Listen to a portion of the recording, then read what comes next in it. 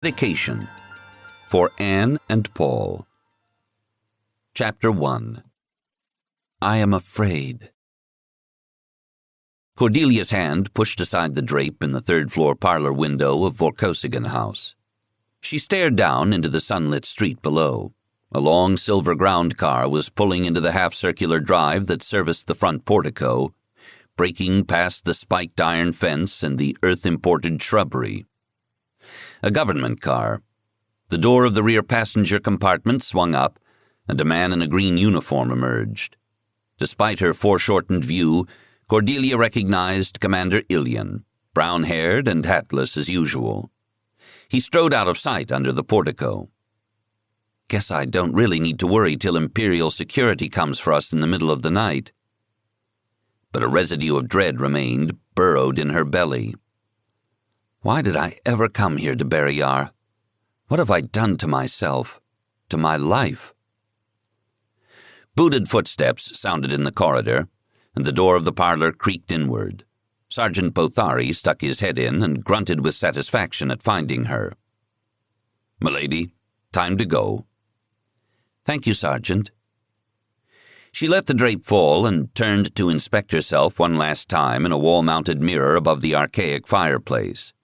Hard to believe people here still burned vegetable matter just for the release of its chemically bound heat. She lifted her chin above the stiff white lace collar of her blouse, adjusted the sleeves of her tan jacket, and kicked her knee absently against the long swirling skirt of a Vor-class woman, tan to match the jacket. The color comforted her, almost the same tan as her old Baton astronomical survey fatigues. She ran her hands over her red hair, parted in the middle and held away from her face by two enameled combs, and flopped it over her shoulders to curl loosely halfway down her back. Her gray eyes stared back at her from the pale face in the mirror. Nose a little too bony, chin a shade too long, but certainly a serviceable face, good for all practical purposes. Well, if she wanted to look dainty, all she had to do was stand next to Sergeant Bothari. He loomed mournfully beside her, all 2 meters of him. Cordelia considered herself a tall woman, but the top of her head was only level with his shoulder. He had a gargoyle's face, closed, wary, beak-nosed, its lumpiness exaggerated to criminality by his military burr haircut. Even Count Vorkosigan's elegant livery, dark brown with the symbols of the house embroidered in silver, failed to save Bothari from his astonishing ugliness. But a very good face indeed, for practical purposes. A liveried retainer. What a concept. What did he retain? Our lives, our fortunes, and our sacred honors for starters. She nodded cordially to him in the mirror and about-faced to follow him through the warren of Vorkosigan house. She must learn her way around this great pile of a residence as soon as possible. Embarrassing to be lost in one's own home, and have to ask some passing guard or servant to detangle one, in the middle of the night, wearing only a towel. I used to be a jump ship navigator, really. If she could handle 5 dimensions upside, surely she ought to be able to manage a mere 3 downside. They came to the head of a large circular staircase, curving gracefully down 3 flights to a black and white stone-paved foyer. Her light steps followed Bothari's measured tread. Her skirts made her feel she was floating, parachuting inexorably down the spiral. A tall young man, leaning on a cane at the foot of the stairs, looked up at the echo of their feet. Lieutenant Kudelka's face was as regular and pleasant as Bothari's was narrow and strange, and he smiled openly at Cordelia. Even the pain lines at the corners of his eyes and mouth failed to age that face. He wore imperial undress greens, identical but for the insignia to Security Commander Ilian's. The long sleeves and high neck of his jacket concealed the tracery of thin red scars that netted half his body, but Cordelia mapped them in her mind's eye. Nude, Kudelka could pose as a visual aid for a lecture on the structure of the human nervous system, each scar representing a dead nerve excised and replaced with artificial silver threads. Lieutenant Kudelka was not quite used to his new nervous system yet. Speak truth. The surgeons here are ignorant, clumsy butchers. The work was certainly not up to Baton standards. Cordelia permitted no hint of this private judgment to escape onto her face. Koudelka turned jerkily and nodded to Bothari. "Hello, Sergeant." "Good morning, Lady Vorkosigan." Her new name still seemed strange in her ear, ill-fitting. She smiled back. "Good morning, Koo. Where's Errol?"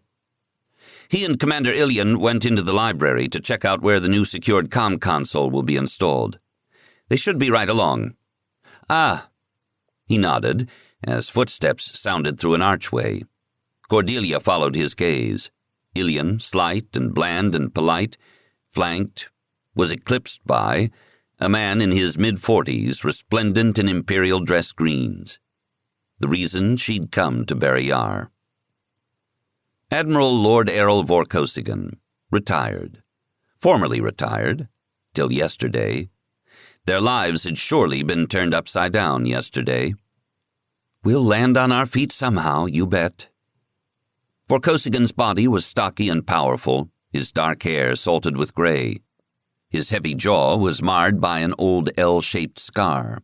He moved with compressed energy, his gray eyes intense and inward, until they lighted on Cordelia. "I give you good morrow, my lady," he sang out to her, reaching for her hand. The syntax was self-conscious, but the sentiment naked sincere in his mirror-bright eyes. "In those mirrors, I am altogether beautiful," Cordelia realized warmly. "Much more flattering than that one on the wall upstairs. I shall use them to see myself from now on." His thick hand was dry and hot, welcome heat, live heat, closing around her cool, tapering fingers. "My husband." That fit as smoothly and tightly as her hand fit in his, even though her new name, Lady Vorkosigan, still seemed to slither off her shoulders. She watched Bothari, Koudelka, and Vorkosigan standing together for that brief moment. The walking wounded, 1, 2, 3. And me, the Lady Auxiliary. The survivors, Koo in body, Bothari in mind, Vorkosigan in spirit, all had taken near-mortal wounds in the late war at Escobar. Life goes on, march or die. Do we all begin to recover at last? She hoped so. "Ready to go, dear Captain?" Vorkosigan asked her. His voice was a baritone, his Barrayaran accent guttural warm. "Ready as I'll ever be, I guess." Ilian and Lieutenant Koudelka led the way out. Koudelka's walk was a loose-kneed shamble beside Ilian's brisk march, and Cordelia frowned doubtfully. She took Vorkosigan's arm, and they followed, leaving Bothari to his household duties.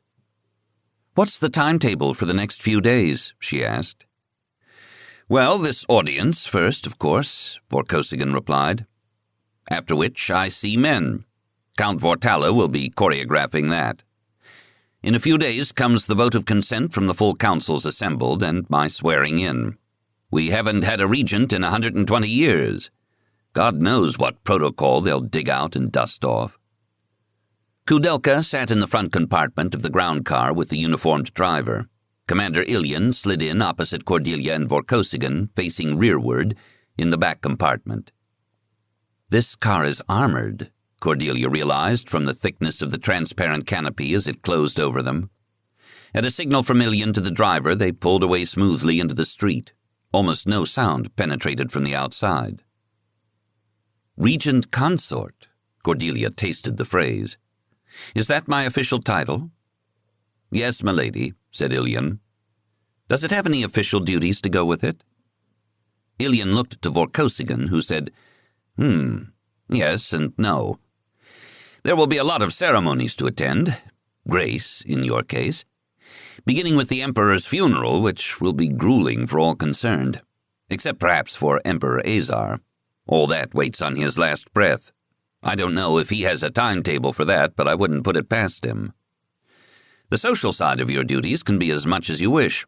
Speeches and ceremonies, important weddings and name days and funerals, greeting deputations from the districts, public relations, in short. The sort of thing Princess Dowager Kareen does with such flair." Vorkosigan paused, taking in her appalled look, and added hastily, Or, if you choose, you can live a completely private life. You have the perfect excuse to do so right now." His hand around her waist secretly caressed her still flat belly. "And in fact, I'd rather you didn't spend yourself too freely. More importantly, on the political side, I'd like it very much if you could be my liaison with the Princess Dowager and the child Emperor. Make friends with her if you can. She's an extremely reserved woman. The boy's upbringing is vital. We must not repeat Azar Vorbara's mistakes." "I can give it a try," she sighed. "I can see it's going to be quite a job, passing for a Barrayar Vor." "Don't bend yourself painfully. I shouldn't like to see you so constricted. Besides, there's another angle." "Why doesn't that surprise me? Go ahead." He paused, choosing his words. "When the late Crown Prince Serg called Count Vortala a phony progressive, it wasn't altogether nonsense. Insults that sting always have some truth in them. Count Vortala has been trying to form his progressive party in the upper classes only, among the people who matter, as he would say. You see the little discontinuity in his thinking?" "About the size of Hogarth Canyon back home? Yes." "You are a Baton, a woman of galactic-wide reputation." "Oh, come on now." "You are seen so here. I don't think you quite realize how you are perceived. Very flattering for me, as it happens." "I hoped I was invisible, but I shouldn't think I'd be too popular after what we did to your side at Escobar." "It's our culture. My people will forgive a brave soldier almost anything. And you, in your person, unite two of the opposing factions, the aristocratic military and the pro-galactic plebeians. I really think I could pull the whole middle out of the People's Defense League through you, if you're willing to play my cards for me." "Good heavens, how long have you been thinking about this?" "The problem? Long. You as part of the solution, just today." "What, casting me as a figurehead for some sort of constitutional party?" No. That is just the sort of thing I will be sworn on my honor to prevent. It would not fulfill the spirit of my oath to hand over to Prince Gregor an emperorship gutted of power. What I want is to find some way of pulling the best men from every class and language group and party into the Emperor's service. The Vor have simply too small a pool of talent. Make the government more like the military at its best, with ability promoted regardless of background. Emperor Azar tried to do something like that by strengthening the ministries at the expense of the counts, but it swung too far. The counts are eviscerated and the ministries are corrupt. There must be some way to strike a balance." Cordelia sighed. "I guess we'll just have to agree to disagree about constitutions. Nobody appointed me Regent of Barrayar. I warn you, though, I'll keep trying to change your mind." Ilian raised his brow at this. Cordelia sat back wanly and watched the Barrayaran capital city of Vorbar Sultana pass by through the thick canopy. She hadn't married the Regent of Barrayar 4 months back. She'd married a simple retired soldier. Yes, men were supposed to change after marriage, usually for the worse, but this much? This fast? "This isn't the duty I signed up for, sir." "That's quite a gesture of trust Emperor Azar placed in you yesterday, appointing you regent. I don't think he's such a ruthless pragmatist as you'd have me believe," she remarked. "Well, it is a gesture of trust, but driven by necessity. You didn't catch the significance of Captain Negri's assignment to the princess's household, then?" "No. Was there one?" "Oh, yes. A very clear message. Negri is to continue right on in his old job as Chief of Imperial Security. He will not, of course, be making his reports to a 4-year-old boy, but to me. Commander Ilian will in fact merely be his assistant." Vorkosigan and Ilian exchanged mildly ironic nods. "But there is no question where Negri's loyalties will lie, in case I should, run mad and make a bid for imperial power in name as well as fact. He unquestionably has secret orders to dispose of me in that event." "Oh, well, I guarantee I have no desire whatsoever to be Empress of Barrayar, just in case you were wondering." "I didn't think so." The ground car paused at a gate in a stone wall. 4 guards inspected them thoroughly, checked Ilian's passes, and waved them through. All those guards here at Vorkosigan House? What did they guard against? Other Barrayarans, presumably, in the faction-fractured political landscape. A very Barrayaran phrase the old count had used that tickled her humor now ran disquieting through her memory. With all this manure around, there's got to be a pony someplace.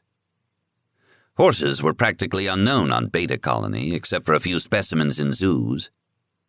With all these guards around, but if I'm not anyone's enemy, how can anyone be my enemy? Ilian, who had been shifting in his seat, now spoke up. I would suggest, sir, he said tentatively to Vorkosigan, even beg, that you reconsider and take up quarters here at the Imperial residence. Security problems, my problems, he smiled slightly, bad for his image, with his snub features it made him look puppyish, will be very much easier to control here. What suite did you have in mind? Asked Vorkosigan. Well, when Gregor succeeds, he and his mother will be moving into the Emperor's suite. Karin's rooms will then be vacant. Prince Serg's, you mean? Vorkosigan looked grim. I think I would prefer to take official residence at Vorkosigan House. My father spends more and more time in the country at Vorkosigan-sur-Lot these days. I don't think he'll mind being shifted. I can't really endorse that idea, sir, strictly from a security standpoint. It's in the old part of town. The streets are warrens. There are at least 3 sets of old tunnels under the area from old sewage and transport systems, and there are too many new tall buildings overlooking that have commanding views. It will take at least 6 full-time patrols for the most cursory protection. Do you have the men? Well, yes. Vorkosigan House, then. Vorkosigan consoled Ilian's disappointed look. It may be bad security, but it's very good public relations. It will give an excellent air of, soldierly humility to the new regency. Should help reduce palace coup paranoia. And here they were at the very palace in question. As an architectural pile, the imperial residence made Vorkosigan House look small. Sprawling wings rose 2 to 4 stories high, accented with sporadic towers. Additions of different ages crisscrossed each other to create both vast and intimate courts, some justly proportioned, some rather accidental-looking. The east facade was of the most uniform style, heavy with stone carving. The north side was more cut up, interlocking with elaborate formal gardens. The west was the oldest, the south the newest construction. The ground car pulled up to a 2-story porch on the south side, and Ilian led them past more guards and up wide stone stairs to an extensive second-floor suite. They climbed slowly, matching steps to Lieutenant Kudelka's awkward pace. Kudelka glanced up with a self-conscious, apologetic frown, then bent his head again in concentration. Or shame. Doesn't this place have a lift tube? Cordelia wondered irritably. On the other side of this stone labyrinth, in a room with a northern view of the gardens, a white old man lay drained and dying on his enormous ancestral bed. In the spacious upper corridor, softly carpeted and decorated with paintings and side tables cluttered with knickknacks, objets d'art, Cordelia supposed, they found Captain Negri talking in low tones with a woman who stood with her arms folded. Cordelia had met the famous, or infamous, chief of Barrayaran Imperial Security for the first time yesterday, after Vorkosigan's historic job interview in the northern wing with the soon-to-be late Azar Vorbara. Negri was a hard-faced, hard-bodied, bullet-headed man who had served his emperor, body and blood, for the better part of 40 years, a sinister legend with unreadable eyes. Now he bowed over her hand and called her "Milady," as if he meant it, or at least no more tinged with irony than any of his other statements. The alert blonde woman, girl, wore an ordinary civilian dress. She was tall and heavily muscled, and she looked back at Cordelia with even greater interest. Vorkosigan and Negri exchanged curt greetings in the telegraphic style of two men who had been communicating for so long, all of the amenities had been compressed into some kind of tight-burst code. "And this is Miss Drushnikovi." Negri did not so much introduce as label the woman for Cordelia's benefit, with a wave of his hand. "And what's a Drushnikovi?" asked Cordelia lightly and somewhat desperately. Everybody always seemed to get briefed around here but her, though Negri had also failed to introduce Lieutenant Kudelka. Kudelka and Drushnikovi glanced covertly at each other.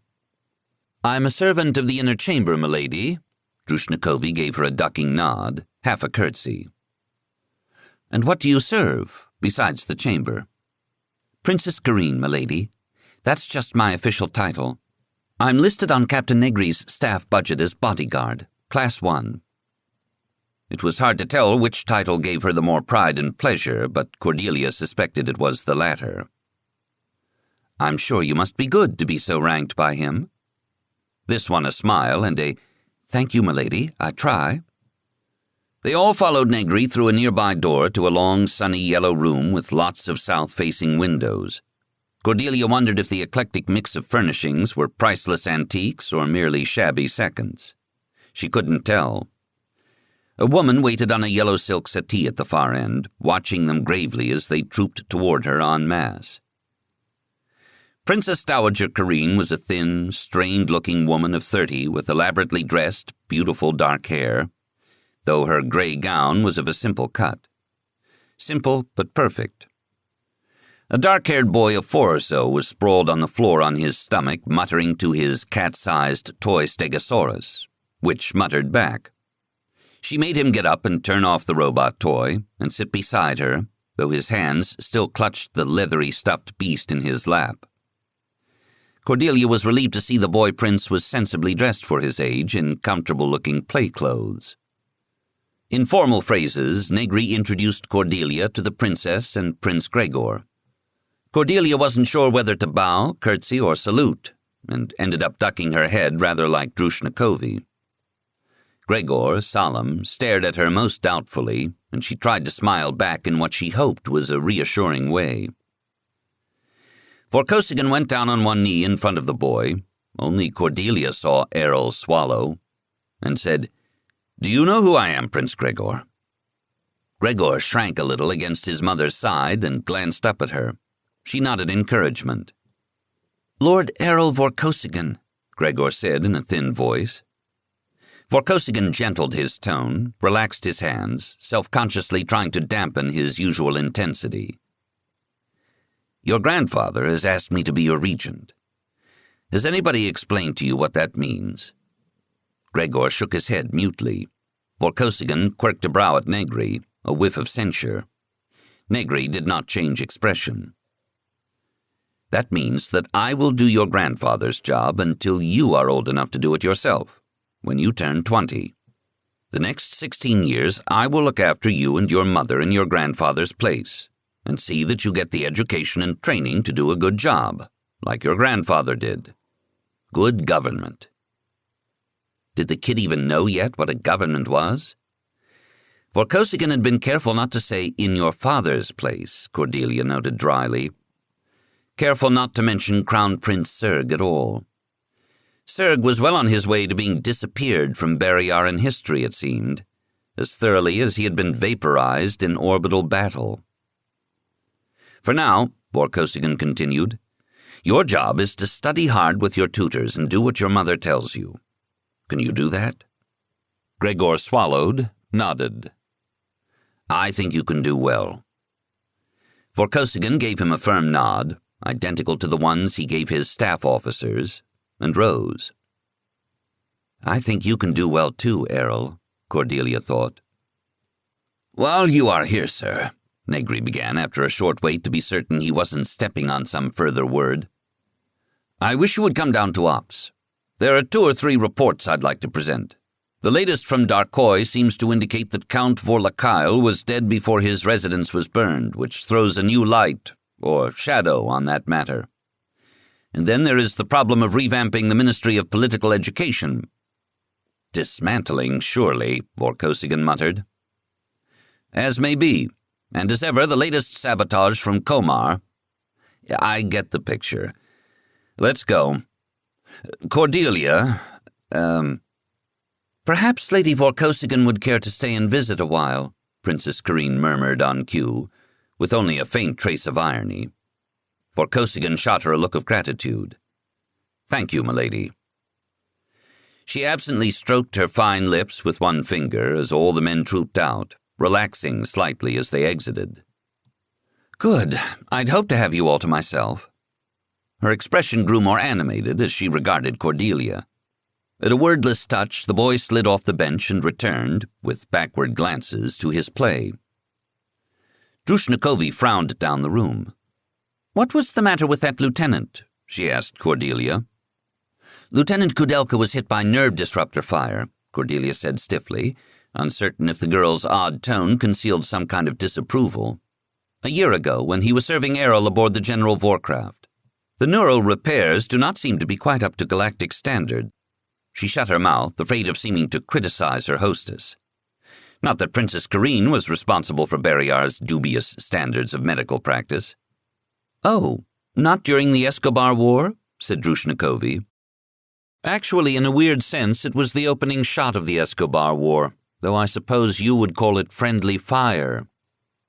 Mind-boggling oxymoron, that phrase. Lady Vorkosigan, or should I say Captain Naismith, was there, remarked Princess Corrine. She should know. Cordelia found her expression hard to read. How many of Negri's famous reports was the princess privy to? How terrible for him! He looks as though he had been very athletic, said the bodyguard. He was. Cordelia smiled more favorably at the girl, relaxing her defensive hackles. Nerve disruptors are filthy weapons, in my opinion. She scrubbed absently at the sense-dead spot on her thigh, disruptor burned by no more than the nimbus of a blast that had fortunately not penetrated subcutaneous fat to damage muscle function. Clearly, she should have had it fixed before she'd left home. Sit, Lady Vorkosigan. Princess Corrine patted the settee beside her, just vacated by the Emperor-to-be. Drew, will you please take Gregor to his lunch? Drushnikovi nodded understandingly, as if she had received some coded underlayer to this simple request, gathered up the boy and walked out hand in hand with him. His childlike voice drifted back. Drushi, can I have a cream cake? And one for Stegi? Cordelia sat gingerly, thinking about Negri's reports and Barrayaran disinformation about their recent aborted campaign to invade the planet Escobar. Escobar, Beta Colony's good neighbor and ally. The weapons that had disintegrated Crown Prince Serg and his ship high above Escobar had been bravely convoyed through the Barrayaran blockade by one Captain Cordelia Naismith, Beta Expeditionary Force. That much truth was plain and public and not to be apologized for. It was the secret history behind the scenes in the Barrayaran High Command that was so treacherous, Cordelia decided was the precise word. Dangerous, like ill-stored toxic waste. To Cordelia's astonishment, Princess Corrine leaned over, took her right hand, lifted it to her lips, and kissed it hard. I swore, said Corrine thickly, that I would kiss the hand that slew Ges Vorkosigan. Thank you, thank you. Her voice was breathy, earnest, tear-caught, grateful emotion naked in her face. She sat up, her face growing reserved again, and nodded. Thank you. Bless you. Cordelia rubbed at the kissed spot. This honor belongs to another milady. I was present when Admiral Voratyer's throat was cut, but it was not by my hand. Corine's hands clenched in her lap, and her eyes glowed. Then it was Lord Vorkosigan? No. Cordelia's lips compressed in exasperation. Negri should have given you the true report. It was Sergeant Bothari. Saved my life at the time. Bothari? Corrine sat bolt upright in astonishment. Bothari the monster? Bothari, Voratyer's mad Batman? I don't mind getting blamed in his place, ma'am, because if it had become public, they'd have been forced to execute him for murder and mutiny, and this gets him off and out. But I should not steal his praise. I'll pass it on to him if you wish, but I'm not sure he remembers the incident. He went through some draconian mind therapy after the war before they discharged him. What you Barrayarans call therapy. On a par with their neurosurgery, Cordelia feared. And I gather he wasn't exactly normal before that either. No, said Corinne, he was not. I thought he was Voratyer's creature. He chose to be otherwise. I think it was the most heroic act I've ever witnessed. Out of the middle of that swamp of evil and insanity, to reach for... Cordelia trailed off, embarrassed to say, reach for redemption. After a pause, she asked, Do you blame Admiral Voratyer for Prince Serg's corruption? As long as they were clearing the air. Nobody mentions Prince Serg. He thought to take a bloody shortcut to the Imperium, and now he's just disappeared.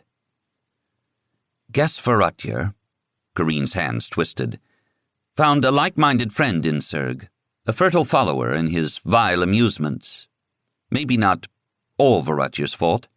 I don't know. An honest answer, Cordelia sensed. Corinne added lowly, Azar protected me from Serg after I became pregnant. I had not even seen my husband for over a year when he was killed at Escobar.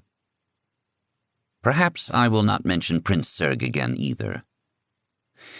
Azar was a powerful protector. I hope Errol may do as well, Cordelia offered. Ought she to refer to Emperor Azar in the past tense already? Everybody else seemed to. Corinne came back from some absence and shook herself to focus. Tea, Lady Vorkosigan? She smiled. She touched a comlink concealed in a jeweled pin on her shoulder and gave domestic orders.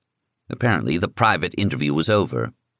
Captain Naismith must now try to figure out how Lady Vorkosigan should take tea with the princess. Gregor and the bodyguard reappeared about the time the cream cakes were being served, and Gregor set about successfully charming the ladies for a second helping. Corinne drew the line firmly at thirds. Prince Serg's son seemed an utterly normal boy, if quiet around strangers. Cordelia watched him with Corinne with deep personal interest. Motherhood. Everybody did it. How hard could it be? How do you like your new home so far, Lady Vorkosigan? The princess inquired, making polite conversation. Tea-table stuff. No naked faces now. Not in front of the children. Cordelia thought it over. The country place, south at Vorkosigan-sur-Lot, is just beautiful. That wonderful lake, it's bigger than any open body of water on the whole of Beta Colony, yet Errol just takes it for granted. Your planet is beautiful beyond measure. Your planet, not my planet? In a free association test, home still triggered Beta Colony in Cordelia's mind. Yet she could have rested in Vorkosigan's arms by the lake forever. The capital here, well, it's certainly more varied than anything we have at home on Beta Colony, although, she laughed self-consciously, there seem to be so many soldiers. Last time I was surrounded by that many green uniforms, I was in a POW camp. Do we still look like the enemy to you? Asked the princess curiously. Oh, you all stopped looking like the enemy to me even before the war was over. Just assorted victims, variously blind. You have penetrating eyes, Lady Vorkosigan. The princess sipped tea, smiling into her cup. Cordelia blinked. Vorkosigan House does tend to a barracks atmosphere when Count Piotr is in residence, Cordelia commented. All his liveried men. I think I've seen a couple of women servants so far whisking around corners, but I haven't caught one yet. A Barrayaran barracks, that is. My Baton service was a different sort of thing. Mixed, said Drushnikovi. Was that the light of envy in her eyes? Women and men both serving. Assignment by aptitude test, Cordelia agreed. Strictly. Of course, the more physical jobs are skewed to the men, but there doesn't seem to be that strange obsessive status thing attached to them. Respect, sighed Drushnikovi. Well, if people are laying their lives on the line for their community, they ought certainly to get its respect, Cordelia said equably. I do miss my sister officers, I guess. The bright women, the techs, like my pool of friends at home. There was that tricky word again, home. There have to be bright women around here somewhere with all these bright men. Where are they hiding? Cordelia shut her mouth as it suddenly occurred to her that Corinne might mistakenly construe this remark as a slur on herself. Adding present company accepted would put her foot in it for sure, though. But if Corinne so construed, she kept it to herself, and Cordelia was rescued from further potential social embarrassment by the return of Errol and Ilian. They all made polite farewells and returned to Vorkosigan House. That evening, Commander Ilian popped into Vorkosigan House with Drushnikovi in tow. She clutched a large valise and gazed about her with starry-eyed interest. Captain Negri is assigning Miss Drushnikovi to the Regent consort for her personal security, Ilian explained briefly. Errol nodded approval. Later, Drushnikovi handed Cordelia a sealed note on thick cream paper. Brows rising, Cordelia broke it open. The handwriting was small and neat, the signature legible and without flourishes. With my compliments, it read. She will suit you well. Corinne. Chapter 2. The next morning, Cordelia awoke to find Vorkosigan already gone, and herself facing her first day on Barrayar without his supportive company. She decided to devote it to the shopping project that had occurred to her while watching Kudelka negotiate the spiral staircase last night. She suspected Drushnikovi would be the ideal native guide for what she had in mind. She dressed and went hunting for her bodyguard. Finding her was not difficult. Drushnikovi was seated in the hall just outside the bedroom door and popped to attention at Cordelia's appearance. The girl really ought to be wearing a uniform, Cordelia reflected. The dress she wore made her near 6-foot frame and excellent musculature look heavy. Cordelia wondered if, as Regent consort, she might be permitted her own livery, and bemused herself through breakfast mentally designing one that would set off the girl's Valkyrie good looks. "Do you know, you're the first female Barrayaran guard I've met," Cordelia commented to her over her egg and coffee, and a kind of steamed native groats with butter, evidently a morning staple here. "How did you get into this line of work?" "Well, I'm not a real guard like the liveried men." Ah, the magic of uniforms again.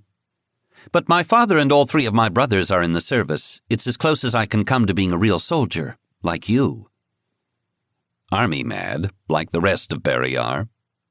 "Yes?" "I used to study judo for sport when I was younger, but I was too big for the women's classes. Nobody could give me any real practice, and besides, doing all katas was so dull. My brothers used to sneak me into the men's classes with them. One thing led to another. I was all Barrayar women's champion 2 years running when I was in school. Then 3 years ago, a man from Captain Negri's staff approached my father with a job offer for me. That's when I had weapons training. It seemed the princess had been asking for female guards for years, but they had a lot of trouble getting anyone who could pass all the tests. Although, she smiled self-depreciatingly, the lady who assassinated Admiral Barrayar could scarcely be supposed to need my poor services." Cordelia bit her tongue. I was lucky. Besides, I'd rather stay out of the physical end of things just now. Pregnant, you know." "Yes, m'lady. It was in one of Captain Negri's reports," Cordelia finished in unison with her. "I'm sure it was. He probably knew before I did." "Yes, m'lady." "Were you much encouraged in your interests as a child?" "Not really. Everyone thought I was just odd." She frowned deeply, and Cordelia had the sense of stirring up a painful memory. She regarded the girl thoughtfully. "Older brothers?" Drushnikovi returned a wide blue gaze. "Why, yes." "Figured. And I feared Barrayar for what it did to its sons. No wonder they have trouble getting anyone to pass the tests." "So, you've had weapons training. Excellent. You can guide me on my shopping trip today." A slightly glazed look crept over Drushnikovi's face. "Yes, m'lady. "What sort of clothing do you wish to look at?" she asked politely, not quite concealing a glum disappointment with the interests of her real lady soldier.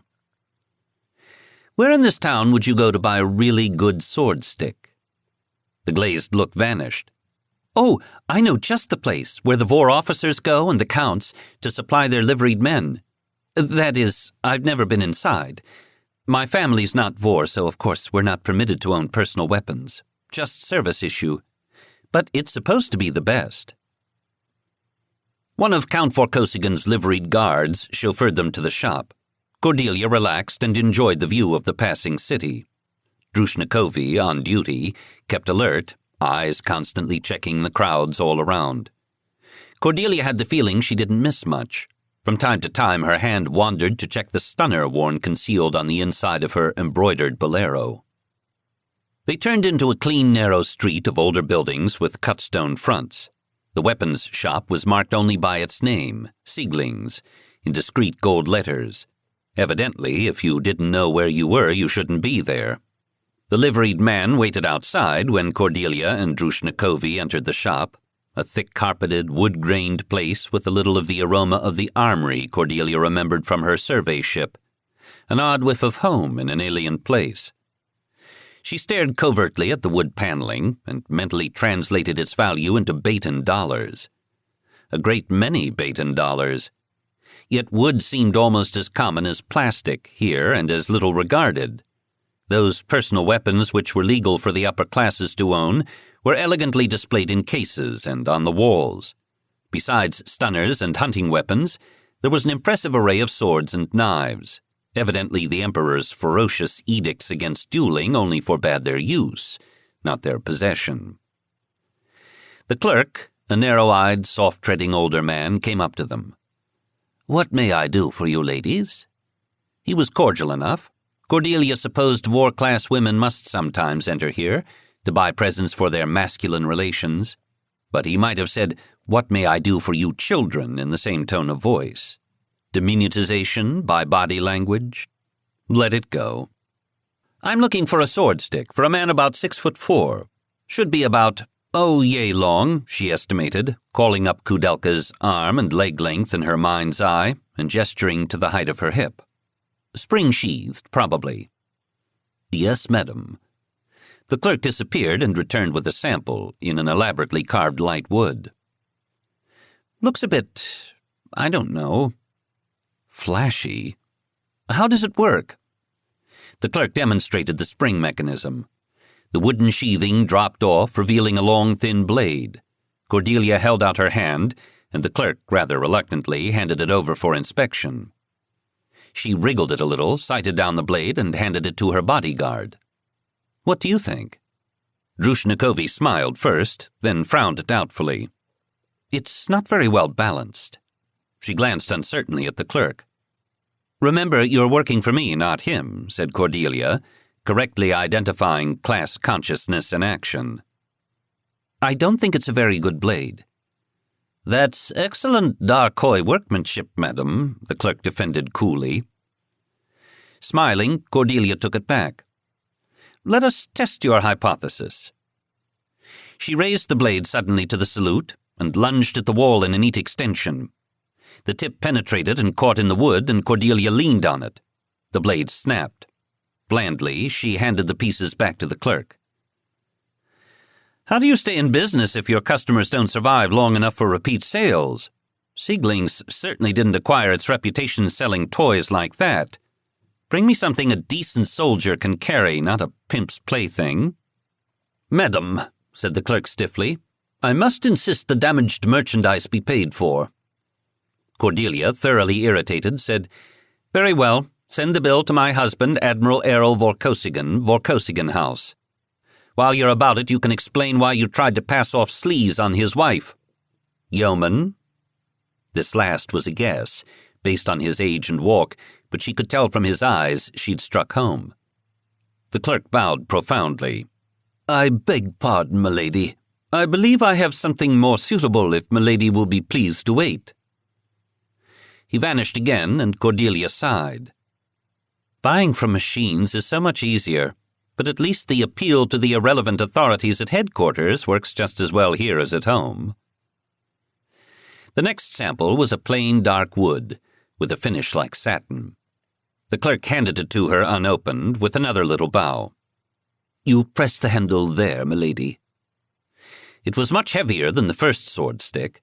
The sheathing sprang away at velocity, landing against the wall on the other side of the room with a satisfying thunk, almost a weapon in itself.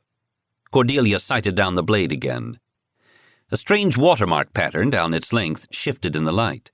She saluted the wall once more and caught the clerk's eye.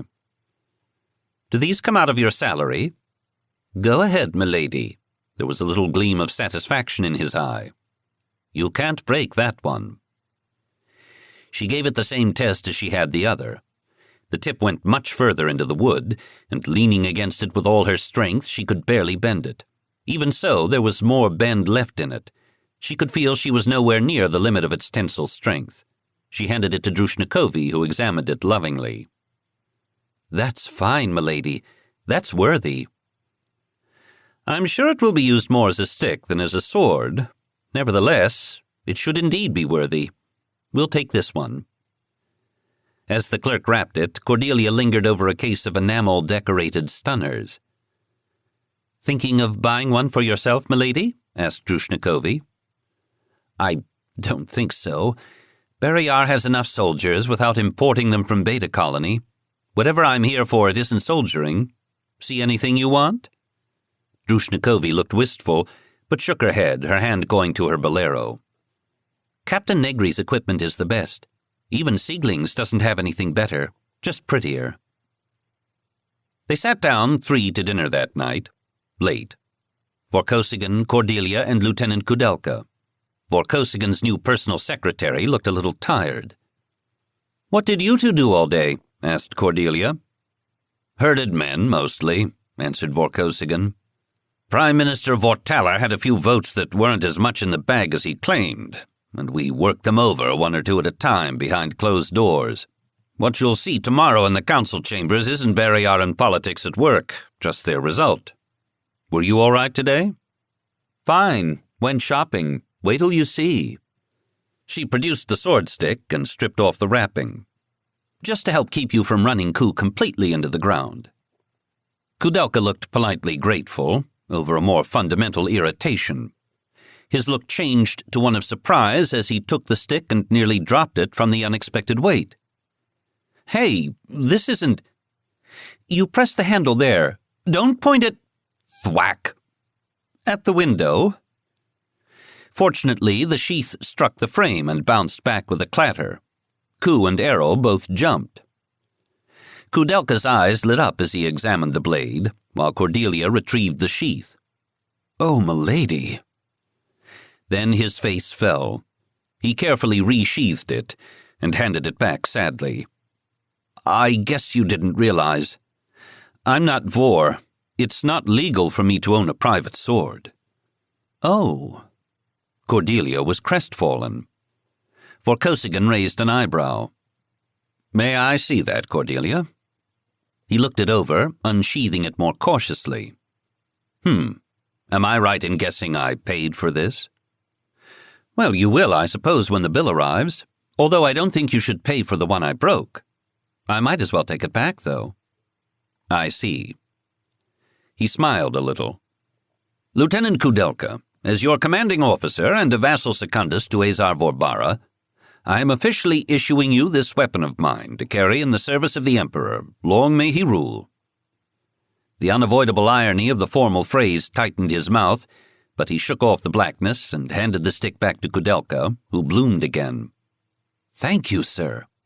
Cordelia just shook her head. "I don't believe I'll ever understand this place." "I'll have Ku find you some legal histories. Not tonight, though.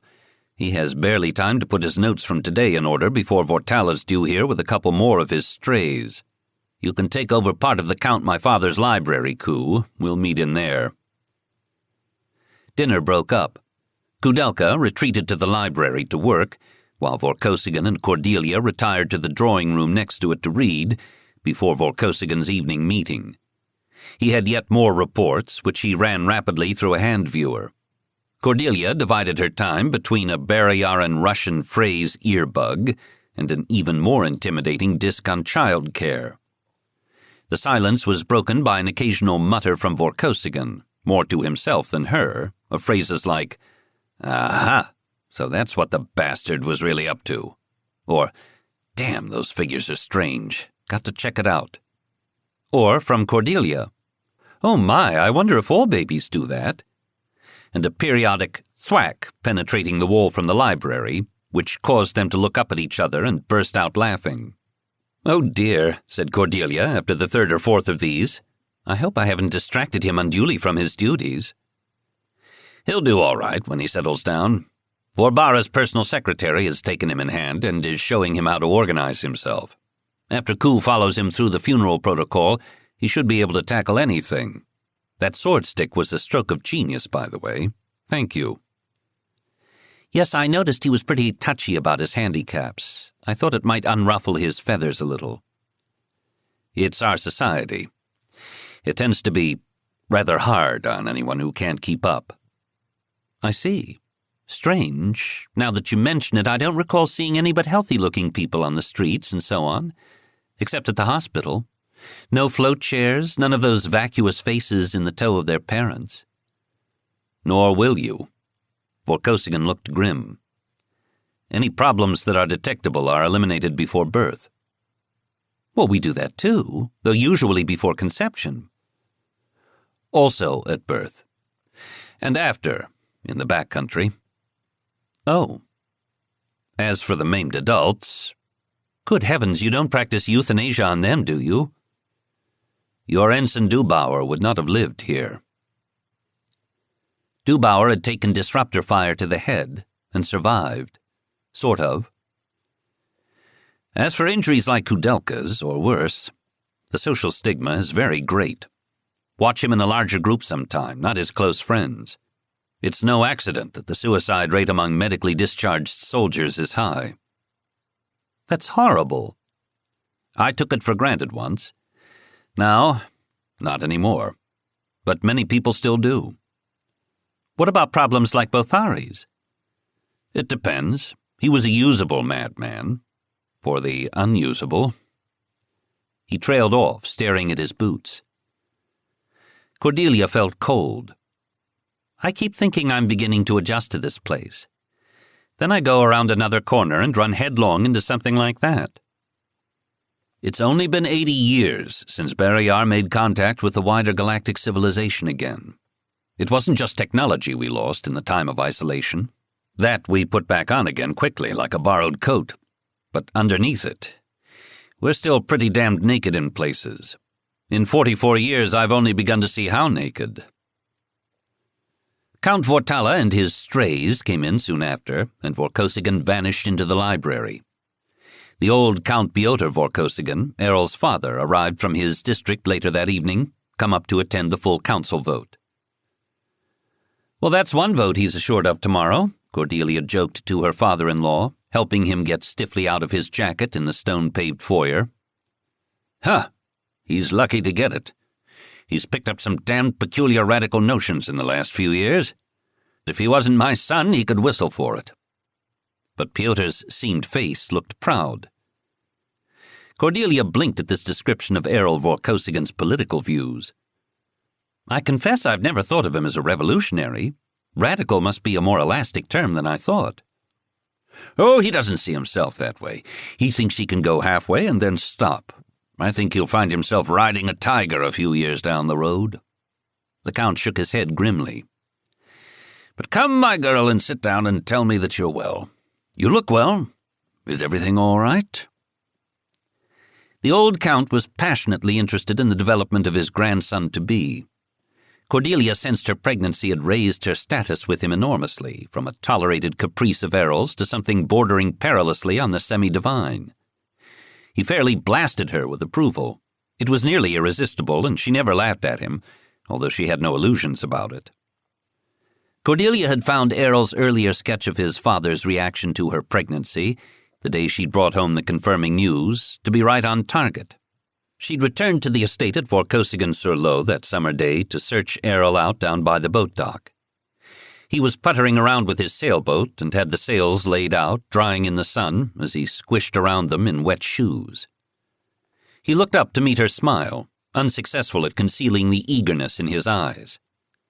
Well, he bounced a little on his heels. Well.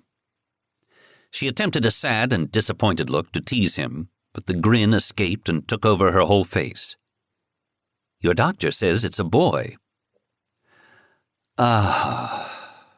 A long and eloquent sigh escaped him, and he scooped her up and twirled her around. Errol! Och, don't drop me! He was no taller than herself, if, thicker. Never. He let her slide down against him, and they shared a long kiss, ending in laughter. My father will be ecstatic. You look pretty ecstatic yourself. Yes, but you haven't seen anything until you've seen an old-fashioned Barrayar and paterfamilias in a trance over the growth of his family tree. I've had the poor old man convinced for years that his line was ending with me.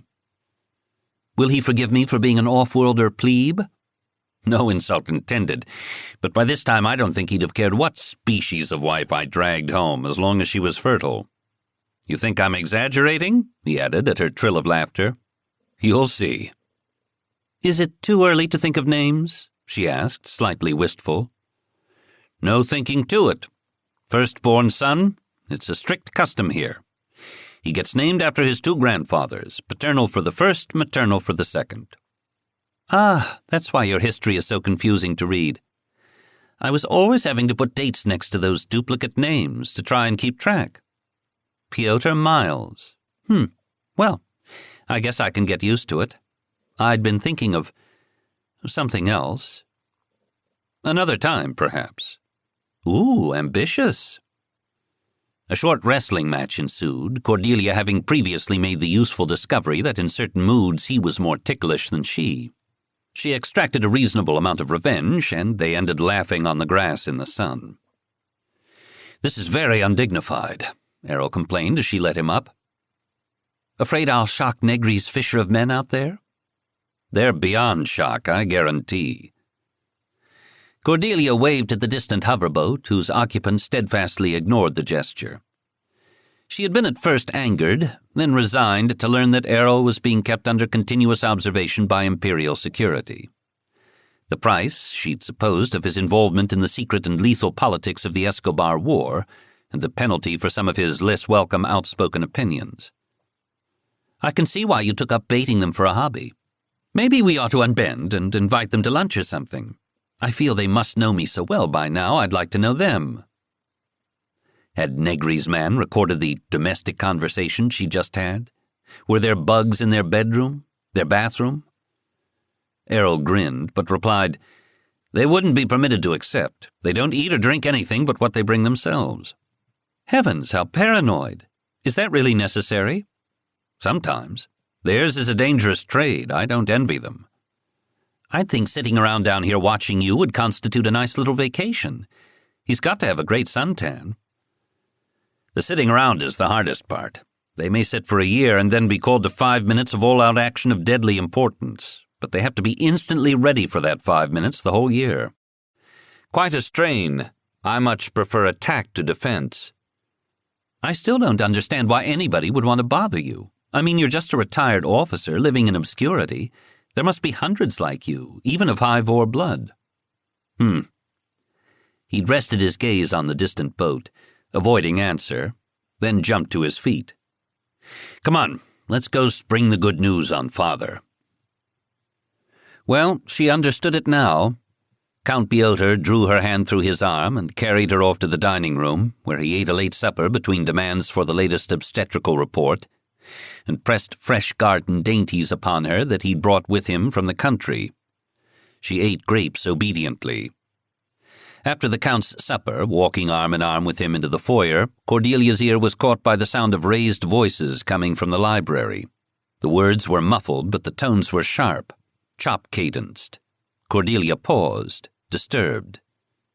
After a moment, the argument stopped, the library door swung open, and a man stalked out. Cordelia could see Errol and Count Vortala through the aperture. Errol's face was set, his eyes burning. Vortala, an age-shrunken man with a balding, liver-spotted head fringed with white, was brick-pink to the top of his naked scalp. With a curt gesture, the man collected his waiting liveried retainer, who followed smartly, blank-faced. The curt man was about 40 years old, Cordelia guessed, dressed expensively in the upper-class style, dark-haired. He was rendered a bit dish-faced by a prominent forehead and jaw that his nose and mustache had trouble overpowering. Neither handsome nor ugly, in another mood one might call him strong-featured. Now he just looked sour. He paused, coming upon Count Pyotr in the foyer, and managed, just barely, a polite nod of greeting. "Vorkosigan," he said thickly. A reluctant good evening was encoded in his jerky half-bow. The old count tilted his head in return, eyebrows up. "Vordarian?" His tone made the name an inquiry. Vordarian's lips were tight, his hands clenching in unconscious rhythm with his jaw. "Mark my words," he ground out. "You and I and every other man of worth on Barrayar will live to regret tomorrow." Pyotr pursed his lips, wariness in the crow's-feet corners of his eyes. "My son will not betray his class, Vordarian." "You blind yourself." His stare cut across Cordelia, not lingering long enough to be construed as insult, but cold, very cold, repelling introduction. With effort, he made the minimum courtesy of a farewell nod, turned, and exited the front door with his retainer shadow. Errol and Vortala emerged from the library. Errol drifted to the foyer to stare moodily into the darkness through the etched glass panels flanking the door. Vortala placed a placating hand on his sleeve. "Let him go," said Vortala. "We can live without his vote tomorrow." "I don't plan to go running down the street after him," Errol snapped. "Nevertheless, next time save your wit for those with the brains to appreciate it, eh?" "Who was that irate fellow?" asked Cordelia lightly, trying to lift the black mood. "Count Vidal Vordarian." Errol turned from the glass panel back to her and managed to smile for her benefit. "Commodore Count Vordarian. I used to work with him from time to time when I was on the general staff. He is now a leader in what you might call the next most conservative party on Barrayar. Not the back-to-the-time-of-isolation loonies, but, shall we say, those honestly fearing all change is change for the worse." He glanced covertly at Count Pyotr. "His name was mentioned frequently, in speculation about the upcoming regency," Vortala commented. "I rather fear he may have been counting on it for himself. He's made great efforts to cultivate Kareem."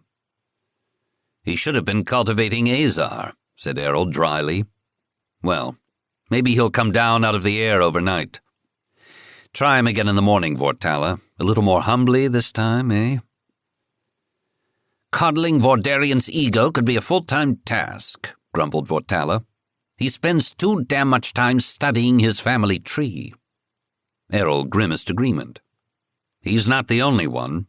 He is to hear him tell it," growled Vortala. Chapter 3. The next day, Cordelia had an official escort to the full joint council session in the person of Captain Lord Padmazav Vorpatrol. He turned out to be not only a member of her husband's new staff, but also his first cousin, son of Errol's long-dead mother's younger sister. Lord Vorpatrol was the first close relative of Errol's Cordelia had encountered besides Count Pyotr. It wasn't that Errol's relatives were avoiding her, as she might have feared. He had a real dearth of them. He and Vorpatrol were the only surviving children of the previous generation, of whom Count Pyotr was himself the last living representative. Vorpatrol was a big, cheerful man of about 35, clean-cut in his dress greens. He had also, she discovered shortly, been one of her husband's junior officers during his first captaincy, before Vorkosigan's military successes of the Komar campaign and its politically ruinous aftermath. She sat with Vorpatrol on one side and Drushnikovi on the other, in an ornate railed gallery overlooking the council chamber. The chamber itself was a surprisingly plain room, though heavy with what still seemed to Cordelia's baton eye to be an incredibly luxurious wood paneling. Wooden benches and desks ringed the room. Morning light poured through stained glass windows high in the east wall. The colorful ceremonies were played out below with great punctilio. The ministers wore archaic-looking black and purple robes set off by gold chains of office. They were outnumbered by the nearly 60 district counts, even more splendid in scarlet and silver. A sprinkling of men young enough to be on active service in the military wore the red and blue parade uniform. Vorkosigan had been right in describing the parade uniform as gaudy, Cordelia reflected, but in the wonderful setting of this ancient room the gaud seemed most appropriate. Vorkosigan looked quite good in his set, she thought. Prince Gregor and his mother were seated on a dais to one side of the chamber. The princess wore a black gown shot with silver decoration, high-necked and long-sleeved. Her dark-haired son looked rather like an elf in his red and blue uniform. Cordelia thought he fidgeted remarkably little under the circumstances. The emperor, too, had a ghostly presence over closed-circuit comlink from the imperial residence. Azar was shown in the holovid seated, in full uniform, at what physical cost Cordelia could not guess, the tubes and monitor leads piercing his body concealed at least from the vid pickup. His face was paper white, his skin almost transparent, as if he were literally fading from the stage he had dominated for so long. The gallery was crammed with wives, staff, and guards. The women were elegantly dressed and decorated with jewelry, and Cordelia studied them with interest, then turned her attention back to pumping Vorpatrol for information. "Was Errol's appointment as regent a surprise to you?" she asked. "Not really. A few people took that resignation and retirement business after the Escobar mess seriously, but I never did."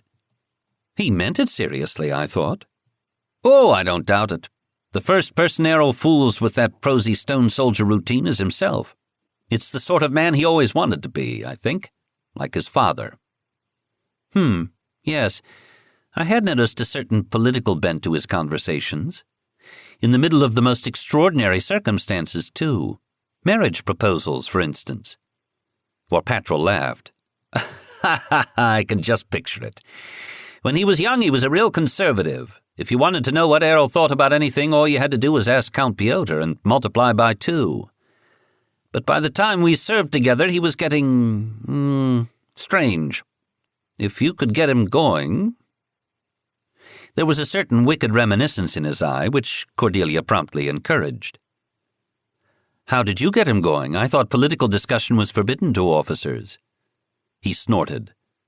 "I suppose they could forbid breathing with about as much chance of success. The dictum is, shall we say, sporadically enforced. Errol stuck to it, though, unless Rolf Vorhalis and I took him out and got him really relaxed." "Errol? Relaxed?" "Oh, yes. Now, Errol's drinking was notable. I thought he was a terrible drinker, no stomach for it." "Oh, that's what was notable. He seldom drank, although he went through a bad period after his first wife died, when he used to run around with Gesvarutjer a lot. He glanced sideways and took another tack. Anyway, it was dangerous to get him too relaxed, because then he'd go all depressed and serious, and then it didn't take a thing to get him onto whatever current injustice or incompetence or insanity was rousing his ire. God, the man could talk. By the time he'd had his 5th drink, just before he slid under the table for the night, he'd be declaiming revolution in iambic pentameter. I always thought he'd end up on the political side someday." He chuckled and looked rather lovingly at the stocky red and blue-clad figure seated with the counts on the far side of the chamber.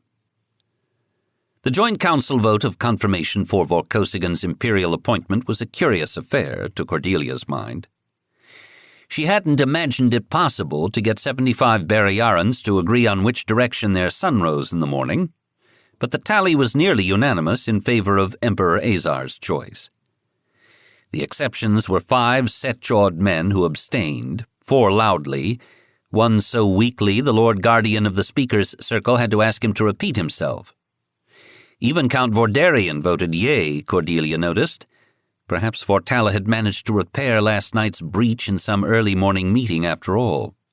It all seemed a very auspicious and encouraging start to Vorkosigan's new job, anyway, and she said as much to Lord Vorpatrol. "Yes, milady," said Lord Vorpatrol after a sideways smile at her. Emperor Azar made it clear he wanted united approval. His tone made it clear she was missing cues again.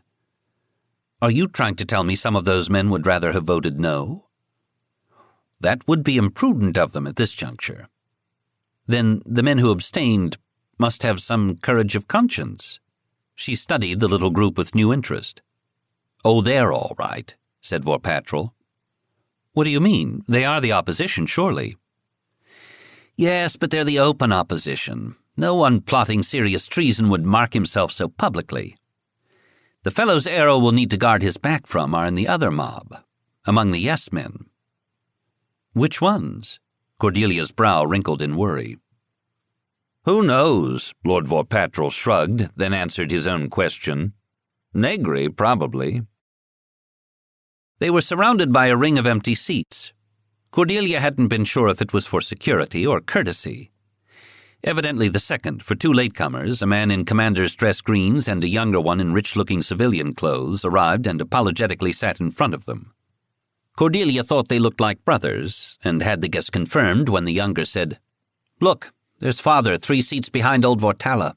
Which one's the new regent? The bandy-legged character in the red and blues, just sitting down to Vortala's right. Cordelia and Vorpatrol exchanged a look behind their backs, and Cordelia put a finger to her lips. Vorpatrol grinned and shrugged. What's the word on him in the service? Depends on who you ask, said the commander. Sardi thinks he's a strategic genius and dotes on his communiques. He's been all over the place. Every brush fire in the last 25 years seems to have his name in it someplace. Uncle Rolf used to think the world of him. On the other hand, Niels, who was at Escobar, said he was the most cold-blooded bastard he'd ever met. I hear he has a reputation as a secret progressive. There's nothing secret about it. Some of the senior Vor officers are scared to death of him. He's been trying to get father with him and Vortala on that new tax ruling. Oh, yawn. It's the direct imperial tax on inheritances. Ouch. Well, that wouldn't hit him, would it? The Vorkosigans are so damn poor. Let Komar pay. That's why we conquered it, isn't it? Not exactly, my fraternal ignoramus. Have any of you town clowns met his bait and frill yet? Men of fashion, sirrah, corrected his brother. Not to be confused with you service grubs. No danger of that. No, really. They're the damnedest rumors circulating about her, Vorkosigan and Vorutyer at Escobar, most of which contradict each other. I thought Mother might have a line on it. She keeps a low profile for somebody who's supposed to be 3 meters tall and eat battle cruisers for breakfast. Scarcely anybody's seen her. Maybe she's ugly. They'll make a pair then. Vorkosigan's no beauty either. Cordelia, vastly amused, hid a grin behind her hand until the commander said, I don't know who that 3-legged spastic is he has trailing him, though. Staff, do you suppose? You'd think he could do better than that. What a mutant. Surely Vorkosigan has the pick of the service as regent. She felt she'd received a body blow, so great was the unexpected pain of the careless remark. Captain Lord Vorpatrol scarcely seemed to notice it.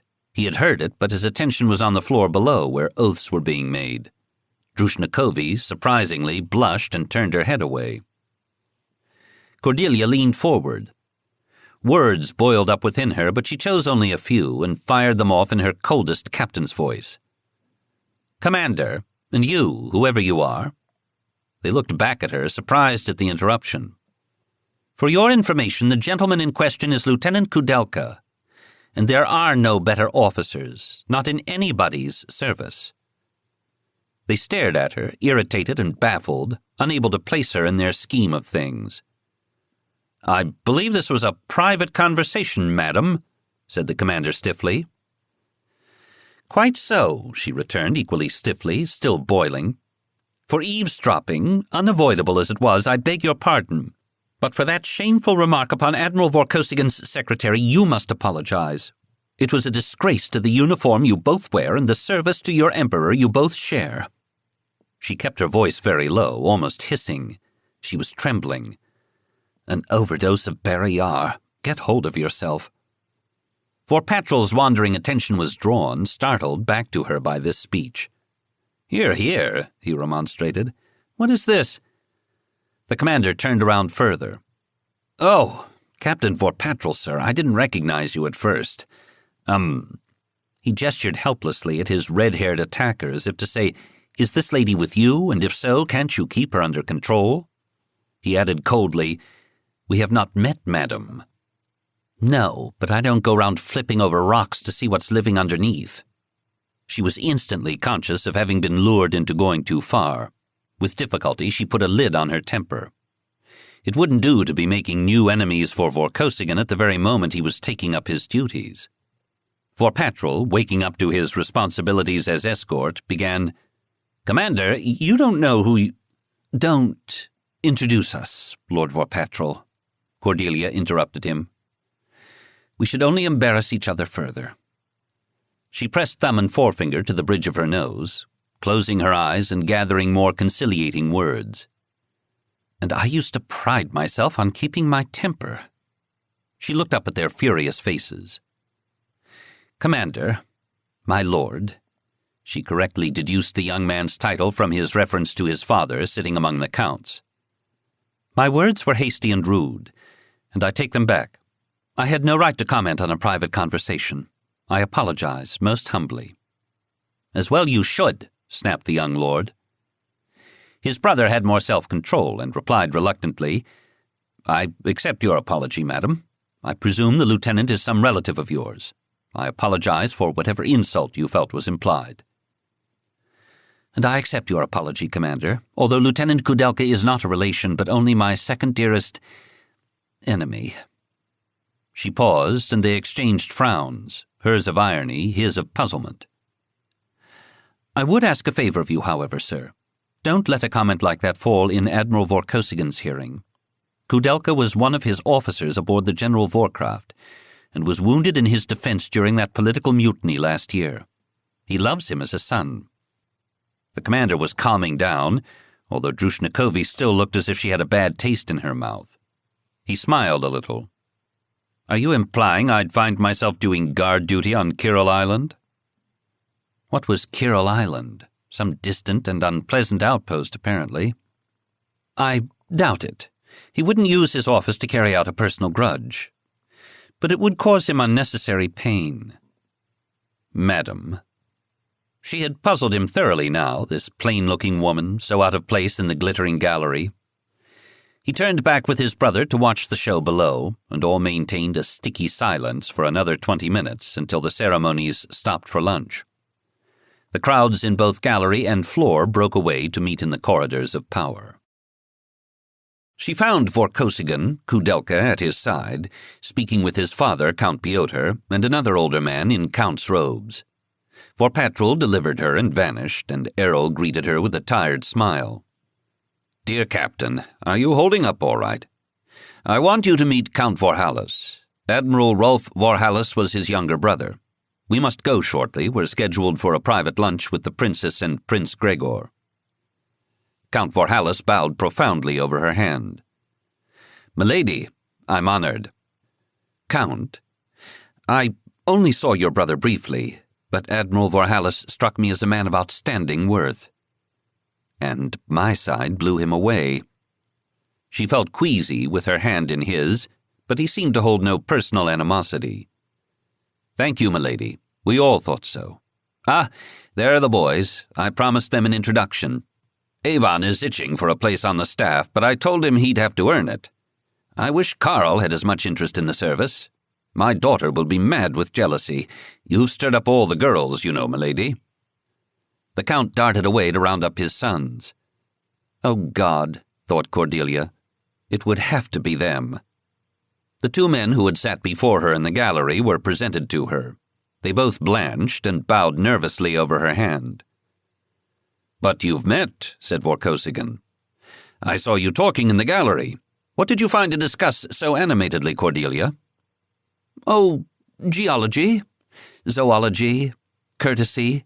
Much on courtesy. We had quite a wide-ranging discussion. We each of us taught the other something, I think." She smiled and did not flick an eyelid.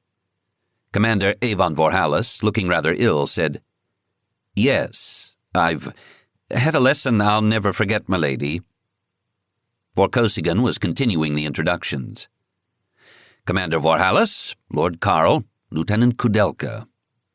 Kudelka, loaded with plastic flimsies, discs, the baton of the Commander-in-Chief of the Armed Forces that had just been presented to Vorkosigan as Regent-elect, and his own stick, and uncertain whether to shake hands or salute, managed to drop them all and do neither. There was a general scramble to retrieve the load, and Kudelka went red, bending awkwardly after it. Drushnikovi and he put a hand on his stick at the same time.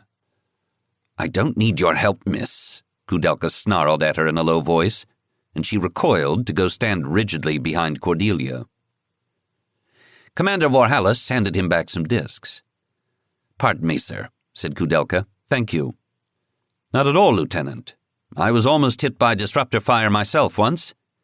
Scared the hell out of me. You are an example to us all."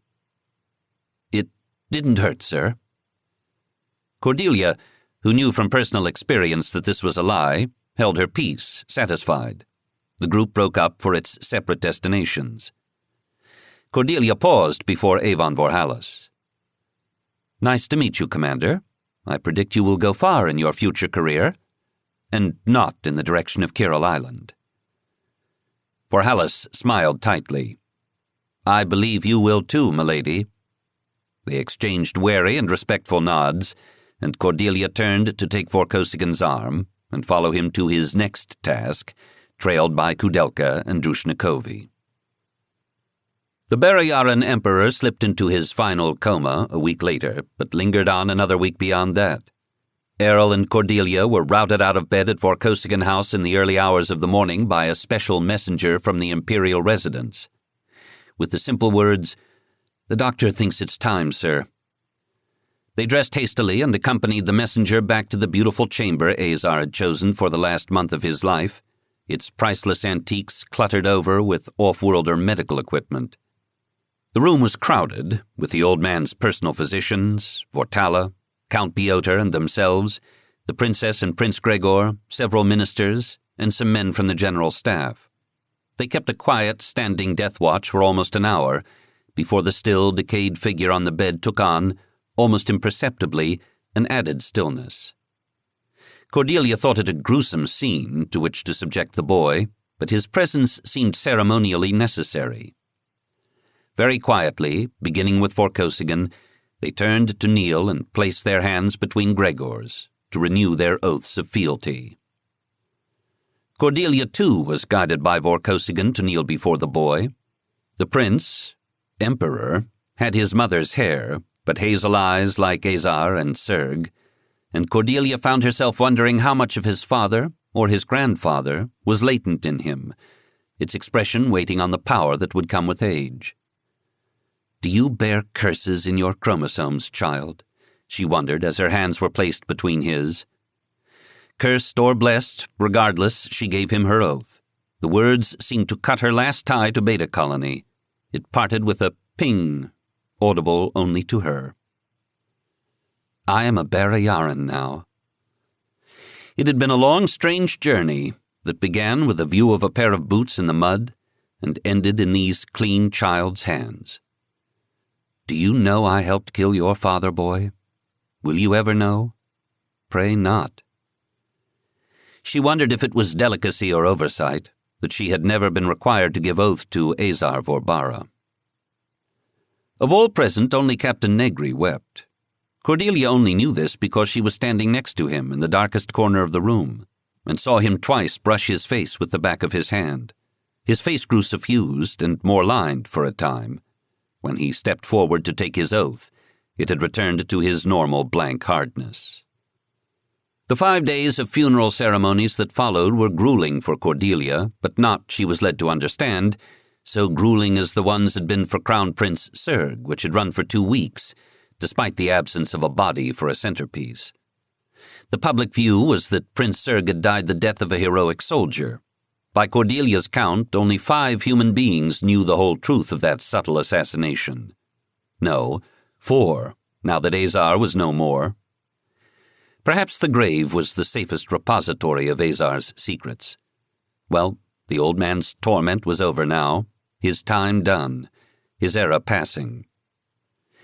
There was no coronation as such for the boy emperor, but instead a surprisingly businesslike, if elegantly garbed, several days spent back in the council chambers collecting personal oaths from ministers, counts, a host of their relatives, and anybody else who had not already made their vows in Azar's death chamber. Vorkosigan, too, received oaths, seeming to grow burdened with their accumulation, as if each had a physical weight.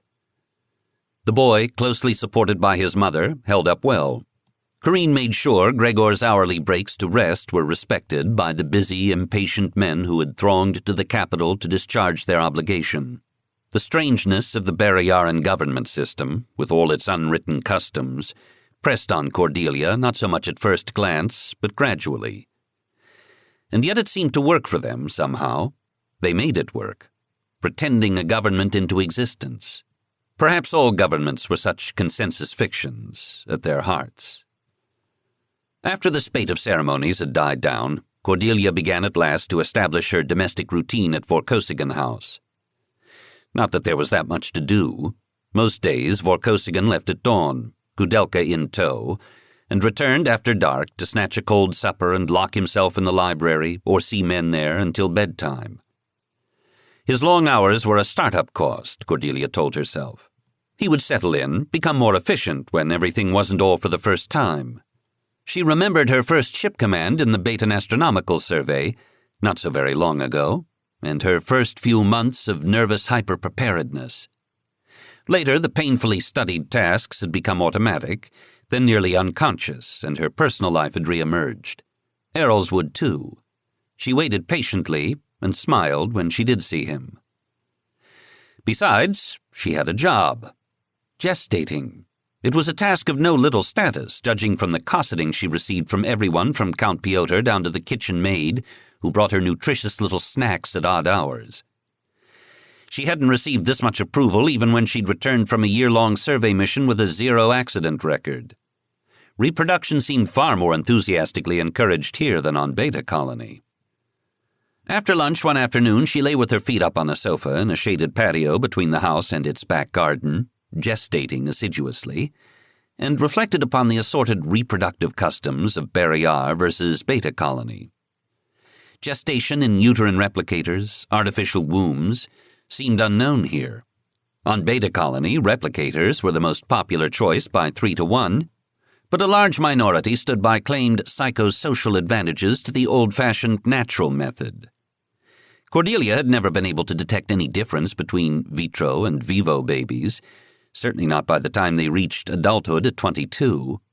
Her brother had been vivo, herself vitro. Her brother's co-parent had chosen vivo for both her children, and bragged about it rather a lot.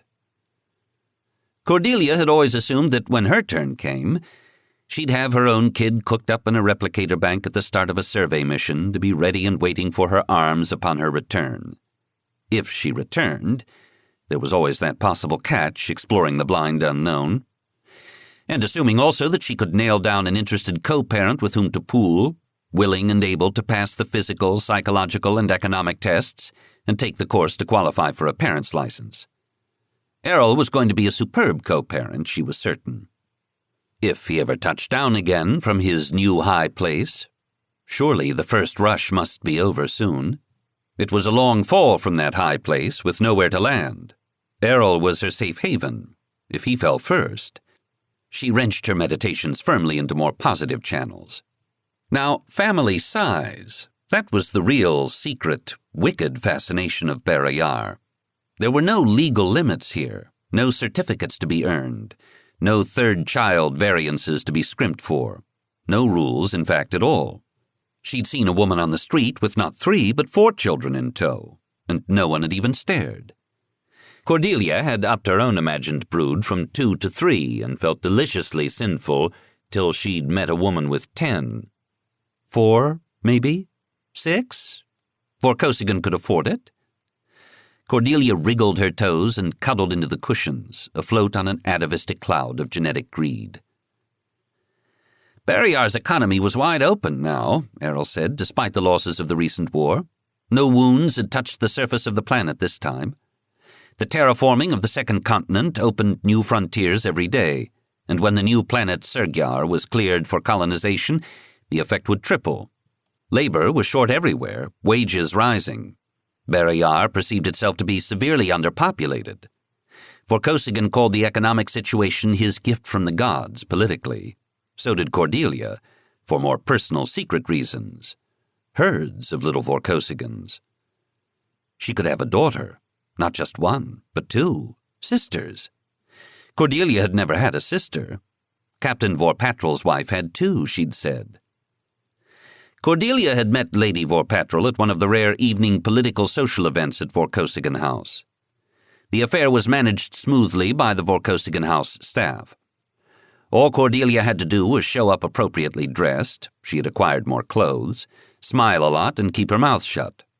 She listened with fascination, trying to puzzle out yet more about how things were done here. Alice Vorpatrol, too, was pregnant. Lord Vorpatrol had sort of stuck them together and ducked out. Naturally, they talked shop. Lady Vorpatrol mourned much at her personal discomforts. Cordelia decided she herself must be fortunate. The anti-nausea med, the same chemical formulation that they used at home, worked, and she was only naturally tired, not from the weight of the still tiny baby, but from the surprising metabolic load. Peeing for two was how Cordelia thought of it. Well, after 5 space navigational math, how hard could motherhood be? Leaving aside Alice's whispered obstetrical horror stories, of course, hemorrhages, strokes, kidney failure, birth injuries, oxygen interruption to fetal brains, infant heads grown larger than pelvic diameters, and a spasming uterus laboring both mother and child to death.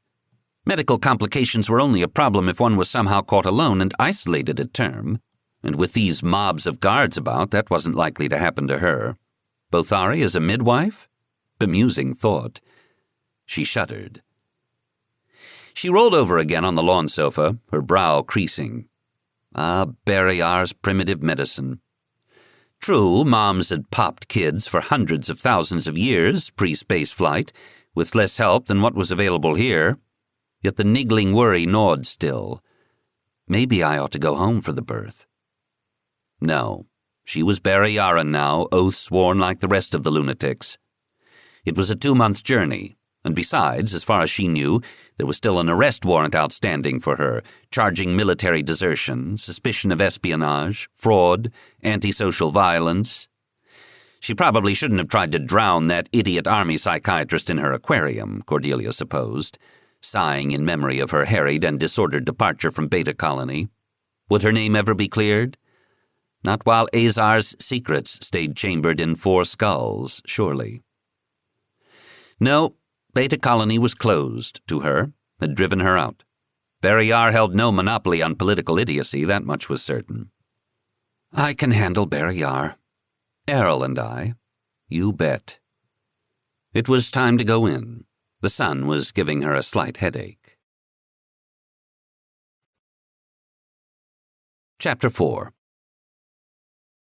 One aspect of her new life as Regent consort that Cordelia found easier to deal with than she'd anticipated was the influx of personal guards into their home. Her experience in the Baton Survey and Vorkosigan's in the Barrayaran military service had given them both practice with life in close quarters. It didn't take Cordelia long to start to know the persons in the uniforms and take them on their own terms. The guards were a lively young group, hand-picked for their service and proud of it. Although when Piotr was also in residence with all his liveried men, including Bothari, the sense it gave Cordelia of living in a barracks became acute. It was the Count who first suggested the informal hand-to-hand combat tournament between Ilyan's men and his own. In spite of a vague mutter from the security commander about free training at the Emperor's expense, a ring was set up in the back garden, and the contest quickly became a weekly tradition. Even Kudelka was roped in as referee and expert judge, with Piotr and Cordelia as cheering sections. Vorkosigan attended whenever time permitted, to Cordelia's gratification. She felt he needed the break in the grinding routine of government business to which he subjected himself daily. Cordelia was settling down on the upholstered lawn sofa to watch the show one sunny autumn morning, attended by her handmaiden, when she suddenly remarked, "Why aren't you playing, Drew? Surely you need the practice as much as any of them." The excuse for this thing in the first place, not that you Barrayarans seem to need an excuse to practice mayhem, was that it was supposed to keep everyone on their toes. Drushnikovi looked longingly at the ring, but said, "I wasn't invited, milady." "A rude oversight on somebody's part. Tell you what, go change your clothes. You can be my team. Errol can root for his own today. A proper Barrayaran contest should have at least 3 sides anyway. It's traditional." "Do you think it will be all right?" she said doubtfully. "They might not like it." The "they" in question were what Drushnikovi called the real guards, the liveried men. "Errol won't mind. Anyone else who objects can argue with him, if they dare." Cordelia grinned and Drushnikovi grinned back, then dashed off. Errol arrived to settle comfortably beside her, and she told him of her plan. He raised an eyebrow. "Bait-in innovations? Well, why not? Brace yourself for chaff, though." "I'm braced. They won't be as inclined to make jokes if she can pound a few of them. I think she can. On Beta Colony, that girl would be a commando officer by now. All that natural talent is wasted toddling around after me all day. If she can't, well, then she shouldn't be guarding me anyway, eh?" She met his eyes. "Point taken. I'll make sure Kudelka puts her in the first round against someone of her own height and weight class. In absolute terms, she's a bit on the small side." "She's bigger than you are." "In height. I imagine I have a few kilos on her in weight. Nevertheless, your wish is my command. Oof." He climbed back to his feet and went to enter Drushnikovi on Kudelka's list for the lists. Cordelia could not hear what they said to each other across the garden, but supplied her own dialogue from gesture and expression, murmuring, "Errol, Cordelia wants Drew to play. Coo, aw, who wants girls? Errol, tough. Coo, they mess everything up, and besides, they cry a lot. Sergeant Bothari will squash her. I do hope that's what that gesture means, otherwise you're getting obscene, Coo. Wipe that smirk off your face, Vorkosigan. Errol, the little woman insists. You know how henpecked I am. Coo, oh, all right. Phooey. Transaction complete. The rest is up to you, Drew. Vorkosigan rejoined her. All set. She'll start against one of Father's men. Drushnikovi returned, attired in loose slacks and a knit shirt, as close to the men's workout suits as her wardrobe could provide. The Count came out to consult with Sergeant Bothari, his team leader, and find a place to warm his bones in the sun beside them. What's this? Pyotr asked as Kudelka called Drushnikovi's name for the second pair up. Are we importing Baton customs now? The girl has a lot of natural talent, Vorkosigan explained. Besides, she needs the practice as much as any of them. More, she has the most important job of any of them. You'll be wanting women in the service next, complained Pyotr. Where will it end? That's what I'd like to know. What's wrong with women in the service? Cordelia asked, baiting him a little. It's unmilitary, snapped the old man. Military is whatever wins the war, I should think. She smiled blandly. A small, friendly warning pinch from Vorkosigan restrained her from rubbing in the point any harder.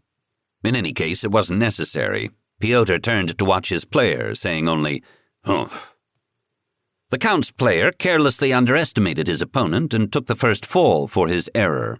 It woke him up considerably. The onlookers shouted raucous comments. He pinned her on the next fall. Kudelka counted a bit fast there, didn't he? Asked Cordelia as the Count's player let Drushnikovi up after the decision. Maybe, said Vorkosigan in a non-committal tone. She pulls her punches a bit too, I notice. She'll never make it to the next round if she keeps doing that in this company. On the next encounter, the deciding one for the 2 out of 3, Drushnikovi applied a successful armbar, but let it slip away from her. Oh, too bad, murmured the Count cheerfully. You should have let him break it, cried Cordelia, getting more and more involved. The Count's player took a soft and sloppy fall. Call it, Koo! But the referee, leaning on his stick, let it pass. In any case, Drushnikovi spotted an opportunity for a choke and grabbed it. Why doesn't he tap out? Asked Cordelia. He'd rather pass out, replied Errol. That way he won't have to listen to his friends. Drushnikovi was beginning to look doubtful as the face clamped under her arm turned a dusky purple. Cordelia could see release coming and leaped up to shout, Hang on, Drew! Don't let him fake you out! Drushnikovi took a firmer hold and the figure stopped struggling. "Go ahead and call it, Kudelka," called Pyotr, shaking his head ruefully.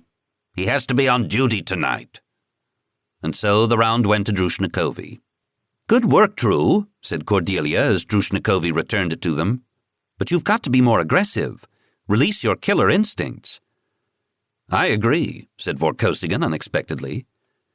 "That little hesitation you display could be deadly, not just for yourself." He held her eye.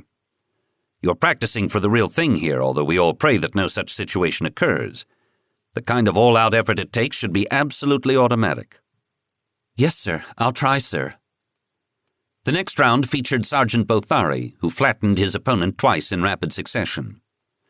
The defeated crawled out of the ring. Several more rounds went by, and it was Drushnikovi's turn again, this time with one of Ilyan's men. They connected, and in the struggle he goosed her effectively, loosing catcalls from the audience. In her angry distraction, he pulled her off balance for a fairly clean fall. "Did you see that?" cried Cordelia to Errol. "That was a dirty trick." It wasn't one of the 8 forbidden blows, though. You couldn't disqualify him on it. Nevertheless..." He motioned Kudelka for a timeout and called Drushnikovi over for a quiet word. "We saw the blow," he murmured. Her lips were tight and her face red. "Now, as Milady's champion, an insult to you is in some measure an insult to her, also a very bad precedent. It is my desire that your opponent not leave the ring conscious. How is your problem? You may take that as an order if you like. And don't worry needlessly about breaking bones either," he added blandly. Drushnikovi returned to the ring with a slight smile on her face, eyes narrowed and glittering. She followed a feint with a lightning kick to her opponent's jaw, a punch to his belly, and a low body blow to his knees that brought him down with a boom on the matting. He did not get up. There was a slightly shocked silence. "You're right," said Vorkosigan. "She was pulling her punches." Cordelia smiled smugly and settled herself more comfortably. "Thought so."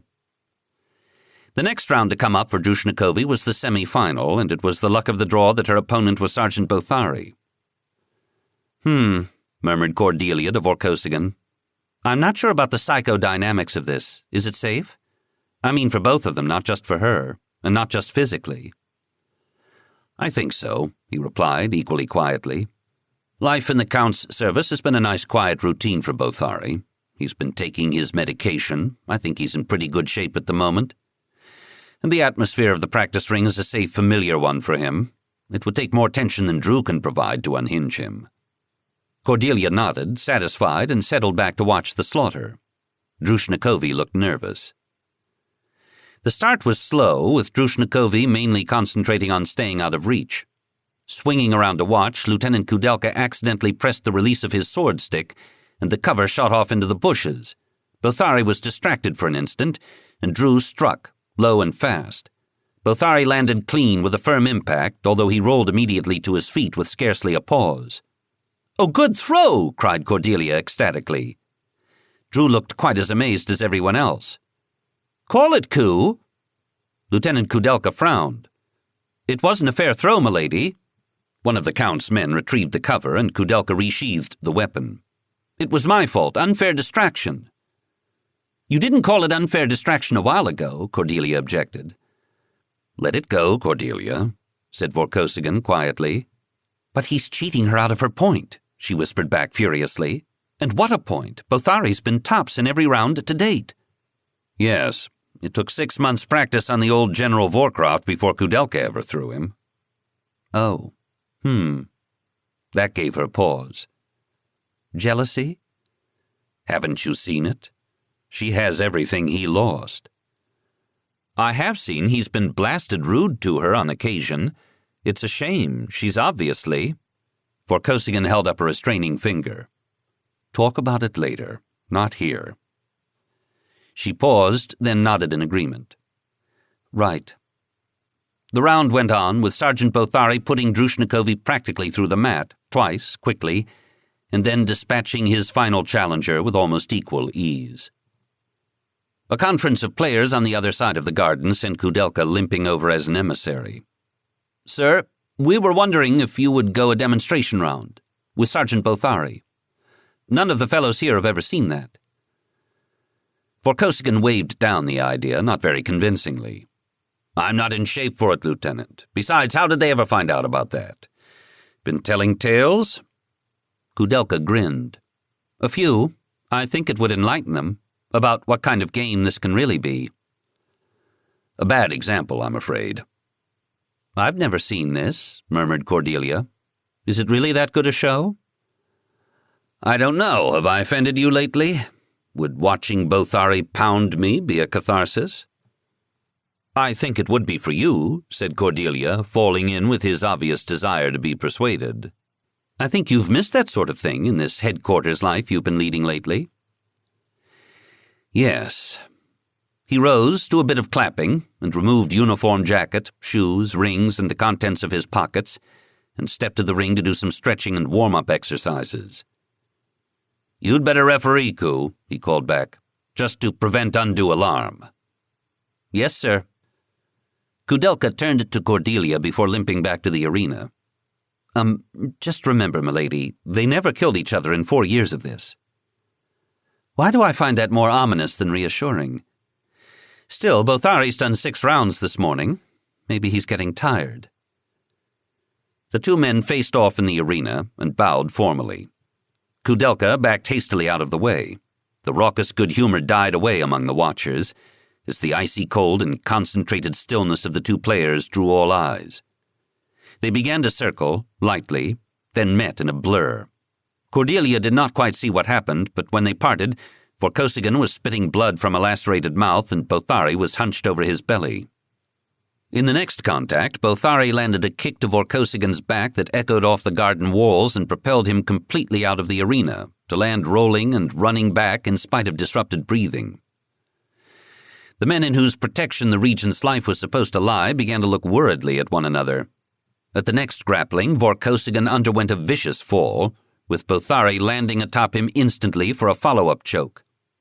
Cordelia thought she could see his ribs bend from the knees on his chest. A couple of the guards started forward, but Kudelka waved them back, and Vorkosigan, face dark and suffused, tapped out. "First point to Sergeant Bothari," called Kudelka. "Best 2 out of 3, sir?" Sergeant Bothari stood, smiling a little, and Vorkosigan sat on the mat a minute, regaining his wind. "One more, anyway. Got to get my revenge. Out of shape." "Told you so," murmured Bothari. They circled again. They met, parted, met again, and suddenly Bothari was doing a spectacular cartwheel while Vorkosigan rolled beneath to grab an armbar that nearly dislocated his shoulder in his twisting fall. Bothari struggled briefly against the lock, then tapped out. This time it was Bothari who sat on the mat a minute before getting up. "That's amazing," Drushnikovi commented, eyes avid. "Especially considering how much smaller he is." "Small but vicious," agreed Cordelia, fascinated. "Keep that in mind." The 3rd round was brief. A blur of grappling and blows and messy joint fall resolved suddenly in an armlock, with Bothari in charge. Vorkosigan unwisely attempted a break, and Bothari, quite expressionlessly, dislocated his elbow with an audible pop. Vorkosigan yelled and tapped out. Once again, Kudelka suppressed a rush of uninvited aid. "Put it back, Sergeant," Vorkosigan groaned from his seat on the ground, and Bothari braced one foot on his former captain and gave the arm an accurately aligned yank. "Must remember," gasped Vorkosigan, "not to do that." "At least he didn't break it this time," said Kudelka encouragingly, and helped him up, with Bothari's assistance. Vorkosigan limped back to the lawn chair and seated himself, very cautiously, at Cordelia's feet. Bothari, too, was moving a lot more slowly and stiffly. "And that," said Vorkosigan, still catching his breath, "is how we used to play the game aboard the old General Vorkraft." "All that effort," remarked Cordelia. "And how often did you ever get into a real hand-to-hand combat situation?" "Very, very seldom. But when we did, we won." The party broke up with a murmuring undercurrent of comment from the other players. Cordelia accompanied Errol off to help with first aid to his elbow and mouth. a hot soak and rub-down, and a change of clothes. During the rub-down, she brought up the personnel problem that had been growing in her notice. "Do you suppose you could say something to Koo about the way he treats Drew? It's not like his usual self at all. She about does flips trying to be nice to him, and he doesn't even treat her with the courtesy he'd give one of his men. She's practically a fellow officer. And unless I'm totally wide of the mark, madly in love with him. Why doesn't he see it?" "What makes you think he doesn't?" asked Darrell slowly. "His behavior, of course. A shame. They'd make quite a pair. Don't you think she's attractive?" "Marvelously. But then, I like tall Amazons." He grinned over his shoulder at her. "As everyone knows. It's not every man's taste. But if that's a matchmaking gleam I detect in your eye— Do you suppose it could be maternal hormones, by the way?" "Shall I dislocate your other elbow?" "Oh, no thanks. I'd forgotten how painful a workout with Bothari could be. That's better. Down a bit." "You're going to have some astonishing bruises there tomorrow." "Don't I know it? But before you get carried away over Drew's love life, have you thought carefully about Kudelka's injuries?" "Oh." Cordelia was struck silent. "I'd assumed that his sexual functions were as well repaired as the rest of him." "Or as poorly. It's a very delicate bit of surgery." Cordelia pursed her lips. "Do you know this for a fact?" "No, I don't. I do know that in all our conversations the subject was never once brought up. Ever." Wish I knew how to interpret that. It sounds a little ominous. Do you think you could ask? "Good God, Cordelia, of course not. What a question to ask the man, particularly if the answer is no. I've got to work with him, remember?" "Well, I've got to work with Drew. She's no use to me if she pines away and dies of a broken heart. He has reduced her to tears more than once. She goes off where she thinks nobody's looking." "Really? That's hard to imagine." "You can hardly expect me to tell her he's not worth it, all things considered. But does he really dislike her, or is it just self-defense?" "Good question. For what it's worth, my driver made a joke about her the other day, not even a very offensive one, and Koo got rather frosty with him. I don't think he dislikes her, but I do think he envies her." Cordelia left the subject on that ambiguous note. She longed to help the pair, but had no answer to offer for their dilemma. Her own mind had no trouble generating creative solutions to the practical problems of physical intimacy posed by the lieutenant's injuries, but shrank from the violation of their shy reserve that offering them would entail. She suspected Riley that she would merely shock them. Sex therapy appeared to be unheard of here. True Baton, she had always considered a double standard of sexual behavior to be a logical impossibility. Dabbling now on the fringes of Barrayar and high society in Vorkosigan's wake, she began to finally see how it could be done. It all seemed to come down to impeding the free flow of information to certain persons, pre-selected by an unspoken code somehow known to and agreed upon by all present but her. One could not mention sex to or in front of unmarried women or children. Young men, it appeared, were exempt from all rules when talking to each other, but not if a woman of any age or degree were present. The rules also changed bewilderingly with variations of the social status of those present. And married women in groups free of male eavesdroppers sometimes underwent the most astonishing transformations in apparent databases. Some subjects could be joked about but not discussed seriously, and some variations could not be mentioned at all. She had blighted more than one conversation beyond hope of recovery by what seemed to her a perfectly obvious and casual remark, and been taken aside by Errol for a quick debriefing. She tried writing out a list of the rules she thought she had deduced, but found them so illogical and conflicting, especially in the area of what certain people were supposed to pretend not to know in front of certain other people, she gave up the effort. She did show the list to Errol, who read it in bed one night and nearly doubled over laughing. "Is that what we really look like to you? I like your Rule 7. Must keep it in mind. I wish I'd known it in my youth. I could have skipped all those god-awful service training vids." "If you snicker any harder, you're going to get a nosebleed," she said tartly. "These are your rules, not mine. You people play by them. I just try to figure them out." My sweet scientist. You certainly call things by their correct names. We've never tried. Would you like to violate Rule 11 with me, dear Captain? Let me see, which one? Oh, yes, certainly. Now, and while we're about it, let's knock off 13. My hormones are up.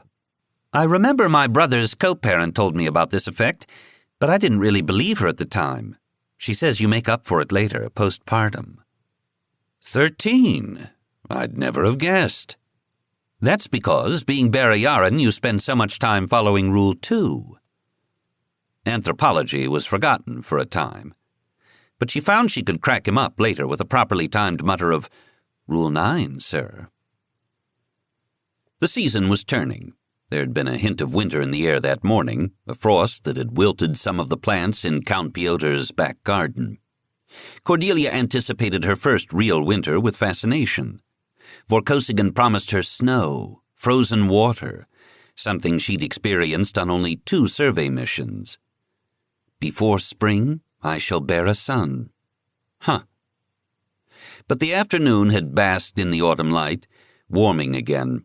The flat roof of Vorkosigan House above the front wing now breathed back that heat around Cordelia's ankles as she picked her way across it, though the air on her cheeks was cooling to crispness as the sun slanted to the city's horizon. "Good evening, boys." Cordelia nodded to the 2 guards posted to this rooftop duty station. They nodded back, the senior touching his forehead in a hesitant semi-salute. "Milady?" Cordelia had taken to regular sunset watching up here. The view of the cityscape from this 4 floors up vantage was very fine. She could catch a gleam of the river that divided the town, beyond trees and buildings, although the excavation of a large hole a few blocks away along the line of sight suggested that the riverine scene would be occluded soon by new architecture. The tallest turret of Vorhartung Castle, where she'd attended all those ceremonies in the Council of Counts chamber, peaked from a bluff overlooking the water. Beyond Vorhartung Castle lay the oldest parts of the capital. She'd not yet seen that area, its kinked, one-horse-wide streets impassable to ground cars, though she'd flown over the strange, low, dark blots in the heart of the city. The newer parts, glittering out toward the horizon, were more like galactic standard, patterned around the modern transportation systems. None of it was like Beta Colony. Vorbar Sultana was all spread out on the surface or climbed skyward, strangely two-dimensional and exposed. Beta Colony's cities plunged down into shafts and tunnels, many-layered and complex, cozy and safe. Indeed, Beta Colony did not have architecture so much as it had interior design. It was amazing the variety of schemes people came up with to vary dwellings that had outsides. The guards twitched and sighed as she leaned on the stonework, gazing out. They really didn't like it when she strayed nearer than 3 meters to the edge, though the space was only 6 meters wide. But she should be able to spot Vorkosigan's ground car turning into the street soon. Sunsets were all very well, but her eyes turned downward. She inhaled the complex odors from vegetation, water vapor, industrial waste gases. Barrayar permitted an amazing amount of air dumping, as if, well, air was free here. Nobody measured it. There were no air processing and filtration fees. Did these people even realize how rich they were? All the air they could breathe, just by stepping outdoors, taken for granted as casually as they took frozen water falling from the sky. She took an extra breath, as if she could somehow greedily hoard it, and smiled. A distant, crackling, hard-edged boom shattered her thoughts and stopped her breath. Both guards jumped. "So you heard a bang. It doesn't necessarily have anything to do with Errol." And icily, "It sounded like a sonic grenade. Not a little one. Dear God." There was a column of smoke and dust rising from a street canyon several blocks over. She couldn't see the source. She craned outward. "Milady," the younger guard grasped her upper arm. "Please go inside." His face was tense, eyes wide. The senior man had his hand clamped to his ear, sucking info off his comm channel. She had no comm link. "What's coming on?" she asked. "Milady, please go below." He hustled her toward the trapdoor to the attic, from which stairs led down to the 4th floor. "I'm sure it was nothing," he soothed as he pushed. "It was a Class 4 sonic grenade, probably air tube launched," she informed his appalling ignorance. "Unless the thrower was suicidal. Haven't you ever heard one go off?" Drushnikovi shot out the trapdoor, a buttered roll squashed in one hand and her stunner clutched in the other. "Milady?" The guard, looking relieved, shoved Cordelia at her and returned to his senior. Cordelia, screaming inside, grinned through clenched teeth and allowed herself to be guarded, climbing dutifully down the trap. "What happened?" she hissed to Drushnikovi. "Don't know yet. The red alert went off in the basement refectory and everybody ran for their posts," panted Drew. She must have practically teleported up the 6 flights. Cordelia galloped down the stairs, wishing for a drop tube. The comm console in the library would surely be manned. Somebody must have a comm link. She spun down the circular staircase and pelted across the black and white stones. The House Guard commander was indeed at the post, channeling orders. Count Piotr's senior liveried man jittered at his shoulder. "They're coming straight here," the IMSEC man said over his shoulder. "You fetch that doctor." The brown-uniformed man dashed out. "What happened?" Cordelia demanded. Her heart was hammering now, and not just from the dash downstairs. He glanced up at her, started to say something calming and meaningless, and changed his mind in mid-breath. "Somebody took a potshot at the Regent's ground car. They missed. They're continuing on here." "How near a miss?" "I don't know, milady." He probably didn't. But if the ground car still functioned... Helplessly, she gestured him back to his work and wheeled to return to the foyer, now manned by a couple of Count Piotr's men, who discouraged her from standing too near the door. She hung on the stair railing 3 steps up and bit her lip. "Was Lieutenant Kudelka with him, do you think?" asked Drushnikovi faintly.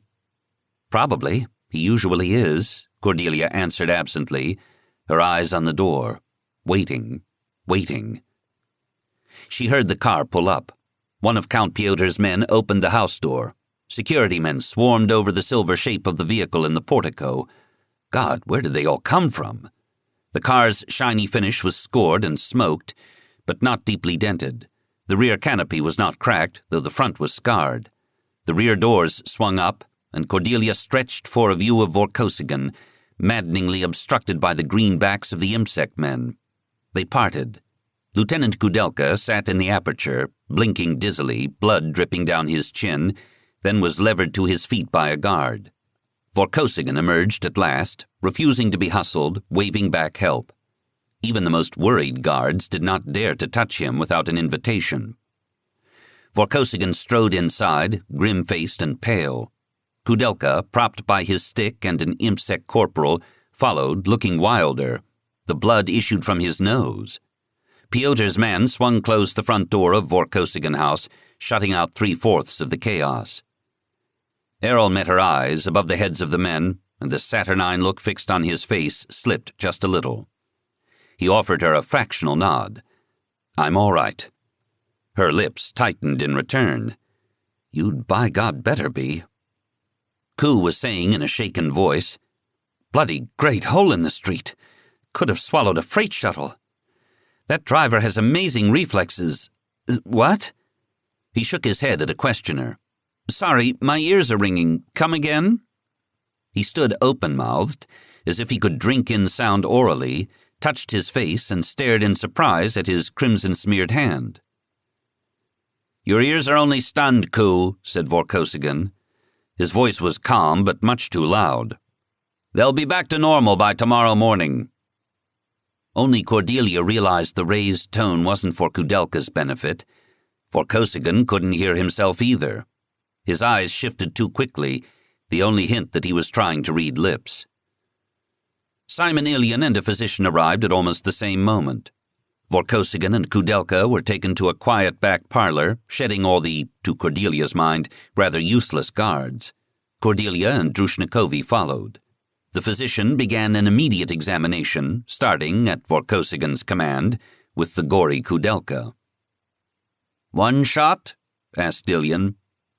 "Only one," confirmed Vorkosigan, watching his face. "If they'd lingered for a second try, they could have bracketed me." "If he'd lingered, we could have bracketed him. A forensic team's on the firing site now. The assassin's long gone, of course.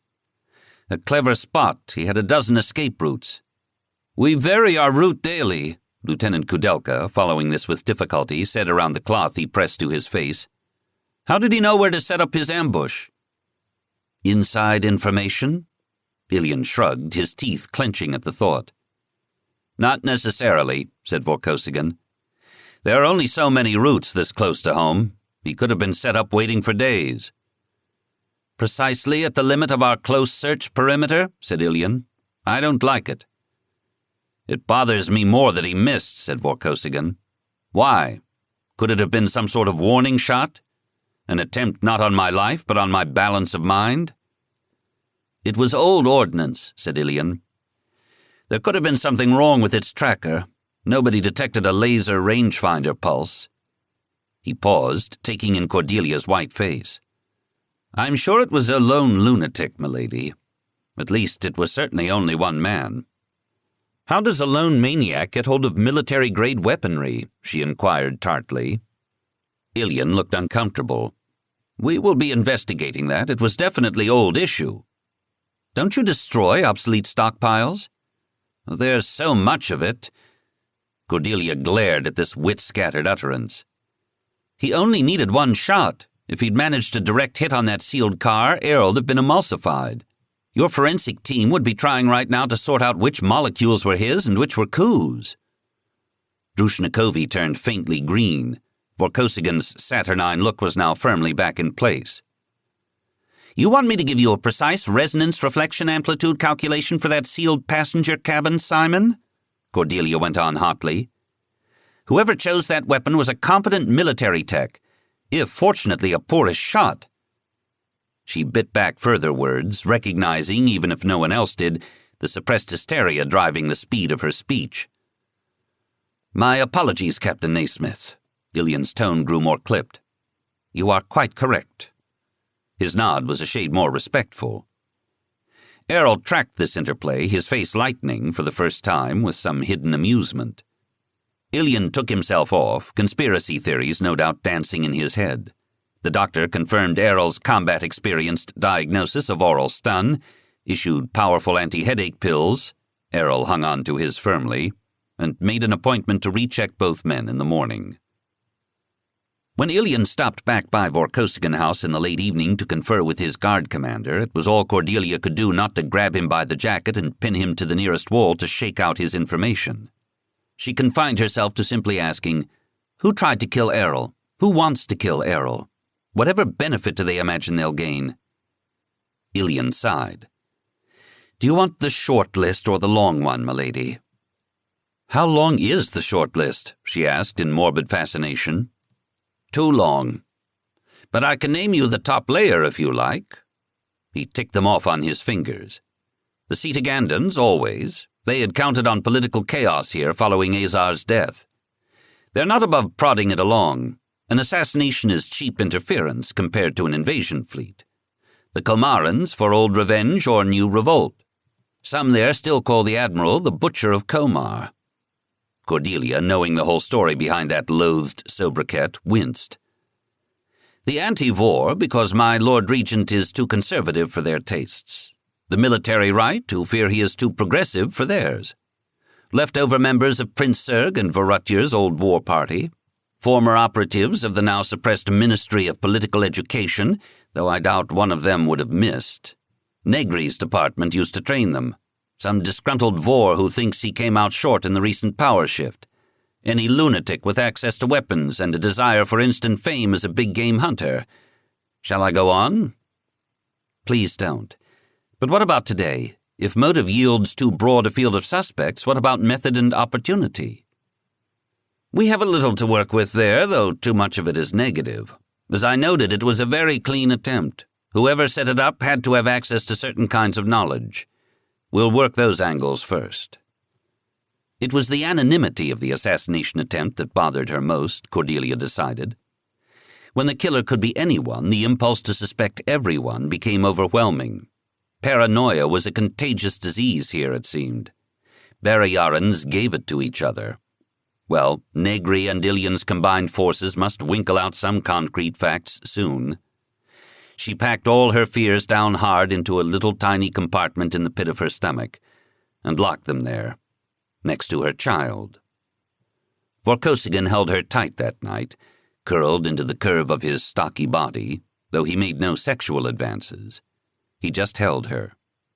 He didn't fall asleep for hours, despite the painkillers that glazed his eyes. She didn't fall asleep till he did. His snores lulled her at last. There wasn't that much to say. They missed. We go on. Till the next try. Chapter 5. The Emperor's birthday was a traditional Barrayaran holiday, celebrated with feasting, dancing, drinking, veterans' parades, and an incredible amount of apparently totally unregulated fireworks. It would make a great day for a surprise attack on the capital, Cordelia decided. An artillery barrage could be well underway before anybody noticed it in the general din. The uproar began at dawn. The duty guards, who had a natural tendency to jump at sudden noises anyway, were twitchy and miserable, except for a couple more youthful types who attempted to celebrate with a few crackers let off inside the walls. They were taken aside by the guard commander and emerged much later, pale and shrunken, to slink off. Cordelia later saw them hauling rubbish under the command of a sardonic housemaid, while a scullery girl and the second cook galloped happily out of the house for a surprise day off. The Emperor's birthday was a movable feast. The Barrayarans' enthusiasm for the holiday seemed undaunted by the fact that, due to Azar's death and Gregor's ascension, this was the second time they would celebrate it this year. Cordelia passed up an invitation to attend a major military review that gobbled Errol's morning, in favor of staying fresh for the event of the evening, the event of the year, she was given to understand, personal attendance upon the Emperor's birthday dinner at the imperial residence. She looked forward to seeing Corinne and Gregor again, however briefly. At least she was certain that her clothing was all right. Lady Vorpatrol, who had both excellent taste and an advanced line on Barrayaran-style maternity wear, had taken pity on Cordelia's cultural bafflement and offered herself as an expert native guide. As a result, Cordelia confidently wore an impeccably cut forest green silk dress that swirled from shoulder to floor, with an open overvest of thick ivory velvet. Live flowers in matching colors were arranged in her copper hair by the live human hairdresser Alice also sent on. Like their public events, the Barrayarans made of their clothes a sort of folk art, as elaborate as Baton body paint. Cordelia couldn't be sure from Errol, his face always lit when he saw her. But judging from the delighted oohs of Count Piotr's female staff, Cordelia's sartorial art team had outdone themselves. Waiting at the foot of the spiral stairs in the front hall, she smoothed the panel of green silk surreptitiously down over her belly. A little over 3 months of metabolic overdrive, and all she had to show for it was this grapefruit-sized lump. So much had happened since midsummer, it seemed like her pregnancy ought to be progressing faster to keep up. She purred an encouraging mental mantra bellywards. Grow, grow, grow. At least she was actually beginning to look pregnant instead of just feel exhausted. Errol shared her nightly fascination with their progress, gently feeling with spread fingers, so far without success, for the butterfly wing flutters of movement through her skin. Errol himself now appeared with Lieutenant Kudelka. They were both thoroughly scrubbed, shaved, cut, combed, and chromatically blinding in their formal red and blue Imperial Parade uniforms. Count Piotr joined them wearing the uniform Cordelia had seen him in at the joint council sessions, brown and silver, a more glittery version of his armsman's livery. All 20 of Piotr's armsmen had some sort of formal function tonight and had been driven to meticulous preparation all week by their frenzied commander. Drushnikovi, accompanying Cordelia, wore a simplified garment in Cordelia's colors, carefully cut to facilitate rapid movement and conceal weaponry and comlinks. After a moment for everyone to admire each other, they herded through the front doors to the waiting ground cars. Errol handed Cordelia into her vehicle personally, then stepped back. "See you there, love." "What?" Her head swiveled. "Oh, then that second car, isn't just for the size of the group? Errol's mouth tightened fractionally. No, it seems prudent to me that we should travel in separate vehicles from now on. Yes, she said faintly. Quite. He nodded and turned away. Damn this place. Taking yet another bite out of their lives, out of her heart. They had so little time together anymore, losing even a little more hurt. Count Piotr apparently was to be Errol's stand-in, at least for tonight. He slid in beside her. Drushnikovi sat across from them, and the canopy was sealed. The car turned smoothly into the street. Cordelia craned over her shoulder, trying to see Errol's car, but it followed too far back for her even to catch a glimpse. She straightened, sighing. The sun was sinking yellowly in a gray bank of clouds, and lights were beginning to glow in the cool, damp autumn evening, giving the city a somber, melancholy atmosphere. Maybe a raucous street party, they drove around several, wasn't such a bad idea. The celebrators reminded Cordelia of primitive earthmen banging pots and firing guns to drive off the dragon that was eating the eclipsing moon. This strange autumn sadness could consume an unwary soul. Gregor's birthday was well timed. Piotr's knobby hands fiddled with a brown silk bag embroidered with the Vorkosigan crest in silver. Cordelia eyed it with interest. "What's that?" Piotr smiled slightly and handed it to her. "Gold coins." More folk art. The bag and its contents were a tactile treat. She caressed the silk, admired the needlework, and shook a few gleaming sculptured discs out into her hand. "Pretty." Prior to the end of the time of isolation, gold had had great value on Barrayar, Cordelia recalled reading. Gold, to her Baton mind, called up something like, sometimes useful metal to the electronics industry, but ancient peoples had waxed mystical about it. "Does this mean something?" "Ha, indeed. It's the Emperor's birthday present." Cordelia pictured 5-year-old Gregor playing with a bag of gold. Besides building towers and maybe practicing counting, it was hard to figure what the boy could do with it. She hoped he was past the age of putting everything in his mouth. Those discs were just the right size for a child to swallow or choke on. "I'm sure he'll like it," she said a little doubtfully. Piotr chuckled. "You don't know what's going on, do you?" Cordelia sighed. "I almost never do. Cue me." She settled back, smiling. Piotr had gradually become an enthusiast in explaining Barrayar to her, always seeming pleased to discover some new pocket of her ignorance and fill it with information and opinion. She had the feeling he could be lecturing her for the next 20 years and not run out of baffling topics. "The Emperor's birthday is the traditional end of the fiscal year, for each count's district in relation to the imperial government.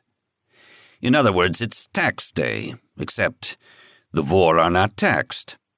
That would imply too subordinate a relationship to the Imperium.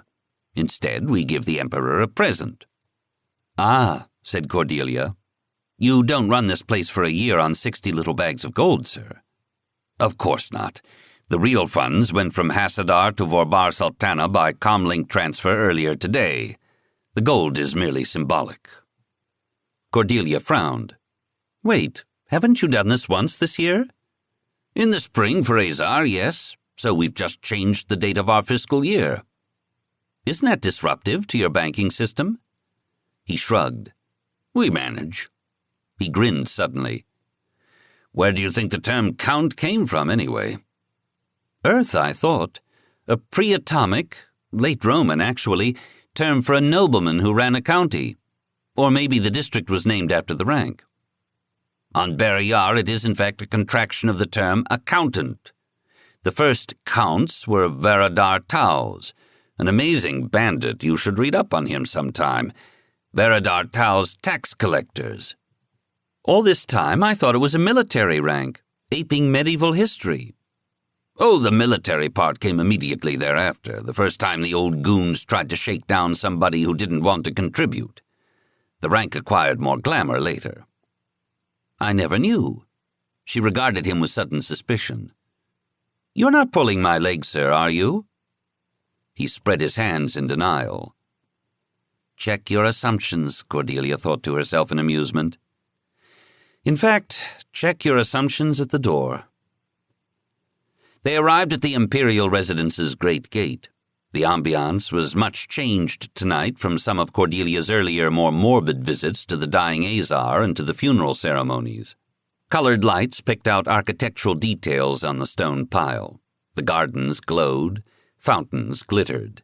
Beautifully dressed people warmed the landscape, spilling out from the formal rooms of the north wing onto the terraces. The guard checks, however, were no less meticulous, and the guards' numbers were vastly multiplied. Cordelia had the feeling this was going to be a much less rowdy party than some they'd passed in the city streets. Errol's car pulled up behind theirs as they disembarked at a western portico, and Cordelia reattached herself gratefully to his arm. He smiled proudly at her, and in a relatively unobserved moment sneaked a kiss onto the back of her neck while stealing a whiff of the flowers perfuming her hair. She squeezed his hand secretly in return. They passed through the doors and a corridor. A majordomo in Vorkosigan House livery loudly announced them, and then they were pinned by the gaze of what to Cordelia for a moment seemed several thousand pairs of critical Barrayar and Vor-class eyes. Actually, there were only a couple hundred people in the room. Better than, say, looking down the throat of a fully charged nerve disruptor any day. Really. They circulated, exchanging greetings, making courtesies. Why can't these people wear name tags? Cordelia thought hopelessly.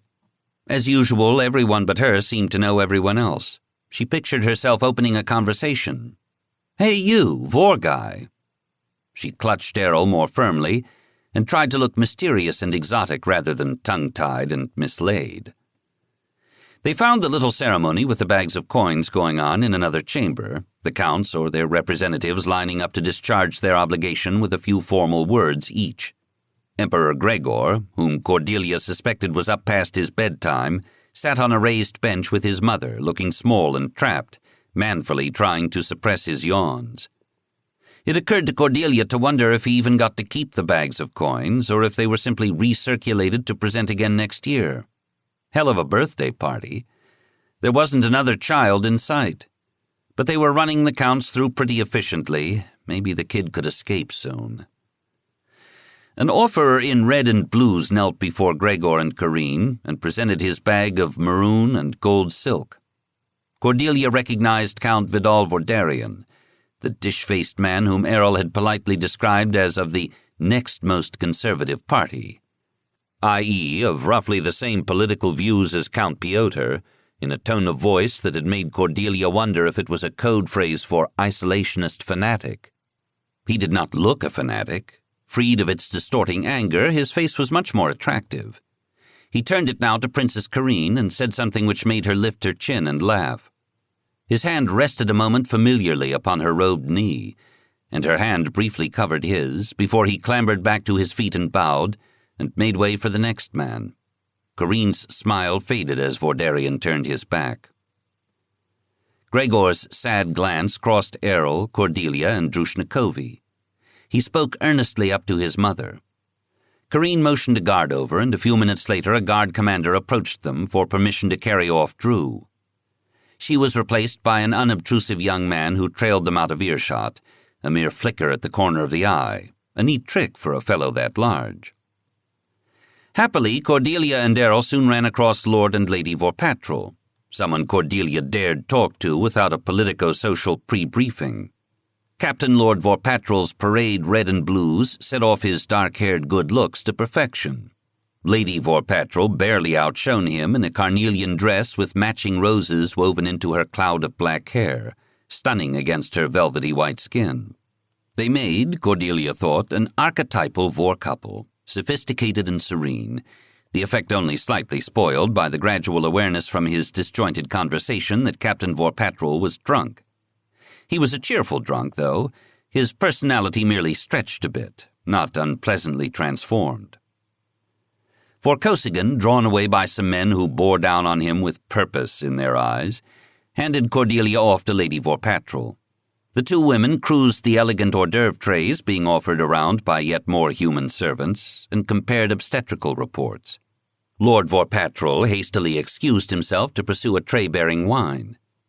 Alice plotted the colors and cut of Cordelia's next gown. "Black and white for you for winter fare," she asserted with authority. Cordelia nodded meekly, wondering if they were actually going to sit down for a meal soon or if they were expected to keep grazing off the passing trays. Alice guided her to the ladies' lavatory, an object of hourly interest to their pregnancy-crowded bladders, and introduced her on the return journey to several more women of her rarefied social circle. Alice then fell into an animated discussion with a long-standing crony regarding an upcoming party for the woman's daughter, and Cordelia drifted to the edge of the group. She stepped back quietly, separating herself. She tried not to think from the herd, for a moment of quiet contemplation. What a strange mix Barrayar was, at one moment homey and familiar, in the next terrifying and alien. They put on a good show, though. Ah, that's what was missing from the scene, Cordelia realized. On Beta Colony, a ceremony of this magnitude would be fully covered by holovid, to be shared real-time planet-wide. Every move would be a carefully choreographed dance around the vid angles and commentators' timing, almost to the point of annihilating the event being recorded. Here there wasn't a holovid in sight. The only recordings were made by IMSEC for their own purposes, which did not include choreography. The people in this room danced only for each other, all their glittering show tossed blithely away in time, which carried it off forever. The event would exist tomorrow only in their memories. "Lady Vorkosigan?" Cordelia started from her meditations at the urbane voice at her elbow. She turned to find Commodore Count Vordarian. His wearing of red and blues, rather than his personal house livery colors, marked him as being on active service, ornamenting Imperial headquarters, no doubt. In what department? Yes, Ops, Errol had said. He had a drink in his hand and smiled cordially. Count Vordarian, she offered in return, smiling too. They'd seen each other in passing often enough. Cordelia decided to take him as introduced. This regency business wasn't going to go away, however much she might wish it to. It was time and past time for her to start making connections of her own and quit pestering Errol for guidance at every new step. "Are you enjoying the party?" he inquired. "Oh, yes." She tried to think of something more to say. "It's extremely beautiful." "As are you, milady." He raised his glass to her in a gesture of toast and sipped. Her heart lurched, but she identified the reason why before her eyes did more than widen slightly. The last Barrayaran officer to toast her had been the late Admiral Barrayar, under rather different social circumstances. Vordarian had accidentally mimicked his precise gesture. This was no time for torture flashbacks. Cordelia blinked. "Lady Vorpatrol helped me a lot. She's very generous." Vordarian nodded delicately toward her torso. "I understand you are also to be congratulated. Is it a boy or a girl?" Yes, a boy, thank you. He's to be named Piotr Miles, I'm told." "I'm surprised. I should have thought the Lord Regent would have sought a daughter first." Cordelia cocked her head, puzzled by his ironic tone. "We started this before Errol became regent." "But you knew he was to receive the appointment, surely." "I didn't, but I thought all you Barrayaran militarists were mad after sons. Why did you think a daughter?" "I want a daughter." "I assumed Lord Vorkosigan would be thinking ahead to his long-term, employment, of course. What better way to maintain the continuity of his power after the regency is over than to slip neatly into position as the Emperor's father-in-law?" Cordelia boggled. "You think he'd bet the continuity of a planetary government on the chance of a couple of teenagers falling in love? A decade and a half from now?" "Love?" Now he looked baffled. "You Barrayarans are—" She bit her tongue on the crazy, impolite. "Errol is certainly more practical, though she could hardly call him unromantic." "That's extremely interesting," he breathed. His eyes flicked to and away from her abdomen. "Do you fancy he contemplates something more direct?" Her mind was running tangential to this twisting conversation somehow. "Beg pardon?" He smiled and shrugged. Cordelia frowned. Do you mean to say if we were having a girl, that's what everyone would be thinking? Certainly. She blew out her breath. God, I can't imagine anyone in their right mind wanting to get near the Barrayaran Imperium. It just makes you a target for every maniac with a grievance, as far as I can see. An image of Lieutenant Kudelka, bloody-faced and deafened, flashed in her mind. Also, hard on the poor fellow who's unlucky enough to be standing next to you. His attention sharpened. Ah, yes, that unfortunate incident the other day. Has anything come of the investigation, do you know? Nothing that I've heard. Negri and Ilian are talking Cetagandans mostly, but the guy who launched the grenade got away clean. Too bad. He drained his glass and exchanged it for a freshly charged one presented immediately by a passing Vorbara-liveried servant. Cordelia eyed the wineglasses wistfully. But she was off metabolic poisons for the duration. Yet another advantage of Baton-style gestation in uterine replicators, none of this blasted enforced clean living. At home, she could have poisoned and endangered herself freely while her child grew, fully monitored round the clock by sober techs, safe and protected in the replicator banks. Suppose she had been under that sonic grenade. She longed for a drink. Well, she did not need the mind-numbing buzz of ethanol. Conversation with Barrayarans was mind-numbing enough. Her eyes sought Errol in the crowd. There he was, Ku at his shoulder, talking with Piotr and two other grizzled old men in count's liveries. As Errol had predicted, his hearing had returned to normal within a couple of days. Yet still his eyes shifted from face to face, drinking in cues of gesture and inflection, his glass a mere untasted ornament in his hand. On duty, no question. Was he ever off duty any more? Was he much disturbed by the attack? Vorderian inquired, following her gaze to Errol. Wouldn't you be? Said Cordelia. I don't know. He's seen so much violence in his life, almost more than I can imagine. It may be almost like white noise, tuned out. I wish I could tune it out. You have not known him that long, though, just since Escobar. We met once before the war, briefly. Oh? His brows rose. I didn't know that. How little one truly knows of people. He paused, watching Errol, watching her watch Errol. One corner of his mouth crooked up, then the quirk vanished in a thoughtful pursing of his lips. He's bisexual, you know. He took a delicate sip of his wine. Was bisexual, she corrected absently, looking fondly across the room. Now he's monogamous. Vorderian choked, sputtering.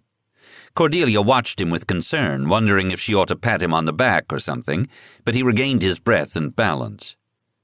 He told you that? He wheezed in astonishment. No, Vorkosigan did, just before he met his, fatal accident.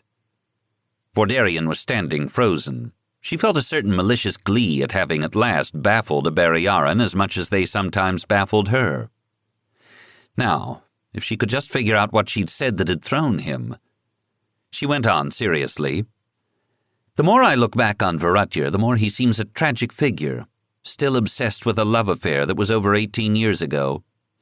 Yet I sometimes wonder if he could have had what he wanted then, kept Errol, if Errol might have kept that sadistic streak that ultimately consumed Vorkosigan's sanity under control. It's as if the two of them were on some kind of weird seesaw, each one's survival entailing the other's destruction. A Baton. His stunned look was gradually fading to one Cordelia mentally dubbed as awful realization. I should have guessed. You are, after all, the people who bioengineered hermaphrodites. He paused. How long did you know Vorkosigan?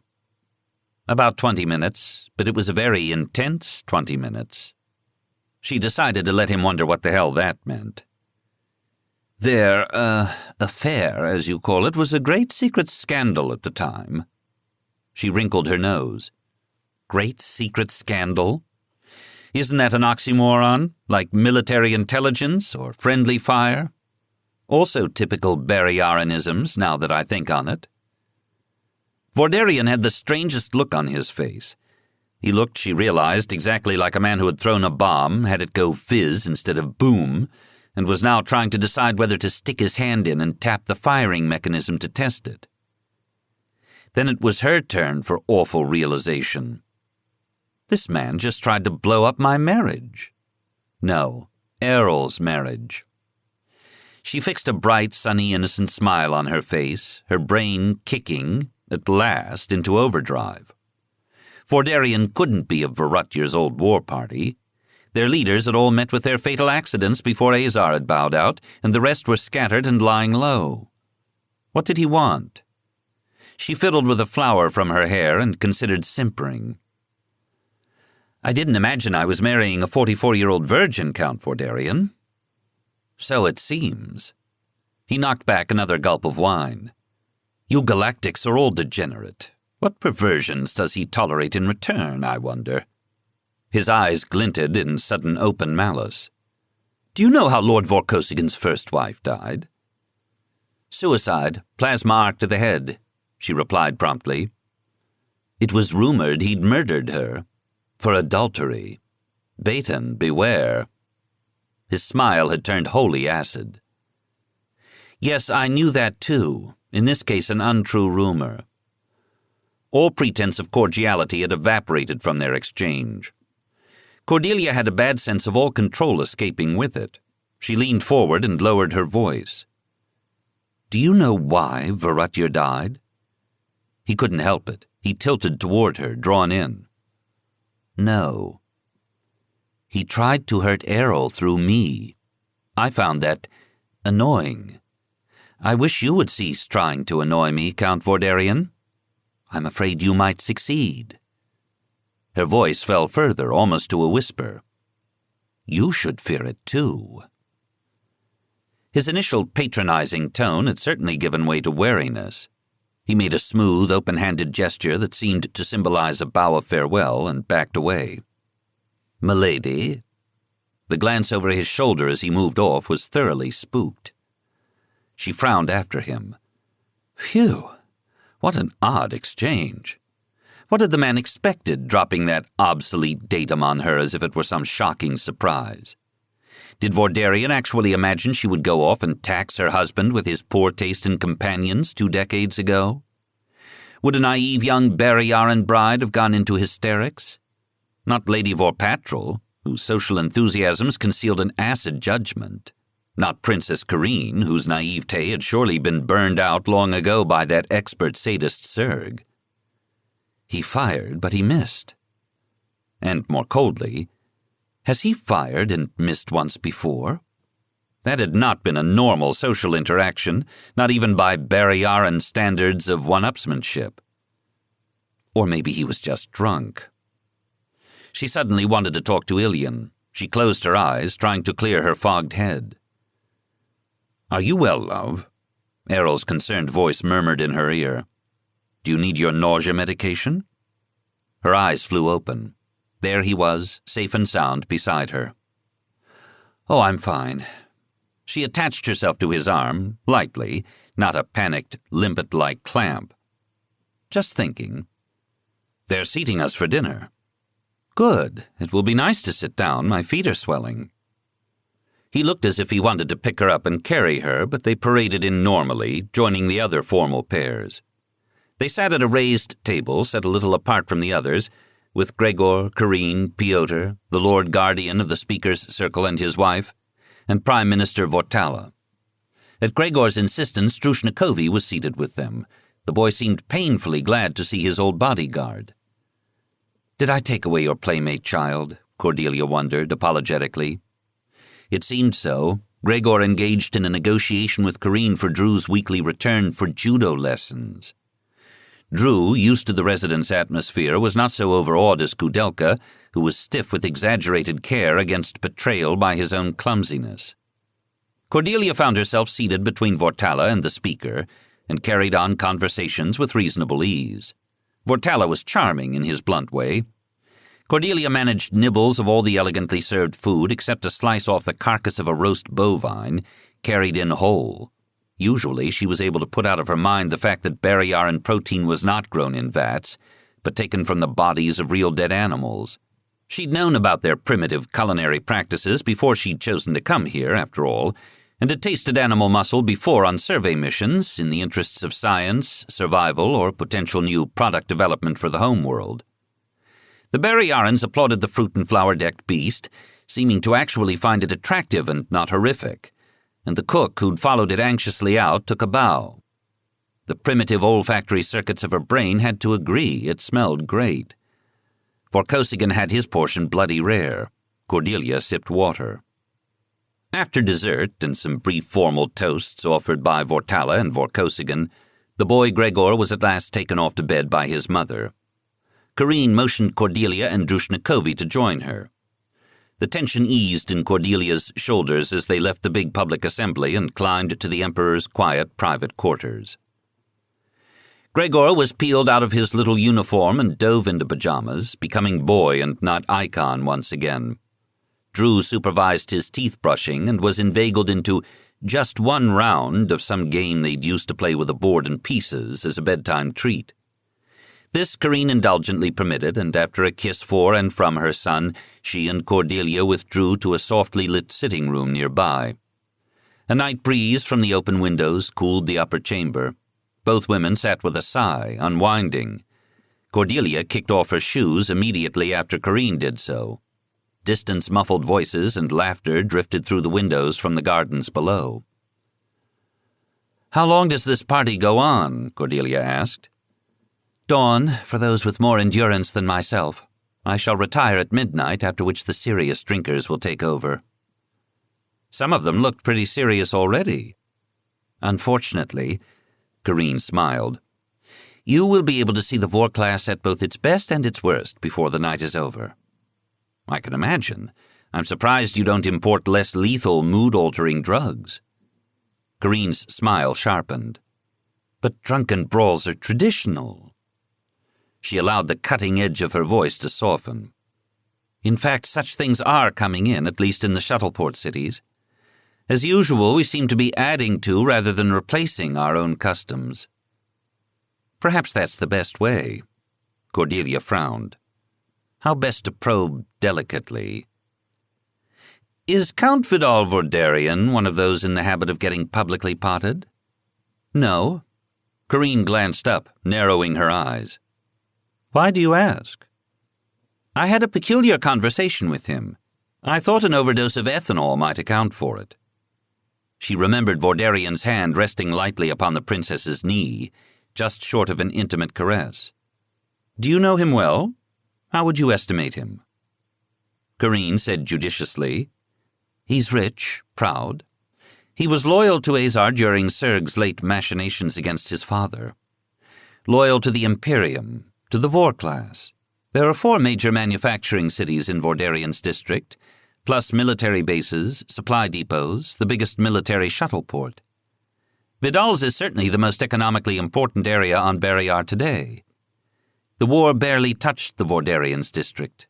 It's one of the few the Cetagandans pulled out of by treaty. We sited our first space bases there because we took over facilities the Cetagandans had built and abandoned, and a good deal of economic development followed from that." "That's interesting," said Cordelia. "But I was wondering about the man personally. His, likes and dislikes, for example. Do you like him?" "At one time," said Karine slowly, "I wondered if Vidal might be powerful enough to protect me from Serg. After Azar died. As Azar grew more ill, I was thinking I had better look to my own defense. Nothing appeared to be happening, and no one told me anything." "If Serg had become emperor, how could a mere count have protected you?" asked Cordelia. "He would have had to become more. Vidal had ambition, if it were properly encouraged, and patriotism. God knows if Serg had lived, he might have destroyed Barrayar. Vidal might have saved us all. But Azar promised I'd have nothing to fear, and Azar delivered. Serg died before Azar, and I've been trying to let things cool with Vidal since." Cordelia abstractedly rubbed her lower lip. "Oh," But to you personally, do you like him? Would becoming Countess Vordarian be a nice retirement from the Dowager Princess business someday? Oh, not now. The Emperor's stepfather would be too powerful a man to set up opposite the Regent. A dangerous polarity if they were not allied or exactly balanced, or were not combined in one person. Like being the Emperor's father-in-law? Yes, exactly. I'm having trouble understanding this venereal transmission of power. Do you have some claim to the Imperium in your own right or not? That would be for the military to decide, she shrugged. Her voice lowered. It is like a disease, isn't it? I'm too close, I'm touched, infected. Gregor is my hope of survival, and my prison. Don't you want a life of your own? No, I just want to live. Cordelia sat back, disturbed. Did Serg teach you not to give offense? Does Vordarian see it that way? Power isn't the only thing you have to offer. I think you underestimate your personal attractiveness. On Barrayar, power is the only thing. Her expression grew distant. I admit, I did once ask Captain Negri to get me a report on Vidal. He uses his courtesans normally. This wistful approval was not exactly Cordelia's idea of a declaration of boundless love. Yet that hadn't been just desire for power she'd seen in Vordarian's eyes at the ceremony, she would swear. Had Errol's appointment as regent accidentally messed up the man's courtship? Might that very well account for the sex-tinged animosity in his speech to her? Drushnikovi returned on tiptoe. He fell asleep, she whispered fondly. Karine nodded and tilted her head back in an unguarded moment of rest, until a Vorbara-liveried messenger arrived and addressed her. Will you open the dancing with my Lord Regent, milady? They're waiting. Request or order? It sounded more sinister mandatory than fun in the servant's flat voice. Last duty for the night, Karine assured Cordelia as they both shoved their shoes back on. Cordelia's footgear seemed to have shrunk 2 sizes since the start of the evening. She hobbled after Karine, Drew trailing. A large downstairs room was floored in multi-toned wood marquetry and patterns of flowers, vines, and animals. The polished surface would have been put on a museum wall on Beta Colony. These incredible people danced across it. A live orchestra, selected by cutthroat competition from the Imperial Service Band, Cordelia was informed, provided music in the Barrayaran style. Even the waltzes sounded faintly like marches. Errol and the princess were presented to each other, and he led her off for a couple of good-natured turns around the room. A formal dance that involved each mirroring the other's steps and slides. Hands raised but never quite touching. Cordelia was fascinated. She'd never guessed that Errol could dance. This seemed to complete the social requirements, and other couples filtered out onto the floor. Errol returned to her side, looking stimulated. Dance, milady? After that dinner, more like a nap. How did he keep up that alarming hyperactivity? Secret terror, probably. She shook her head, smiling. I don't know how. Ah. They strolled instead. I could show you how, he offered as they exited the room onto a bank of terraces that wound off into the gardens, pleasantly cool and dark but for few colored lights to prevent stumbles on the pathways. She said doubtfully. If you can find a private spot. If they could find a private spot, she could think of better things to do than dance, though. Well, here we... Shh. His scimitar grin winked in the dark, and his grip tightened warningly on her hand. They both stood still, at the entrance to a little open space screened from eyes above by yews and some pink feathery non-earth plant. The music floated clearly down. Try, Ku, urged Drushnikovi's voice. Drew and Ku stood facing each other on the far side of the terrace nook. Doubtfully, Kudelka set his stick down on the stone balustrade and held up his hands to hers. They began to step, slide, and dip, Drew counting earnestly. 1, 2, 3, 1, 2, 3. Kudelka tripped and she caught him. His grip found her waist. It's no damned good, Drew. He shook his head in frustration. Shh. Her hand touched his lips. Try again. I'm for it. You said you had to practice that hand coordination thing how long before you got it? More than once, I bet. The old man wouldn't let me give up. Well, maybe I won't let you give up either. I'm tired, complained Kudelka. So switch to kissing, Cordelia urged silently, muffling a laugh. That you can do sitting down. Drushnikovi was determined, however, and they began again. 1, 2, 3, 1, 2, 3. Once again the effort ended in what seemed to Cordelia a very good start on a clinch, if only one party or the other would gather the wit and nerve to follow through. Errol shook his head, and they backed silently away around the shrubbery. Apparently a little inspired, his lips found hers to muffle his own chuckle. Alas, their delicacy was futile. An anonymous Vorlord wandered blindly past them, stumbled across the terrace nook, freezing Ku and Drew in mid-step, and hung over the stone balustrade to be very traditionally sick into the defenseless bushes below. Sudden swearing in new voices, one male, one female, rose up from the dark and shaded target zone. Kudelka retrieved his stick, and the two would-be dancers hastily retreated. The Vorlord was sick again, and his male victim started climbing up after him, slipping on the beslimed stonework and promising violent retribution. Vorkosigan guided Cordelia prudently away. Later, while waiting by one of the residence's entrances for the ground cars to be brought round, Cordelia found herself standing next to the lieutenant. Kudelka gazed pensively back over his shoulder at the residence, from which music and party noises wafted almost unabated. "Good party, Ku?" she inquired genially. "What? Oh, yes, astonishing. When I joined the service, I never dreamed I'd end up here." He blinked. "Time was I never thought I'd end up anywhere." And then he added, giving Cordelia a slight case of mental whiplash, "I sure wish women came with operating manuals." Cordelia laughed aloud. "I could say the same for men. But you and Admiral Vorkosigan, you're different." "Not really. We've learned from experience, maybe. A lot of people fail to." "Do you think I have a chance at a normal life?" He gazed not at her, but into the dark. "You make your own chances, Ku, and your own dances. You sound just like the Admiral." Cordelia cornered Ilyan the next morning when he stopped into Vorkosigan House for the daily report from his guard commander. "Tell me, Simon, is Vidal Vordarian on your short list or your long list?" "Everybody's on my long list," Ilyan sighed.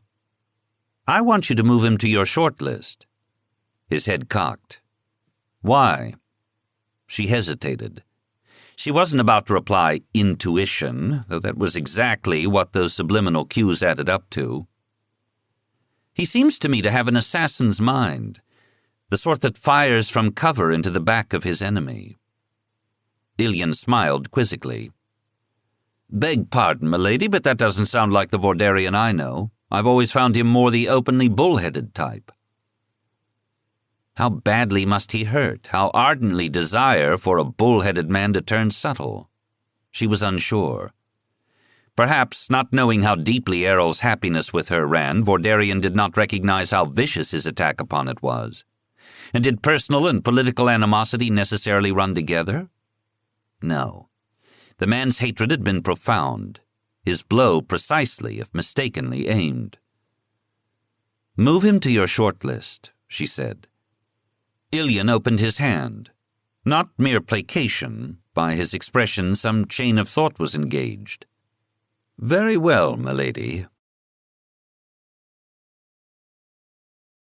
Chapter 6. Cordelia watched the shadow of the light flyer flow over the ground below, a slim blot arrowing south. The arrow wavered across farm fields, creeks, rivers, and dusty roads. The road net was rudimentary, stunted, its development leapfrogged by the personal air transport that had arrived in the blast of galactic technology at the end of the time of isolation. Coils of tension unwound in her neck with each kilometer they put between themselves and the hectic hothouse atmosphere of the capital. A day in the country was an excellent idea, overdue. She only wished Errol could have shared it with her. Sergeant Bothari, cued by some landmark below, banked the light flyer gently to its new course. Drushnikovi, sharing the back seat with Cordelia, stiffened, trying not to lean into her. Dr. Henri, in front with the sergeant, stared out the canopy with an interest almost equal to Cordelia's. Dr. Henri turned half around to speak over his shoulder to Cordelia. "I do thank you for the luncheon invitation, Lady Vorkosigan. It's a rare privilege to visit the Vorkosigans' private estate." "Is it?" said Cordelia. "I know they don't have crowds, but Count Piotr's horse friends drop in fairly often. Fascinating animals." Cordelia thought that over a second, then decided Dr. Henri would realize without being told that the fascinating animals applied to the horses and not Count Piotr's friends. "Drop the least little hint that you're interested, and Count Piotr will probably show you personally around the stable." "I've never met the general." Dr. Henri looked daunted by the prospect and fingered the collar of his undress greens.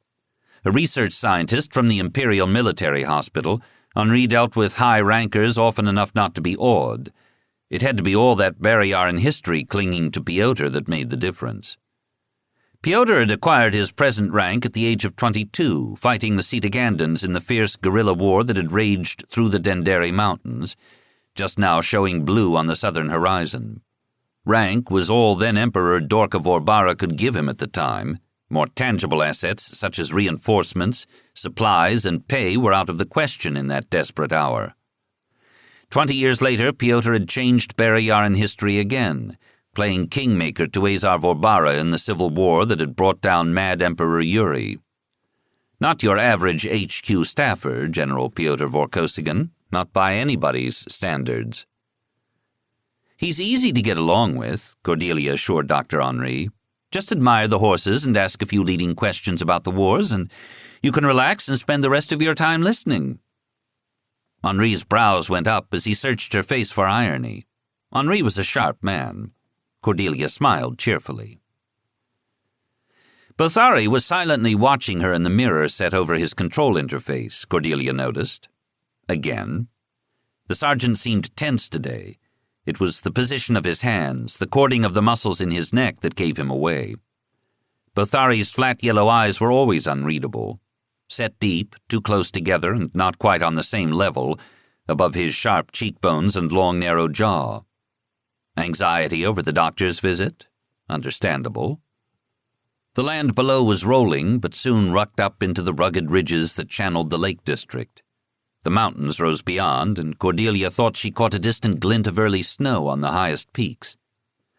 Bothari hopped the flyer over 3 running ridges and banked again, zooming up a narrow valley. A few more minutes, a swoop over another ridge, and the long lake was in sight. An enormous maze of burnt-out fortifications made a black crown on a headland, and a village nestled below it. Bothari brought the flyer down neatly on a circle painted on the pavement of the village's widest street. Dr. Henri gathered up his bag of medical equipment. "The examination will only take a few minutes," he assured Cordelia. "Then we can go on." "Don't tell me, tell Bothari." Cordelia sensed Dr. Henri was a little unnerved by Bothari. He kept addressing her instead of the sergeant, as if she were some translator who would put it all into terms that Bothari would understand. Bothari was formidable, true, but talking past him wouldn't make him magically disappear. Bothari led them to a little house set in a narrow side street that went down to the glimmering water. At his knock, a heavy-set woman with graying hair opened the door and smiled. "Good morning, Sergeant. Come in, everything's all ready. Milady?" She favored Cordelia with an awkward curtsy. Cordelia returned a nod, gazing around with interest. "Good morning, Mistress Hyssopy.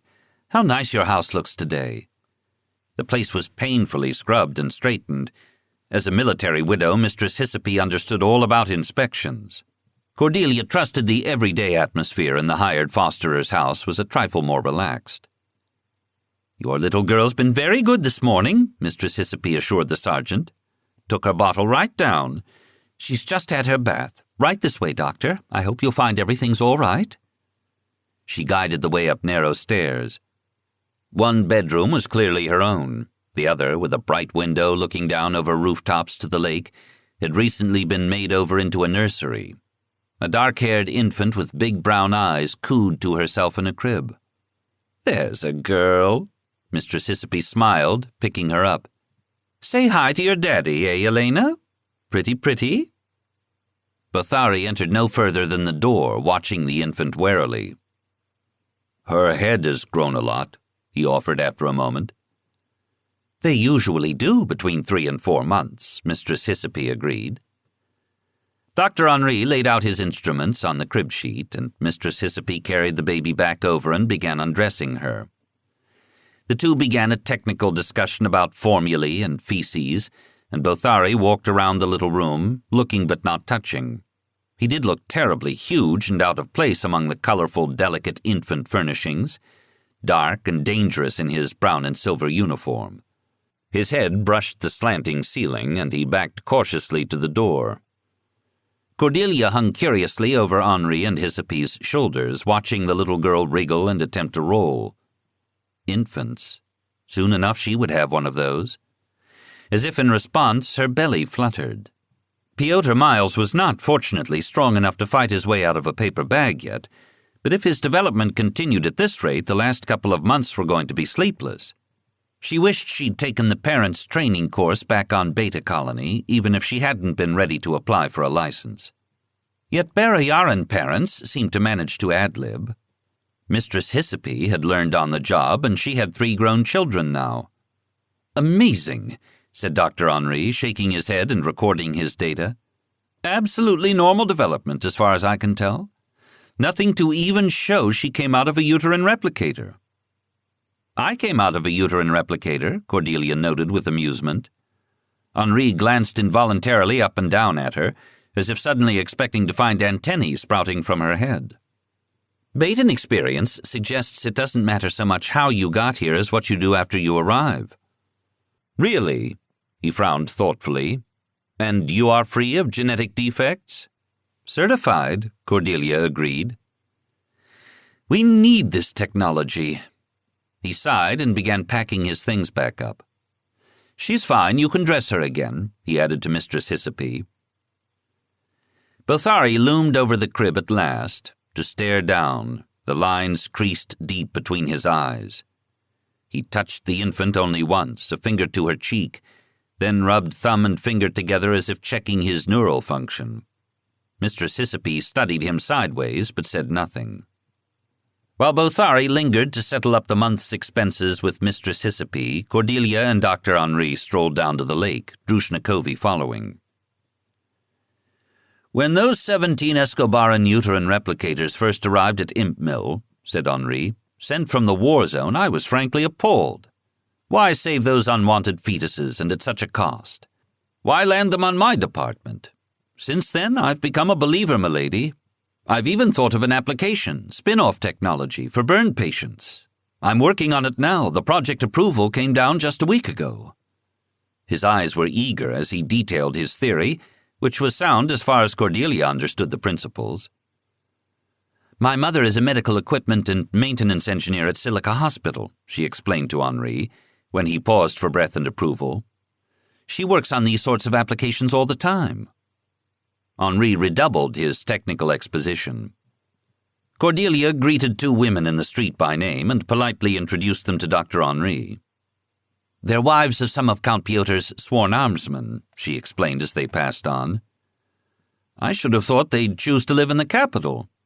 "Some do, some stay here. It seems to depend on taste. The cost of living is much lower out here, and these fellows aren't paid as much as I'd imagined. Some of the backcountrymen are suspicious of city life. They seem to think it's purer here." She grinned briefly. "One fellow has a wife in each location. None of his brother armsmen have ratted on him yet. A solid bunch." Henri's brows rose. "How jolly for him." "Not really. He's chronically short of cash and always looks worried. But he can't decide which wife to give up. Apparently he actually loves them both." When Dr. Henri stepped aside to talk to an old man they saw pottering around the docks about possible boat rentals, Drushnikovi came up to Cordelia and lowered her voice. She looked disturbed. "Milady, how in the world did Sergeant Bothari come by a baby? He's not married, is he?" "Would you believe the stork brought her?" said Cordelia lightly.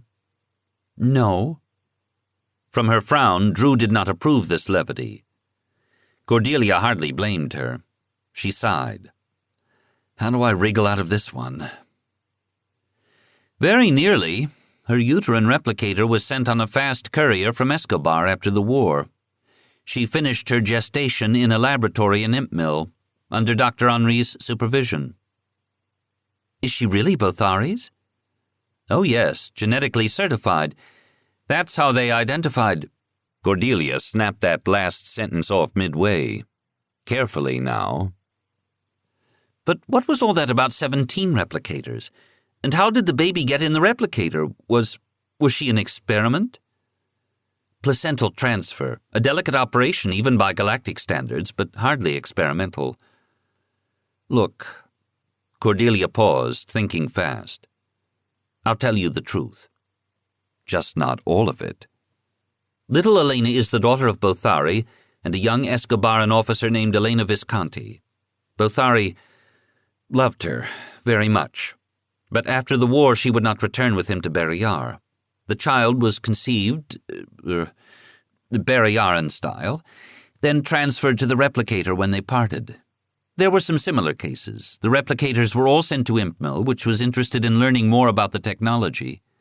Bothari was in medical therapy for quite a long time after the war, but when he got out, and she got out, he took custody of her."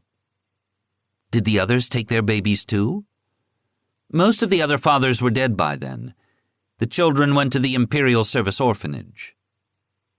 There, the official version, all right and tight. "Oh," Drew frowned at her feet. "That's not at all. It's hard to picture Bothari." "To tell the truth," she said in a burst of candor, "I'm not sure I'd want to give custody of a pet cat to Bothari. Doesn't he strike you as a bit strange?" "Errol and I are keeping an eye on things. Bothari's doing very well so far, I think. He found Mistress Hyssopy on his own and is making sure she gets everything she needs. Has Bothari... that is, does Bothari bother you?" Drushnikovi gave Cordelia an "are-you-kidding" look. "He's so big and ugly, and he mutters to himself some days. And he's sick so much, days in a row when he won't get out of bed, but he doesn't have a fever or anything. Count Piotr's armsman commander thinks he's malingering." "He's not malingering, but I'm glad you mentioned it. I'll have Errol talk to the commander and straighten him out." "But aren't you at all afraid of him? On the bad days, at least?" "I could weep for Bothari," said Cordelia slowly, "but I don't fear him. On the bad days or any days. You shouldn't either. It's a profound insult." "Sorry." Drushnikovi scuffed her shoe across the gravel. "It's a sad story. No wonder he doesn't talk about the Escobar War." "Yes, I'd appreciate it if you'd refrain from bringing it up. It's very painful for him." A short hop in the light flyer from the village across a tongue of the lake brought them to the Vorkosigan's country estate. A century ago, the house had been an outlying guard post to the headland's fort. Modern weaponry had rendered above-ground fortifications obsolete, and the old stone barracks had been converted to more peaceful uses. Dr. Henri had evidently been expecting more grandeur, for he said, "It's smaller than I expected." Piotr's housekeeper had a pleasant luncheon set up for them on a flower-decked terrace off the south end of the house by the kitchen. While she was escorting the party out, Cordelia fell back beside Count Piotr. "Thank you, sir, for letting us invade you." "Invade me, indeed. This is your house, dear. You are free to entertain any friends you choose in it. This is the first time you've done so, do you realize?" He stopped, standing with her in the doorway. "You know, when my mother married my father, she completely redecorated Vorkosigan House. My wife did the same in her day. Errol married so late, I'm afraid an updating is sadly overdue. Wouldn't you like to?" "But it's your house," thought Cordelia helplessly. "Not even Errol's, really." "You've touched down so lightly on us, one almost fears you'll fly away again." Piotr chuckled, but his eyes were concerned. Cordelia patted her rounding belly. "Oh, I'm thoroughly weighted down now, sir." She hesitated. "To tell the truth, I have thought it would be nice to have a lift tube in Vorkosigan House. Counting the basement, sub-basement, attic, and roof, there are 8 floors in the main section. It can make quite a hike." "A lift tube? Oh, we've never—" He bit his tongue. "Where?" "You could put it in the back hallway next to the plumbing stack without disrupting the internal architecture." "So you could. Very well. Find a builder. Do it." "I'll look into it tomorrow, then. Thank you, sir." Her brows rose behind his back. Count Piotr, evidently with the same idea in mind of encouraging her, was studiously cordial to Dr. Henri over lunch. New man though Henri clearly was. Henri, following Cordelia's advice, hit it off well with Piotr in turn. Piotr told Henri all about the new foal, born in his stables over the back ridge. The creature was a genetically certified pureblood that Piotr called a quarter horse, though it looked like an entire horse to Cordelia. The stud colt had been imported at great cost as a frozen embryo from Earth and implanted in a grade mare, the gestation supervised anxiously by Piotr. The biologically trained Henri expressed technical interest, and after lunch was done, Piotr carried him off for a personal inspection of the big beasts. Cordelia begged off. "I think I'd like to rest a bit. You can go, Drew. Sergeant Bothari will stay with me." In fact, Cordelia was worried about Bothari. He hadn't eaten a single bite of lunch, nor said a word for over an hour. Doubtful, but madly interested in the horses, Drew allowed herself to be persuaded. The 3 trudged off up the hill. Cordelia watched them away, then turned her face back to catch Bothari watching her again. He gave her a strange, approving nod. "Thank you, milady." "Ahem. Yes. I wondered if you felt ill." "No. Yes. I don't know. I've wanted to talk to you, milady, for some weeks. But there never seemed to be a good time. Lately it's been getting worse. I can't wait any more. I'd hoped today you—" "Seize the moment." The housekeeper was rattling about in Piotr's kitchen. "Would you care to take a walk or something?" "Please, milady." They walked together around the old stone house. The pavilion on the crest of the hill overlooking the lake would be a great place to sit and talk, but Cordelia felt too full and pregnant to make the climb. She led left instead on the path parallel to the slope till they came to what appeared to be a little walled garden. The Vorkosigan family plot was crowded with an odd assortment of graves, of core family, distant relatives, retainers of special merit. The cemetery had originally been part of the ruined fort complex, the oldest graves of guards and officers going back centuries. The Vorkosigan intrusion dated only from the atomic destruction of the old district capital of Vorkosigan-Vashnoi during the Sitagandan invasion. The dead had been melted down with the living there, then 8 generations of family history obliterated. It was interesting to note the clusters of more recent dates and key them to their current events. The Sitagandan invasion, Mad Yuri's War. Errol's mother's grave dated exactly to the start of Yuri's War. A space was reserved beside her for Piotr, and had been for 33 years. She waited patiently for her husband. And men accuse us women of being slow. Her eldest son, Errol's brother, lay buried at her other hand. "Let's sit over there." She nodded toward a stone bench set round with small orange flowers and shaded by an earth import oak at least a century old. "These people are all good listeners now, and they don't pass on gossip." Cordelia sat on the warm stone and studied Bothari. He sat as far from her as the bench permitted. The lines on his face were deep cut today, harsh despite the muting of the afternoon light by the warm autumn haze. One hand, wrapped around the rough stone edge of the bench, flexed arrhythmically. His breathing was too careful. Cordelia softened her voice. "So, what's the trouble, Sergeant? You seem a little stretched today. Is it something about Elena?" He breathed a humorless laugh. "Stretched? Yes, I guess so. It's not about the baby. Well, not directly." His eyes met hers squarely for almost the first time today. "You remember Escobar, milady. You were there, right?" "Right." This man is in pain, Cordelia realized. What sort of pain? "I can't remember Escobar." "So I understand. I believe your military therapists went to a great deal of trouble to make sure you did not remember Escobar." "Oh, yes." "I don't approve of Barrayaran notions of therapy, particularly when colored by political expediency." "I've come to realize that, milady." Cautious hope flickered in his eyes. "How did they work it? Burn out selected neurons? Chemical erasure?" "No. They used drugs, but nothing was destroyed. They tell me. The doctors called it suppression therapy. We just called it hell. Every day we went to hell till we didn't want to go there anymore." Bothari shifted in his seat, his brow wrinkling.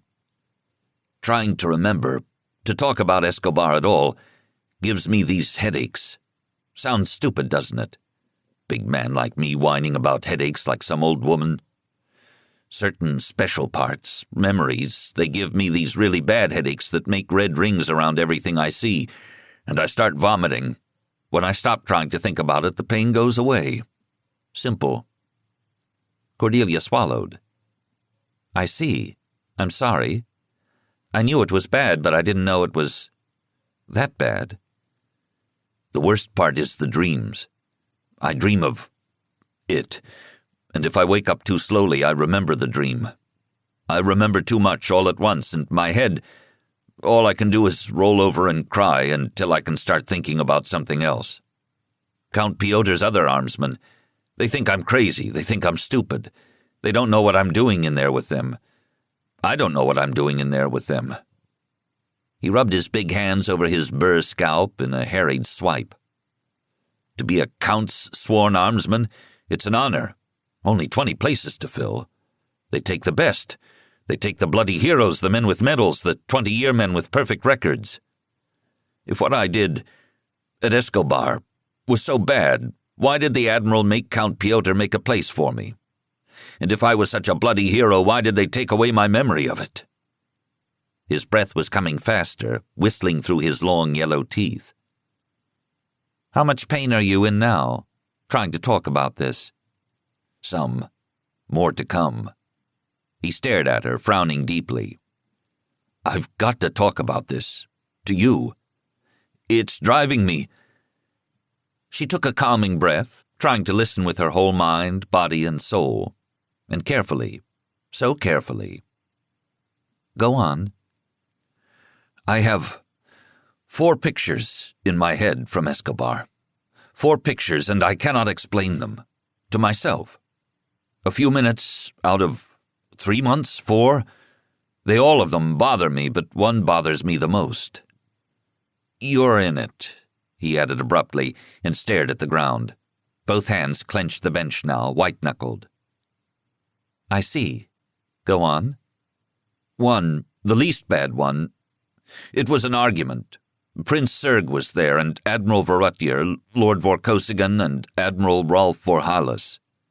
And I was there, except I didn't have any clothes on." "Are you sure this isn't a dream?" "No, I'm not sure.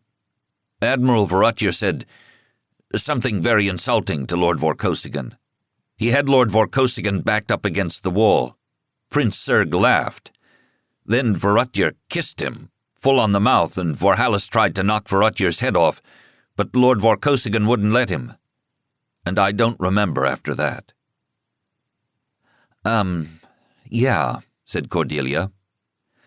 "I wasn't there for that part, but I know there was some really weird stuff going on in the High Command at that point, as Vorkosigan and Serg pushed their limits.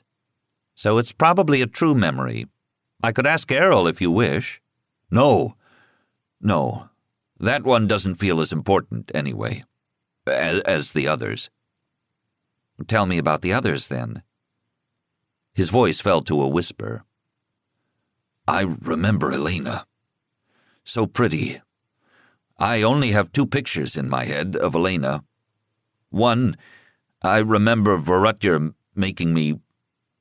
No, I don't want to talk about that one. He stopped for a full minute, rocking gently forward and back. The other, we were in my cabin, she and I. She was my wife. His voice faltered. She wasn't my wife, was she? It wasn't even a question. No, but you know that. But I remember believing she was. His hands pressed his forehead and rubbed his neck hard and futilely. She was a prisoner of war, said Cordelia. Her beauty drew Vorkosigan's and Serg's attention, and they made a project of tormenting her for no reason. Not for her military intelligence, not even for political terrorism, just for their gratification. She was raped, but you know that too, on some level. Yes, he whispered. Taking away her contraceptive implant and allowing, or compelling you to impregnate her was part of their idea of sadism. The first part, they did not, thank God, live long enough to get to the second part. His legs had drawn up, his long arms wrapped around them in a tight, tight ball. His breathing was fast and shallow, panting. His face was freezer-burn white, sheened with cold sweat. Do I have red rings around me now? Cordelia asked curiously. It's all kind of pink. And the last picture? Oh, m'lady. He swallowed. Whatever it was, I know it must be very close to whatever it is they most don't want me to remember. He swallowed again. Cordelia began to understand why he hadn't touched his lunch. Do you want to go on? Can you go on? I must go on, m'lady, Captain Naismith, because I remember you, remember seeing you, stretched out on Vorkosigan's bed, all your clothes cut away, naked. You were bleeding. I was looking up your... What I want to know, must know. His arms were wrapped around his head now, tilted toward her on his knees, his face hollow, haunted, hungry. His blood pressure must be fantastically high to drive that monstrous migraine. If they went too far, pressed this through to the last truth, might he be in danger of a stroke? An incredible piece of psychoengineering to program his own body to punish him for his forbidden thoughts. Did I rape you, m'lady? Huh? No. She sat bolt upright, fiercely indignant. They had taken that knowledge away from him? They dared take that away from him? He began to cry, if that's what that ragged breathing, tight-screwed face and tears leaking from his eyes meant. Equal parts agony and joy. Oh, thank God. And, are you sure? Vorkosigan ordered you to. You refused. Out of your own will, without hope of rescue or reward. It got you in a hell of a lot of trouble for a little while.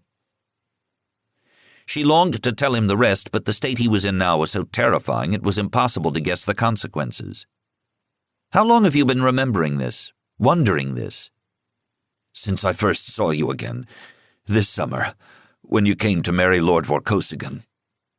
You've been walking around for over 6 months with this in your head, not daring to ask? Yes, m'lady. She sat back, horrified, her breath trickling out between pursed lips. Next time, don't wait so long. Swallowing hard, he stumbled to his feet, a big hand waving in a desperate wait-for-me gesture. He swung his legs over the low stone wall and found some bushes. Anxiously, she listened to him dry vomiting his empty stomach for several minutes. An extremely bad attack, she judged, but finally the violent paroxysms slowed, then stopped. He returned, wiping his lips, looking very white and not much better except for his eyes. A little life flickered in those eyes now, a half-suppressed light of overwhelming relief. The light faded as he sat in thought. He rubbed his palms on his trouser knees and stared at his boots. "But I'm not less a rapist just because you are not my victim." "That is correct." "I can't trust myself. How can you trust me? Do you know what's better than sex?" She wondered if she could take one more sharp turn in this conversation without running off screaming. You encouraged him to uncork, now you're stuck with it. Go on. "Killing. It feels even better afterwards. It shouldn't be such a pleasure. Lord Vorkosigan doesn't kill like that." His eyes were narrowed, brows creased, but he was uncurled from his bowl of agony. He must be speaking generally, Barrayar no longer on his mind. "It's a release of rage, I'd guess," said Cordelia cautiously.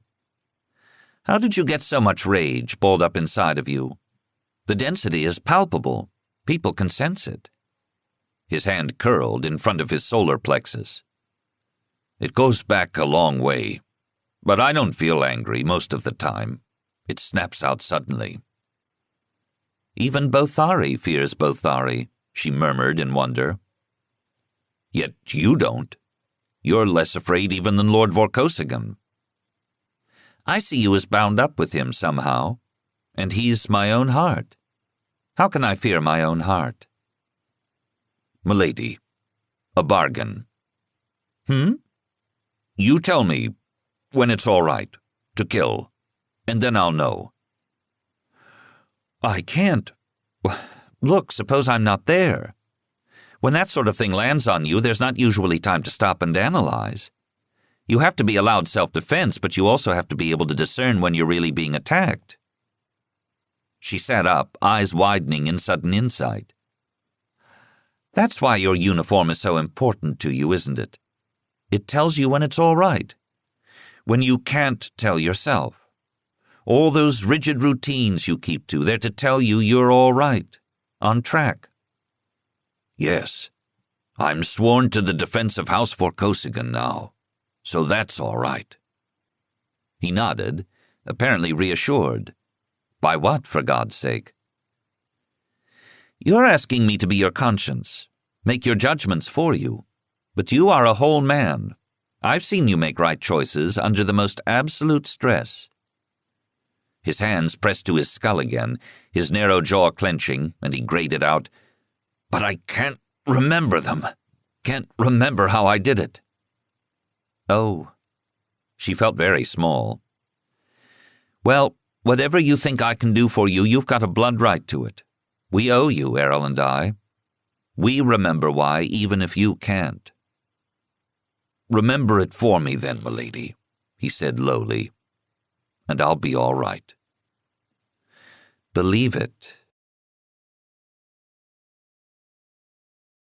Chapter 7. Cordelia shared breakfast one morning the following week with Errol and Piotr in a private parlor overlooking the back garden. Errol motioned to the Count's footman who was serving. "Would you please rout out Lieutenant Cordelia for me? Tell him to bring that agenda for this morning that we were discussing." I guess you hadn't heard, my lord," murmured the man. Cordelia had the impression that his eyes were searching the room for an escape route. "Heard what? We just came down." "Lieutenant Kudelka is in hospital this morning." "Hospital? Good God, why wasn't I told at once? What happened?" "We were told Commander Ilyan would be bringing a full report, my lord. The guard commander thought he'd wait for him." Alarm struggled with annoyance on Vorkosigan's face. "How bad is he? It's not some delayed after effect of the sonic grenade, is it? What happened to him?" "He was beaten up, my lord," said the footman woodenly. Vorkosigan sat back with a little hiss. A muscle jumped in his jaw. "You get that guard commander in here," he growled. The footman evaporated instantly, leaving Vorkosigan tapping a spoon nervously and impatiently on the table. He met Cordelia's horrified eyes and produced a small false smile of reassurance for her. Even Piotr looked startled. "Who could possibly want to beat up Ku?" asked Cordelia wonderingly. "That's sickening. He couldn't fight back worth a damn." Vorkosigan shook his head. Someone looking for a safe target, I suppose. We'll find out. Oh, we will find out. The green-uniformed IMSEC guard commander appeared to stand at attention. Sir, for your future information, and you may pass it on, should any accident occur to any of my key staff members, I wish to be informed at once. Understood? Yes, sir. It was quite late when word got back here, sir. And since we knew by then that they were both going to live, Commander Ilyan said I might let you sleep. Sir. I see. Vorkosigan rubbed his face. Both? Lieutenant Kudelka and Sergeant Bothari, sir. They didn't get into a fight, did they? Asked Cordelia, now thoroughly alarmed. Yes. Oh, not with each other, milady. They were set upon. Vorkosigan's face was darkening. You had better begin at the beginning. Yes, sir. Lieutenant Kudelka and Sergeant Bothari went out last night. Not in uniform. Down to that area in back of the old caravanserai. My God, what for? The guard commander glanced uncertainly at Cordelia. Entertainment, I believe, sir. Entertainment? Yes, sir. Sergeant Bothari goes down there about once a month on his duty-free day, when my Lord Count is in town. It's apparently some place he's been going to for years. In the caravanserai? Said Count Piotr in an unbelieving tone. The guard commander eyed the footman in appeal. Sergeant Bothari isn't very particular about his entertainment, sir, the footman volunteered uneasily. Evidently not, said Piotr. Cordelia questioned Vorkosigan with her eyebrows. It's a very rough area, he explained. I wouldn't go down there myself without a patrol at my back. 2 patrols at night. And I definitely wear my uniform, though not my rank insignia. But I believe Bothari grew up there. I imagine it looks different to his eyes. Why so rough? It's very poor. It was the town center during the time of isolation, and it hasn't been touched by renovation yet. Minimal water, no electricity, choked with refuse. Mostly human, added Piotr tartly. Poor, said Cordelia, bewildered. No electricity? How can it be on the comm network? It's not, of course, answered Vorkosigan. Then how can anybody get their schooling? They don't. Cordelia stared. I don't understand. How do they get their jobs? A few escape to the service. The rest prey on each other, mostly. Vorkosigan regarded her face uneasily. Have you no poverty on Beta Colony? Poverty? Well, some people have more money than others, of course, but no comm consoles? Vorkosigan was diverted from his interrogation. Is not owning a comm console the lowest standard of living you can imagine? He said in wonder. It's the first article in the Constitution. Access to information shall not be abridged. Cordelia, these people barely have access to food, clothing, and shelter.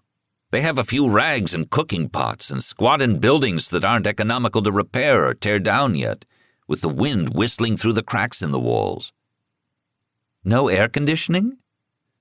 No heat in the winter is a bigger problem here. I suppose so. You people don't really have summer. How do they call for help when they're sick or hurt? What help? Vorkosigan was growing grim. If they're sick, they either get well or die. Die, if we're lucky, muttered Piotr. Vermin. You're not joking. She stared back and forth between the pair of them. That's horrible. Why, think of all the geniuses you must be missing. I doubt we're missing very many from the caravanserai, said Piotr dryly. Why not? They have the same genetic complement as you, Cordelia pointed out, the, to her, obvious. The Count went rigid. My dear girl, they most certainly do not. My family have been Vor for 9 generations. Cordelia raised her eyebrows. How do you know if you didn't have the gene typing till 80 years ago? Both the guard commander and the footman were acquiring peculiar stuffed expressions. The footman bit his lip. Besides, she went on reasonably, if you Vor got around half as much as those histories I've been reading imply, 90% of the people on this planet must have Vor blood by now. Who knows who your relatives are on your father's side? Vorkosigan bit his linen napkin absently, his eyes gone crinkly with much the same expression as the footman, and murmured, "Cordelia, you really can't sit at the breakfast table and imply my ancestors were bastards. It's a mortal insult here." "Where should I sit?" "Oh, I'll never understand that, I guess. Oh, never mind. Kudelka and Bothari." "Quite. Go on, duty officer." "Yes, sir. Well, sir, they were coming back, I was told, about an hour after midnight, when they were set on by a gang of area toughs. Evidently, Lieutenant Kudelka was too well dressed. And besides, there's that walk of his, and the stick. Anyway, he attracted attention. I don't know the details, sir, but there were 4 deaths and 3 in the hospital this morning, in addition to the ones that got away." Vorkosigan whistled very faintly through his teeth. "What was the extent of Bothari's and Kudelka's injuries?" I don't have an official report, sir, just hearsay." "Say, then." The duty officer swallowed a little. "Sergeant Bothari has a broken arm, some broken ribs, internal injuries, and a concussion. Lieutenant Kudelka, both legs broken, and a lot of, shock burns." His voice trailed off. "What?" "Evidently, I heard, their assailants had a couple of high-voltage shock sticks, and they discovered they could get some peculiar effects on his prosthetic nerves with them. After they'd broken his legs, they spent quite a long time working him over. That's how it was Commander Ilyan's men caught up with them. They didn't clear off in time." Cordelia pushed her plate away and sat trembling. "Hearsay, eh? Very well. Dismissed. See that Commander Ilyan is sent to me immediately he arrives." Vorkosigan's expression was introspective and grim. Piotr's was sourly triumphant.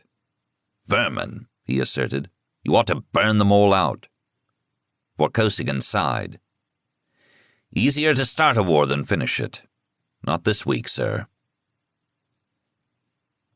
Ilyan attended on Vorkosigan within the hour, in the library with his informal verbal report.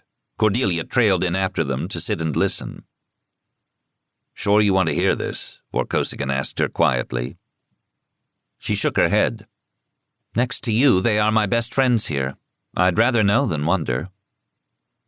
The duty officer's synopsis proved tolerably accurate, but Ilyan, who had talked to both Bothari and Kudelka at the Imperial Military Hospital where they had been taken, had a number of details to add, in blunt terms. His puppy-dog face looked unusually old this morning. "Your secretary was apparently seized with a desire to get laid," he began. "Why he picked Bothari as a native guide, I can't imagine." "We 3 are the sole survivors of the General Warcraft," Vorkosigan replied. "It's a bond, I suppose. Ku and Bothari always got on well, though. He appeals to Bothari's latent fatherly instincts, maybe. And Ku's a clean-minded boy. Don't tell him I said that, he'd take it as an insult. It's good to be reminded such people still exist. Wish he'd come to me, though." "Well, Bothari did his best," said Ilyan. "Took him to this dismal dive, which I gather has a number of points in its favor from Bothari's point of view. It's cheap, it's quick, and nobody talks to him. It's also far removed from Admiral Varutyar's old circles. No unpleasant associations. He has a strict routine. According to Ku, Bothari's regular woman is almost as ugly as he is. Bothari likes her, it appears, because she never makes any noise. I don't think I want to think about that. Be that as it may, Ku got mismatched with one of the other employees who terrified him. Bothari says he asked for the best girl for him. Hardly a girl, woman, whatever. And apparently Ku's needs were misinterpreted.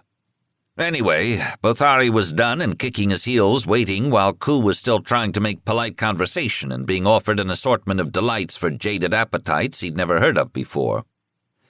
He gave up and fled back downstairs at last, where Bothari was by this time pretty thoroughly tanked. He usually has one drink and leaves, it seems. Ku, Bothari, and this whore then got into an argument over payment on the grounds that he'd burned up enough time for 4 customers versus... Well, most of this won't be in the official report, all right. She couldn't get his circuits working. Ku forked over a partial payment, Bothari's still grumbling over how much insofar as he can talk at all through that mouth of his this morning, and they retreated in disorder, a lousy time having been had by all. "The first obvious question that arises," said Vorkosigan, "is, was the attack ordered by anyone from that establishment?" "To the best of my knowledge, no. I threw a cordon around the place once we'd found it, and questioned everyone inside under fast penta. Scared the shit out of them all, I'm glad to say. They're used to Count Vorbon's municipal guards, whom they bribe or who blackmail them, and vice versa. We turned up a lot of information on petty crimes, none of which was of the least interest to us. Do you want me to pass it on to the municipals, by the way?" If they're innocent of the attack, just file it. Bothari may want to go back there someday." "Did they know why they were questioned?" "Certainly not. I insist my men work clean. We're here to gather information, not pass it out." "My apologies, Commander. I should have known. Carry on." "Well, they left the place about an hour after midnight on foot and took a wrong turn somewhere. Bothari's pretty upset about that, thinks it's his fault for getting so drunk. Bothari and Kudelka both say they saw movements in the shadows for about 10 minutes before the attack, so they were stalked, apparently, until they were maneuvered into a high-walled alley and found themselves with 6 in front and 6 behind. Bothari pulled his stunner and fired, got 3 before he was jumped. Someone down there is richer by a good service stunner this morning. Ku had his sword stick, but nothing else. They ganged up on Bothari first. He took out 2 more after he'd lost the stunner. They stunned him, then tried to beat him to death after he was down. Ku had been using his stick as a quarterstaff up till then, but at that point he popped the cover off. He says now he wished he hadn't, because this murmur of "Vor" went up all around and things got really ugly. He stabbed 2 until somebody struck the sword with a shock stick, and his hand went into spasms. The 5 that were left sat on him and broke both his legs backwards at the knees. He asked me to tell you it wasn't as painful as it sounds. He says they broke so many circuits he had hardly any sensation. I don't know if that's true." "It's hard to tell with Ku," said Vorkosigan. "He's been concealing pain for so long it's almost second nature." "Go on." "I have to jump back a bit now. My man who was assigned to Ku followed them down into that warren by himself. He wasn't one of the men who were familiar with the place, supposedly, and he wasn't dressed for it. Ku had 2 reservations for some live musical performance that night, and until 3 hours before midnight, that's where we thought he was going. My man went in there and vanished between the first and second hourly checks. That's what has me going this morning. Was he murdered or kidnapped, rolled and raped? Or was he a plant, a setup, a double agent? We won't know till we find the body or whatever." 30 minutes after the missed check, my people sent in another tale, but he was looking for the first man. Ku was uncovered for 3 solid bloody hours last night before my night shift supervisor came on duty and woke to the fact. Fortunately, Ku'd spent most of that time in Bothari's old whore's retirement home. My night shift man, whom I commend, redirected the field agent and put a patrol in the air to boot. So when the field agent finally got to that revolting scene, he was able to call a flyer down on top of it almost immediately and drop 6 of my uniformed bruisers in to break up the party. That business with the shock sticks. It was bad, but not as bad as it might have been. Ku's assailants evidently lacked the sort of, imaginative approach that, say, the late Admiral Barrayar might have had in the same situation. Or maybe they just didn't have time to get really refined. "Thank God," murmured Vorkosigan. "And the deaths?" 2 were Bothari's work, clean blows. 1 was Ku's, cut him across the neck. And 1, I'm afraid, was mine. The kid went into anaphylactic shock in an allergic reaction to fast penta. We zipped him over to Imp Mill, but they couldn't get him going again. I don't like it. They're autopsying him now, trying to find out if it was natural or a planted defense against questioning." "And the gang?" "Appears to be a perfectly legitimate, if that's the word, Caravanserai Mutual Benefit Society. According to the survivors we captured, they decided to pick on Ku because he walked funny. Charming. Although Bothari wasn't exactly walking in a straight line either. None of the ones we captured is an agent for anybody but themselves. I cannot speak for the dead. I supervised the questioning personally and will swear to it. They were quite shocked to find themselves of interest to Imperial security." "Anything else?" said Vorkosigan. Ilian yawned behind his hand and apologized. "It's been a long night. My night shift man got me out of bed after midnight. Good man, good judgment. No, that about wraps it up, except for Ku's motivation for going down there in the first place. He went all vague and started asking for pain medication when we came to that subject. I was hoping you might have a suggestion to ease my paranoias. Being suspicious of Ku gives me a crick in the neck." He yawned again. "I do," said Cordelia, "but for your paranoia, not for your report, all right?" He nodded. "I think he's in love with someone. After all, you don't test something unless you're planning to use it. Unfortunately, his test was a major disaster. I expect he'll be pretty depressed and touchy for quite some time." Vorkosigan nodded understanding. "Any idea who?" asked Ilian automatically. "Yes, but I don't think it's your business, especially if it's not going to happen." Ilian shrugged acceptance and left to pursue his lost sheep, the missing man who'd first been assigned to follow Kudelka. Sergeant Bothari was back at Vorkosigan House, though not yet back on duty, within 5 days, a plastic casing on the broken arm. He volunteered no information on the brutal affair and discouraged curious questioners with a sour glower and non-committal grunts. Drushnikovi asked no questions and offered no comments, but Cordelia saw her occasionally cast a haunted look at the empty comm console in the library, with its double-scrambled links to the Imperial residence and the General Staff headquarters, where Kudelka usually sat to work while at Vorkosigan House. Cordelia wondered just how much detail of that night's events had been poured, searing as lead, into her ears. Lieutenant Kudelka returned to curtailed light duties the following month, apparently quite cheerful and unaffected by his ordeal. But in his own way he was as uninformative as Bothari. Questioning Bothari had been like questioning a wall. Questioning Kudelka was like talking to a stream. One got back babble or little eddies of jokes or anecdotes that pulled the current of the discussion inexorably away from the original subject. Cordelia responded to his sunniness with automatic good grace, playing along with his obvious desire to slide over the affair as lightly as possible. Inwardly, she was far more doubtful. Her own mood was not the best. Her imagination returned again and again to the assassination scare of 6 weeks ago, dwelling uncomfortably on the chances that had almost taken Vorkosigan from her. Only when he was with her was she completely at ease, and he was gone more and more now. Something was brewing at Imperial HQ. He had been gone 4 times to all-night sessions and had taken a trip without her, some flying inspection of military affairs, of which he gave her no details and from which he returned white-tired around the eyes. He came in and out at odd hours.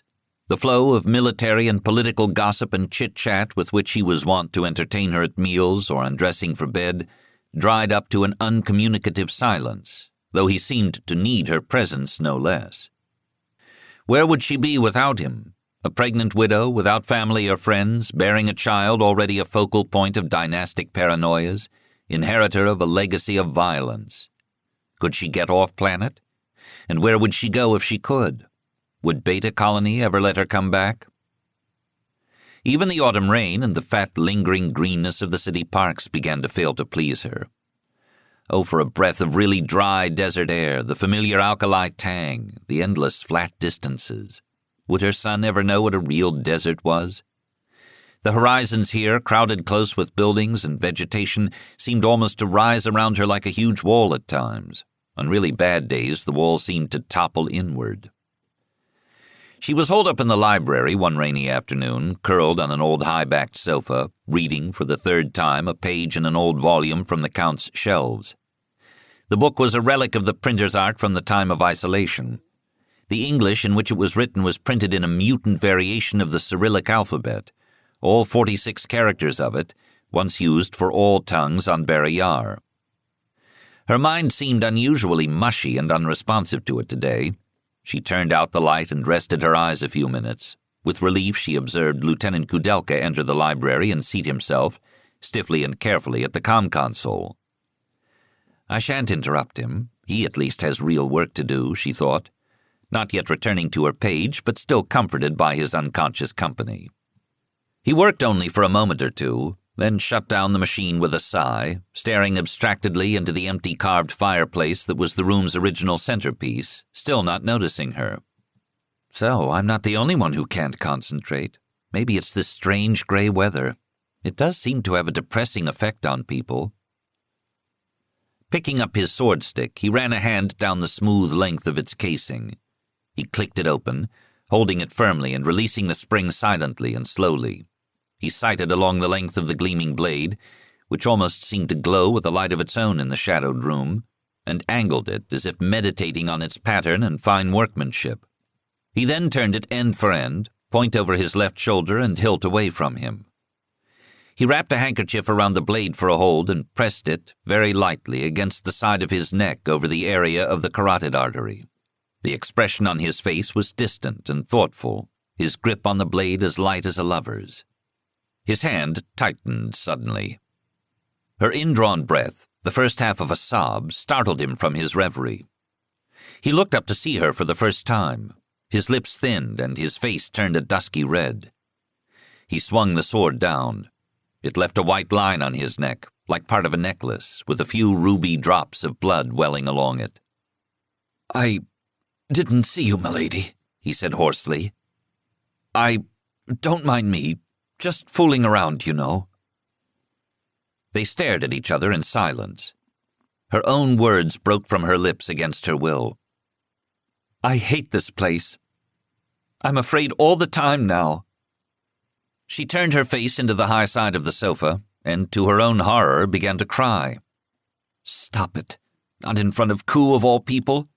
The man has enough real troubles without you dumping your imaginary ones on him." But she couldn't stop. He levered himself up and limped over to her couch, looking worried. Tentatively, he seated himself beside her. He began. "Don't cry, milady. I was just fooling around, really." He patted her clumsily on the shoulder. "Garbage," she choked back at him. "You scare the hell out of me." On impulse, she transferred her tear-smeared face from the cold silken fabric of the sofa to the warm roughness of the shoulder of his green uniform. It tore a like honesty from him. "You can't imagine what it's like," he whispered fiercely. "They pity me, you know. Even he does." A jerk of his head in no particular direction indicated Vorkosigan. "It's 100 times worse than the scorn, and it's going to go on forever." She shook her head, devoid of answer in the face of this undoubted truth. "I hate this place too," he continued, "just as much as it hates me. More some days. So you see, you're not alone." "So many people trying to kill him," she whispered back, despising herself for her weakness. "Total strangers. One of them is bound to succeed in the end. I think about it all the time now. Would it be a bomb, some poison, plasma arc, burning away Errol's face, leaving no lips even to kiss goodbye?" Kudelka's attention was drawn achingly from his pain to hers, brows drawing quizzically together. "Oh, Ku," she went on, looking down blindly into his lap and stroking his sleeve. "No matter how much it hurts, don't do it to him. He loves you. You're like a son to him, just the sort of son he always wanted. That," she nodded toward the sword laid on the couch, shinier than silk, "would cut out his heart. This place pours craziness on him every day and demands he give back justice. He can't do it except with a whole heart, or he must eventually start giving back the craziness like every one of his predecessors. And," she added in a burst of uncontrollable illogic, "it's so damn wet here. It won't be my fault if my son is born with gills." His arms encircled her in a kindly hug. "Are you afraid of the childbirth?" he inquired, with a gentle and unexpected perceptiveness. Cordelia went still, suddenly face to face with her tightly suppressed fears. "I don't trust your doctors," she admitted shakily. He smiled in deep irony. I can't blame you." A laugh puffed from her, and she hugged him back around the chest and raised her hand to wipe away the tiny drops of blood from the side of his neck. "When you love someone, it's like your skin covers theirs. Every hurt is doubled. And I do love you so, Ku. I wish you'd let me help you." "Therapy, Cordelia?" Vorkosigan's voice was cold and cut like a stinging spray of rattling hail. She looked up, surprised, to see him standing before them, his face frozen as his voice. "I realize you have a great deal of Baton expertise in such matters, but I beg you will leave the project to someone else." Kudelka turned red and recoiled from her. "Sir," he began, and trailed off, as startled as Cordelia by the icy anger in Vorkosigan's eyes. Vorkosigan's gaze flicked over him, and they both clamped their jaws shut. Cordelia drew in a very deep breath for a retort, but released it only as a furious "Oh!" at Vorkosigan's back as he wheeled and stalked out, spine stiff as Ku's sword blade. Kudelka, still red, folded into himself and, using his sword as a prop, levered himself to his feet, his breath too rapid. "Milady, I beg your pardon." The words seemed quite without meaning. "Ku," said Cordelia, "you know he didn't mean that hateful thing. He spoke without thinking. I'm sure he doesn't... "Yes, I realize," returned Kudelka, his eyes blank and hard. "I'm universally known to be quite harmless to any man's marriage, I believe. But if you will excuse me, milady, I do have some work to do, of a sort." "Oh!" Cordelia didn't know if she was more furious with Vorkosigan, Kudelka, or herself. She steamed to her feet and left the room, throwing her words back over her shoulder. "Damn all Barrayarans to hell anyway." Drushnikovi appeared in her path with a timid, "Milady?" "And you useless frill," snarled Cordelia, her rage escaping helplessly in all directions now. "Why can't you manage your own affairs? You Barrayaran women seem to expect your lives to be handed to you on a platter. It doesn't work that way." The girl stepped back a pace, bewildered. Cordelia settled her seething outrage and asked more sensibly, "Which way did Errol go?" "Why, upstairs, I believe, milady." A little of her old and battered humor came to her rescue then. "2 steps at a time, by chance?" 3, actually," Drew replied faintly. "I suppose I'd better go talk to him," said Cordelia, running her hands through her hair and wondering if tearing it out would have any practical benefit. Son of a bitch. She did not know herself if that was expletive or description. And to think I never used to swear. She trudged after him, her anger draining with her energy as she climbed the stairs. This pregnancy business sure slows you down. She passed a duty guard in the corridor. "Lord Vorkosigan go this way?" she asked him. "To his rooms, milady," he replied, and stared curiously after her. Great, love it, she thought savagely. The old newlywed's first real fight will have plenty of built-in audience. These old walls are not soundproof. I wonder if I can keep my voice down. Errol's no problem. When he gets mad, he whispers. She entered their bedroom to find him seated on the side of the bed, removing uniform jacket and boots with violent, jerky gestures. He looked up, and they glared at each other. Cordelia opened fire first, thinking, let's get this over with. That remark you made in front of Ku was totally out of line. What? I walk in to find my wife cuddling with one of my officers, and you expect me to make polite conversation about the weather? He bit back. You know it was nothing of the sort. Fine. Suppose it hadn't been me. Suppose it had been one of the duty guards or my father. How would you have explained it then? You know what they think of Batons. They jump on it, and the rumors would never be stopped. Next thing I knew, it would be coming back at me as political chaff. Every enemy I have out there is just waiting for a weak spot to pounce on. They'd love one like that. How the devil did we get onto your damned politics? I'm talking about a friend. I doubt you could have come up with a more wounding remark if you'd funded a study project. That was foul, Errol. What's the matter with you anyway? I don't know. He slowed and rubbed his face tiredly. It's the damned job, I expect. I don't mean to spill it on you." Cordelia suspected that was as near as she could expect of an admission of his being in the wrong, and accepted it with a little nod, letting her own rage evaporate. She then remembered why the rage had felt so good, for the vacuum it left filled back up with fear. "Yes, well, just how much do you fancy having to break down his door one of these mornings?" Vorkosigan frowned at her, going still. "Do you have some reason to believe he's thinking along suicidal lines? He seemed quite content to me." "He would to you."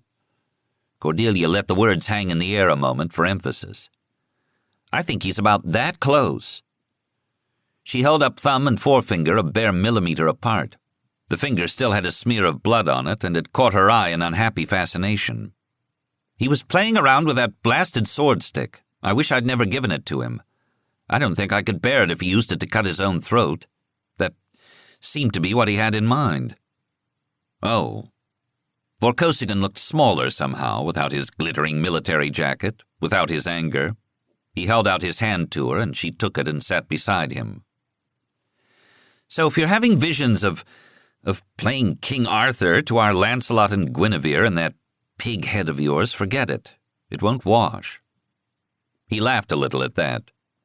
"My visions were closer to home, I'm afraid, and considerably more sordid. Just an old, bad dream."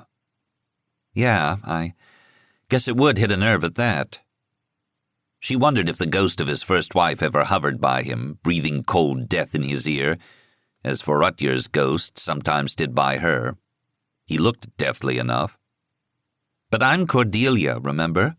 Not anybody else." He leaned his forehead against hers.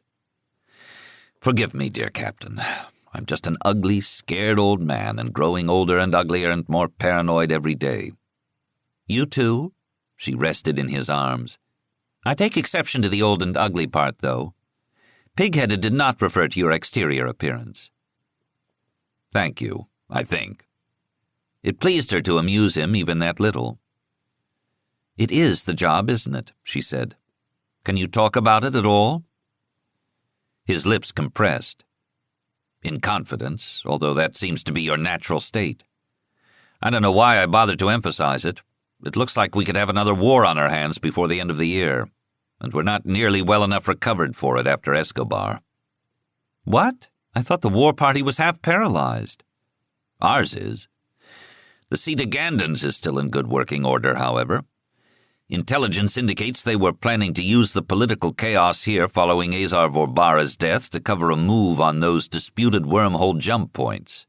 Instead, they got me and, well, I can hardly call it stability. Dynamic equilibrium at best.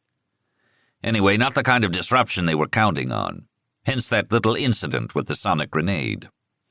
Negri and Ilian are now 70% sure it was Saga work." "Will they try again?" "Almost certainly. But with or without me, consensus in the staff is that they'll be probing in force before the end of the year. And if we're weak, they'll just keep right on moving until they're stopped." "No wonder you've been abstracted." "Is that the polite term for it? But no, I've known about the Sagans for some time. Something else came up today after the council session. A private audience. Count Vorhalis came to see me to beg a favor." "I think it would be your pleasure to do a favor for Rolf Vorhalis's brother." "I gather not." He shook his head unhappily. "The Count's youngest son, who is a hot-headed young idiot of 18 who should have been sent to military school. You met him at the council confirmation, as I recall." "Lord Carl?" "Yes. He got into a drunken fight at a party last night." "A universal tradition. Such things happen even on Beta Colony." "Quite. But they stepped outside to settle their affair armed, each one with a pair of dull swords that had been part of a wall decoration and a couple of kitchen knives. That made it, technically, a duel with the two swords." "Uh-oh. Was anyone hurt?" "Unfortunately, yes. More or less by accident, I gather. In a scrambling fall, the Count's son managed to put his sword through his friend's stomach and sever his abdominal aorta. He bled to death almost immediately. By the time the bystanders had gathered their wits sufficiently to get a medical team up there, it was much too late. Dear God. It was a duel, Cordelia. It began as a mockery, but it ended as the real thing. And the penalties for dueling apply. He rose and paced the room, stopping by the window and staring out into the rain. His father came to ask me for an imperial pardon, or if I could not grant that, to see if I could get the charges changed to simple murder. If it were tried as a simple murder, the boy could plead self-defense and possibly end up with a mere prison term. That seems fair enough, I suppose. Yes. He paced again.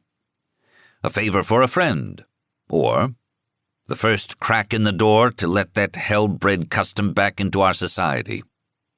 What happens when the next case is brought before me? And the next? And the next? Where do I begin drawing the line? What if the next case involves some political enemy of mine and not a member of my own party? Shall all the deaths that went into stamping this thing out be made void? I remember dueling and what things were like back then, and worse. An entry point for government by friends, then cliques. Say what you will about Azar Vorbara, in 30 years of ruthless labor he transformed the government from a Vor-class club into some semblance, however shaky, of a rule of law, one law for everyone. I begin to see the problem. And me of all men, to have to make that decision, who should have been publicly executed 22 years ago for the selfsame crime. He paused before her. The story about last night is all over town in various forms this morning. It will be all over everywhere in a few days. I had the news service kill it temporarily, but that was mere spitting in the wind. It's too late for a cover-up, even if I wanted to do one. So what shall I betray this day? A friend, or Azar Vorbara's trust? There is no doubt which decision he would have made. He sat back beside her and took her in his arms. And this is only the beginning. Every month, every week, there will be some other impossible thing. What's going to be left of me after 15 years of this? A husk like that thing we buried 3 months ago, praying with his last breath that there may be no God? Or a power-corrupted monstrosity like his son, so infected it could only be sterilized by plasma arc? Or something even worse?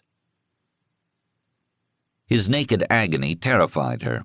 She held him tightly in return. I don't know. But somebody has been making these kinds of decisions right along, while we went along blissfully unconscious, taking the world as given. And they were only human too. No better, no worse than you. Frightening thought. She sighed. You can't choose between evil and evil in the dark by logic. You can only cling to some safety line of principle. I can't make your decision. But whatever principles you choose now are going to be your safety lines to carry you forward. And for the sake of your people, they're going to have to be consistent ones. He rested in her arms. I know. There wasn't really a question about the decision. I was just kicking a bit going down. He disengaged himself and stood again. Dear Captain, if I'm still sane 15 years from now, I believe it will be your doing. She looked up at him. So what decision is it? The pain in his eyes gave her the answer. Oh, no, she said involuntarily, then bit off further words. And I was trying to speak so wisely. I didn't mean this. Don't you know? He said gently, resigned. Azar's way is the only way that can work here. It's true after all.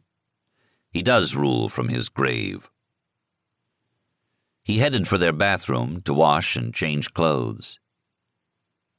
But you're not him, she whispered to the empty room. Can't you find a way of your own? Chapter 8. Vorkosigan attended Karl Vorhalis's public execution 3 weeks later. Are you required to go? Cordelia asked him that morning as he dressed, cold and withdrawn. I don't have to go, do I? God, no, of course not. I don't have to go officially, except I have to go. You can see why, surely. Not really, except as a form of self-punishment. I'm not sure that's a luxury you can afford in your line of work." "I must go.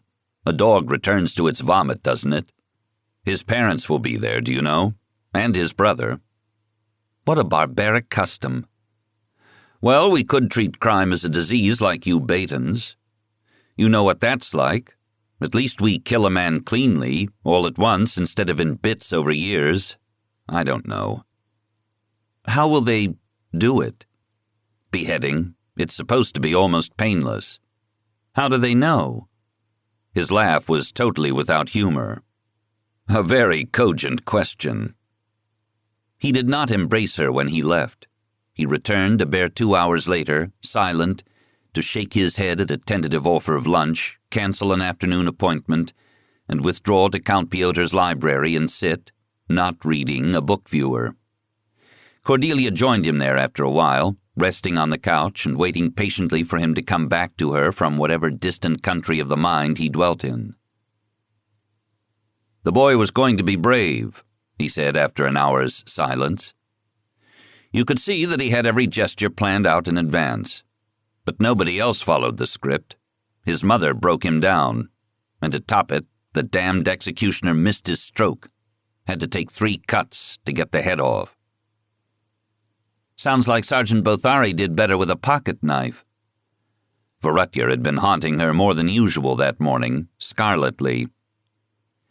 "It lacked nothing for perfect hideousness. His mother cursed me too, until Avon and Count Vorhalis took her away." The dead-expressioned voice escaped him then. "Oh, Cordelia, it can't have been the right decision. And yet no other one was possible. Was it?" He came to her then and held her in silence. He seemed very close to weeping, and it almost frightened her more that he did not. The tension eventually drained out of him. "I suppose I'd better pull myself together and go change. Vortala has a meeting scheduled with the Minister of Agriculture that's too important to miss, and after that there's the General's staff." By the time he left, his usual self-possession had returned. That night he lay long awake beside her. His eyes were closed, but she could tell from his breathing it was pretense. She could not dredge up one word of comfort that did not seem inane to her, so kept silence with him through the watches of the night. Rain began outside, a steady drizzle. He spoke once. "I've watched men die before, ordered executions, ordered men into battle, chosen this one over that one, committed 3 sheer murders, and but for the grace of God and Sergeant Bothari would have committed a 4th. I don't know why this one should hit like a wall. It stopped me, Cordelia. And I dare not stop, or we'll all fall together. Got to keep it in the air somehow." She awoke in the dark to a tinkling crash and a soft report, and drew in her breath with a start. Acridity seared her lungs, mouth, nostrils, eyes. A gut-wrenching undertaste pumped her stomach into her throat. Beside her, Vorkosigan snapped from sleep with an oath. "Saltoxin gas grenade! Don't breathe, Cordelia!" Emphasizing his shout, he shoved a pillow over her face, his hot, strong arms encircling her and dragging her from the bed. She found her feet and lost her stomach at the same moment, stumbling into the hall, and he slammed the bedroom door shut behind them. Running footsteps shook the floor. Vorkosigan cried, "Get back! Saltoxin gas! Clear the floor! Call Ilian!" Before he too doubled over, coughing and retching. Other hands bundled them both toward the stairs. She could scarcely see through her madly watering eyes. Between spasms, Vorkosigan gasped, "They'll have the antidote. Imperial residence. Closer than Imp Mill. Get Ilian at once. He'll know. Into the shower. Where's Milady's woman? Get a maid." Within moments she was dumped into a downstairs shower, Vorkosigan with her. He was shaking and barely able to stand, but still trying to help her. "Start washing it off your skin, and keep washing. Don't stop. Keep the water cool." "You too, then? What was that crap?" She coughed again in the spray of the water, and they exchanged help with the soap. "Wash out your mouth, too. Saltoxin. It's been 16 years since I last smelled that stink, but you never forget it. It's a poison gas. military. Should be strictly controlled. How the hell anyone got hold of some... damn security. They'll be flapping around like headless chickens tomorrow. Too late." His face was greenish-white beneath the knight's beard stubble. "I don't feel too bad now," said Cordelia. "Nausea's passing off. I take it we missed the full dose?" "No, it just acts slowly. Doesn't take much at all to do you. It mostly affects soft tissue. Lungs will be jelly in an hour if the antidote doesn't get here soon." The growing fear that pounded in her gut, heart, and mind half-clotted her words. "Does it cross the placental barrier?" He was silent for too long before he said, "I'm not sure. Have to ask the doctor. I've only seen the effects on young men." Another spasm of deep coughing seized him that went on and on. One of Count Piotr's serving women arrived, disheveled and frightened, to help Cordelia and the terrified young guard who had been assisting them. Another guard came in to report, raising his voice over the running water. "We reached the residence, sir. They have some people on the way." Cordelia's own throat, bronchia, and lungs were beginning to secrete foul-tasting phlegm, and she coughed and spat. "Anyone seen Drew?" "I think she took out after the assassins, milady." "Not her job. When an alarm goes up, she's supposed to run to Cordelia," growled Vorkosigan. The talking triggered more coughing. "She was downstairs, sir, at the time the attack took place, with Lieutenant Kudelka. They both went out the back door." "Damn it," Vorkosigan muttered. "Not his job either." His effort was punished by another coughing jag. "They catch anybody?" "I think so, sir. There was some kind of uproar at the back of the garden by the wall." They stood under the water for a few more minutes until the guard reported back. "The doctor from the residence is here, sir." The maid wrapped Cordelia in a robe, and Vorkosigan put on a towel, growling to the guard, "Go find me some clothes, boy." His voice rattled like gravel. A middle-aged man, his hair standing up stiffly, wearing trousers, pajama tops, and bedroom slippers, was offloading equipment in the guest bedroom when they came out. He took a pressurized canister from his bag and fitted a breathing mask to it, glancing at Cordelia's rounding abdomen and then at Vorkosigan. "My lord, are you certain of the identification of the poison?" "Unfortunately, yes. It was saltoxin." The doctor bowed his head. "I am sorry, milady." "Is it going to hurt my—" She choked on the mucus. "Just shut up and give it to her," snarled Vorkosigan. The doctor fitted the mask over her nose and mouth. "Breathe deeply. Inhale, exhale. Keep exhaling. Now draw in. Hold it." The antidote gas had a greenish taste, cooler but nearly as nauseating as the original poison. Her stomach heaved but had nothing left in it to reject. She watched Vorkosigan over the mask, watching her, and tried to smile reassuringly. It must be reaction catching up with him. He seemed grayer, more distressed with each breath she took. She was certain he had taken in a larger dose than she and pushed the mask away to say, "Isn't it about your turn?" The doctor pressed it back, saying, "One more breath, milady, to be sure." She inhaled deeply, and the doctor transferred the mask to Vorkosigan. He seemed to need no instruction in the procedure. "How many minutes since the exposure?" asked the doctor anxiously. "I'm not sure. Did anyone note the time?" She had forgotten the young guard's name. "About 15 or 20 minutes, milady, I think." The doctor relaxed measurably. "It should be all right, then. You'll both be in hospital for a few days. I'll arrange for medical transport. Was anyone else exposed?" he asked the guard. "Doctor, wait." He had repossessed canister and mask and was making for the door. "What will that saltoxin do to my baby?" He did not meet her eyes. "No one knows. No one has ever survived exposure without an immediate antidote treatment." Cordelia could feel her heart beating. "But given the treatment—" She did not like his look of pity and turned it to Vorkosigan. "Is that—" but was stopped cold by his expression, a leaden grayness lit from beneath by pain and growing anger, a stranger's face with a lover's eyes, meeting her eyes at last. "Tell her about it," he whispered to the doctor. "I can't." "Need we distress—" "Now! Get it over with." His voice cracked and croaked. "The problem is the antidote, milady," said the doctor reluctantly. "It's a violent teratogen. Destroys bone development in the growing fetus. Your bones are grown, so it won't affect you except for an increased tendency to arthritic-type breakdowns, which can be treated, if and when they arise." He trailed off as she closed her eyes, shutting him out. "I must see that hall guard," he added. Go," replied Vorkosigan, releasing him. He maneuvered out the door past the guard arriving with Vorkosigan's clothes. She opened her eyes to Vorkosigan, and they stared at each other. "The look on your face," he whispered. "It's not... Weep, rage, do something." His voice rose to hoarseness. "Hate me at least." "I can't," she whispered back. "Feel anything yet. Tomorrow, maybe."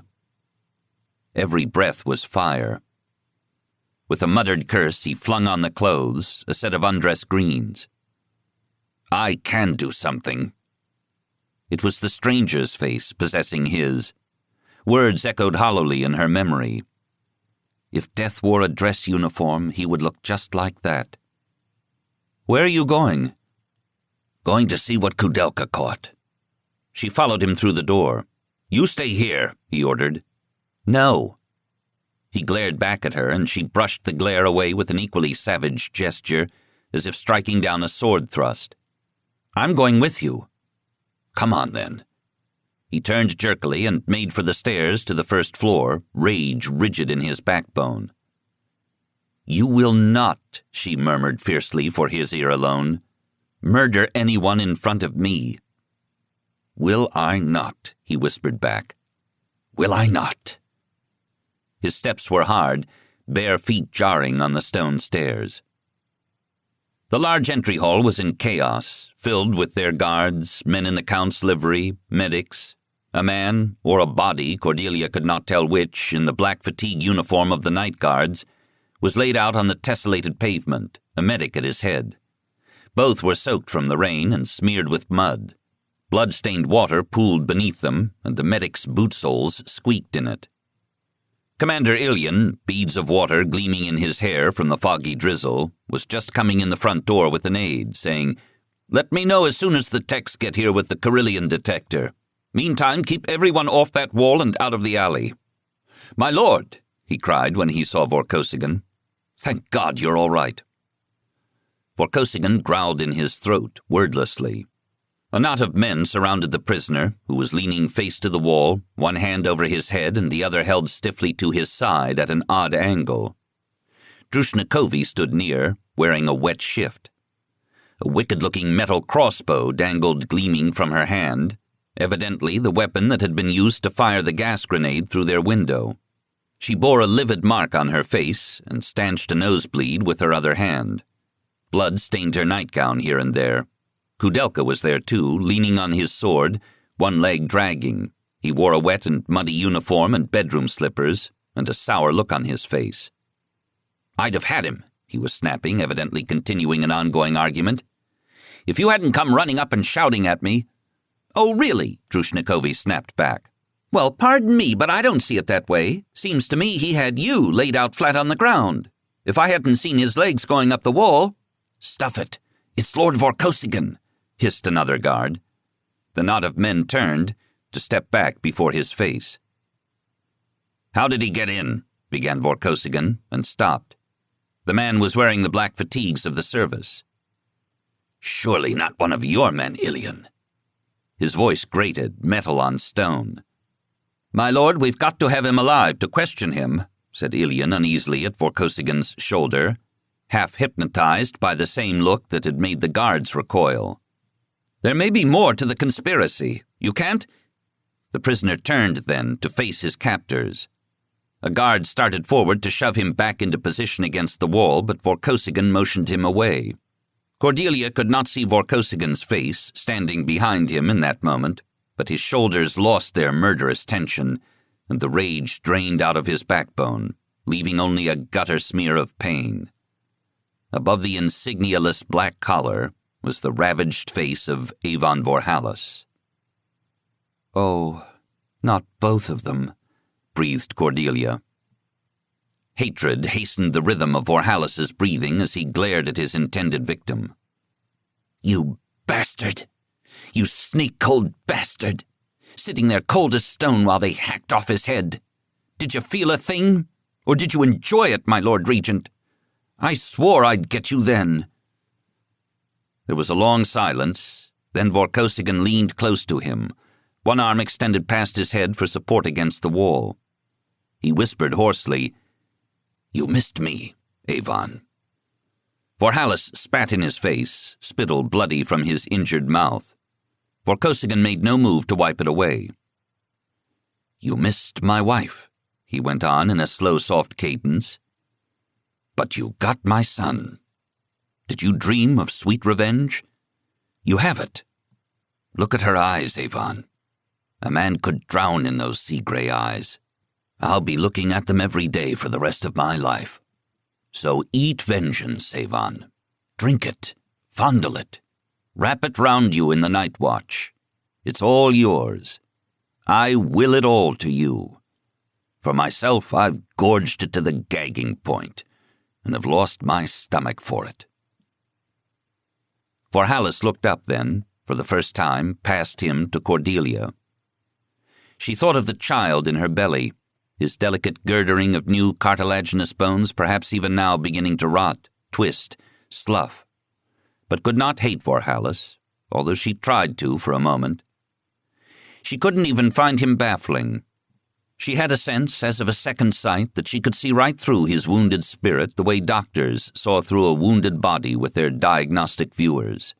Every twist and tear and emotional abrasion, every young cancer of resentment growing from them, and above all the great gash of his brother's death, seemed redlined in her mind's eye. "He didn't enjoy it, Avon," she said. "What would you have had from him? Do you even know?" "A little human pity," he snarled. "He could have saved Carl. Even then he could have. I thought at first that was why he had come." "Oh, God," said Vorkosigan.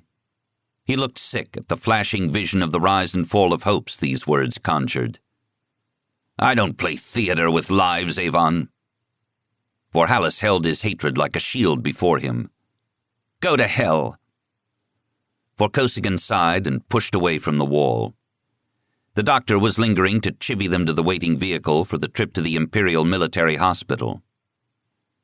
"Take him away, Ilian," said Vorkosigan wearily. "Wait," said Cordelia. "I need to know. I need to ask him something." Vorhalis eyed her sullenly. "Was this the result you intended?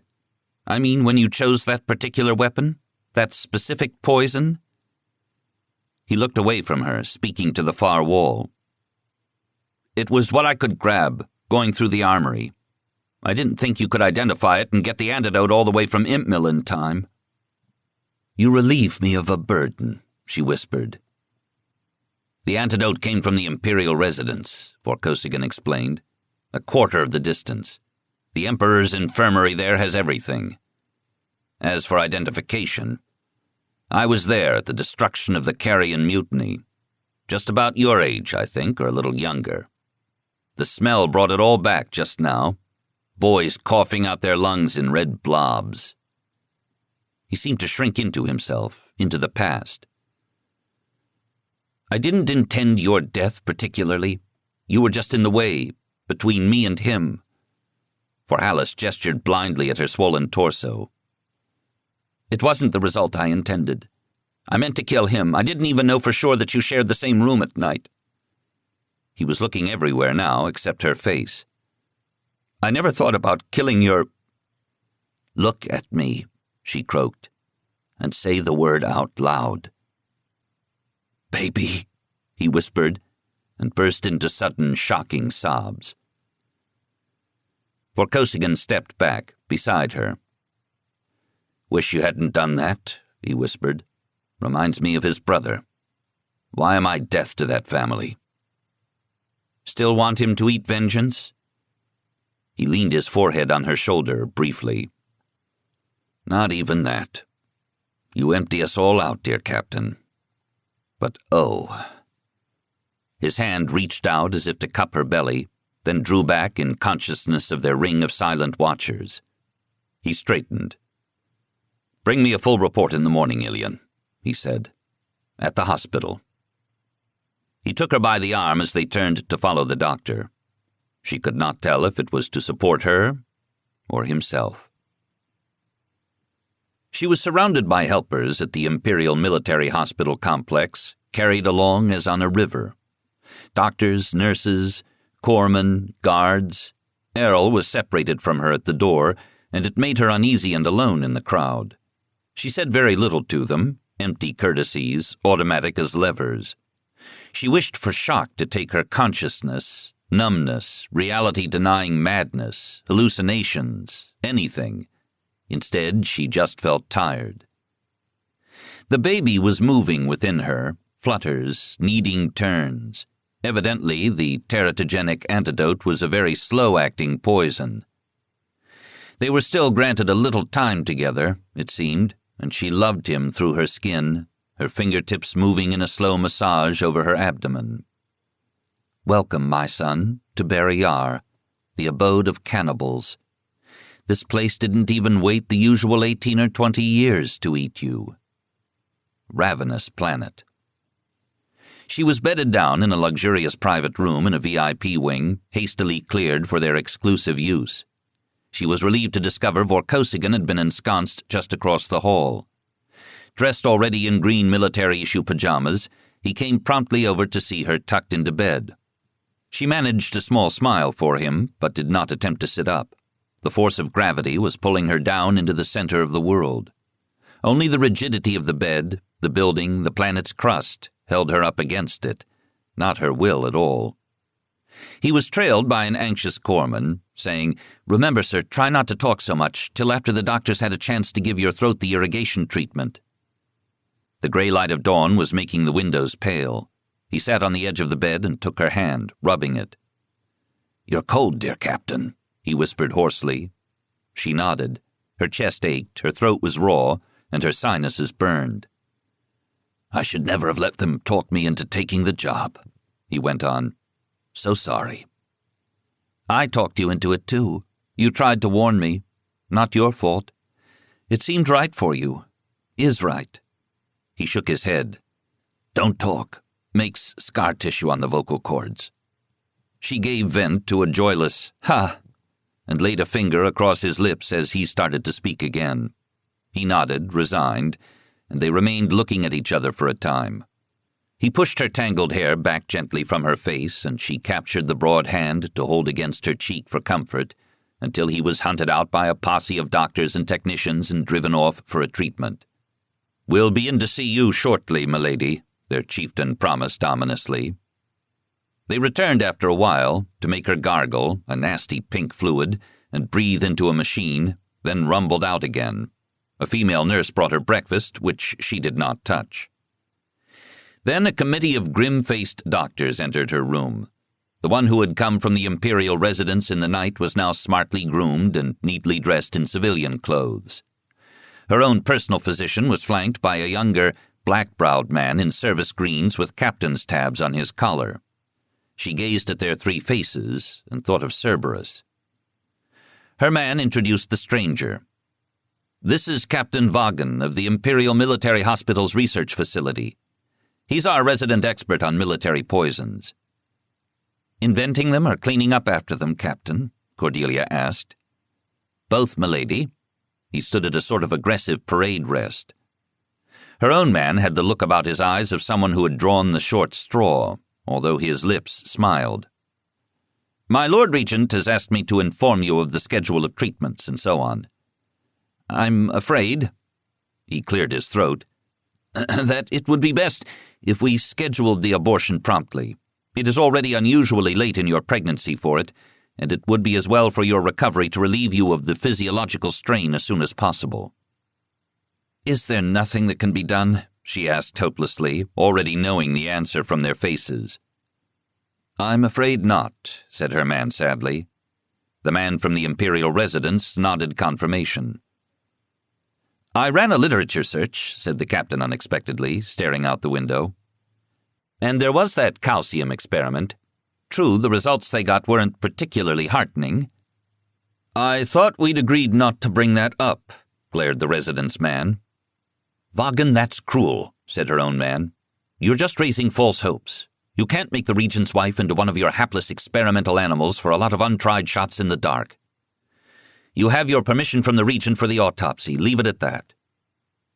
Her world turned right side up again in a second, as she looked at the face of the man with ideas.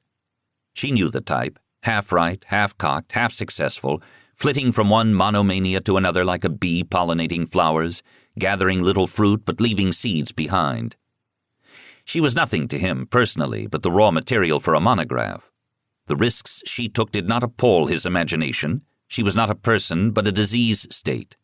She smiled upon him, slowly, wildly, knowing him then for her ally in the enemy camp. "How do you do, Dr. Vaughan?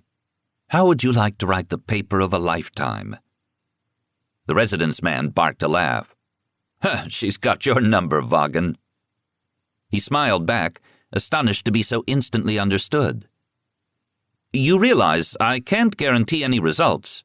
"Results?" interrupted her man. "My God, you'd better let her know what your idea of results is. Or show her the pictures. No, don't do that. Milady," he turned to her, "the treatment he's discussing was last tried 20 years ago. It did irreparable damage to the mothers. And the results?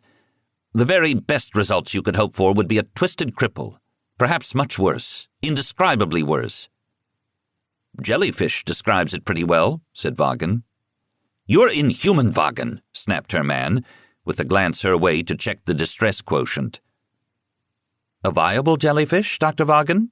asked Cordelia, intent. Maybe," he replied, inhibited by his colleague's angry glares. "But there is the difficulty of what happens to the mothers when the treatment is applied in vivo." "So, can't you do it in vitro?" Cordelia asked the obvious question. Vaughan shot a glance of triumph at her man. "It would certainly open up a number of possible lines of experiment, if it could be arranged," he murmured to the ceiling. "In vitro," said the residence man, puzzled. "How?" "What, how?" said Cordelia. "You've got 17 Escobaran-manufactured uterine replicators stored in a closet around here somewhere, carried home from the war." She turned excitedly to Vaughan. "Do you happen to know a Dr. Henri?" Vaughan nodded. "We've worked together." "Then you know all about them." "Well, not exactly all, but, in fact, he informs me that they are available. But you understand I'm not an obstetrician." "You certainly aren't," said her man.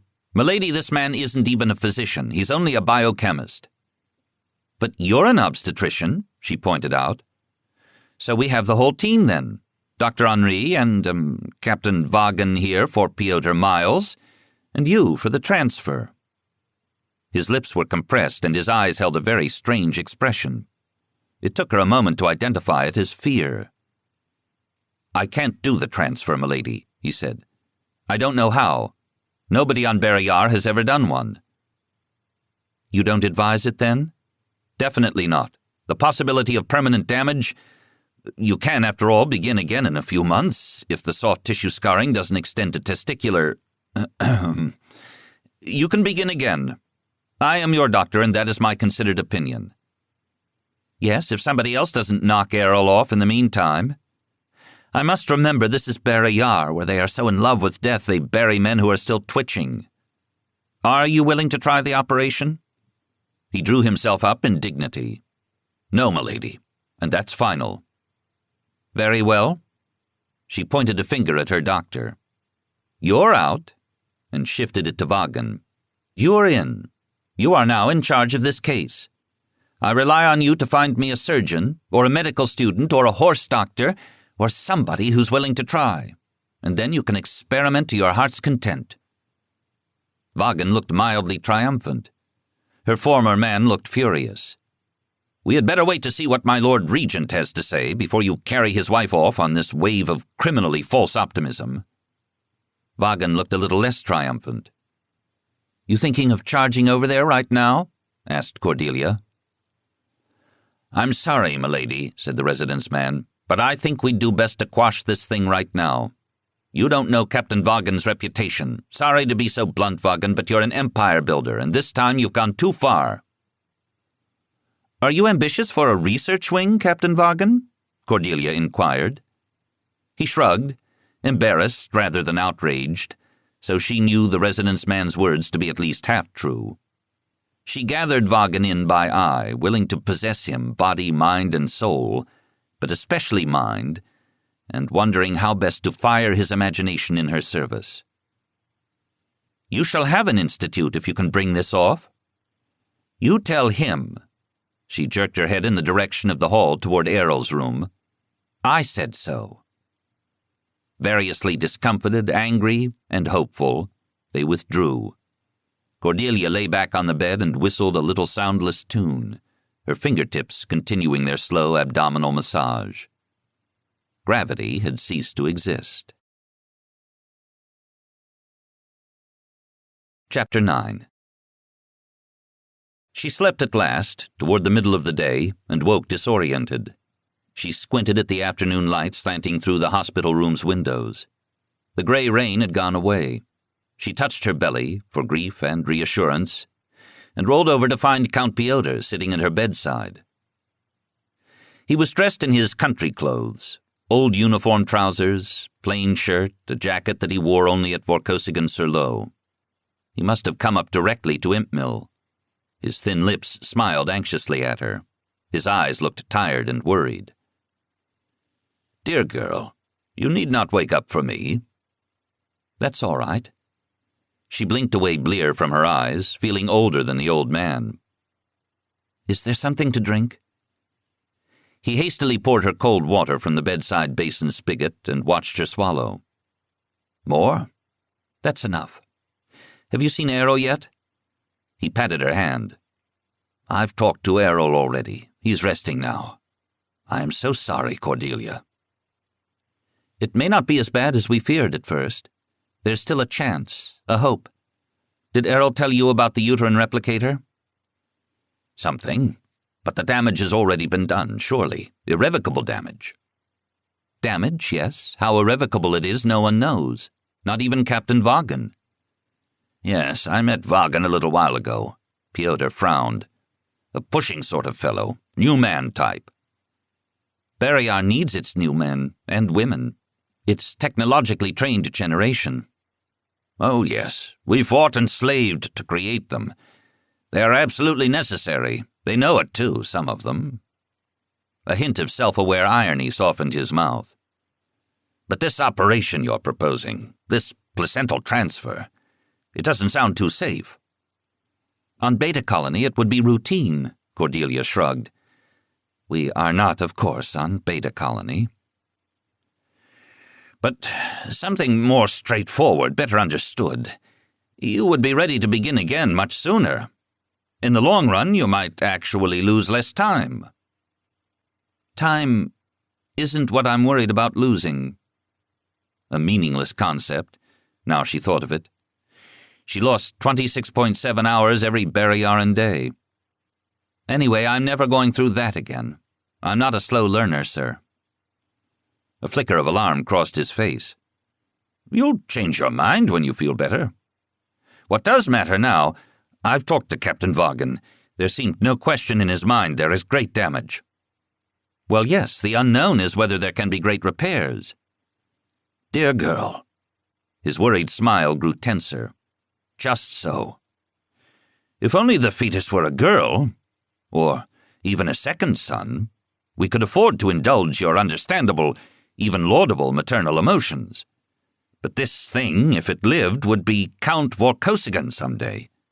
We cannot afford to have a deformed Count Vorkosigan." He sat back as if he had just made some cogent point.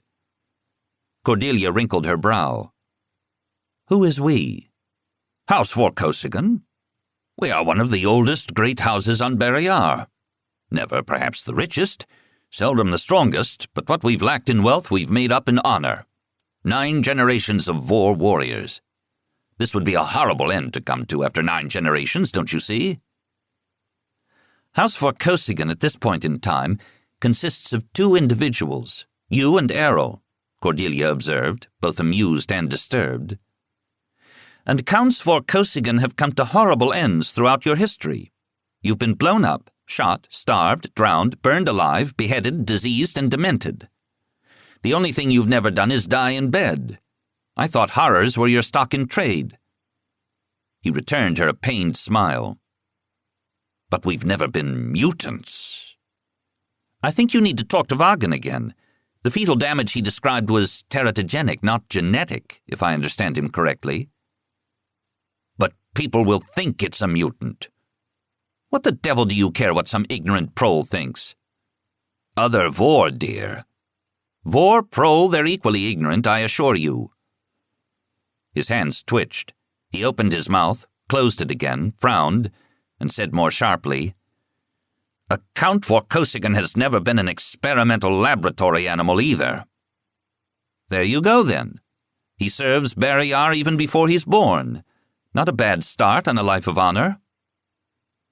Perhaps some good would come of it in the end, some knowledge gained, if not help for themselves, then for some other parent's grief. The more she thought about it, the more right her decision felt, on more than one level. Pyotr jerked his head back. For all you Batans seem soft, you have an appalling cold-blooded streak in you. Rational streak, sir. Rationality has its merits. You Barrayarans ought to try it sometime. She bit her tongue. But we run ahead of ourselves, I think, sir. There are lots of dangers, difficulties yet to come. A placental transfer this late in pregnancy is tricky even for galactics. I admit I wish there were time to import a more experienced surgeon, but there's not. Yes. It may yet die, you're right. No need to. But I'm afraid for you too, girl. Is it worth it? Was what worth what? How could she know? Her lungs burned. She smiled wearily at him and shook her head, which ached with tight pressure in her temples and neck. Father, came a raspy voice from the doorway. Errol leaned there in his green pajamas, a portable oxygenator stuck up his nose. How long had he stood there?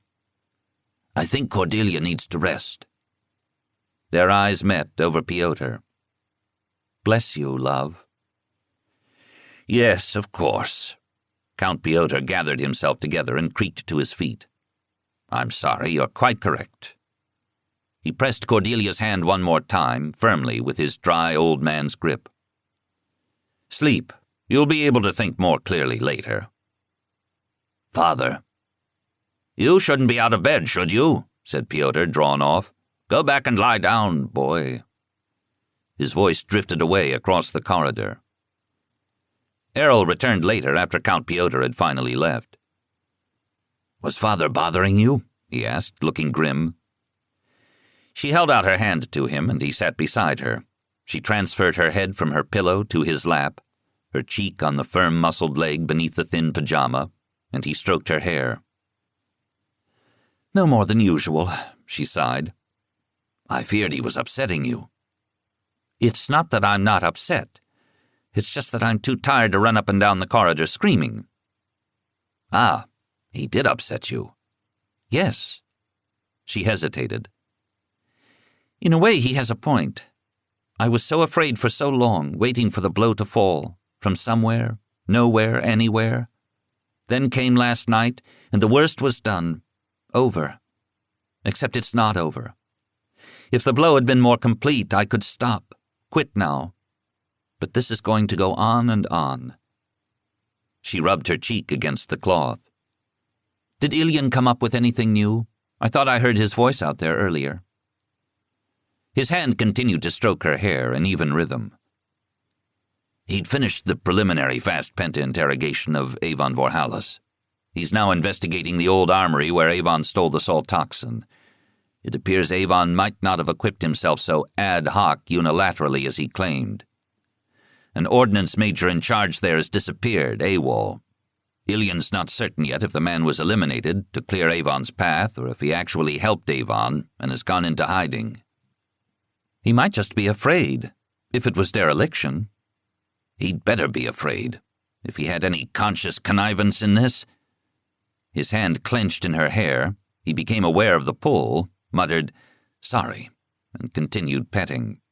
Cordelia, feeling very like an injured animal, crept deeper into his lap, her hand on his knee. "About father. If he upsets you again, send him to me.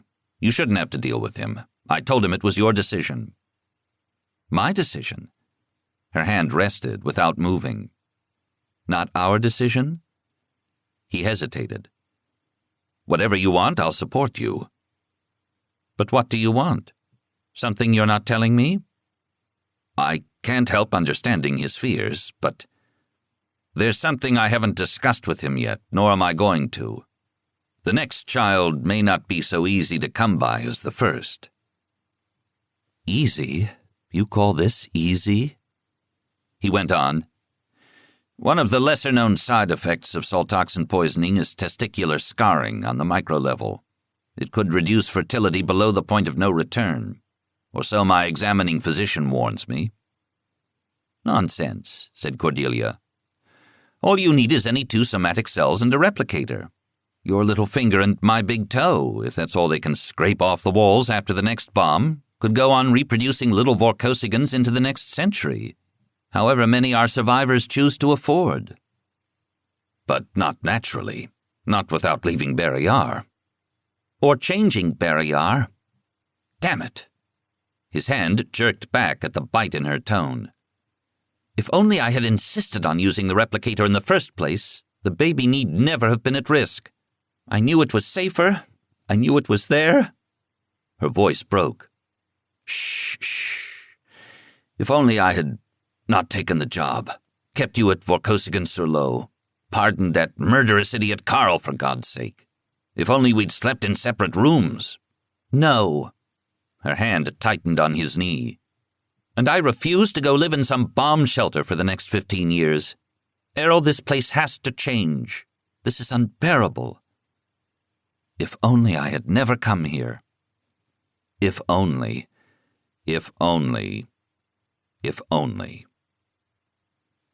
The operating room seemed clean and bright, if not so copiously equipped as galactic standard. Cordelia, wafting on her float pallet, turned her head sideways to take in as much detail as she could. Lights, monitors, an operating table with a catch basin set beneath it, a tech checking a bubbling tank of clear yellow fluid. This was not, she told herself sternly, the point of no return. This was simply the next logical step. Captain Vaughan and Dr. Henri stood sterile-garbed and waiting beyond the operating table. Next to them sat the portable uterine replicator, a metal and plastic canister 1/2 meter tall, studded with control panels and access ports. The lights on its sides glowed green and amber. Cleaned, sterilized, its nutrient and oxygen tanks recharged and ready. Cordelia eyed it with profound relief. The primitive Barrayaran back-to-the-apes-style gestation was nothing but the utter failure of reason to triumph over emotion. She'd so wanted to please, to fit in, to try to become Barrayaran. And so my child pays the price. Never again. Dr. Ritter, the surgeon, was tall and dark-haired, with olive skin and long, lean hands. Cordelia had liked his hands the first moment she saw them. Steady. Ritter and a medtech now positioned her over the operating table and shifted the float pallet out from under her. Dr. Ritter smiled reassuringly. "You're doing fine." "Of course I'm fine. We haven't even started yet," Cordelia thought irritably. Dr. Ritter was palpably nervous, though the tension somehow stopped at his elbows. The surgeon was a friend of Vaughan's, whom Vaughan had strong-armed into this after they'd spent a day running through a list of more experienced men who had refused to touch the case. Vaughan had explained it to Cordelia. "What do you call 4 big bravos with clubs in a dark alley?" "What?" "A warlord's malpractice suit." He chuckled. Vaughan's sense of humor was acid black. Cordelia could have hugged him for it. He'd been the only person to crack a joke in her presence in the last 3 days, possibly the most rational and honest person she'd met since she'd left Beta Colony. She was glad he was here. They rolled her to her side and touched her spine with the medical stun. A tingle, and her cold feet felt suddenly warm. Her legs went abruptly inert like bags of lard. "Can you feel that?" asked Dr. Ritter. "Feel what?" "Good." He nodded to the tech and they straightened her out. The tech uncovered her stomach and turned on the sterilizer field. The surgeon palpated her, cross-checking the holovid monitors for the infant's exact position within her. "Are you sure you wouldn't rather be asleep through this?" Dr. Ritter asked her for the last time. "No, I want to watch. This is my first child being born. Maybe my only child being born." He smiled wanly. "Brave girl." "Girl, hell, I'm older than you." Dr. Ritter, she sensed, would rather not be watched. Tough. Dr. Ritter paused, taking one last glance around as if mentally checklisting the readiness of his tools and people. And will and nerve, Cordelia guessed. "Come on, Ritter, my man, let's get this over with," said Vaughan, tapping his fingers impatiently. His tone was a peculiar mix, a little sarcastic, prodding lilt over an underlying warmth of genuine encouragement. "My scans show bone sloughing already underway. If the disintegration gets too far advanced, I'll have no matrix left to build from. Cut now, chew your nails later." "Chew your own nails, Vaughan," said the surgeon genially. "Jog my elbow again and I'll have my med-tech put a speculum down your throat." Very old friends, Cordelia gauged. But the surgeon raised his hands, took a breath and a grip on his vibroscalpel, and sliced her belly open in one perfectly controlled stroke. The med-tech followed his motion smoothly with the surgical hand tractor, clamping blood vessels. Scarcely a cat scratch of blood escaped. Cordelia felt pressure but no pain. Other cuts slayed open her uterus. A placental transfer was vastly more demanding than a straightforward cesarean section. The fragile placenta must be chemically and hormonally persuaded to release from the blood vessel-enriched uterus, without damaging too many of its multitude of tiny villi, then floated free from the uterine wall in a running bath of highly oxygenated nutrient solution. The replicator sponge then had to be slipped into place between the placenta and the uterine wall, and the placenta's villi at least partially induced to reinterdigitate on its new matrix, before the whole mess could be lifted from the living body of the mother and placed in the replicator. The more advanced the pregnancy, the more difficult the transfer. The umbilical cord between placenta and infant was monitored, and extra oxygen injected by hypospray as needed. On Beta Colony, a nifty little device would do this. Here, an anxious tech hovered. The tech began running the clear, bright yellow solution bath into her uterus. It filled her and ran over, trickling pink-tinged down her sides and into the catch basin. The surgeon was now working, in effect, underwater. No question about it, a placental transfer was a messy operation. "Sponge," called the surgeon softly, and Vaughan and Henri trundled the uterine replicator to her side and strung out the matrix sponge from it on its feed lines. The surgeon fiddled interminably with a tiny hand tractor, his hands out of Cordelia's line of sight as she peered down cross-eyed over her chest to her rounded, so barely rounded, belly. She shivered. Ritter was sweating. "Doctor," a tech pointed to something on a vid monitor. Said Ritter, glancing up, then continuing fiddling. The techs murmured. Vaughan and Henri murmured. Calm, professional, reassuring. She was so cold. The fluid trickling over the white dam of her skin changed abruptly from pink-tinged to bright, bright red. A splashing flow, much faster than the input feed was emitting. "Clamp that," hissed the surgeon. Cordelia caught just a glimpse beneath a membrane of tiny arms, legs, a wet dark head, wriggling on the surgeon's gloved hands, no larger than a half-drowned kitten. "Vaughan, take this thing of yours now if you want it," snapped Ritter. Vaughan plunged his gloved hands into her belly as dark whorls clouded Cordelia's vision, her head aching, exploding in sudden sparkling flashes. The blackness ballooned out, overwhelming her. The last thing she heard was the surgeon's despairing, sibilant voice. "Oh, shit!" Her dreams were foggy with pain. The worst part was the choking. She choked and wept for lack of air.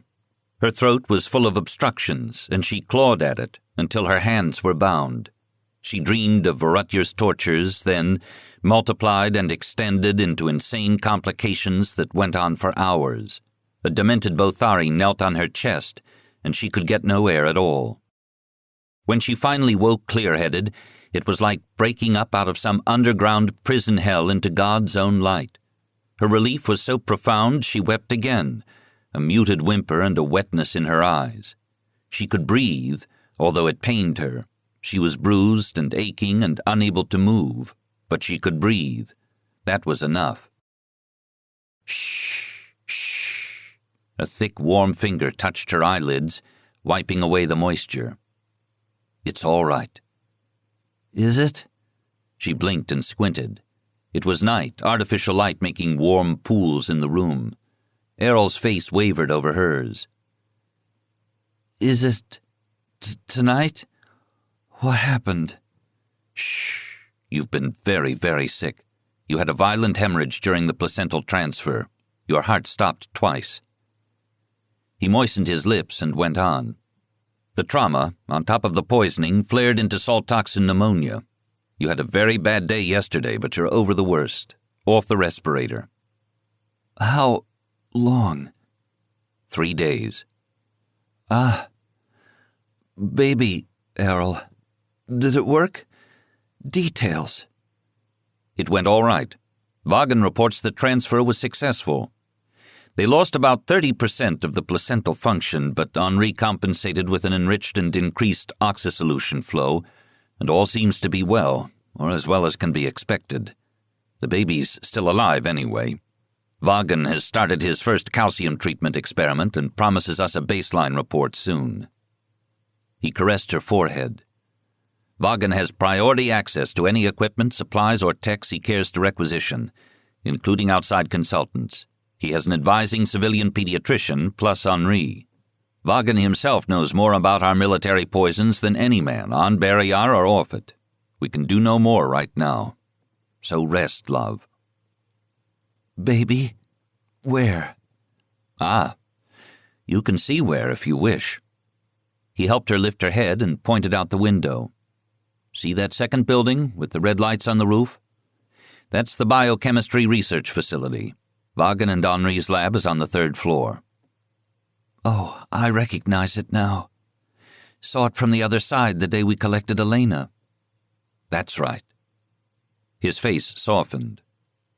Good to have you back, dear Captain. Seeing you that sick? I haven't felt that helpless and useless since I was 11 years old. That was the year Mad Yuri's death squad had murdered his mother and brother. Shh, she said in turn. No, it's all right now.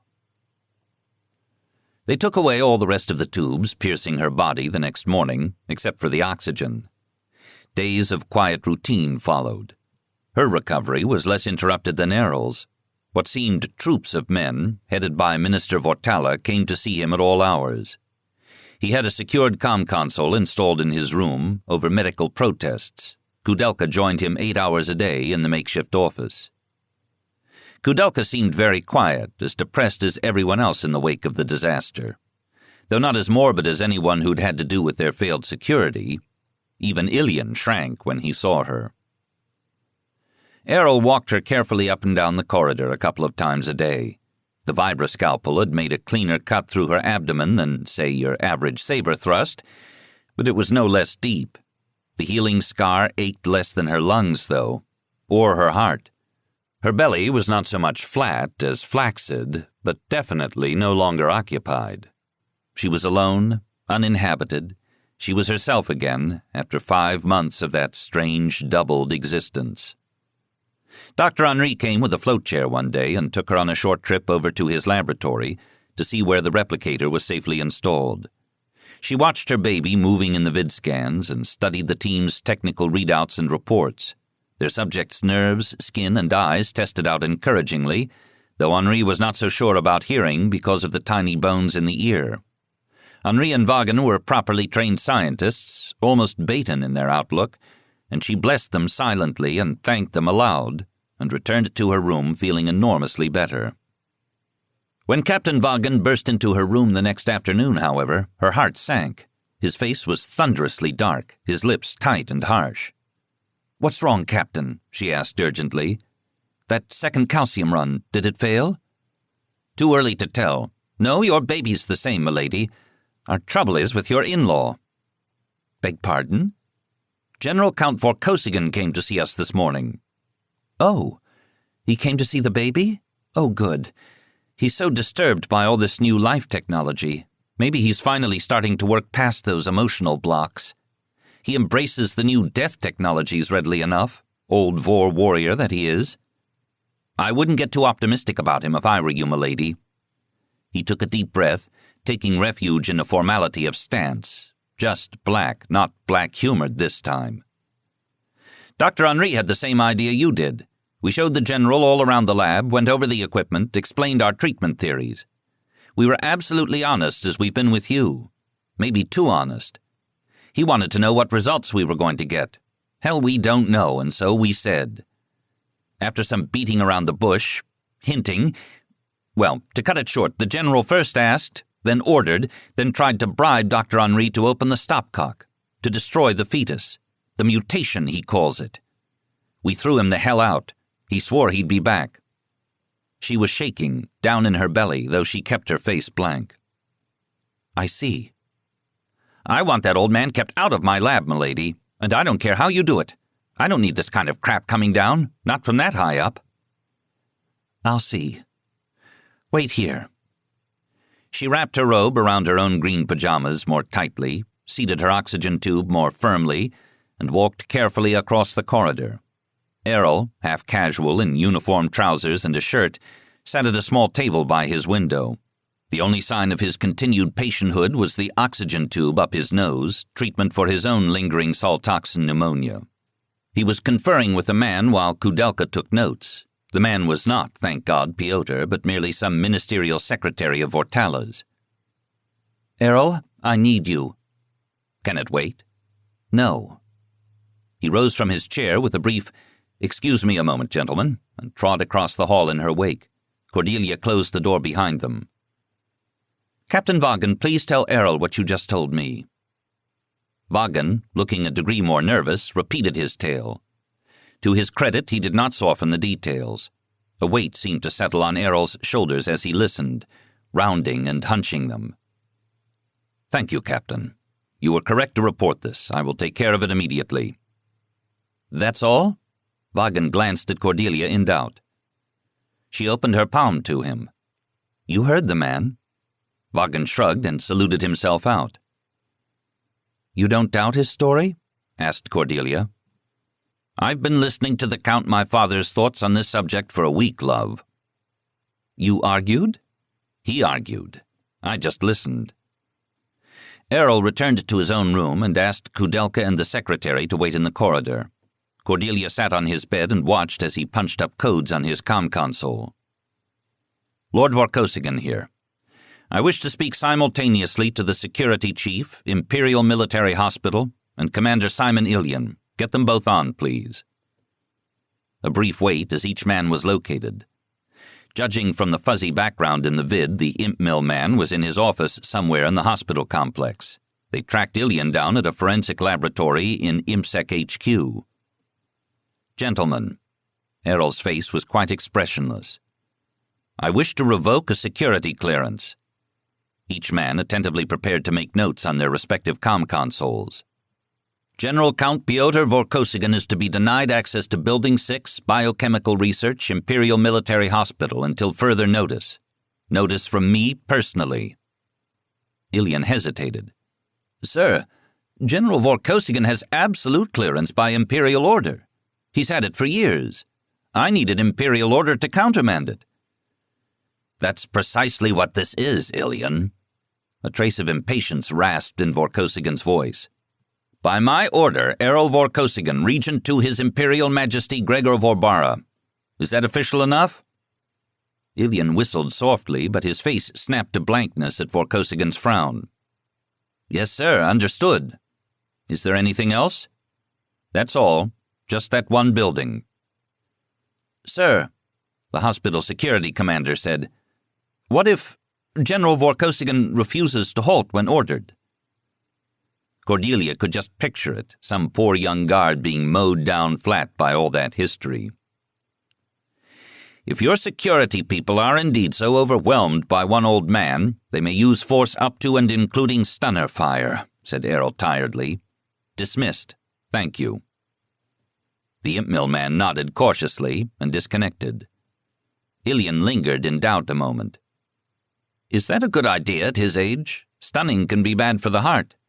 And he's not going to like it one bit when we tell him there's someplace he can't go.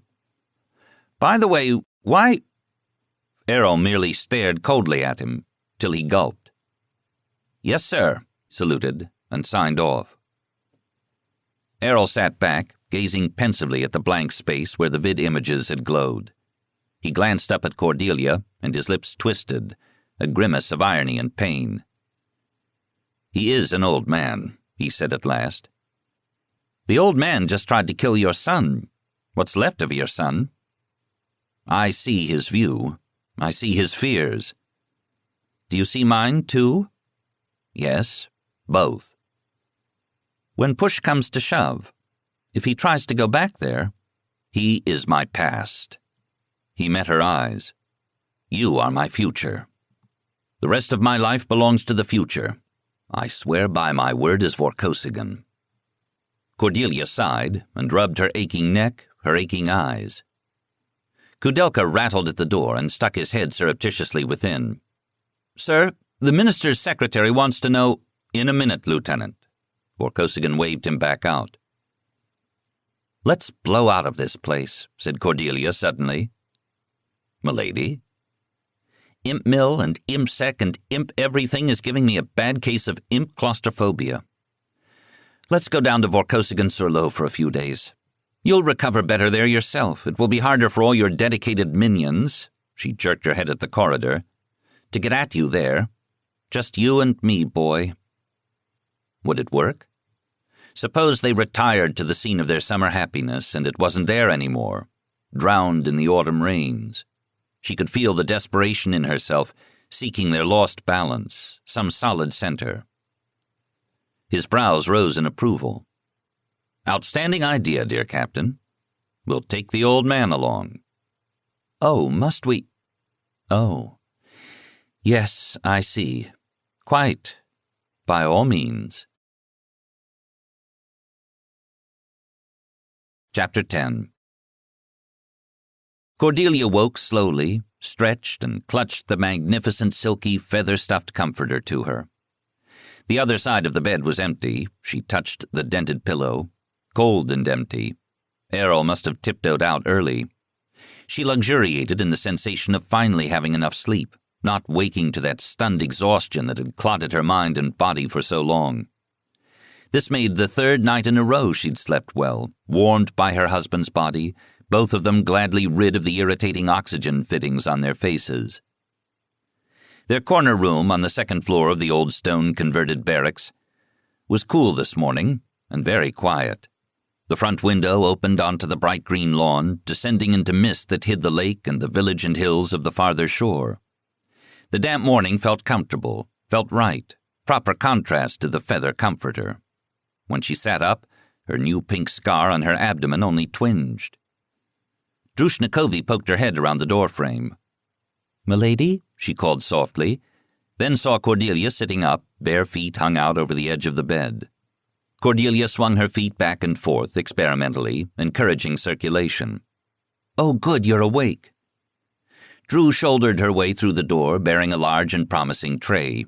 She wore one of her more comfortable dresses, with a wide swinging skirt and a warm padded vest with embroidery. Her footsteps sounded on the wide wooden floorboards, then were muffled on the hand-woven rug as she crossed the room. "I'm hungry," said Cordelia in wonder as the aromas from the tray tickled her nose. "I think that's the first time in 3 weeks." 3 weeks since that night of horrors at Vorkosigan House. Drew smiled and set the tray down at the table by the front window. Cordelia found robe and slippers and made for the coffee pot. Drew hovered, seeming ready to catch her if she fell over, but Cordelia did not feel nearly so shaky today. She seated herself and reached for steaming groats and butter and a pitcher of hot syrup the Barrayarans made from boiled-down tree sap. Wonderful food. "Have you eaten, Drew? Want some coffee? What time is it?" The bodyguard shook her blonde head. "I'm fine, milady. It's about 11's." Drushnikovi had been part of the assumed background for the past several days here at Vorkosigan-sur-Lo.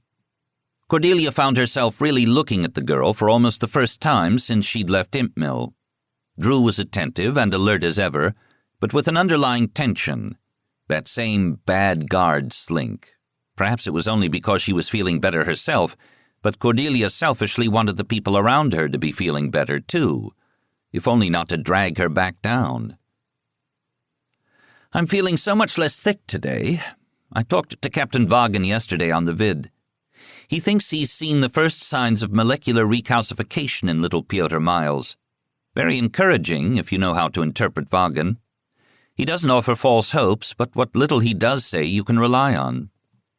Drew glanced up from her lap, fixing a responding smile on her downcast features. She shook her head. "Uterine replicators seem so strange to me, so alien." "Not so strange as what evolution laid on us. Ad lib empirical." Cordelia grinned back. "Thank God for technology and rational design. I know whereof I speak now." "Milady, how did you first know you were pregnant? Did you miss a monthly? A menstrual period? No, actually." She thought back to last summer. This very room, that unmade bed, in fact. She and Errol could begin sharing intimacies there again soon, though with some loss of piquancy without reproduction as a goal. "Errol and I thought we were all settled here last summer. He was retired, I was retired. No impediments. I was on the verge of being old for the organic method, which seemed the only one available here on Barrayar. More to the point, he wanted to start soon. So a few weeks after we were married, I went and had my contraceptive implant removed. Made me feel very wicked. At home, I couldn't have had it taken out without buying a license." "Really?" Drew listened with open-mouthed fascination. "Yes, it's a Baton legal requirement. You have to qualify for a parent's license first.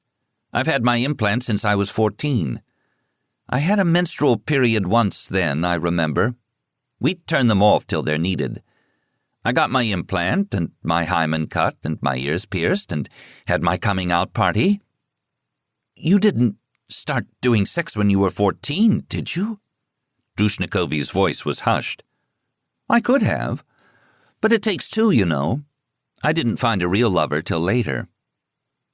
Cordelia was ashamed to admit how much later. She'd been so socially inept back then. "And you haven't changed much," she admitted wryly to herself. "I didn't think it would happen so fast," Cordelia went on.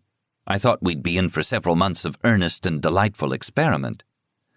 But we caught the baby first try, so I still haven't had a menstrual period here on Barrayar."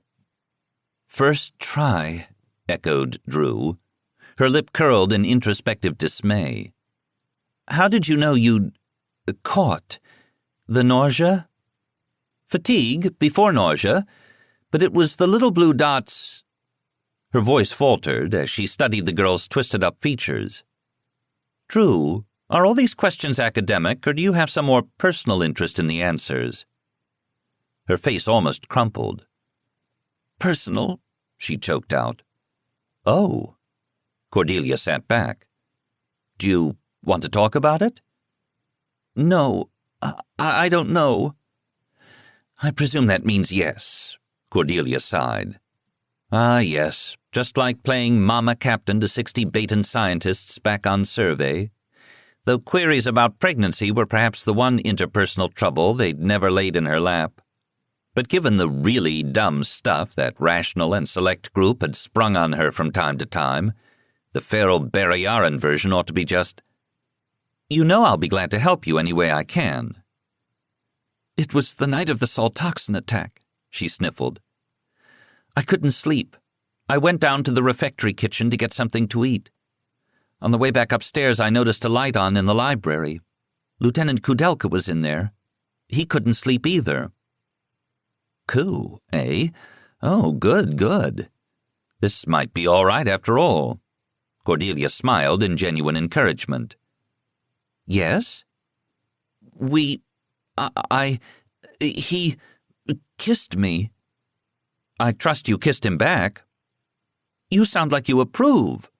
"I do. You are two of my favorite people, you and Koo. If only you'd get your head straight. But go on, there has to be more. Unless Drew was more ignorant than Cordelia believed possible." We screwed?" Cordelia suggested hopefully. "Yes, m'lady." Drew turned scarlet and swallowed. "Koo seemed so happy, for a few minutes. I was so happy for him, so excited, I didn't care how much it hurt."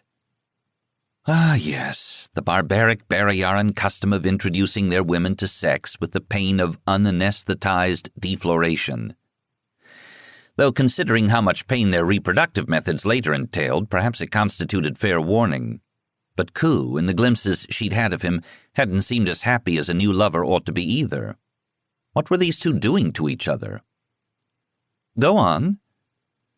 "I thought I saw a movement in the back garden out the door from the library. Then came the crash upstairs. Oh, m'lady, I'm so sorry. If I'd been guarding you instead of doing that—" "Whoa, girl. You were off duty. If you hadn't been doing that, you'd have been in bed asleep. No way is the salt toxin attack your fault, yours or Koo's. In fact, if you hadn't been up and more or less dressed, the would-be assassin might have gotten away. And we wouldn't be anticipating yet another public beheading or whatever, God help us." One part of Cordelia wished they'd gone for seconds and never looked out the damned window. But Drushnikovi had enough consequences to deal with right now without those mortal complications.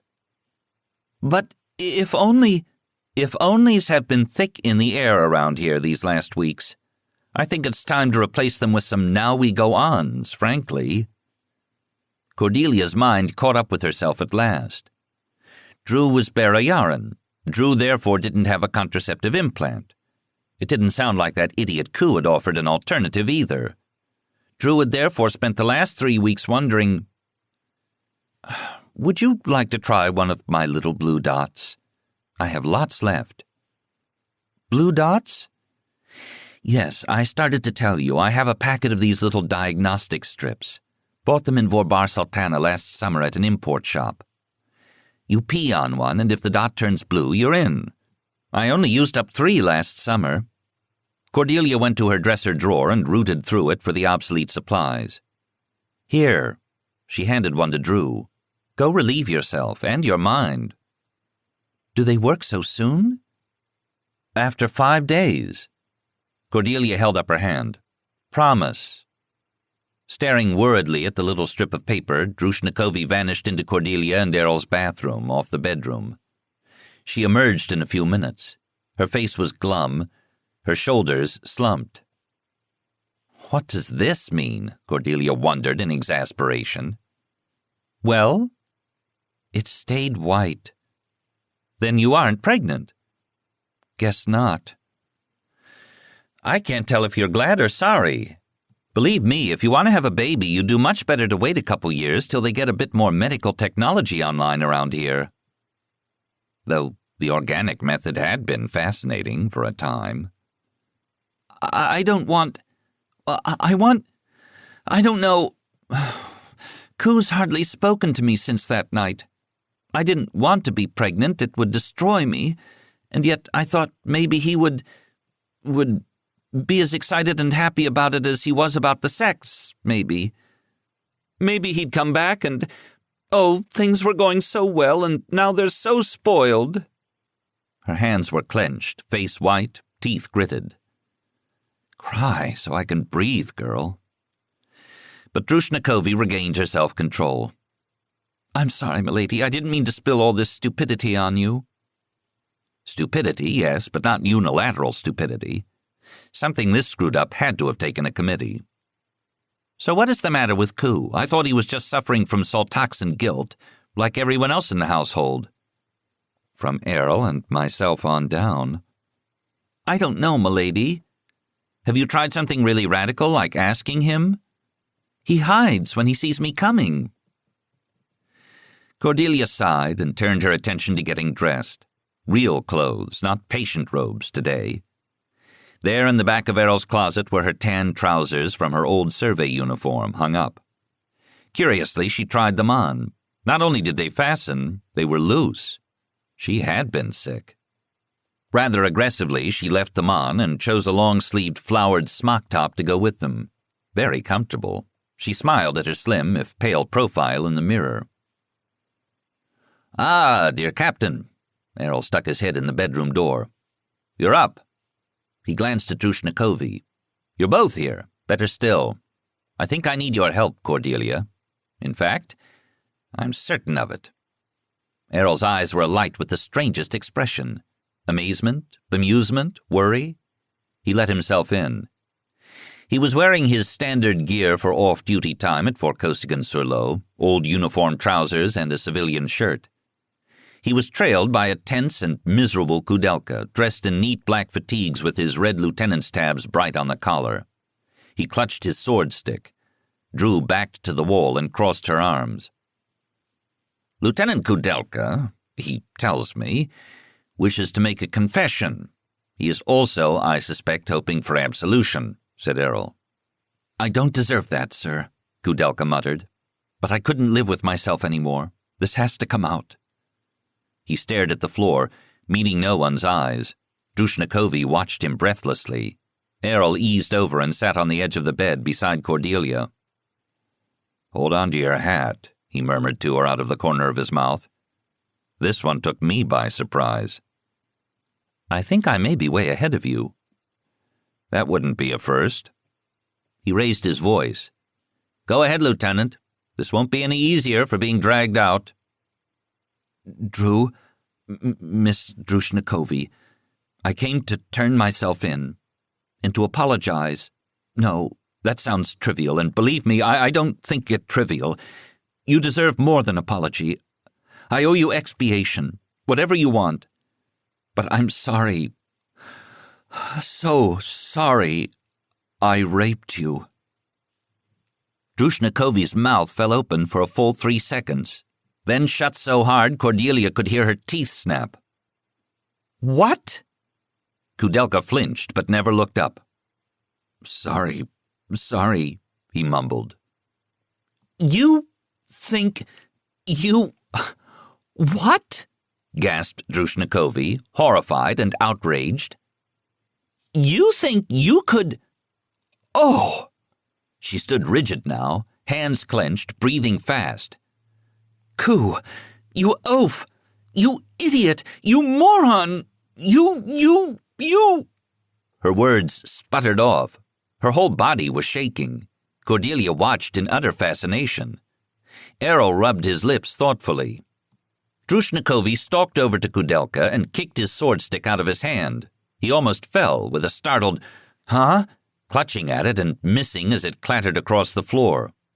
Drew slammed him expertly into the wall and paralyzed him with a nerve thrust, her fingers jammed up into his solar plexus. His breath stopped. "You goon! Do you think you could lay a hand on me without my permission? Oh, to be so... Her baffled words dissolved into a scream of outrage right next to his ear. He spasmed. "Please don't break my secretary, Drew. The repairs are expensive," said Errol mildly. "Oh!" She whirled away, releasing Kudelka. He staggered and fell to his knees. Hands over her face, biting her fingers, she stomped out the door, slamming it behind her. Only then did she sob, sharp breaths retreating up the hallway. Another door slammed. Silence. "I'm sorry, Ku," said Errol into the long lull. "But it doesn't look as though your self-accusation stands up in court." "I don't understand." Ku shook his head, crawled after his sword stick, and climbed very shakily to his feet. "Do I gather you are both talking about what happened between you the night of the Saltoxan attack?" Cordelia asked. "Yes, m'lady. I was sitting up in the library. Couldn't sleep, thought I'd run over some figures. She came in. We sat, talked, suddenly I found myself... Well, it was the first time I'd been functional since I was hit by the nerve disruptor. I thought it might be another year or forever. I panicked. I just panicked. I took her right there. Never asked, never said a word. And then came the crash from upstairs, and we both ran out into the back garden, and she never accused me next day. I waited and waited. But if he didn't rape her, why did she get so angry just now? Asked Errol. But she's been mad, said Kudelka. The looks she's given me these last 3 weeks. The looks were fear, Ku, Cordelia advised him. Yes, that's what I thought. Because she was afraid she was pregnant, not because she was afraid of you, Cordelia clarified. Oh. Kudelka's voice went small. She's not, as it happens. Ku echoed himself with another small oh. But she's mad at you now, and I don't blame her. But if she doesn't think what reason? You don't see it? She frowned at Errol. You either? Well, it's because you just insulted her, Ku. Not then, but right now in this room. And not just in slighting her combat prowess. What you just said revealed to her for the first time that you were so intent on yourself that night you never saw her at all. Bad, Ku, very bad. You owe her a profound apology. Here she was, giving her Barrayar and all to you, and you so little appreciated what she was doing you didn't even perceive it. His head came up suddenly. Gave me? Like some charity? Gift of the gods, more like, murmured Errol, lost in some appreciation of his own. I'm not a... Kudelka's head swiveled toward the door. Are you saying I should run after her? Crawl, actually, if I were you, recommended Errol. Crawl fast, slither under her door, go belly up, let her stomp on you till she gets it out of her system. Then apologize some more. You may yet save the situation. Errol's eyes were openly alight with amusement now. What do you call that? Total surrender? Said Ku indignantly. No, I'd call it winning. His voice grew a shade cooler. I've seen the war between men and women descend to scorched earth heroics, pyres of pride. You don't want to go down that road, I guarantee it. Milady, you're laughing at me. Stop. Then stop making yourself ridiculous, said Cordelia sharply. Get your head out of your ass. Think for 60 consecutive seconds about somebody besides yourself. Milady, milord. His teeth were gritted now with frozen dignity. He bowed himself out, well slapped, but he turned the wrong way in the hallway, the opposite direction to which Drushnikovi had fled, and clattered down the end stairs. Errol shook his head helplessly as Kudelka's footsteps faded. A splutter escaped him. Cordelia punched him softly on the arm. Stop that. It's not funny to them. Their eyes met. She sniggered, then caught her breath firmly. Good heavens, I think he wanted to be a rapist. Odd ambition. Has he been hanging around with Bothari too much? This slightly sick joke sobered them both. Errol looked thoughtful. I think Ku was flattering his self-doubts, but his remorse was sincere. Sincere, but a trifle smug. I think we may have coddled his self-doubts long enough. It may be time to kick his tail. Errol's shoulders slumped wearily. He owes her, no doubt. Yet what should I order him to do? It's worthless if he doesn't pay freely. Cordelia growled agreement.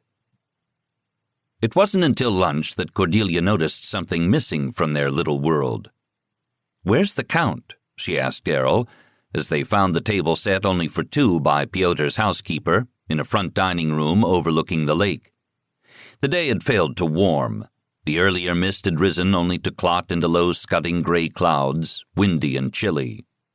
Cordelia had added an old black fatigue jacket of Errol's over her flowered blouse. "I thought he went to the stables for a training session with that new dressage prospect of his," said Errol, also regarding the table uneasily. "That's what he told me he was going to do." The housekeeper, bringing in soup, volunteered, "No, my lord, He went off in the ground car early with 2 of his men." "Oh, excuse me." Errol nodded to Cordelia and rose and exited the dining room to the back hall. One of the storerooms on the back side of the house, wedged into the slope, had been converted into a secured comm center, with a double-scrambled comm console and a full-time IMSEC guard outside its door. Errol's footsteps echoed down the hall in that direction. Cordelia took one bite of soup, which went down like liquid lead, set her spoon aside, and waited. She could hear Errol's voice in the quiet house and electronically tinged responses in some stranger's tones, but too muffled for her to make out the words. After what seemed a small eternity, though in fact the soup was still hot, Errol returned, bleak-faced. "Did he go up there?" Cordelia asked. "To Imp Mill?" "Yes. He's been and left." "It's all right." His heavy jaw was set. "Meaning the baby's all right?" "Yes, he was denied admittance. He argued a while. He left. Nothing worse." He began glumly spooning soup. The Count returned a few hours later. Cordelia heard the fine whine of his ground car pass up the drive and around the north end of the house, pause, a canopy open and close, and the car continue on to the garages, sited over the crest of the hill near the stables. She was sitting with Errol in the front room with the new big windows. He had been engrossed in some government report on his hand viewer, but at the sound of the closing canopy put it on pause and waited with her, listening, as hard footsteps passed rapidly around the house and up the front steps. Errol's mouth was taut with unpleased anticipation, his eyes grim. Cordelia shrank back in her chair and steeled her nerves. Count Piotr swung into their room and stood, feet planted. He was formally dressed in his old uniform with his general's rank insignia. "There you are." The liveried man trailing him took one uneasy glance at Errol and Cordelia and removed himself without waiting to be dismissed. Count Piotr didn't even notice him go. Piotr focused on Errol first. You dared to shame me in public, entrap me." "You shamed yourself, I fear, sir. If you had not gone down that path, you would not have found that trap." Piotr's tight jaw worked this one over, the lines in his face grooved deep. Anger, embarrassment struggling with self-righteousness. Embarrassed as only one in the wrong can be. He doubts himself, Cordelia realized. A thread of hope. Let us not lose that thread. It may be our only way out of this labyrinth. The self-righteousness took ascendance. "I shouldn't have to be doing this," snarled Piotr. "It's women's work, guarding our genome." "Was women's work in the time of isolation," said Errol in level tones. "When the only answer to mutation was infanticide, now there are other answers." How strange women must have felt about their pregnancies, never knowing if there was life or death at the end of them, Cordelia mused. One sip from that cup was all she desired for a lifetime, and yet Barrayaran women had drained it to the dregs over and over. The wonder was not that their descendants' culture was chaotic, but that it wasn't more completely insane. "You fail all of us when you fail to control her," said Piotr. "How do you imagine you can run a planet when you cannot run your own household?" One corner of Errol's mouth twisted up slightly. "Indeed, she is difficult to control. She escaped me twice. Her voluntary return still astounds me." "Awake to your duties. To me as your count, if not as your father. You are liege sworn to me. Do you choose to obey this off-worlder woman before me?" "Yes." Errol looked him straight in the eye. His voice fell to a whisper. "That is the proper order of things." Piotr flinched. Errol added dryly, "Attempting to switch the issue from infanticide to obedience will not help you, sir. You taught me specious rhetoric chopping yourself." "In the old days, you could have been beheaded for less insolence." "Yes, the present setup is a little peculiar. As a count's heir, my hands are between yours, but as your regent, your hands are between mine. Oath stalemate. In the old days, we could have broken the deadlock with a nice little war." He grinned back, or at least bared his teeth. Cordelia's mind gyrated. One day only, the irresistible force meets the immovable object. Tickets, 5 marks. The door to the hallway swung open, and Lieutenant Kudelka peered nervously within. "Sir, sorry to interrupt. I'm having trouble with the comm console. It's down again." "What sort of trouble, Lieutenant?" Vorkosigan asked, wrenching his attention around with an effort. "The intermittency?"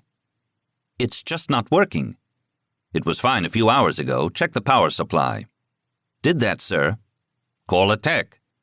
"I can't without the comm console." "Ah, yes. Get the guard commander to open it up for you, then. See if the trouble is anything obvious. Then send for a tech on his clearlink." "Yes, sir." Kudelka backed out after a wary glance at the 3 tense people still frozen in their places waiting for him to withdraw. The Count wouldn't quit. "I swear I will disown it. That thing in the can at Imp Mill. Utterly disinherit it." "Not an operative threat, sir. You can only directly disown me, by an imperial order, which you would have to humbly petition, me for." His edged smile gleamed. "I would, of course, grant it to you." The muscles in Piotr's jaw jumped. Not the irresistible force and the immovable object after all, but the irresistible force and some fluid sea. Piotr's blows kept failing to land, splashing past helplessly. Mental judo. He was off balance and flailed for his center, striking out wildly now. "Think of Barrayar. Think of the example you're setting." "Oh," breathed Errol. "That I have." He paused. "We have never led from the rear, you or I. Where a Vorkosigan goes, maybe others might not find it so impossible to follow. A little personal, social engineering. Maybe for galactics. But our society can't afford this luxury. We barely hold our own as it is. We cannot carry the dead weight of millions of dysfunctionals." "Millions?" Errol raised a brow. "Now you extrapolate from 1 to infinity. A weak argument, sir, unworthy of you." "And surely," said Cordelia quietly, "how much is bearable each individual carrying his or her own burden must decide." Piotr swung on her. "Yes, and who is paying for all this, eh? The Imperium. Vagan's laboratory is budgeted under military research. All Barrayar is paying for prolonging the life of your monster." Discomfited, Cordelia replied, "Perhaps it will prove a better investment than you think." Piotr snorted, his head lowered mulishly, hunched between his skinny shoulders. He stared through Cordelia at Errol. "You are determined to lay this on me. On my house. I cannot persuade you otherwise. I cannot order you." "Very well. You're so set on change. Here's a change for you. I don't want my name on that thing. I can deny you that, if nothing else." Errol's lips were pinched, nostrils flaring, but he never moved in his seat. The viewer glowed on, forgotten in his still hands. He held his hands quiet and totally controlled, not permitting them to clench. "Very well, sir." "Call him Miles Naismith Vorkosigan, then," said Cordelia, feigning calm over a sick and trembling belly. "My father will not begrudge it." "Your father is dead," snapped Piotr. "Smeared to bright plasma in a shuttle accident more than a decade ago." She sometimes fancied, when she closed her eyes, that she could still sense his death imprinted on her retina in magenta and teal. "Not wholly. Not while I live, and remember." Piotr looked as if she just hit him in his Barrayaran stomach. Barrayaran ceremonies for the dead approached ancestor worship, as if remembrance could keep the souls alive. Did his own mortality run chill in his veins today? He had gone too far and knew it, but could not back down. Nothing wakes you up. Try this, then." He straddled the floor, boots planted, and glared at Errol. "Get out of my house. Both houses, Vorkosigan house too. Take your woman and remove yourself. Today." Errol's eyes flicked only once around his childhood home. He set the viewer carefully aside and stood. "Very well, sir." Piotr's anger was anguished. "You'd throw away your home for this?" "My home is not a place. It is a person, sir," Errol said gravely. Then added reluctantly, "People." Meaning Piotr as well as Cordelia. She sat bent over, aching with the tension. Was the old man stone? Even now, Errol offered him gestures of courtesy that nearly stopped her heart. "You will return your rents and revenues to the district purse," said Pyotr desperately. "As you wish, sir." Errol headed for the door. Pyotr's voice went smaller. "Where will you live?" "Ilian has been urging me for some time to move to the imperial residence for security reasons. Avon Vorhalis has persuaded me Ilian is right." Cordelia had risen when Errol did. She went now to the window and stared out over the moody gray, green, and brown landscape. Whitecaps foamed on the pewter water of the lake. The Barrayar in winter was going to be so cold. "So, you set yourself up with imperial airs after all, eh?" jibed Pyotr. "Is that what this is, hubris?" Errol grimaced in profound irritation. "On the contrary, sir. If I'm to have no income but my admiral's half-pay, I cannot afford to pass up rent-free quarters." A movement in the scudding clouds caught Cordelia's eye. She squinted uneasily. "What's wrong with that light flyer?" she murmured half to herself.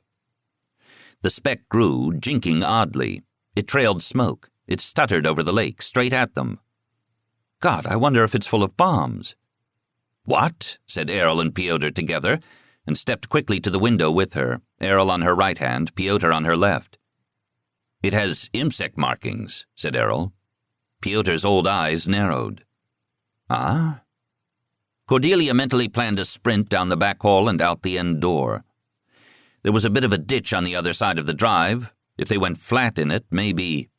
But the light flyer was slowing at the end of its trajectory. It wobbled toward a landing on the front lawn. Men in Vorkosigan livery and IMSEC green and black cautiously surrounded it. The flyer's damage was clearly visible now. A plasma-slagged hole, black smears of soot, warped control surfaces. It was a miracle it flew at all. "Who?" said Errol. Pyotr's squint sharpened as a glimpse of the pilot winked through the damaged canopy. "Ye gods, it's Negri." "But who's that with—" "Come on!" Errol flung over his shoulder, running out the door. They charged in his wake, around into the front hall, bursting out the door and churning down the green slope. The guards had to pry open the warped canopy. Negri fell into their arms. They laid him on the grass. He had a grotesque burn a meter long on the left side of his body and thigh. His green uniform melted and charred away to reveal bleeding white bubbles, cracked open flesh. He shivered uncontrollably. The short figure strapped into the passenger seat was Emperor Gregor. The 5-year-old boy was weeping in terror, not loudly, just muffled, gulping, suppressed whimpers. Such self-control in one so young seemed sinister to Cordelia. He should be screaming. She felt like screaming. He wore ordinary play clothes, a soft shirt and pants in dark blue. He was missing one shoe. An IMSEC guard unhooked his seatbelt and dragged him out of the flyer. He cringed from the man and stared at Negri in utter horror and confusion. "Did you think adults were indestructible, child?" Cordelia grieved. Ku and Drew materialized from their separate holes in the house to goggle along with the rest of the guards. Gregor spotted Drushnikovi and flew to her like an arrow to wind his hands tightly in her skirt. "Drushi, help!" His crying dared to become audible then. She wrapped her arms around him and lifted him up. Errol knelt by the injured IMSEC chief. "Negri, what happened?" Negri reached up and grabbed his jacket with his working right hand. "He's trying for a coup in the capital. His troops took IMSEC, took the comm center. Why didn't you respond? HQ surrounded, infiltrated, bad fighting now at the Imperial residence. We were on to him, about to arrest. He panicked, struck too soon. I think he has Kareen." Pyotr demanded, "Who has Negri, who?" "Vordarian." Errol nodded grimly. "Yes." "You take the boy," gasped Negri. "He's almost on top of us." His shivers oscillated into convulsions, his eyes rolling back whitely. His breath stuttered in resonant chokes. His brown eyes refocused in sudden intensity. "Tell Azar." The convulsions took him again. racking his thick body. Then they stopped. All stop. He was no longer breathing. Chapter 11. "Sir," said Kudelka urgently to Vorkosigan, "the secured com-console was sabotaged." The ImpSec guard commander at his elbow nodded confirmation. "I was just coming to tell you." Kudelka glanced fearfully at Negri's body laid out on the grass. Two ImpSec men now knelt beside it, frantically applying first aid, heart massage, oxygen, and hypospray injections. But the body remained flaccid under their pummeling, the face waxy and inert. Cordelia had seen death before and recognized the symptoms. "No good, fellows. You won't call this one back. Not this time. He's gone to deliver that last message to Azar in person." Negri's last report. "What time frame on the sabotage?" demanded Vorkosigan. "Delayed or immediate?" "It looked like immediate," reported the guard commander. "No sign of a timer or device. Somebody just broke open the back and smashed it up inside." Everyone's eyes went to the ImpSec man who had been assigned the guard post outside the com-console room. He stood, dressed like most of the others in black fatigues, disarmed between two of his fellows. They had followed their commander out when the uproar began on the front lawn. The prisoner's face was about the same lead-gray color as Negri's, but animated by flickering fear. "And?" Vorkosigan said to the guard commander. "He denies doing it," shrugged the commander. "Naturally." Vorkosigan looked at the arrestee. "Who went in after me?" The guard stared around wildly. He pointed abruptly at Drushnikovi, still holding the whimpering Gregor. "Her!" "I never," said Drew indignantly. Her clutch tightened. Vorkosigan's teeth closed. "Well, I don't need fast penta to know that one of you is lying. No time now. Commander, arrest them both. We'll sort it out later." Vorkosigan's eyes anxiously scanned the northern horizon. "You," he pointed to another ImpSec man, "assemble every piece of transport you can find. We evacuate immediately. You," this to one of Piotr's armsmen, "go warn them in the village. Ku, grab the files, take the plasma arc, and finish melting down that com-console and get back to me." Kudelka, with one anguished look back over his shoulder at Drushnikovi, stumped off toward the house. Drew stood stiffly, stunned and angry and frightened, the cold wind fluttering her skirts. Her brows drew down at Vorkosigan. She scarcely noticed Kudelka's departure. "You going to Hasadar first?" said Pyotr to his son in a strange, mild tone. "Right. Hasadar, the Vorkosigan's district capital. Imperial troops were quartered there. A loyal garrison." "Not planning to hold it, I trust," said Pyotr. "Of course not. Hasadar," Vorkosigan's wolf grin winked on and off, "shall be my first gift to Commodore Vordarian." Pyotr nodded as if satisfied. Cordelia's head spun. Despite Negri's surprise, neither Pyotr nor Errol seemed at all panicked. No wasted motion, no wasted words. "You," said Errol to Pyotr in an undertone. "Take the boy." Pyotr nodded. "Meet us. No, don't even tell me where. You contact us." "Right. Take Cordelia." Pyotr's mouth opened. It closed, saying only, "Ah." "And Sergeant Bothari. For Cordelia. Drew being temporarily off duty." "I must have Esterhazy then," said Pyotr. "I'll want the rest of your men," said Errol. "Right." Pyotr took his armsman Esterhazy aside and spoke to him in low tones. Esterhazy departed upslope at a dead run. Men were scattering in every direction as their orders proliferated down their command chain.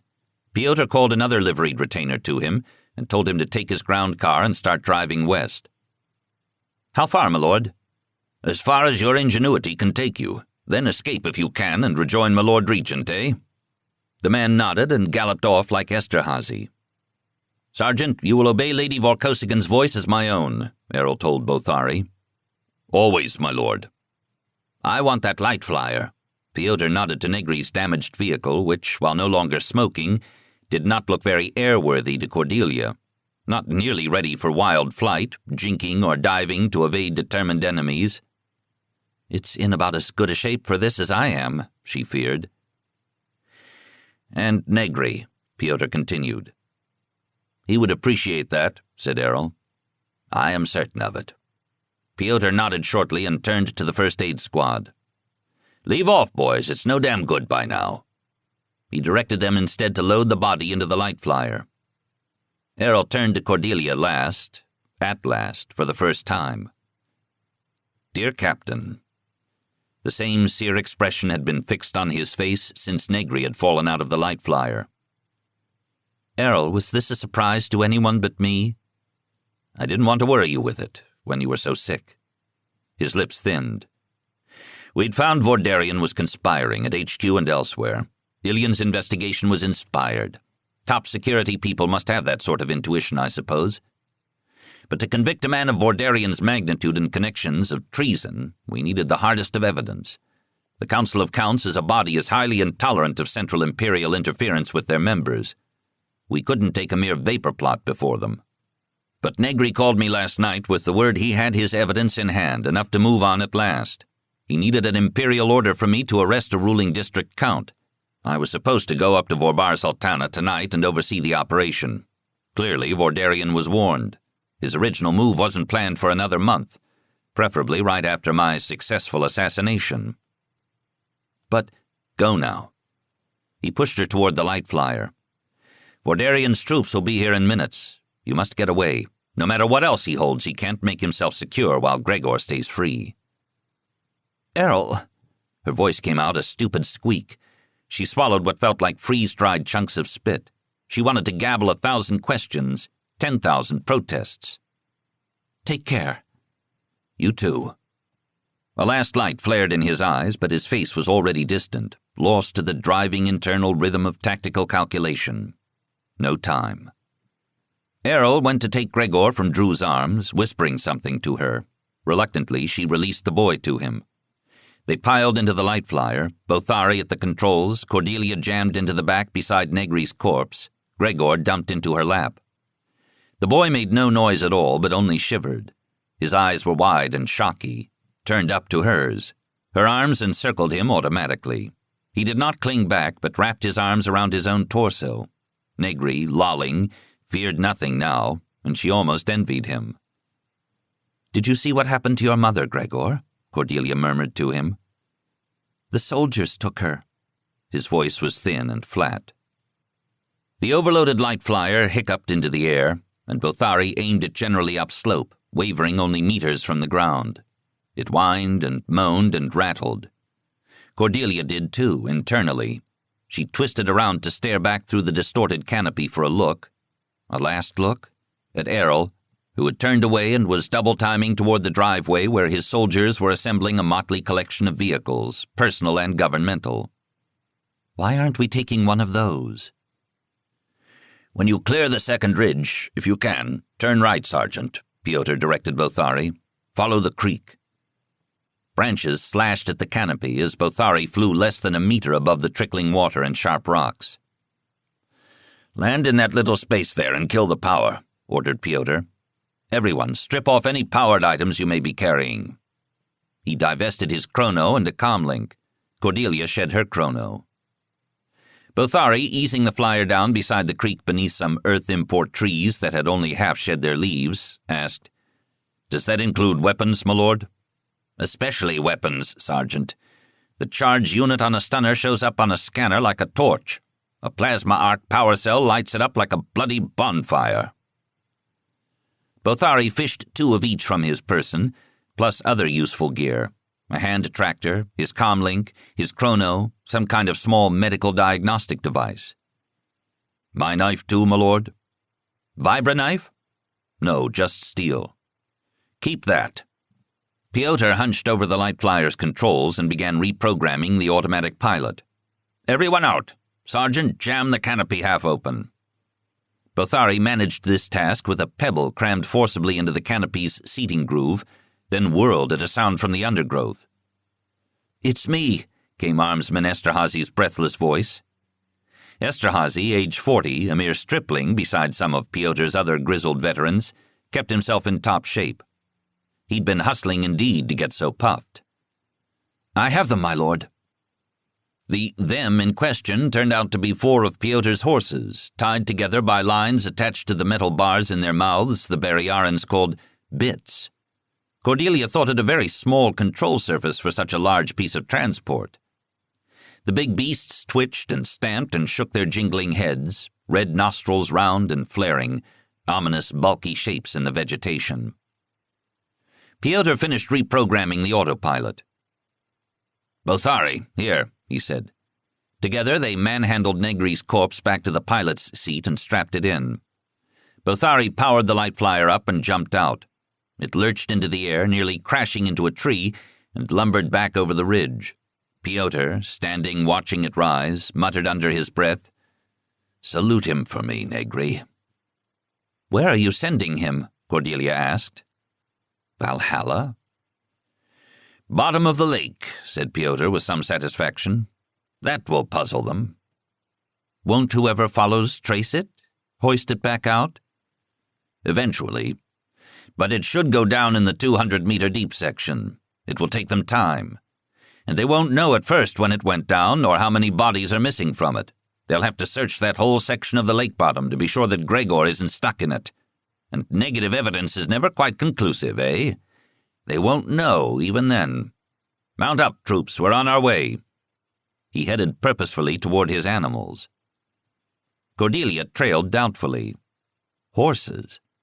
Would one call them slaves, symbionts, or commensals? The one toward which Esterhazy aimed her stood 5 feet high at the top. He stuck its lines into her hands and turned away. Its saddle was at the level of her chin, and how was she supposed to levitate up there? The horse looked much larger at this range than when idling around decoratively at a distance in its pasture. The brown fur-covered skin of its shoulder shuddered suddenly. "Oh, God!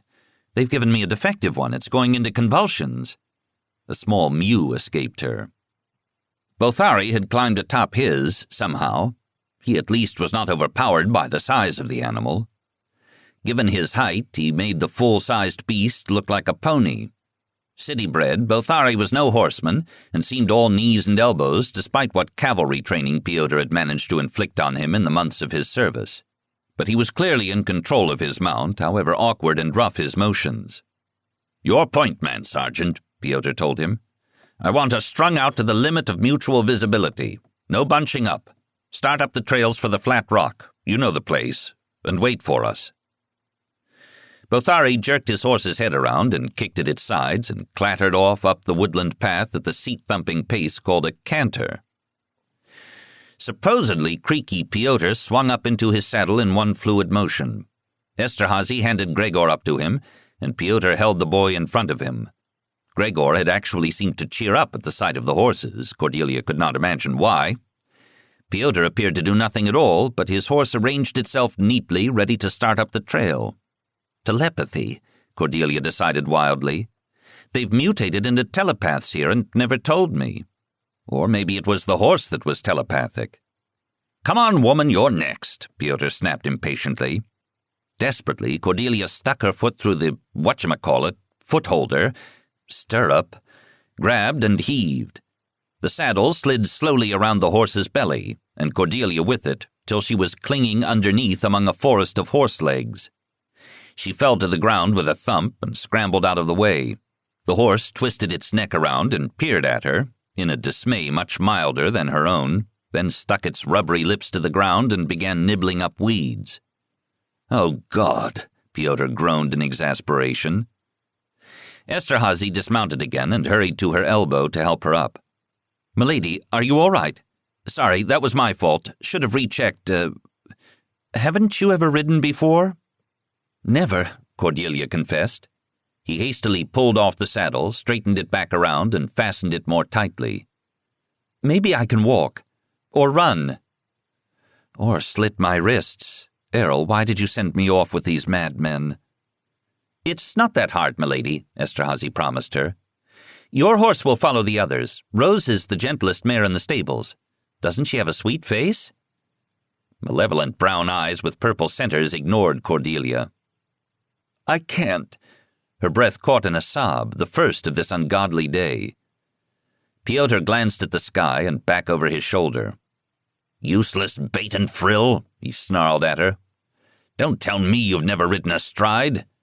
His teeth bared. "Just pretend it's my son."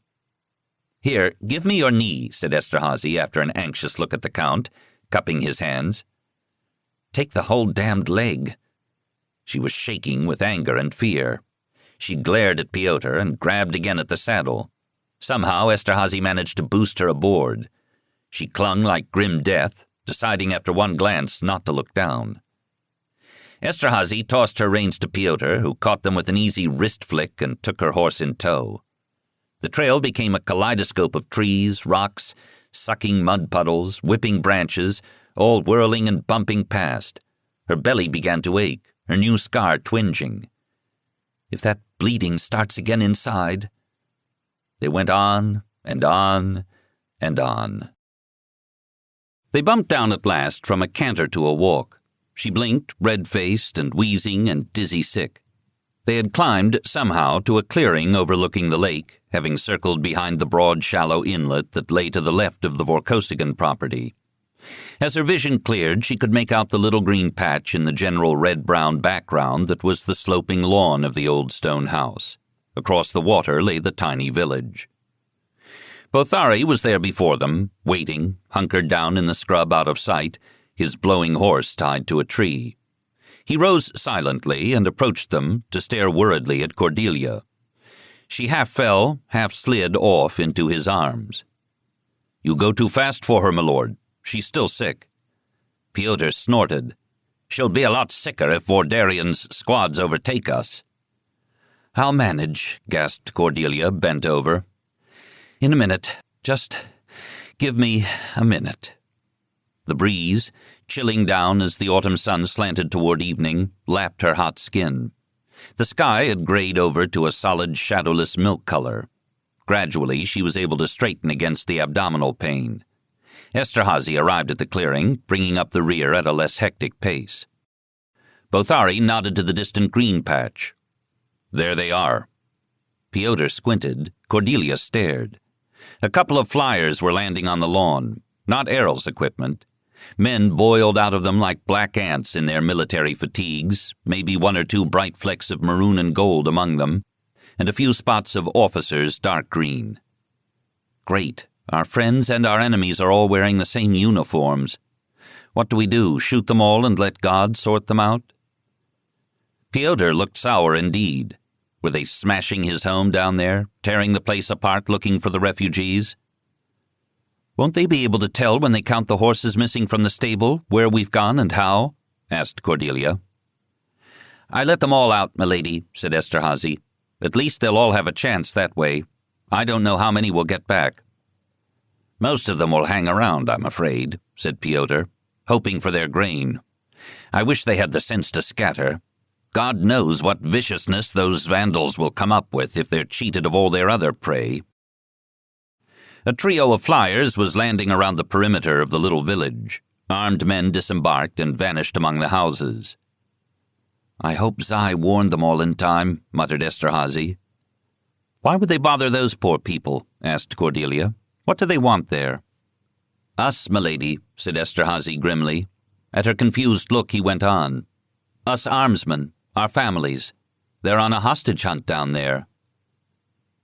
Esterhazy had a wife and 2 children in the capital, Cordelia recalled.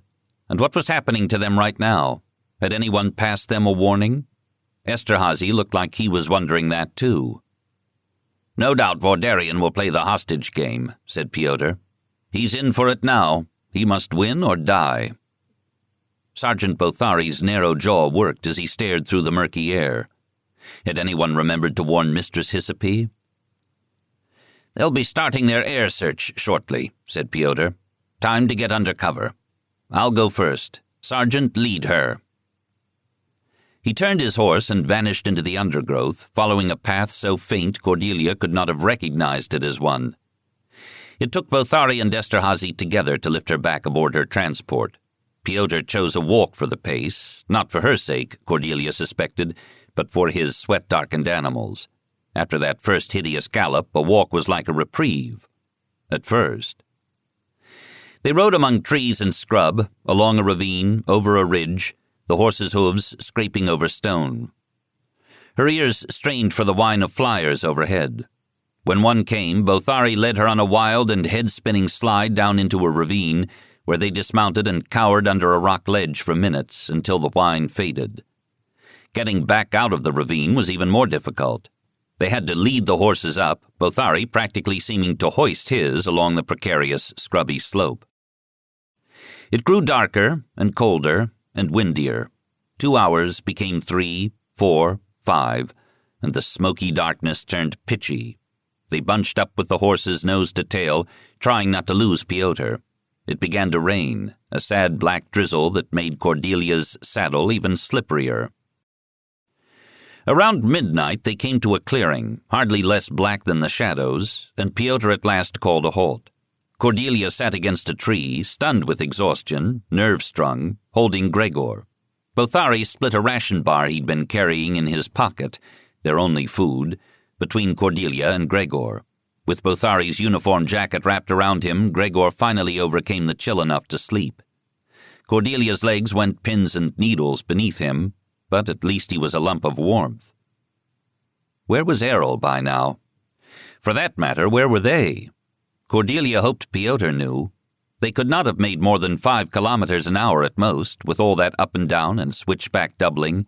Did Piotr really imagine they were going to elude their pursuers this way? Piotr, who had sat for a while under his own tree a few meters off, got up and went into the scrub to piss, then came back to peer at Gregor in the dimness. "Is he asleep?" "Yes, amazingly." Youth," Piotr grunted. "Envy?" His tone was not so hostile as earlier, and Cordelia ventured, "Do you suppose Errol is in Hassadar by now?" She could not quite bring herself to say, "Do you suppose he ever made it to Hassadar?" "He'll have been and gone by now."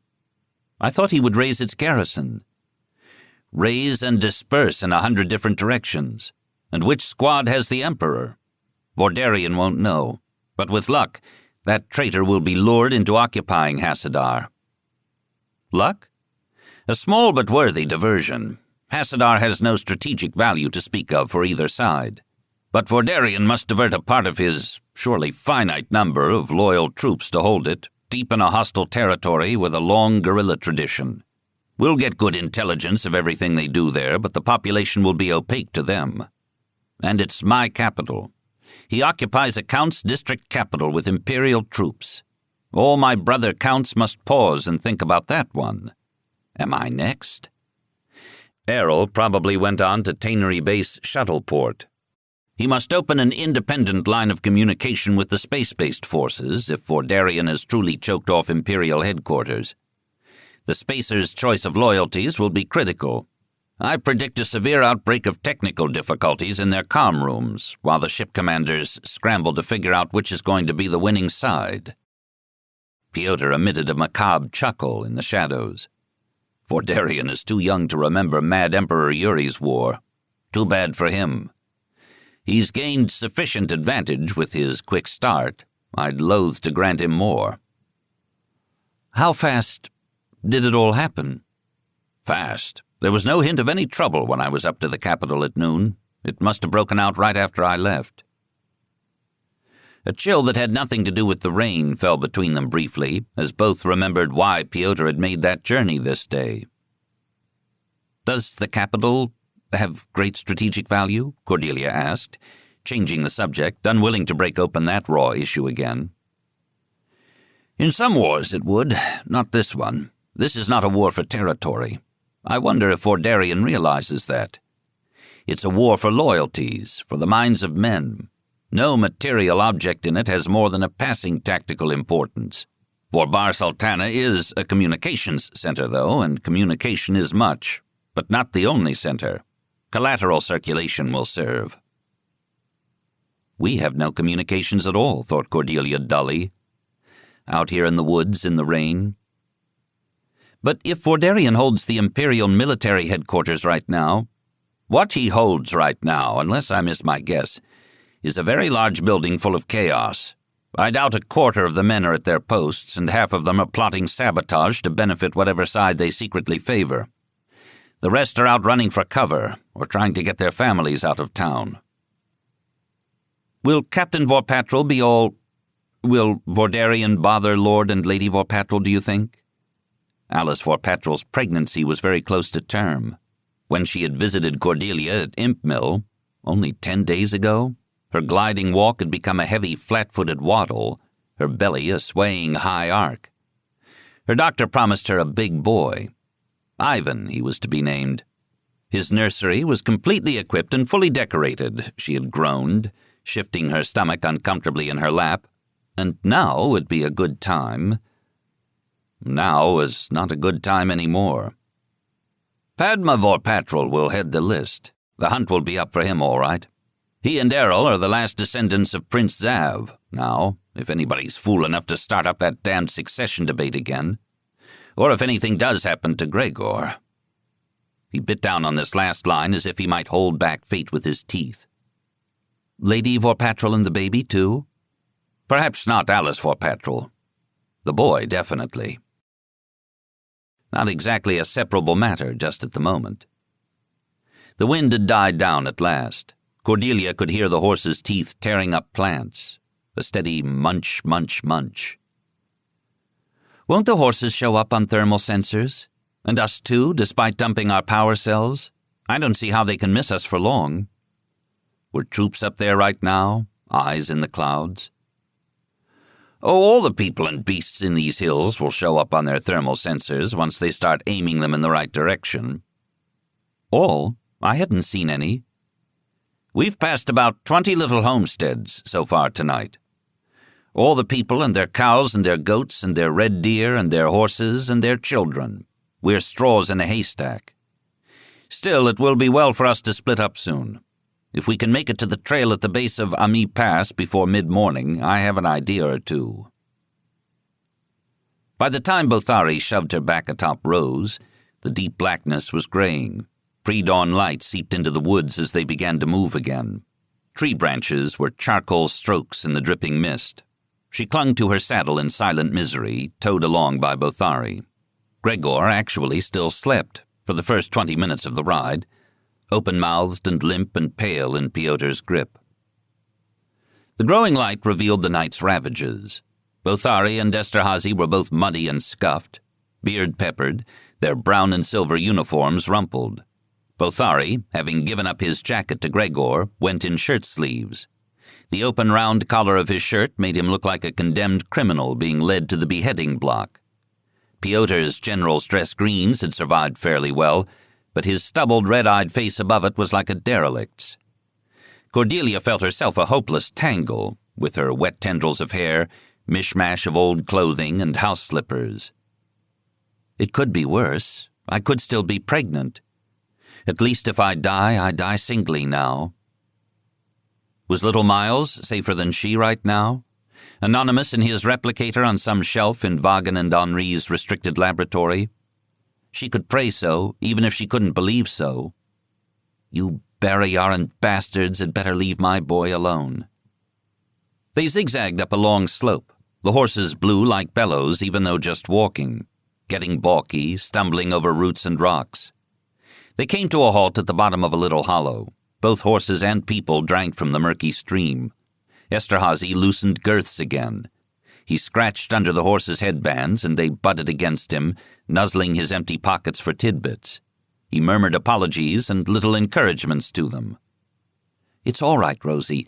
You can rest at the end of the day. Just a few more hours. It was more briefing than anybody had bothered to give Cordelia.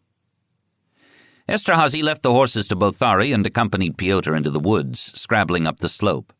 Gregor busied himself in an attempt to gather vegetation and hand-feed it to the animals. They lipped at the native Barrayaran plants and let them fall messily from their mouths, unpalatable. Gregor kept picking the wads up and offering them again, trying to shove them in around the horses' bits. What's the count up to, do you know? Cordelia asked Bothari.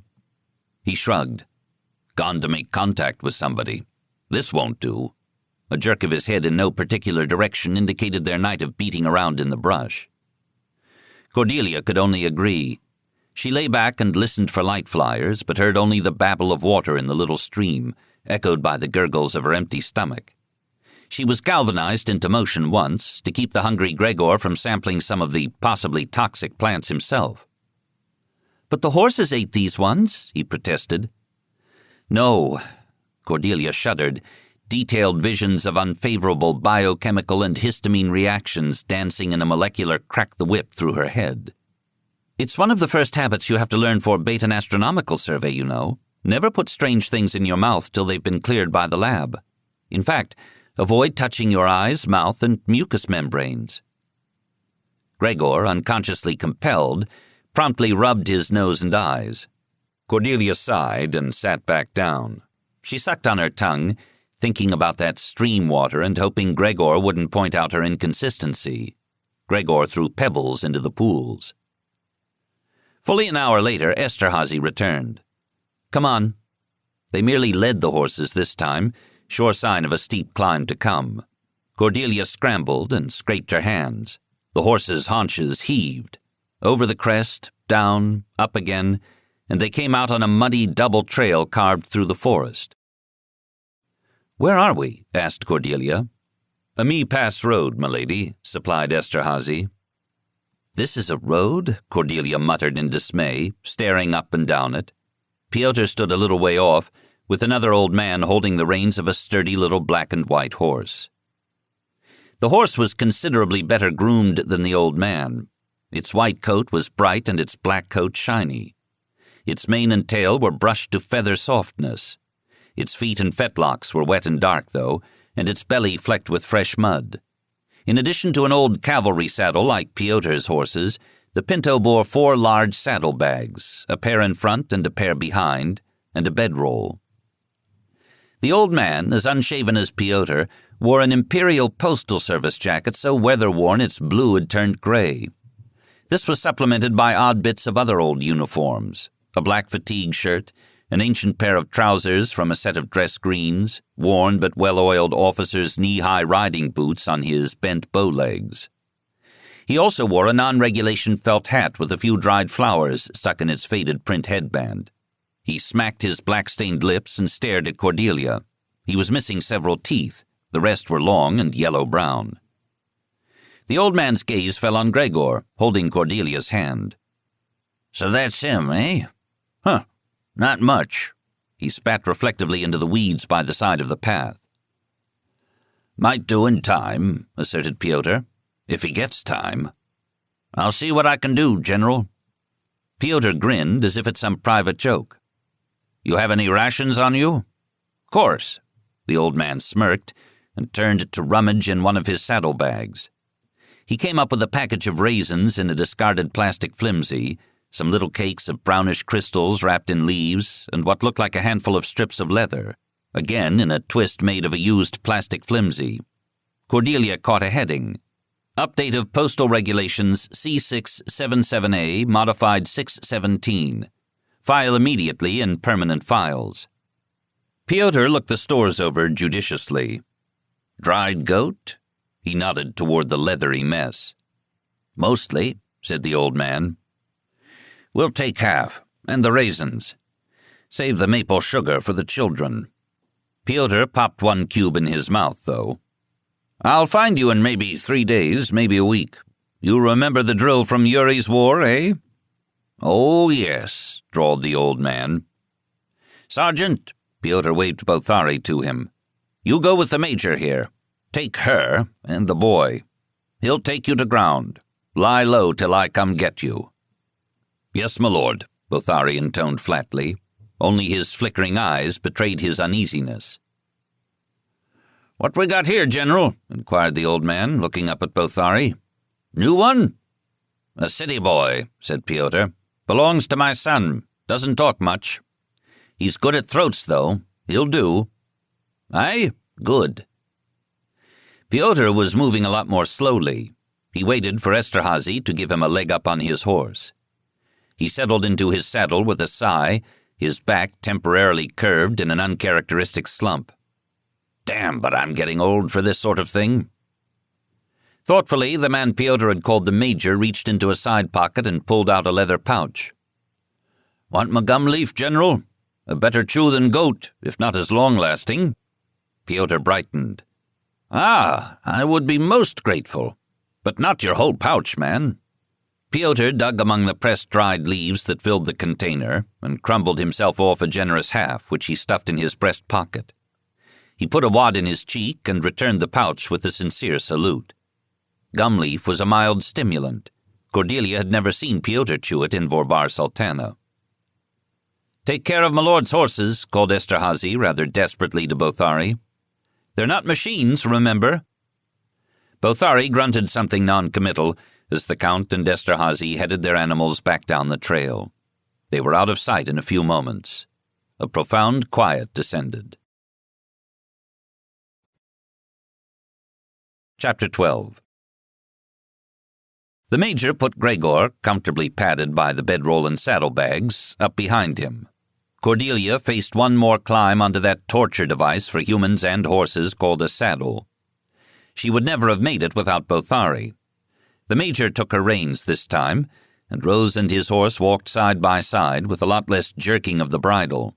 Bothari dropped back, trailing watchfully. "So," said the old man after a time with a sideways look at her, "you're the new Lady Vorkosigan." Cordelia, rumpled and filthy, smiled back desperately. "Yes. Count Pyotr didn't mention your name, Major—" "Amor Clayuvi, milady, but folks up here just call me Clay." "And, what are you?" Besides some mountain kobold Pyotr had conjured out of the ground. He smiled, an expression more repellent than attractive given the state of his teeth. "I'm the Imperial Mail, milady. I ride the circuit through these hills, out of Vorkosigan-sur-Lo every 10 days. Been at it for 18 years. There are grown kids up here with kids of their own who never knew me as anything but Cly the Mail." "I thought mail went to these parts by light flyer." "They're phasing them in, but the flyers don't go to every house, just to these central drop points. No courtesy to it anymore." He spat disgust and gumleaf. "But if the General'll hold 'em off another 2 years here, I'll make my last 20 and be a triple 20-year serviceman. I retired with my double 20C. "From what branch, Major Clayuvi?" "Imperial Rangers." He watched slyly for her reaction. She rewarded him with impressed raised brows. "I was a throat cutter, not a tech. That's why I could never go higher than Major. Got my start at age 14 in these mountains, running rings around the Seatigandans with the General and Azar. Never did get back to school after that, just training courses. The service passed me by in time." "Not entirely, it seems," said Cordelia, staring around the apparently unpeopled wilderness. "No." His breath became a purse-lipped sigh as he glanced back over his shoulder at Gregor in meditative unease. "Did Pyotr tell you what happened yesterday afternoon?" "Yo. I left the lake day before yesterday morning. Missed all the excitement. I expect the news will catch up with me before noon."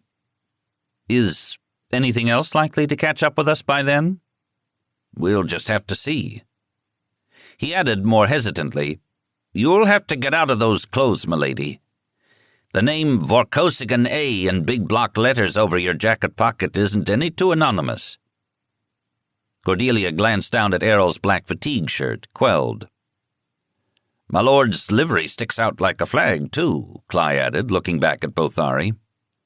"But you'll pass well enough in the right clothes. I'll see what I can do in a bit here."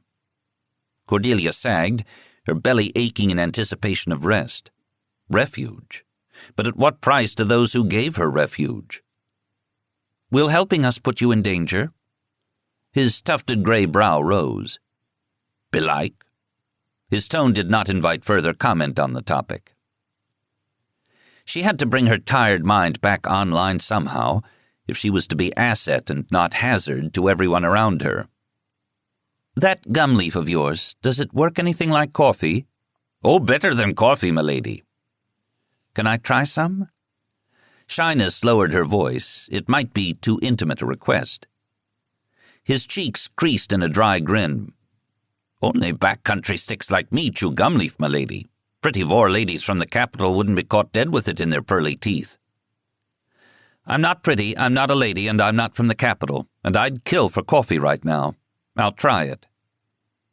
He let his reins drop to his steadily plodding horse's neck, rummaged in his blue-gray jacket pocket, and pulled out his pouch.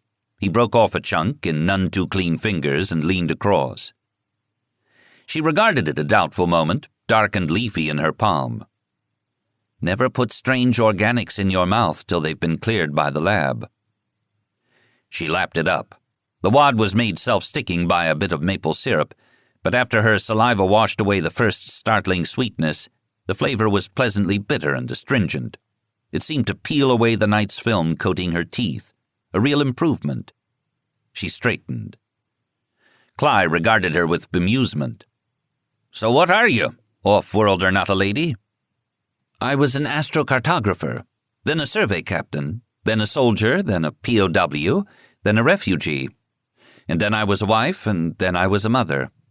I don't know what I'm going to be next," she answered, honestly, around the gum leaf. "Pray not widow." "Mother? I'd heard you were pregnant, but didn't you lose your baby to the salt toxin?"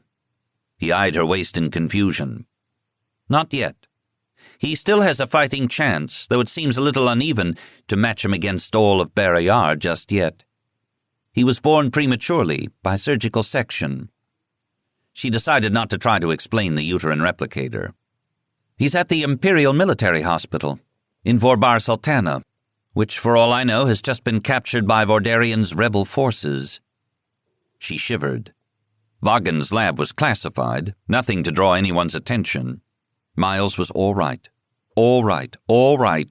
and one crack in that thin shell of conviction would hatch out hysteria. Errol now. Errol could take care of himself if anyone could. So how had he been so caught out, eh? No question IMSEC was riddled with treason. They couldn't trust anyone around here. And where was Ilian, trapped in Vorbar Sultana? Or was he Vordarian's quisling? No, cut off, more likely. Like Kareen, like Padma and Alice Vorpatrol. Life racing death. "No one will bother the hospital," said Cly, watching her face. Yes, right." "Why did you come to Barrayar, off-worlder?" "I wanted to have children." A humorless laugh puffed from her lips. "Do you have any children, Cly the male?" "Not so far as I know." "You were very wise." "Oh," his face grew distant. "I don't know. Since my old woman died, it's been pretty quiet. Some men I know, their children have been a great trouble to them. Azar, Piotr. Don't know who will burn the offerings on my grave. My niece, maybe." Cordelia glanced at Gregor, riding along atop the saddlebags and listening. Gregor had lit the taper to Azar's great funeral offering pyre, his hand guided by Errol's. They rode on up the road, climbing. 4 times, Cly ducked up side trails, while Cordelia, Bothari, and Gregor waited out of sight. On the 3rd of these delivery runs, Cly returned with a bundle including an old skirt, a pair of worn trousers, and some grain for the tired horses. Cordelia, still chilled, put the skirt on over her old survey trousers. Bothari exchanged his conspicuous brown uniform pants with the silver stripe down the side for the Hillman's cast-offs. The pants were too short, riding ankle-high, giving him the look of a sinister scarecrow. Bothari's uniform and Cordelia's black fatigue shirt were bundled out of sight in an empty mailbag.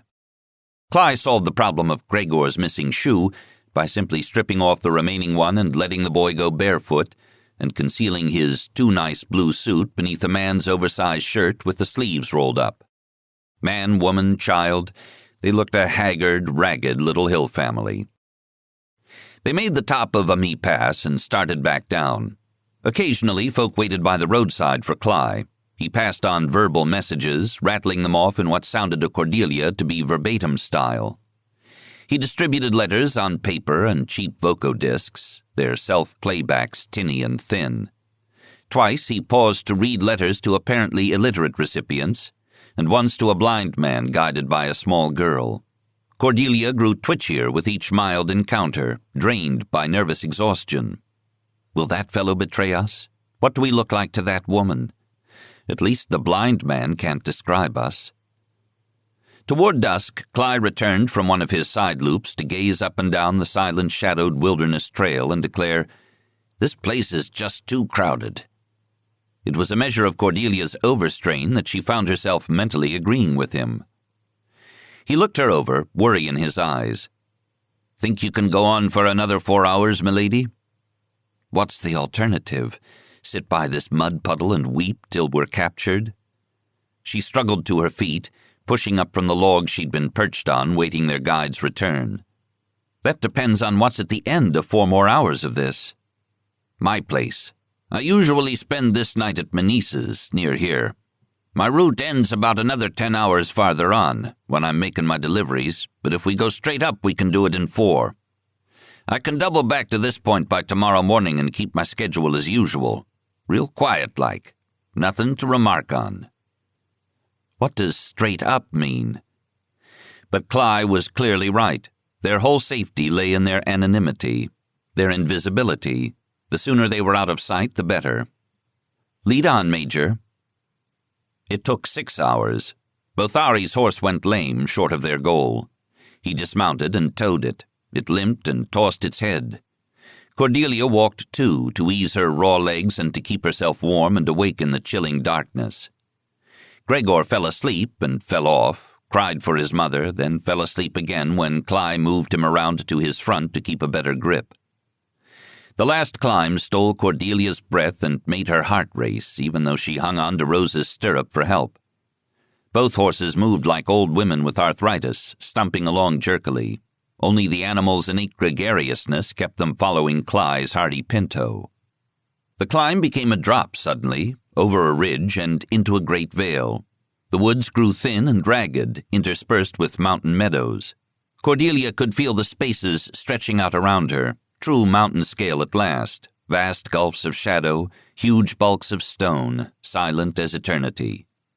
3 snowflakes melted on her staring, upturned face. At the edge of a vague patch of trees, Cly halted. "End of the line, folks." Cordelia sleepwalked Gregor into the tiny shack, felt her way to a cot, and rolled him onto it. He whimpered in his sleep as she dragged the blankets over him.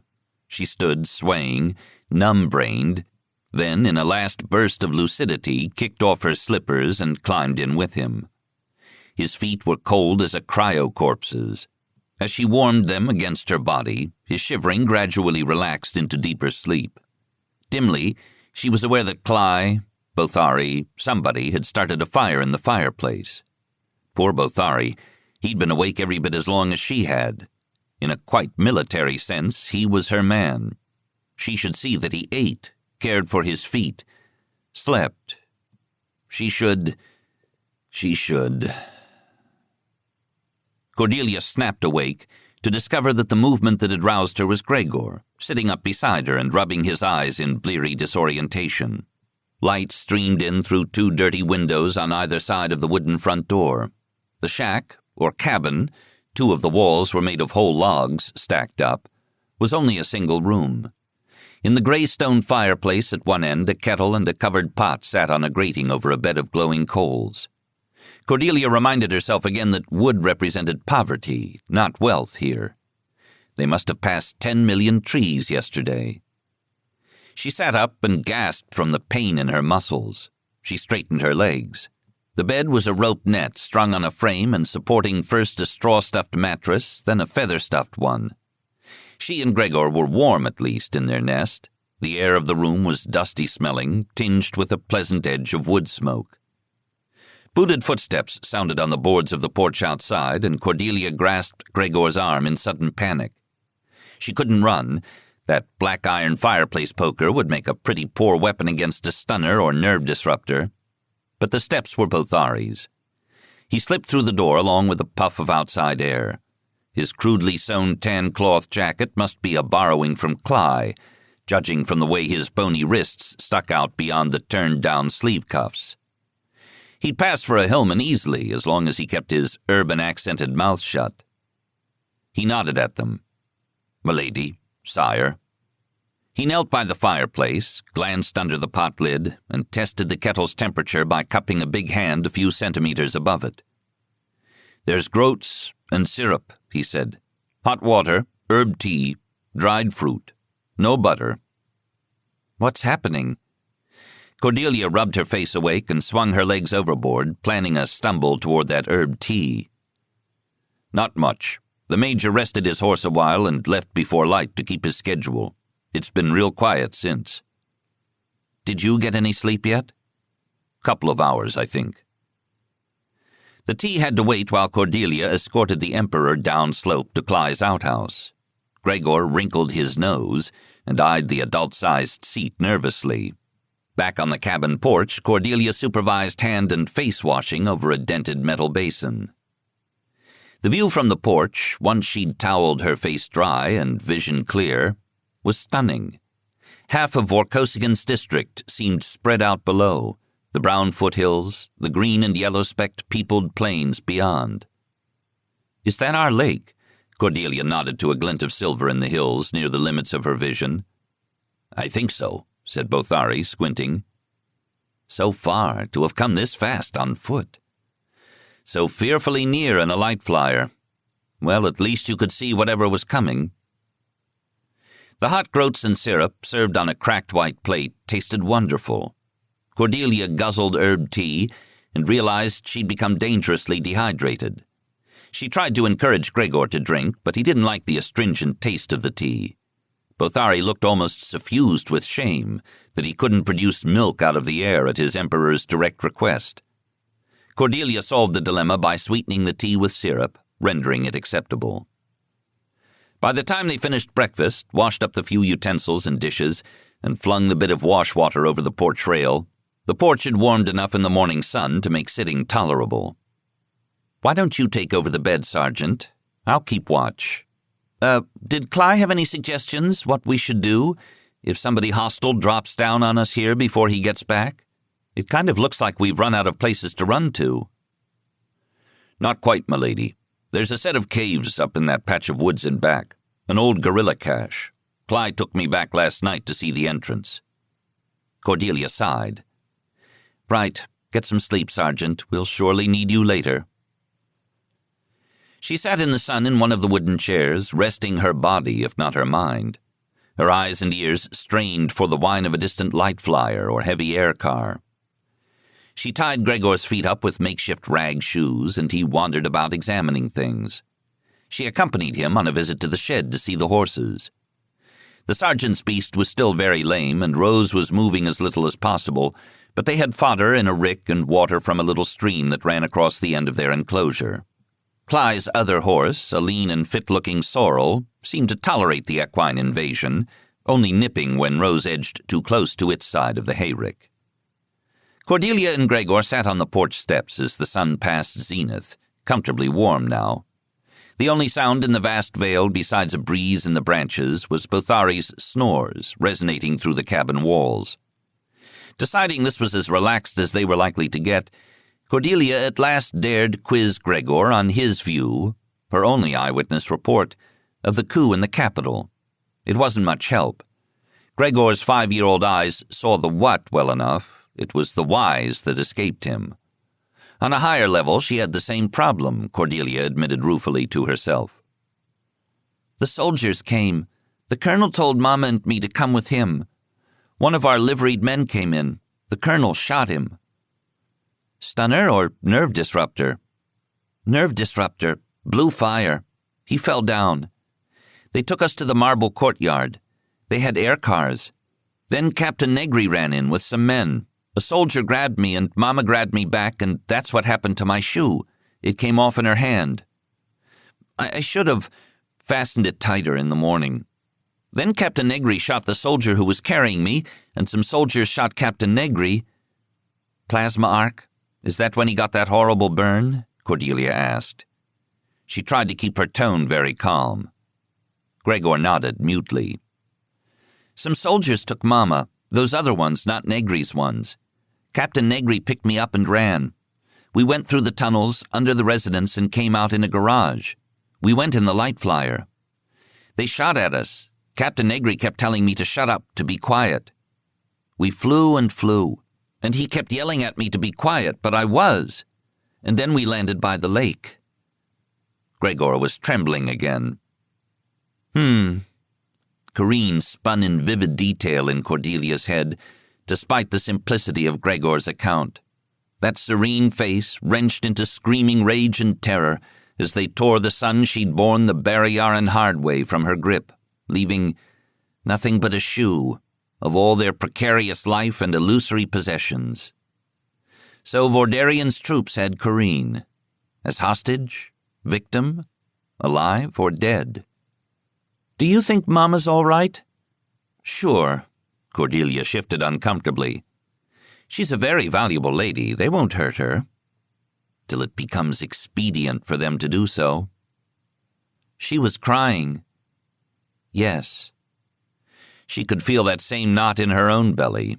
The mental flash she'd shied from all day yesterday burst in her brain.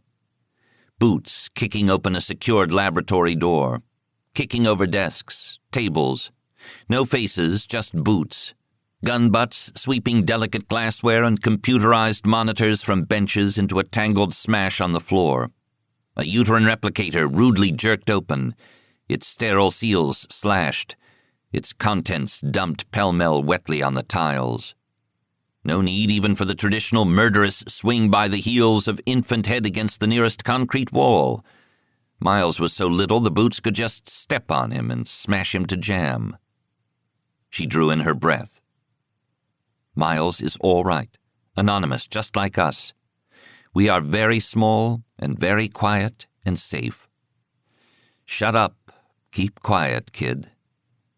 She hugged Gregor tightly. My little boy is in the capital, too, same as your mama. And you're with me. We'll look out for each other. You bet. After supper, and still no sign of Cly, Cordelia said, "Show me that cave, Sergeant." Cly kept a box of cold lights atop his mantle. Bothari cracked one and led Cordelia and Gregor up into the woods on a faint stony path. He made a menacing will-o'-the-wisp, with the bright green-tinged light shining from the tube between his fingers. The area near the cave mouth showed signs of having once been cleared, though recent overgrowth was closing back in. The entrance was by no means hidden, a yawning black hole twice the height of Bothari and wide enough to edge a light flyer through. Immediately within, the roof rose and walls flared to create a dusty cavern. Whole patrols could camp therein, and had in the distant past, judging from the antique litter. Bunk niches were carved in the rock, and names and initials and dates and crude comments covered the walls. A cold fire pit in the center was matched by a blackened vent hole above, which had once provided exit for the smoke. A ghostly crowd of hillmen, guerrilla soldiers, seemed to hover in Cordelia's mind's eye, eating, joking, spitting gum leaf, cleaning their weapons, and planning their next foray. Ranger spies came and went, ghosts among the ghosts, to place their precious blood-won information before their young general, who spread his maps out on that flat rock over there. She shook the vision from her head and took the light and explored the niches. At least 5 traversable exits led off from the cavern, 3 of which showed signs of having been heavily traveled. Did Cly say where these went, or where they came out, Sergeant?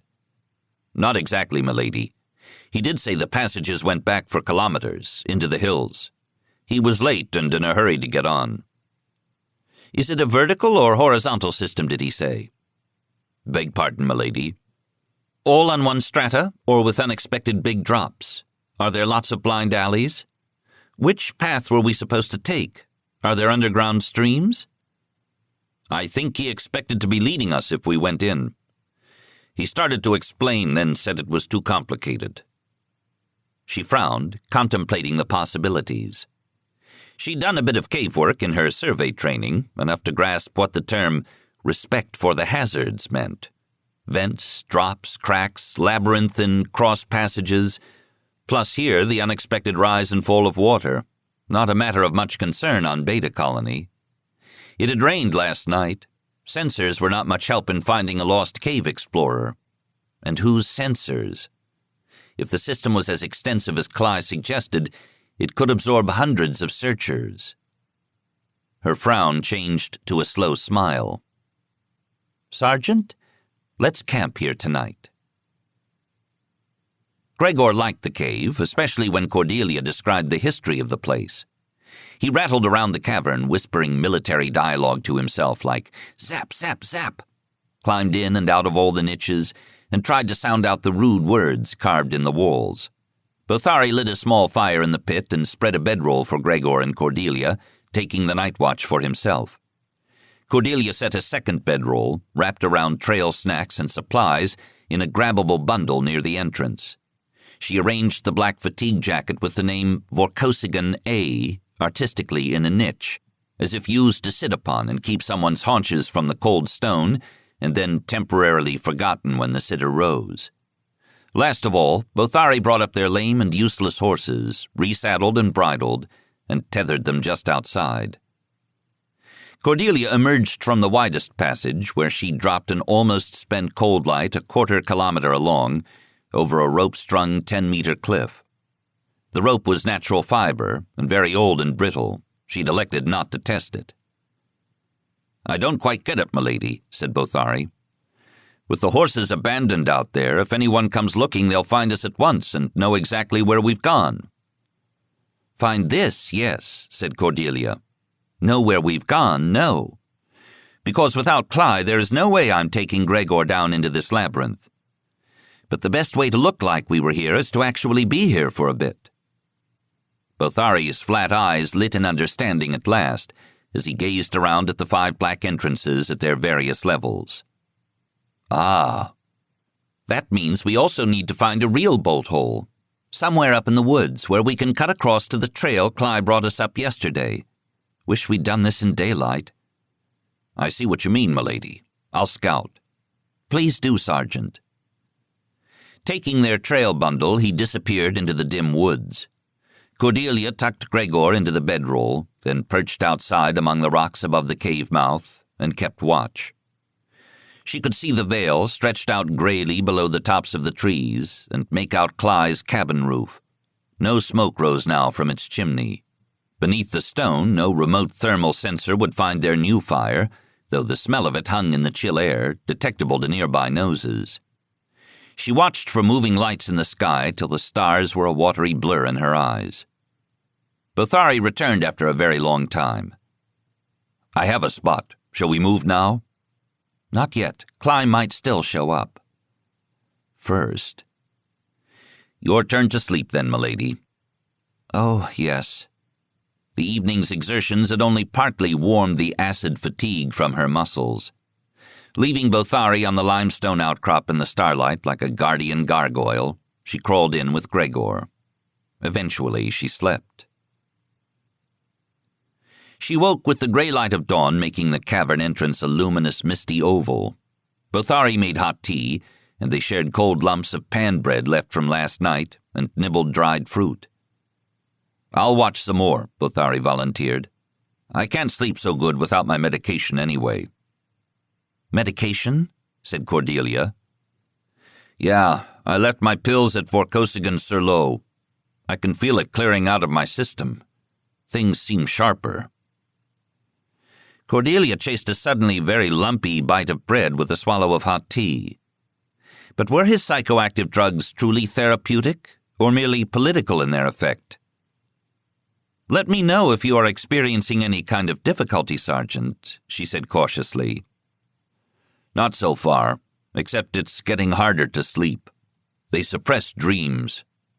He took his tea and wandered back to his post. Cordelia carefully refrained from cleaning up their campsite. She did escort Gregor to the nearest rivulet for a personal wash-up. They were certainly acquiring an authentic hill-folk aroma. They returned to the cavern, where Cordelia rested a while on the bedroll. She must insist on relieving Bothari soon. "Come on, Cly." Bothari's tense, low voice reverberated in the cavern. "Milady, sire, time to go." "Cly?" "No." Cordelia rolled to her feet, kicked the prearranged pile of dirt over the last coals of their fire, grabbed Gregor and hustled him out the cave mouth. He looked suddenly frightened and sickly. Bothari was pulling the bridles off the horses, loosing them and tossing the gear on the pile with the saddles. Cordelia pulled herself up beside the cave and snatched one quick glimpse over the treetops. A flyer had landed in front of Cly's cabin. 2 black-uniformed soldiers were circling to the right and left. A third disappeared under the porch roof. Faint and delayed in the distance came the bang of Cly's front door being kicked open. Only soldiers, no Hillman guides or Hillman prisoners in that flyer. No sign of Cly. They took to the woods at a jog, Bothari boosting up and carrying Gregor piggyback. Rose made to follow them, and Cordelia whirled to wave her arms and whisper frantically, "No, go away, idiot beast," to spook her off. Rose hesitated, then turned to stay by her lame companion. Their run was steady, unpanicked. Bothari had his route all picked out, taking advantage of sheltering rocks and trees and water-carved steps. They scrambled up, down, up, but just when she thought her lungs would burst and their pursuers must spot them, Bothari vanished along a steep rock face. "Over here, milady." He'd found a thin, horizontal crack in the rocks, 1/2 meter high and 3 meters deep. She rolled in beside him to find the niche shielded by solid rock everywhere but the front, and that almost blocked by fallen stone. Their bedroll and supplies waited. "No wonder," Cordelia gasped. "The Sedigandans had trouble up here." A thermal sensor would have to be aimed straight in to pick them up from a point 20 meters in the air out over the ravine. The place was riddled with hundreds of similar crannies. Even better, Bothari pulled a pair of antique field glasses, looted from Cly's cabin, from their bedroll. "We can see them."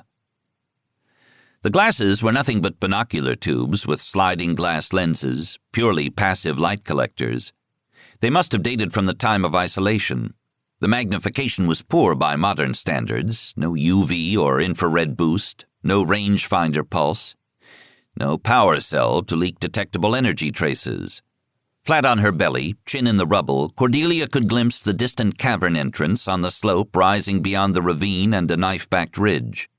When she said, "Now we must be very quiet," pale Gregor practically went fetal. The black-clad scanner men found the horses at last, though it seemed to take them forever. Then they found the cave mouth. The tiny figures gesticulated excitedly to each other, ran in and out, and called the flyer, which landed outside the entrance with much crackling of shrubbery. 4 men entered. Eventually, one came back out. In time, another flyer landed. Then a lift van arrived and disgorged a whole patrol. The mountain mouth ate them all. Another lift van came, and men set up lights, a field generator, comlinks. Cordelia made a nest of the bedroll for Gregor and fed him little snacks and sips from their water bottle. Bothari stretched out in the back of the niche with the thinnest blanket folded under his head, otherwise seeming impervious to the stone. While Bothari dozed, Cordelia kept careful count of the net flow of hunters. By mid-afternoon, she calculated that some 40 men had gone below and not come up again. 2 men were brought out strapped to float pallets, loaded into a medical evacuation lifter and flown away. A light flyer made a bad landing in the crowded area, toppled down slope and crunched into a tree. Yet more men became involved in extracting, righting, and repairing it. By dusk, over 60 men had been sucked down the drain. A whole company drawn away from the capital, not pursuing refugees, not available to root out the secrets of Imp Mill. It wasn't enough to make a real difference, surely. It's a start. Cordelia and Bothari and Gregor slipped from the niche in the gloaming, cleared the ravines, and made their way silently through the woods. It was nearly full dark when they came to the edge of the trees and struck Cly's trail. As they crossed over the ridge edging the vale, Cordelia looked back. The area by the cave mouth was marked by searchlights, stabbing up through the mists. Light flyers whined in and out of the sight. They dropped over the ridge and slithered down the slope that had so nearly killed her to climb, hanging on to Rose's stirrup 2 days ago.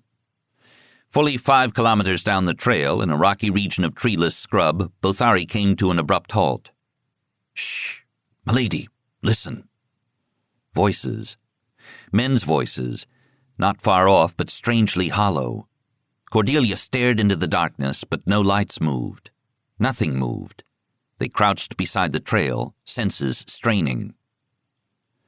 Bothari crept off, head tilted, following his ears. After a few moments, Cordelia and Gregor cautiously followed. She found Bothari kneeling by a striated outcrop. He motioned her closer. "It's a vent," he announced in a whisper. "Listen." The voices were much clearer now, sharp cadences, angry gutturals punctuated by swearing in 2 or 3 languages. "God damn it! I know we went left back at that 3rd turn. That wasn't the 3rd turn, that was the 4th. We recrossed the stream. It wasn't the same friggin' stream, Sabaki. Merde, perdu. Lieutenant, you're an idiot. Corporal, you're out of line. This cold light's not going to last the hour. See, it's fading. Well, don't shake it up, you moron. When it glows brighter, it goes faster. Give me that." Bothari's teeth gleamed in the darkness. It was the first smile Cordelia had seen crack his face in months. Silently, he saluted her. They tiptoed softly away into the chill of the Denderi night. Back on the trail, Bothari sighed deeply.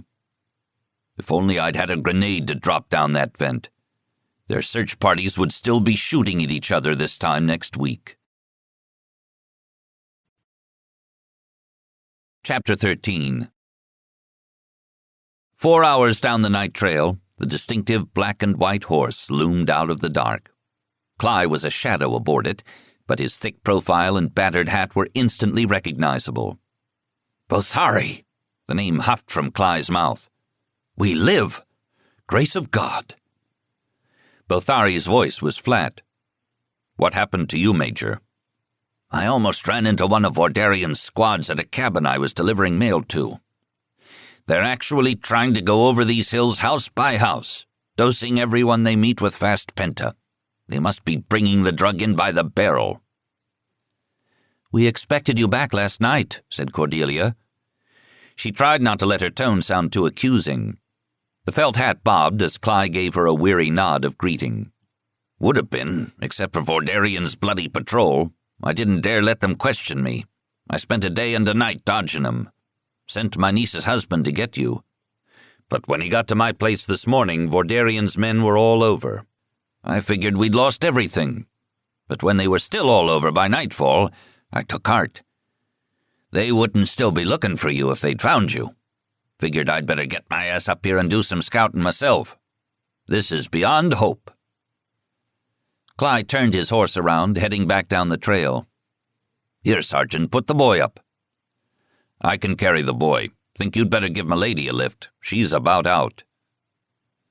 Too true. It was a measure of Cordelia's exhaustion that she went willingly to Cly's horse. Between them, Bothari and Cly shoved her aboard, perched astraddle on the Pinto's warm rump. They started off, Cordelia gripping the mailman's coat. "What happened to you?" Cly asked in turn. Cordelia let Bothari answer, in his short sentences made even shorter by his burdened stride, as he carried Gregor piggyback. When he got to a mention of the men heard down the vent, Cly barked a laugh, then clapped a hand over his mouth. "They'll be weeks getting out of there. Good work, Sergeant." "It was Lady Vorkosigan's idea." "Oh?" Cly twisted around to glance back over his shoulder at Cordelia, clinging wanly. "Errol and Piotr both seemed to think diversion worthwhile," Cordelia explained. "I gather Vordarian has limited reserves." "You think like a soldier, m'lady." Cly sounded approving. Cordelia wrinkled her brow in dismay. What an appalling compliment. The last thing she wanted was to start thinking like a soldier, playing their game by their rules. The hallucinatory military worldview was horribly infectious, though, immersed in it as she was now. How long can I tread water? Cly led them on another 2 hours of night marching, striking out on unfamiliar trails. In deep pre-dawn dark they came to a shack or house. It seemed to be of similar construction to Cly's place, but more extensive, with rooms built on and other rooms built onto the additions. A light from a tiny flame, some sort of greasy homemade candle, burned in a window. An old woman in a nightgown and jacket, her gray hair in a braid down her back, came to the door and motioned them within. Another old man, but younger than Cly, took the horse out of sight toward a shed. Cly made to go with him. "Is it safe here?" Cordelia asked dizzily. "Where is here?" Cly shrugged. They searched here day before yesterday, before I sent for my nephew-in-law. Checked it off clean." The old woman snorted, surly memory in her eye. "What with the caves and all the unchecked homesteads and the lake, it'll be a while before they get around to rechecking. They're still searching the lake bottom, I hear. They've flown in all kinds of equipment. It's as safe as any." He went off after his horse. Meaning as unsafe as any. Bothari was already taking his boots off. His feet must be bad. Her feet were a mess, her slippers walked to flinders, and Gregor's rag shoes utterly destroyed. She'd never felt so near the end of all endurance, bone-weary, blood-weary, though she'd done much longer hikes before. It was as if her truncated pregnancy had drained life itself out of her, to pass it on to another. She let herself be guided, fed bread and cheese and milk, and put to bed in a little side room, herself on one narrow cot and drooping Gregor on another. She would believe in safety tonight the way Barrayar and children believed in Father Frost at Winter Fair. True, because she desperately wanted it to be. The next day, a raggedy boy of about 10 appeared out of the woods, riding Cly's sorrel horse bareback with a rope halter. Cly made Cordelia, Gregor, and Bothari hide out of sight while he paid the boy off with a few coins, and Sonia, Cly's aged niece, packed him some sweet cakes to speed him on his way. Gregor peeked wistfully out the corner of one curtained window as the child vanished again. "I didn't dare go myself," Cly explained to Cordelia. "Vordarian has 3 platoons of men up there now." A wheezing chuckle escaped him at some inner vision. "But the boy knows nothing but that the old mailman was sick and needed his remount." "They didn't fast penta that child, did they?" "Oh, yes." "They dared." Cly's black-stained lips compressed in sympathy with her outrage. "If he can't get hold of Gregor, Vordarian's coup is likely doomed. And he knows it. There's not much he wouldn't dare to do at this point." He paused. "You can be glad fast penta has replaced torture, eh?" Cly's nephew-in-law helped him saddle up the sorrel and buckle on the mailbags. The mailman adjusted his hat and climbed up. "If I don't keep my schedule, it will be near impossible for the general to contact me," he explained. "Got to go. I'm late already. I'll be back. You and the boy stay inside, out of sight, as much as you can, m'lady." He turned his horse toward the bare-branched woods. The animal blended quickly into the red-brown native scrub. Cordelia found Cly's last advice all too easy to follow. She spent most of the next 4 days in her cot-bed. The dull silence of hours went by in a fog, a relapse into the frightening fatigue she'd experienced after the placental transfer operation and its near-lethal complications. Conversation provided no diversion. The hill folk were as laconic as Bothari. It was the threat of fast penta, Cordelia thought. The less you knew, the less you could tell. The old woman Sonia's eyes probed Cordelia curiously, but she never asked anything beyond, "You hungry?" Cordelia didn't even know her last name. Baths. After the first one, Cordelia did not ask again. The old couple worked all afternoon to haul and heat enough water for herself and Gregor. Their simple meals were nearly as much labor. No pull tab to heat contents up here. Technology, a woman's best friend. Unless the technology appeared in the form of a nerve disruptor in the hand of some dead-eyed soldier hunting you down carelessly as an animal. Cordelia counted over the days since the coup, since all hell had broken loose. What was happening in the larger world? What response from the space forces, from planetary embassies, from conquered Komar? Would Komar seize the chaos to revolt? Or had Vordarian taken them by surprise too? "Errol, what are you doing out there?" Sonia, though she asked no questions, would now and then return from outings and drop bits of local news. Vordarian's troops, headquartered in Piotr's residence, were close to abandoning the search of the lake bottom. Hasadar was sealed, but refugees escaped in a trickle. Someone's children, smuggled out, had arrived to stay with relatives nearby. At Vorkosigan-sur-Lo, most of Piotr's armsmen's families had escaped, except armsman Vogti's wife and very aged mother, who had been taken away in a ground car, no one knew where. And oh yes, very strange, Sonia added. They took Carla Hyssopy. That hardly makes sense. She was only the widow of a retired regular service sergeant. What use do they expect to make of her? Cordelia froze. Did they take the baby, too? Baby? Donia didn't say about a baby. Grandchild, was it? Bothari was sitting by the window sharpening his knife on Sonia's kitchen whetstone. His hand paused in mid-stroke. He looked up to meet Cordelia's alarmed eyes. Beyond a tightening of his jaw, his face did not change expression. Yet the sudden increase of tension in his body made Cordelia's stomach knot. He looked back down at what he was doing and took a longer, firmer stroke that hissed along the whetstone like water on coals. Maybe Cly will know something more when he comes back, Cordelia quavered. Belike, said Sonia, doubtfully. At last, on schedule, on the evening of the 7th day, Cly rode into the clearing on his sorrel horse. A few minutes later, Armsman Esterhazy rode in behind him. He was dressed in hillman's togs, and his mount was a lean and spindle-shanked hill horse, not one of Piotr's big glossy beasts. They put their horses away and came into a dinner Sonia had apparently fixed this night of Cly's rounds for 18 years. After dinner, they pulled up chairs to the stone fireplace, and Cly and Esterhazy briefed Cordelia and Bothari in low tones. Gregor sat by Cordelia's feet. Since Vordarian has greatly widened his search area, Esterhazy began, Count and Lord Vorkosigan have decided that the mountains are still the best place to hide Gregor. As the search radius grows, enemy forces will be spread thinner and thinner. Locally, Vordarian's forces are still hunting up and down the caves, Clyde put in. There's about 200 men still up there, but as soon as they finish finding each other, I expect they'll pull out.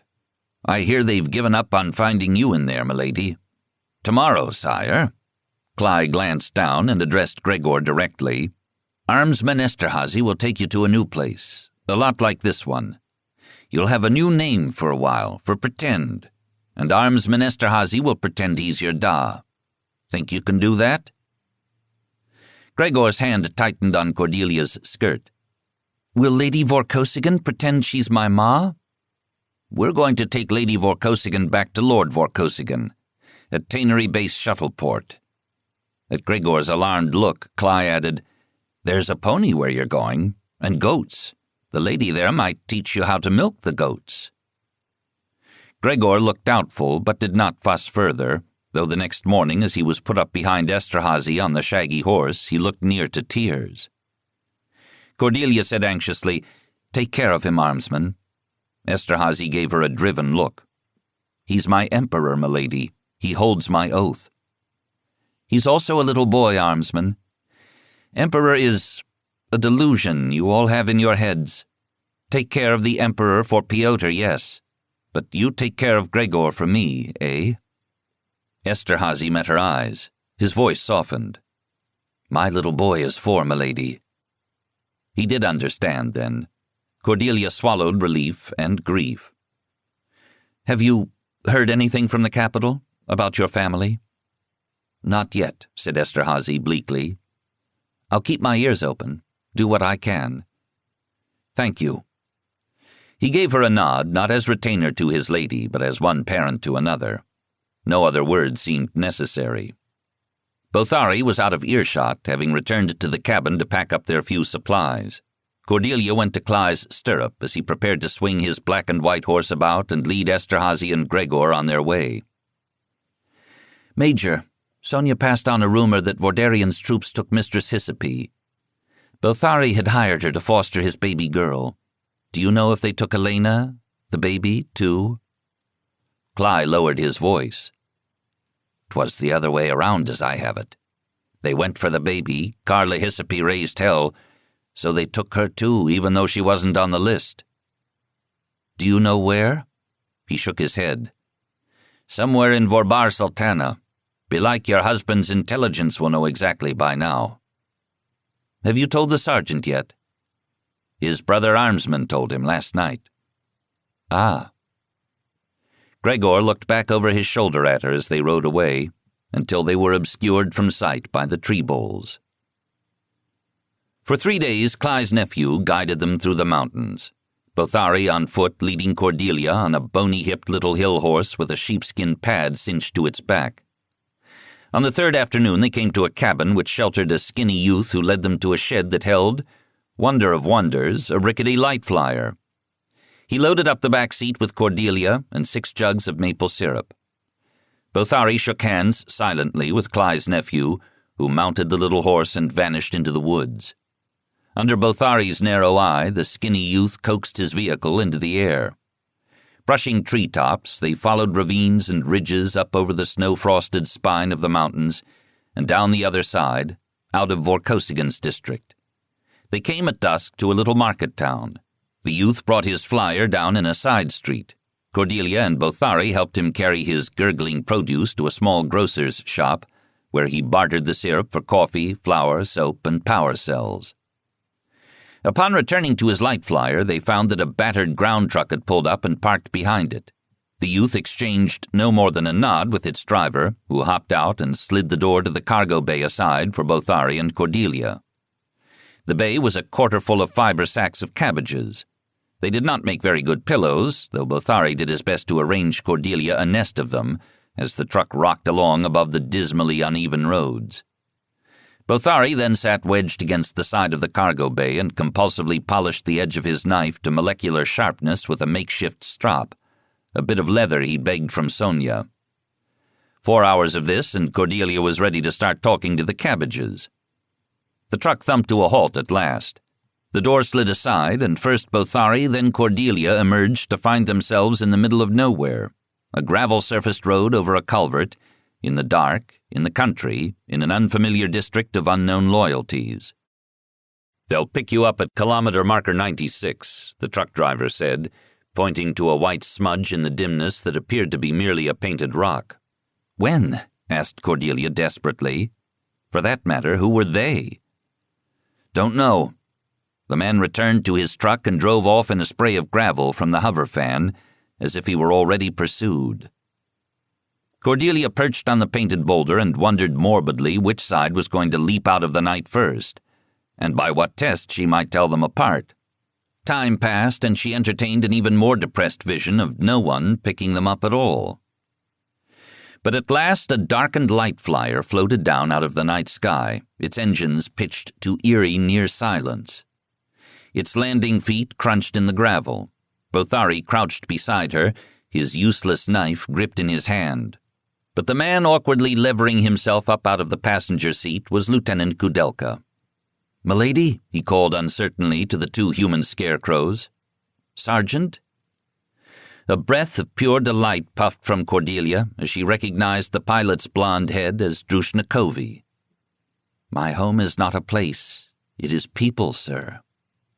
With Bothari's hand on her elbow, at Kudelka's anxious gesture, Cordelia fell gratefully into the padded back seat of the flyer.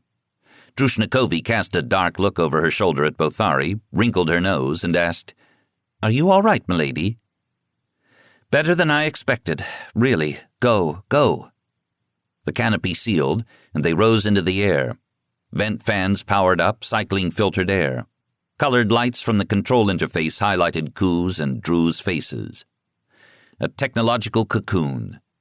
Cordelia glanced at systems readouts over Drushnikovi's shoulder, and then up through the canopy.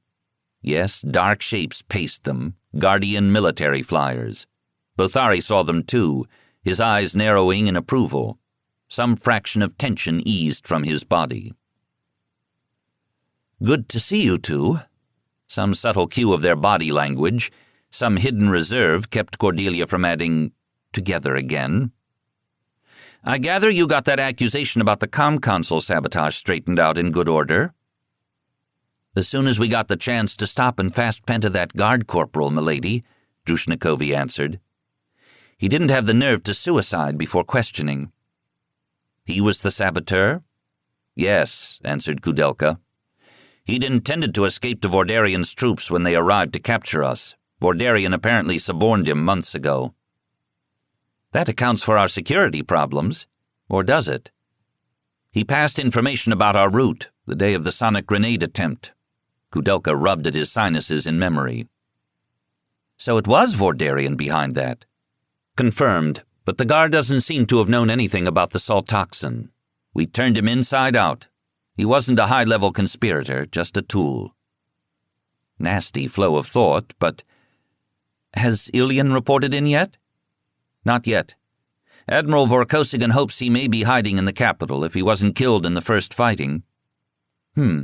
Well, you'll be glad to know Gregor's all right. Kudelka held up an interrupting hand. Excuse me, milady. The Admiral ordered, you and the sergeant are not to debrief anything about Gregor to anyone except Count Piotr or himself.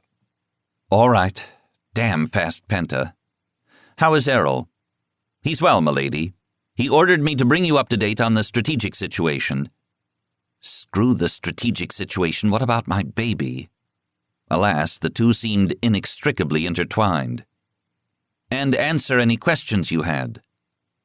Very well. What about our baby, Miles? We've heard nothing bad, milady. What does that mean? It means we've heard nothing, Drushnikovi put in glumly. Kudelka shot her an irate look, which she shrugged off with a twitch of one shoulder. No news may be good news, Kudelka went on. While it's true Vordarian holds the capital, and therefore Imp Mill, yes, said Cordelia. And he's publicizing names of hostages related to anyone in our command structure. There's been no mention of your child in the lists. The Admiral thinks Vordarian simply doesn't realize that what went into the replicator was viable. Doesn't know what he's got. Yet, bit off Cordelia. Yet, Kudelka conceded reluctantly. All right, go on. The overall situation isn't as bad as we feared at first. Vordarian holds Vorbar Sultana, his own district and its military bases, and he's put troops in Vorkosigan's district, but he only has about 5 district counts who are his committed allies. About 30 of the other counts were caught in the capital, and we can't tell their real allegiance while Vordarian holds guns to their heads. Most of the 23 remaining districts have reiterated their oaths to my Lord Regent. Though a couple are waffling, who have relatives in the capital or who are in dicey strategic positions as potential battlefields. And the Space Forces? I was just coming to them, yes, milady. Over half of their supplies come up from the shuttle ports in Vordarian's district.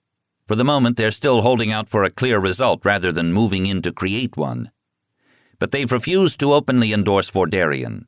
It's a balance, and whoever can tip it their way first will start a landslide. Admiral Vorkosigan seems awfully confident. Cordelia was not sure from the lieutenant's tone if he altogether shared that confidence. But then, he has to, for morale. He says Vordarian lost the war the hour Negri got away with Gregor, and the rest is just maneuvering to limit the losses. But Vordarian holds Princess Karine. Doubtless one of the losses Errol is anxious to limit. Is she all right? Vordarian's goons haven't abused her? Not as far as we know. She seems to be under house arrest in her own rooms in the Imperial residence. Several of the more important hostages have been secluded there. I see. She glanced sideways in the dim cabin at Bothari, who did not change expression. She waited for him to ask after Elena, but he said nothing. Drushnikovi stared bleakly into the night at the mention of Karine. Had Ku and Drew made up? They seemed cool, civil, all duty and on duty. But whatever surface apologies had passed, Cordelia sensed no healing in them. The secret adoration and will to trust was all gone from the blue eyes that now and then flicked from the control interface to the man in the passenger seat. Drew's glances were merely wary. Lights glowed ahead on the ground, the spatter of a middle-sized city, and beyond it the jumbled geometrics of a sprawling military shuttle port.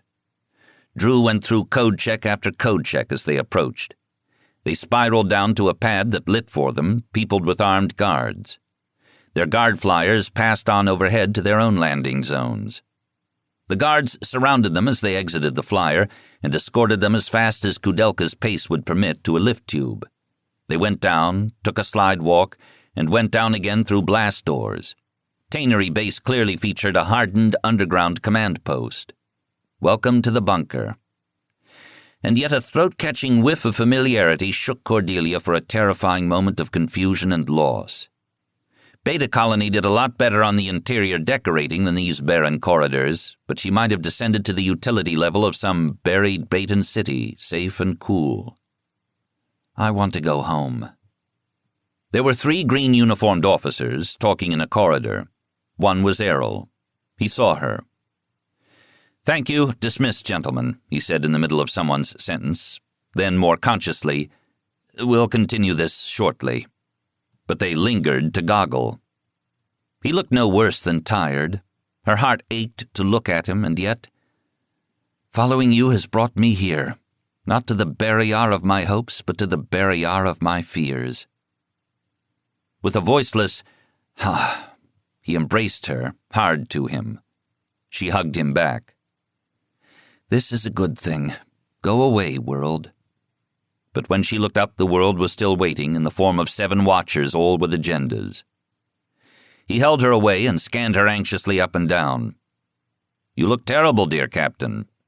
At least he was polite enough not to say, "You smell terrible." "Nothing a bath won't cure." "That is not what I meant. Sick bay for you before anything." He turned to find Sergeant Bothari first in line. "Sir, I must report in to my Lord Count," Bothari said. "Father's not here. He's on a diplomatic mission from me to some of his old cronies. Here, you, Ku, take Bothari and set him up with quarters, food chits, passes, and clothes. I'll want your personal report immediately I've seen to Cordelia, Sergeant." "Yes, sir."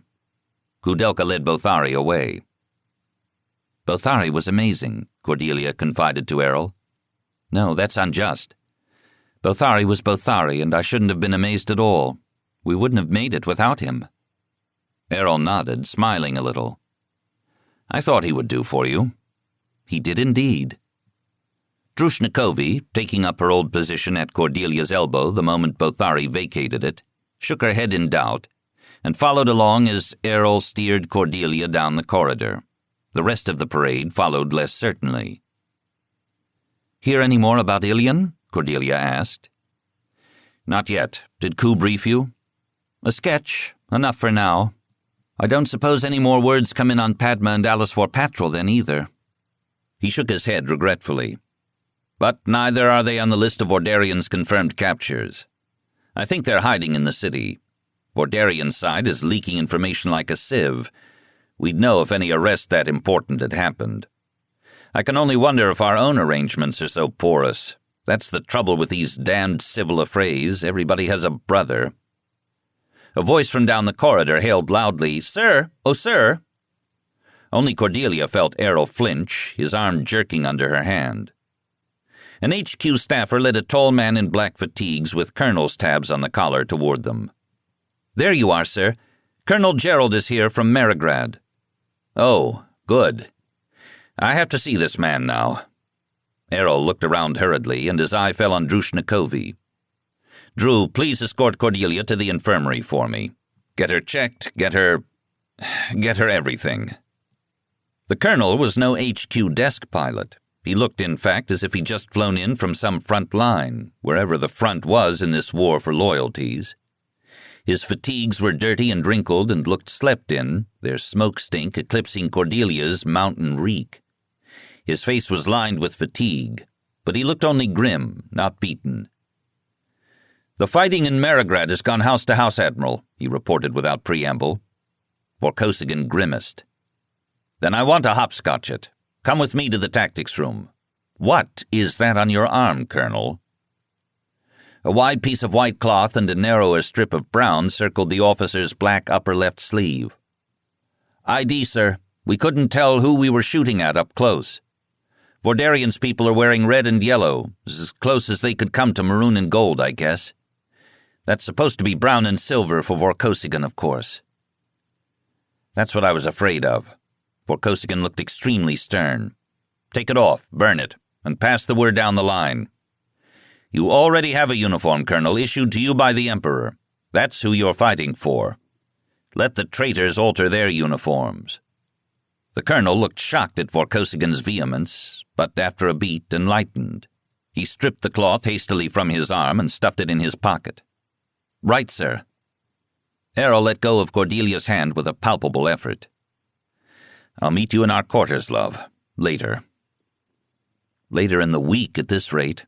Cordelia shook her head helplessly, took one last view of his stocky form, as if her intensity could somehow digitize and store him for retrieval, and followed Drushnikovi into Tannery Base's underground warren. At least with Drew, Cordelia was able to overrule Vorkosigan's itinerary and insist on a bath first. Almost as good, she found half a dozen new outfits in her correct size, betraying Drew's palace-trained good taste, waiting for her in a closet in Errol's quarters. The base doctor had no charts. Cordelia's medical records were of course all behind enemy lines in Vorbar Sultana at present. He shook his head and keyed up a new form on his report panel. "I'm sorry, Lady Vorkosigan. We'll simply have to begin at the beginning. Please bear with me. Do I understand correctly you've had some sort of female trouble?" "No, most of my troubles have been with males." Cordelia bit her tongue. "I had a placental transfer, let me see, 3 plus..." She had to count it up on her fingers. "About 5 weeks ago." "Excuse me, a what?" "I gave birth by surgical section. It did not go well." "I see. 5 weeks postpartum." He made a note. "And what is your present complaint?" "I don't like Barrayar. I want to go home. My father-in-law wants to murder my baby. Half my friends are running for their lives, and I can't get 10 minutes alone with my husband, whom you people are consuming before my eyes. My feet hurt, my head hurts, my soul hurts." It was all too complicated. The poor man just wanted something to put in his blank, not an essay. "Fatigue," Cordelia managed at last. "Ah!" He brightened and entered this factoid on his report panel. "Postpartum fatigue. That is normal." He looked up and regarded her earnestly. "Have you considered starting an exercise program, Lady Vorkosigan?" Chapter 14. "Who are Vordarian's men?" Cordelia asked Errol in frustration. "I've been running from them for weeks, but it's like I've only glimpsed them in a rearview mirror. Know your enemy and all that. Where does he get this endless supply of goons?" "Oh, not endless." Errol smiled slightly and took another bite of stew. They were, miracle, alone at last in his simple underground senior officer's apartment. Their supper had been brought in on a tray by a batman and spread on a low table between them. Errol had then, to Cordelia's relief, ejected this hovering minion with a, "Thank you, Corporal, that will be all." Errol swallowed his bite and continued, "Who are they? For the most part, anyone who was caught with an officer up along his chain of command who elected Vordarian's side, and who hasn't worked up the nerve, or in some cases the wit, to either frag the officer or desert his unit and report in elsewhere. And obedience and unit cohesion is deeply inculcated in these men. When the going gets rough, stick to your unit is literally drilled into them.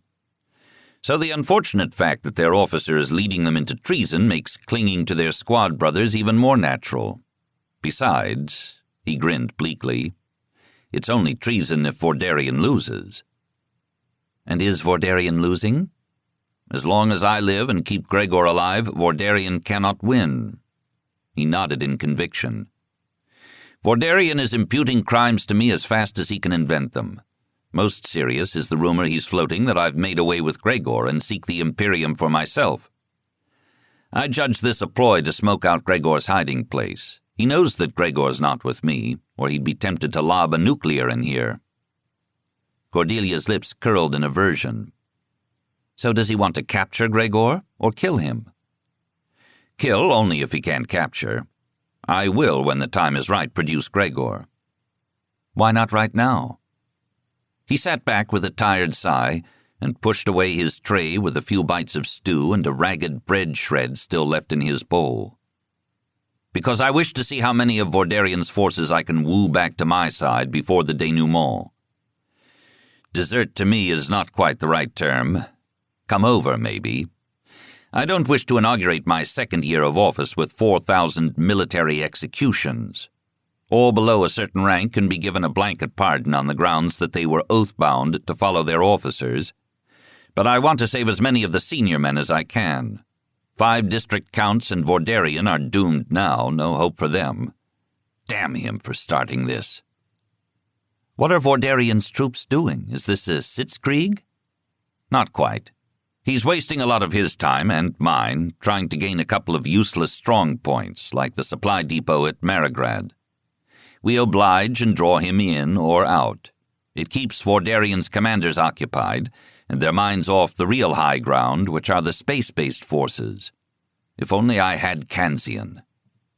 Have your intelligence people located him yet? The admired Admiral Kanzian was one of the 2 men in the Barrayaran High Command whom Vorkosigan regarded as his superiors in strategy. Kanzian was an advanced space operations specialist. The space-based forces had great faith in him. No horse manure stuck on his boots was the way Ku had once expressed it, to Cordelia's amusement. No, but Vordarian doesn't have him either. He's vanished. Hope to God he wasn't caught in some stupid street crossfire and is lying unidentified on a slab somewhere. What a waste that would be. Would going up help? To sway the space forces? Why do you think I'm troubling to hold Tannery Base? I've considered the pros and cons of moving my field HQ aboard ship. I think not yet. It could be misinterpreted as the first step in running away. Running away? What a seductive thought. Far, far away from all this lunacy, till it was all reduced to the single dimension of a minor filler in some galactic news vid. But run away from Errol?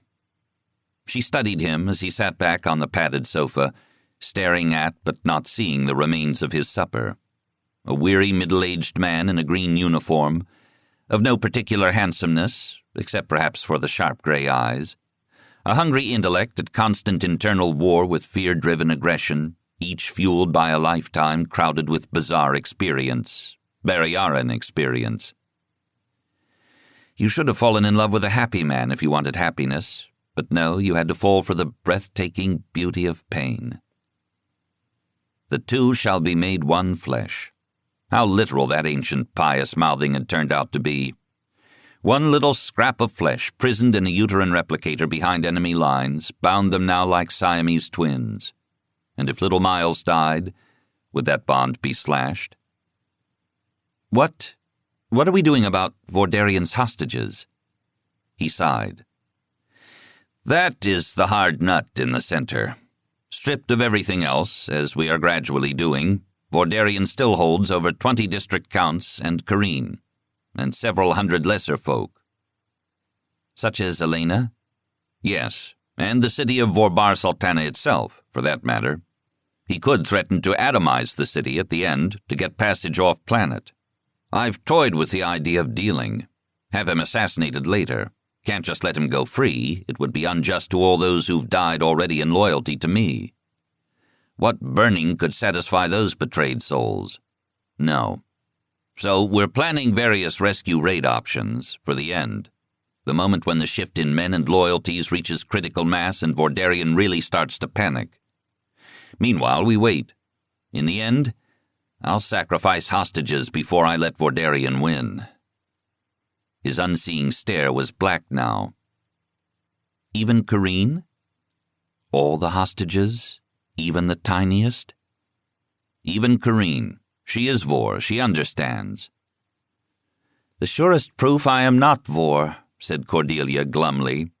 I don't understand any of this stylized madness. I think you should all be in therapy, every last one of you. He smiled slightly. Do you think Beta Colony could be persuaded to send us a battalion of psychiatrists as humanitarian aid? The one you had that last argument with, perhaps? Cordelia snorted. Well, Barrayaran history did have a sort of weird dramatic beauty in the abstract, at a distance, a passion play. It was close up that the stupidity of it all became more palpable, dissolving like a mosaic into meaningless squares. Cordelia hesitated, then asked, Are we playing the hostage game? She was not sure she wanted to hear the answer. Vorkosigan shook his head. No, that's been my toughest argument all week, to look men in the eye who have wives and children up in the capital and say no. He arranged his cutlery neatly on his tray, in its original pattern and added in a meditative tone, "But they aren't looking widely enough. This is not, so far, a revolution, merely a palace coup. The population is inert, or rather lying low, except for some informers. Vordarian is making his appeals to the elite conservatives, Old Vor, and the military. The Count can't count. The new technoculture is producing plebe progressives as fast as our schools can crank them out. They are the majority of the future. I wish to give them some method besides colored armbands to distinguish the good guys from the bad guys. Moral suasion is a more powerful force than Vordarian suspects. What old Earth general said that the moral is to the physical as 3-to-1? Oh, Napoleon, that was it. Too bad he didn't follow his own advice. I'd put it as 5-to-1 for this particular war. But do your powers balance? What about the physical? Vorkosigan shrugged. We each have access to enough weapons to lay Barrayar waste. Raw power is not really the issue. But my legitimacy is an enormous advantage as long as weapons must be manned. Hence Vordarian's attempts to undercut that legitimacy with his accusations about my doing away with Gregor. I propose to catch him in his lie. Cordelia shivered. You know, I don't think I would care to be on Vordarian's side. Oh, there are still a few ways he could win. My death is entailed in all of them. Without me as a focus, the only regent anointed by the late Azar, what's to choose? Vordarian's claim is then as good as anyone's. If he killed me and got possession of Gregor, or vice versa, he could conceivably consolidate from there, till the next coup, and train of revolts and vengeance killings rebounding into the indefinite future. His eyes narrowed as he contemplated this dark vision. That's my worst nightmare, that this war won't stop if we lose, till another Dork of Orbara the Just arises to put an end to another bloody century. God knows when. Frankly, I don't see a man of that caliber among my generation. Check your mirror, thought Cordelia somberly. Ah, so that's why you wanted me to see the doctor first, Cordelia teased Errol that night. The doctor, once Cordelia had adjusted a few of his confused assumptions, had examined her meticulously, changed his prescription from exercise to rest, and cleared her to resume marital relations, with caution. Errol merely grinned, and made love to her as if she were spun glass. His own recovery from the salt toxin was nearly complete, she judged from this. He slept like a rock, only warmer, till the comm console woke them at dawn. There must have been some military conspiracy at work for it not to have lit up before then. Cordelia pictured some understaffer confiding to Koo, "Yeah, let's let the old man get laid. Maybe he'll mellow out." Still, the miserable fatigue fog lifted faster this time. Within a day, with Drushnikovi for escort, Cordelia was up and exploring her new surroundings. She ran across Bothari in the base gymnasium.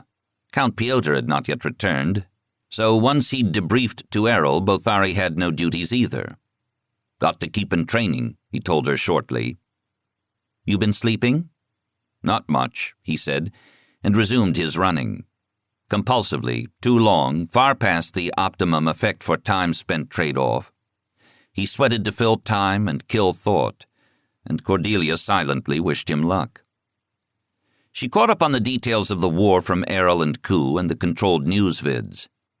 What counts were allied, who was known hostage and where, what units were deployed on each side and which were ripped apart and scattered to both, where fighting had taken place, what damages, which commanders had renewed oath. Knowledge without power. No more, she judged, than her intellectualized version of Bothari's endless running, and even less useful for distracting her mind from unbroken concentration on all the horrors and disasters, past or impending, that she could presently do nothing about. She preferred her military history with more temporal displacement, a century or two in the past, say. She imagined some cool future scholar looking through a time telescope at her and gave him a mental rude gesture. Anyway, she now realized, the military histories she'd read had left out the most important part. They never told what happened to people's babies. No, they were all babies out there, every mother's son in a black uniform. One of Errol's reminiscences floated up in her memory, velvet voice rumbling, "It was about that time that soldiers started looking like children to me." She pushed away from the vid console and went to search the bathroom for medication for pain. On the third day, she passed Lieutenant Kudelka in a corridor, stumping along at a near run, his face flushed with excitement. "What's up, Ku?" "Ilian's here, and he's brought Kanzian with him." Cordelia followed him to a briefing room. Drushnikovi had to lengthen even her long stride to keep up. Errol, flanked by two staffers, sat with his hands clasped on the table before him, listening with utmost attention. Commander Ilian sat on the edge of the table, swinging one leg in rhythm to his voice. A bandage on his left arm was stained with yellow seepage. He was pale and dirty, but his eyes shone in triumph, gilded with a touch of fever. He wore civilian gear that looked as if it had been stolen out of someone's laundry and then rolled downhill in. An older man was sitting beside Ilian. A staffer handed the man a drink, which Cordelia recognized as a potassium salts-laced, fruit-flavored pick-me-up for the metabolically depleted. He tasted it dutifully and made a face, looking as if he would have preferred some more old-fashioned revivifier such as brandy. Overweight and under-tall, graying where he was not balding, Admiral Kanzian was not a very martial-looking man. He looked grandfatherly, though only if one's grandfather was a research professor. His face was held together with an intensity of intellect that seemed to give the term military science real clout. Cordelia had met him in uniform. His air of quiet authority seemed unaffected by civilian shirt and slacks that might have come from the same laundry basket as Ilian's. Ilian was saying, "And then we spent the next night in the cellar. Vordarian's squad came back the next morning, but, Milady—" His grin of greeting was blunted by a flash of guilt as he glanced to and away from her waist. She'd rather he kept piffling on, excited about his adventures, but her arrival seemed to deflate him, ghost of his most notable failure at his banquet of victory. "Wonderful to see you both, Simon, Admiral." They exchanged nods. Kanzian made to rise, but was unanimously waved back to his seat, which made his lip twist in bemusement. Errol signed her to sit next to him. Ilian continued in a more clipped fashion. His past 2 weeks of hide-and-seek with Vordarian's forces seemed to parallel Cordelia's, though in the far more complex setting of the seized capital. But Cordelia recognized the familiar terrors under his plain words. He brought his tale swiftly up to the present moment. Kanzian nodded an occasional confirmation. "Well done, Simon," said Vorkosigan when Ilian concluded. He nodded toward Kanzian. "Extremely well done." Ilian smiled. "Thought you'd like it, sir." Vorkosigan turned to Kanzian. "As soon as you feel able, I would like to brief you in the tack room, sir." "Thank you, my lord. I've been out of communications, except for Vordarian's newscasts, since I escaped headquarters. Though there was much to be deduced from what we did see. By the way, I commend your strategy of restraint. Good so far, but you're close to its limits." "So I've sensed, sir." "What's Jolly Nolly doing at Jump Point Station 1? "Not answering his tight beam. Last week his understaffers were offering an amazing array of excuses, but their ingenuity finally dried up." "Ha! I can just picture it. His colitis must be in wonderful form. I'll bet not all of those indisposeds were lies. I think I should begin with a private chat with Admiral Nollis, just the two of us." "I would appreciate that, sir." "We will discuss the inevitabilities of time, and the defects of a potential commander who bases an entire strategy on an assassination he then does not succeed in carrying out." Kanzian frowned judgmentally. "Not well constructed, to let your whole war turn on one event. Vordarian always did have a tendency to pop off." Cordelia, aside, caught Ilian's eye. "Simon, did you pick up any information at all while you were trapped in Vorbar Sultana about the Imperial Military Hospital, Vagan and Henri's lab?" "My baby?" Regretfully, he shook his head. "No, milady." Ilian glanced in turn at Vorkosigan. "My lord, is it true about Captain Negri's death? We'd only had it from rumor and Vordarian's propaganda broadcasts. Thought it might have been a lie." "Negri is dead. Unfortunately. Vorkosigan grimaced. Ilian sat upright in alarm.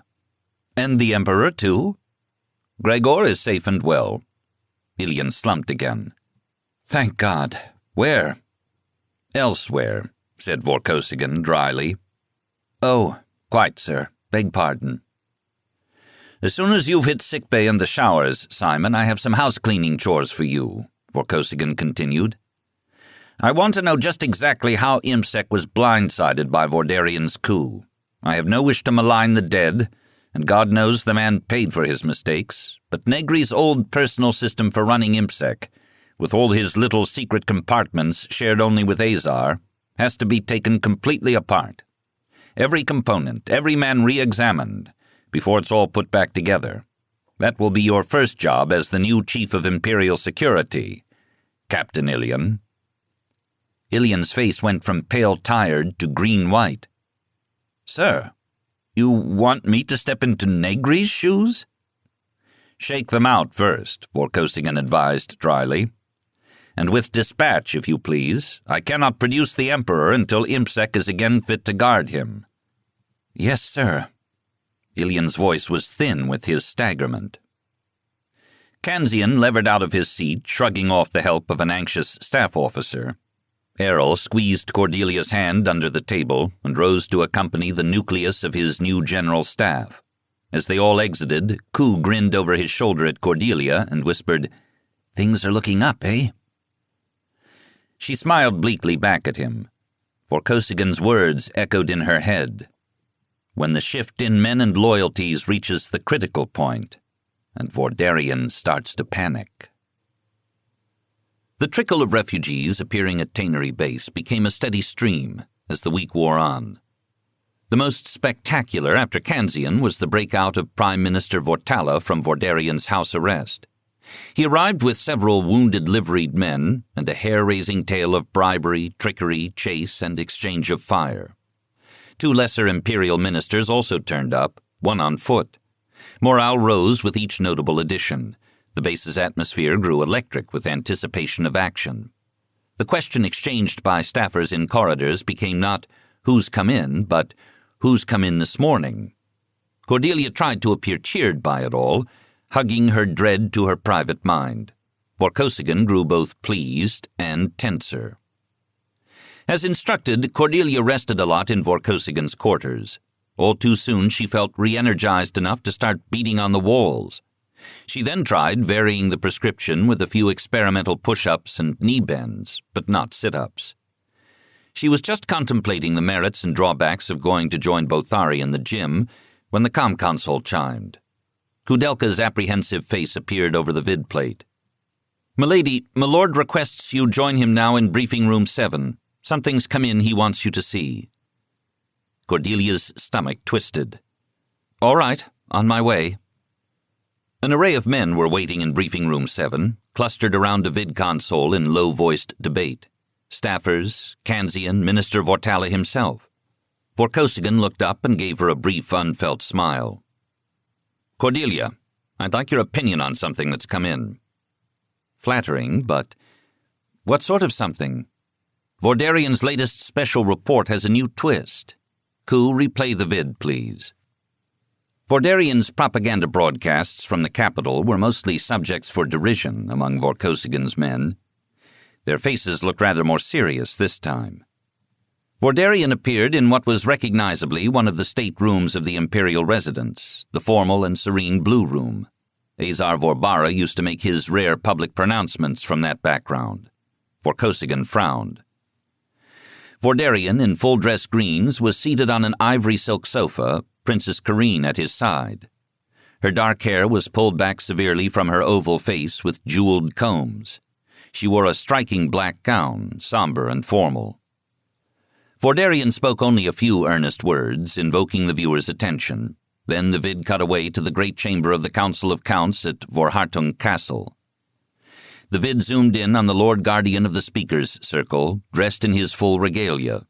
The vid did not show what, besides its own pickup, was aimed at the Lord Guardian's head, But something in his repeated looks, just to one side instead of directly at the focus, made Cordelia place a lethally armed man, or maybe a squad, in that unseen position. The Lord Guardian raised a plastic flimsy and began, "I quote, due to the—" "Ah, slick," murmured Vortala, and Kudelka paused the vid to say, "I beg your pardon, Minister?" "The I quote. He's just legally distanced himself from the words about to come off that flimsy and out of his mouth. Didn't catch that the first time. Good, Georgios, good." Vortala addressed the paralyzed figure. "Go on, Lieutenant. I didn't mean to interrupt." The holovid image continued. "Vile murder of the child Emperor Gregor Vorbara and betrayal of his sacred oaths by the would-be usurper Vorkosigan. The Council of Counts declares the false regent faithless, outcast, stripped of powers, and outlawed. This day the Council of Counts confirms Commodore Count Vidal Vordarian as Prime Minister and Acting Regent for Dowager Princess Karine Vorbara, forming an emergency caretaker government until such time as a new heir may be found and confirmed by the Council of Counts and Council of Ministers in full council assembled." He continued with further legalities as the vid panned the chamber. "Freeze it, Kudelka," Vortala demanded. His lips moved as he counted. "Ha!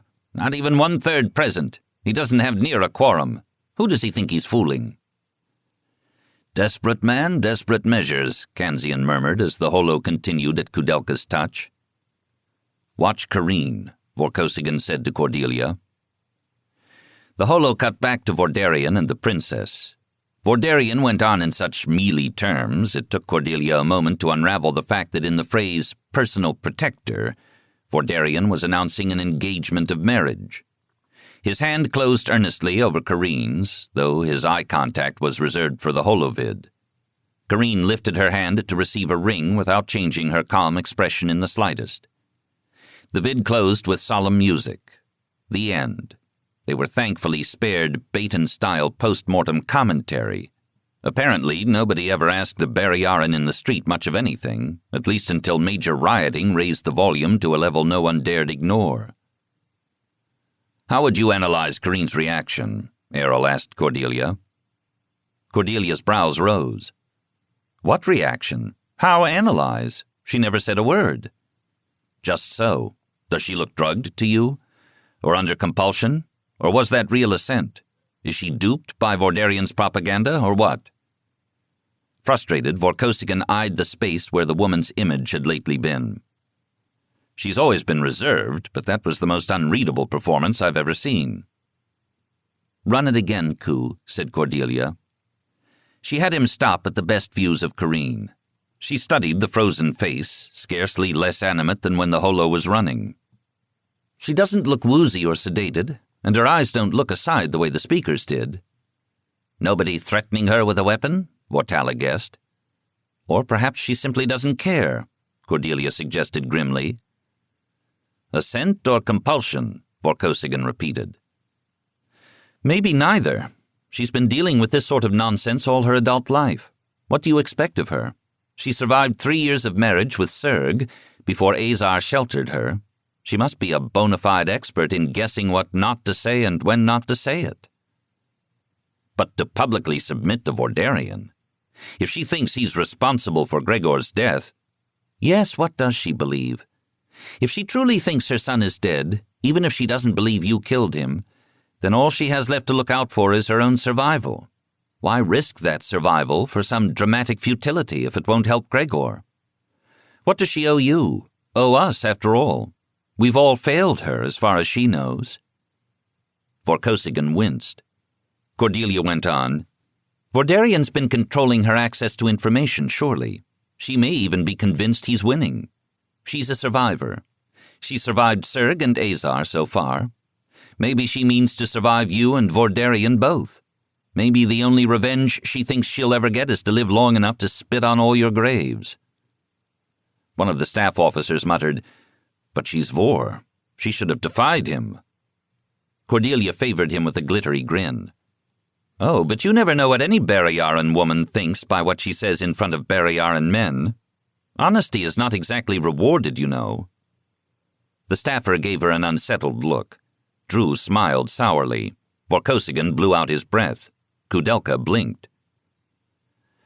"So Vordarian gets tired of waiting and appoints himself regent," Vortala murmured. "And prime minister," Vorkosigan pointed out in return. "Indeed, he swells." "Why not go straight for the Imperium?" asked the staff officer. "Testing the waters," said Kanzian. "It's coming, later in the script," opined Vortala. "Or maybe sooner if we force his hand a bit," suggested Kanzian. "The last and fatal step. We must consider how to rattle him just a little more." "Not much longer," Vorkosigan said firmly. The ghostly mask of Corinne's face hung before Cordelia's mind's eye all that day and returned at her waking the next morning. What did Corrine think? What did Corrine feel, for that matter? Perhaps she was as numb as the evidence suggested. Perhaps she was biding her time. Perhaps she was all for Vordarian. If I knew what she believed, I'd know what she was doing. If I knew what she was doing, I'd know what she believed. Too many unknowns in this equation. If I were Corrine... Was this a valid analogy? Could Cordelia reason from herself to another? Could anyone? They had likenesses, Corrine and herself. Both women, near in age, mothers of endangered sons. Cordelia took Gregor's shoe from her meager pile of mountain souvenirs and turned it in her hand. "Mama grabbed me back, but my shoe came off in her hand. I should have fastened it tighter." Maybe she should trust her own judgment. Maybe she knew exactly what Corrine was thinking. When the comm console chimed, close to the time of yesterday's call, Cordelia shot to answer it. A new broadcast from the capital, new evidence, something to break that circle of unreason. But the face that materialized over the vidplate was not Kudelka, but a stranger with intelligence insignia on his collar. "Lady Vorkosigan," he began deferentially. "Yes? I'm Major Sirkaj, duty officer at the main portal. It's my job to screen everyone new reporting in, men who've left traitor units and so on, and to collect any new intelligence they've brought with them. We had a man turn up half an hour ago who says he escaped the capital, who refuses to voluntarily debrief. We've confirmed his claim that he's had anti-interrogation conditioning. If we try to fast pen to him, it'll kill him. He keeps asking, actually insisting, to speak with you. He could be an assassin." Cordelia's heart pounded. She leaned into the holovid as if she might climb through it. "Did he bring anything with him?" she demanded breathlessly. "Like a canister about 1/2 a meter high? Lots of blinking lights and big red letters on top that say this end up? Looks mysterious as hell, guaranteed to send any security guard into fits? His name, Major." "He brought nothing but the clothes he's standing in. He's not in good shape. His name is Vaughan, Captain Vaughan." "I'll be right there." "No, milady, the man is practically raving. Could be dangerous. I can't let you—" She left him talking to an empty room. Drushnikovi had to break into a run to catch up with her. Cordelia made it to the main portal security offices in less than 7 minutes and paused in the corridor to catch her breath, to catch her soul that wanted to fly out her mouth. Calm, calm. Raving apparently cut no ice with Sirkaj. She lifted her chin and entered the office. "Tell Major Sirkaj that Lady Vorkosigan is here to see him," she told the clerk, who raised impressed brows and obediently bent to his comm console. Sirkaj appeared in a few endless minutes. Through that door, Cordelia mentally marked his route. "I must see Captain Vaughan." "Milady, he could be dangerous," Sirkaj began exactly where she'd cut him off before. "He could be programmed in some unexpected way." Cordelia considered unexpectedly grabbing Sirkaj by the throat and attempting to squeeze reason into him. Impractical. She took a deep breath. "What will you let me do? Can I at least see him on vid?" Sirkaj looked thoughtful. "That might be all right. A cross-check on our identification and we can record." "Very well." He took her into another room and keyed up a monitor viewer. Her breath blew out with a small moan. Vagan was alone in a holding room, pacing from wall to wall. He wore green uniform trousers and a brown-stained white shirt. He was terribly changed from the trim and energetic scientist she'd last seen in his lab at Imp Mill. Both his eyes were ringed with red-purple blotches, one lid swollen nearly shut. The slit glowed a frightening blood scarlet. He moved bent over, bathless, sleepless, swollen lips. "You get a med tech for that man," Cordelia realized she'd yelled when Sirkaj jumped. "He's been triaged. His condition is not life-threatening. We can start treating him just as soon as he's security cleared," said Sirkaj doggedly. "Then you put him on line with me," Cordelia said through set teeth. "Drew, go back to the office. Call Errol. Tell him what's going on." Sirkaj looked worried at this, but stuck valiantly to his procedures. More endless seconds while someone went back to the prison area and took Vagan to a comm console. His face came up over the plate at last. Cordelia could see her own face reflected in the passionate intensity in his. Connected at last. "Vagan, what happened?" "Milady." His hands clenched, trembling, as he leaned on them toward the vid pickup. "The idiots! The morons!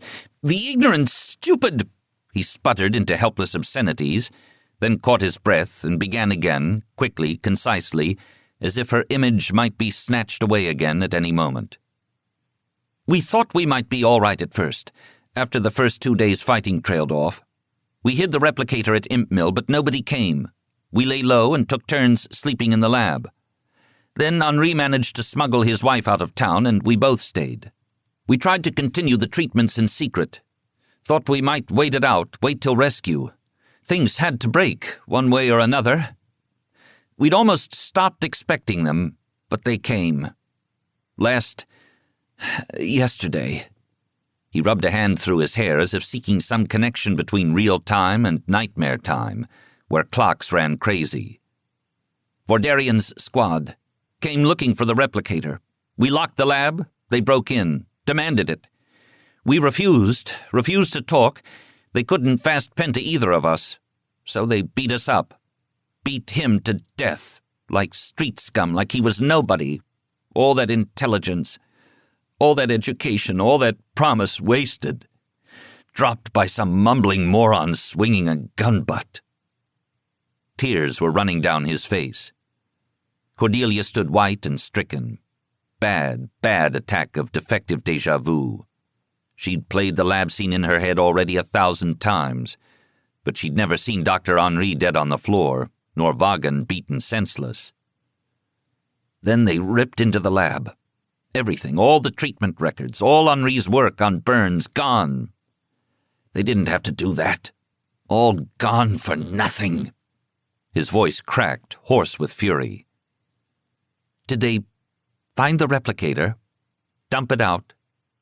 She could see it. She had seen it over and over, spilling. "They found it, finally. But then they took it. And then let me go." He shook his head from side to side. "Took it," she repeated stupidly. "Why? What sense to take the technology and not the techs?" "And let you go. To run to us, I suppose. To give us the word." "You have it, milady." "Where do you suppose? Where did they take it?" Vorkosigan's voice spoke beside her. "The Imperial residence, most likely. All the best hostages are being kept there. I'll put intelligence right on it." He stood, feet planted, gray-faced. "It seems we're not the only side turning up the pressure." Chapter 15. Within 2 minutes of Vorkosigan's arrival at main portal security, Captain Vagan was flat on a float pallet and on his way to the infirmary, with the top trauma doctor on the base being paged for rendezvous. Cordelia reflected bitterly on the nature of chain of command. All truth and reason and urgent need were not enough, apparently, to lend causal power to one outside that chain. Further interrogation of the scientist had to wait on his medical treatment. Vorkosigan used the time to put Ilian and his department on the new problem. Cordelia used the time to pace in circles in the infirmary's waiting area. Drushnikovi watched her in silent worry, not so foolish as to offer up reassurances they both knew to be empty. At last the trauma man emerged from surgery to announce Vagan conscious and oriented enough for a brief, he emphasized the brief, questioning. Errol came, trailing Kudelka and Ilyan, and they all trooped in to find Vagan in an infirmary bed, with his eye patched and an IV running fluids and meds.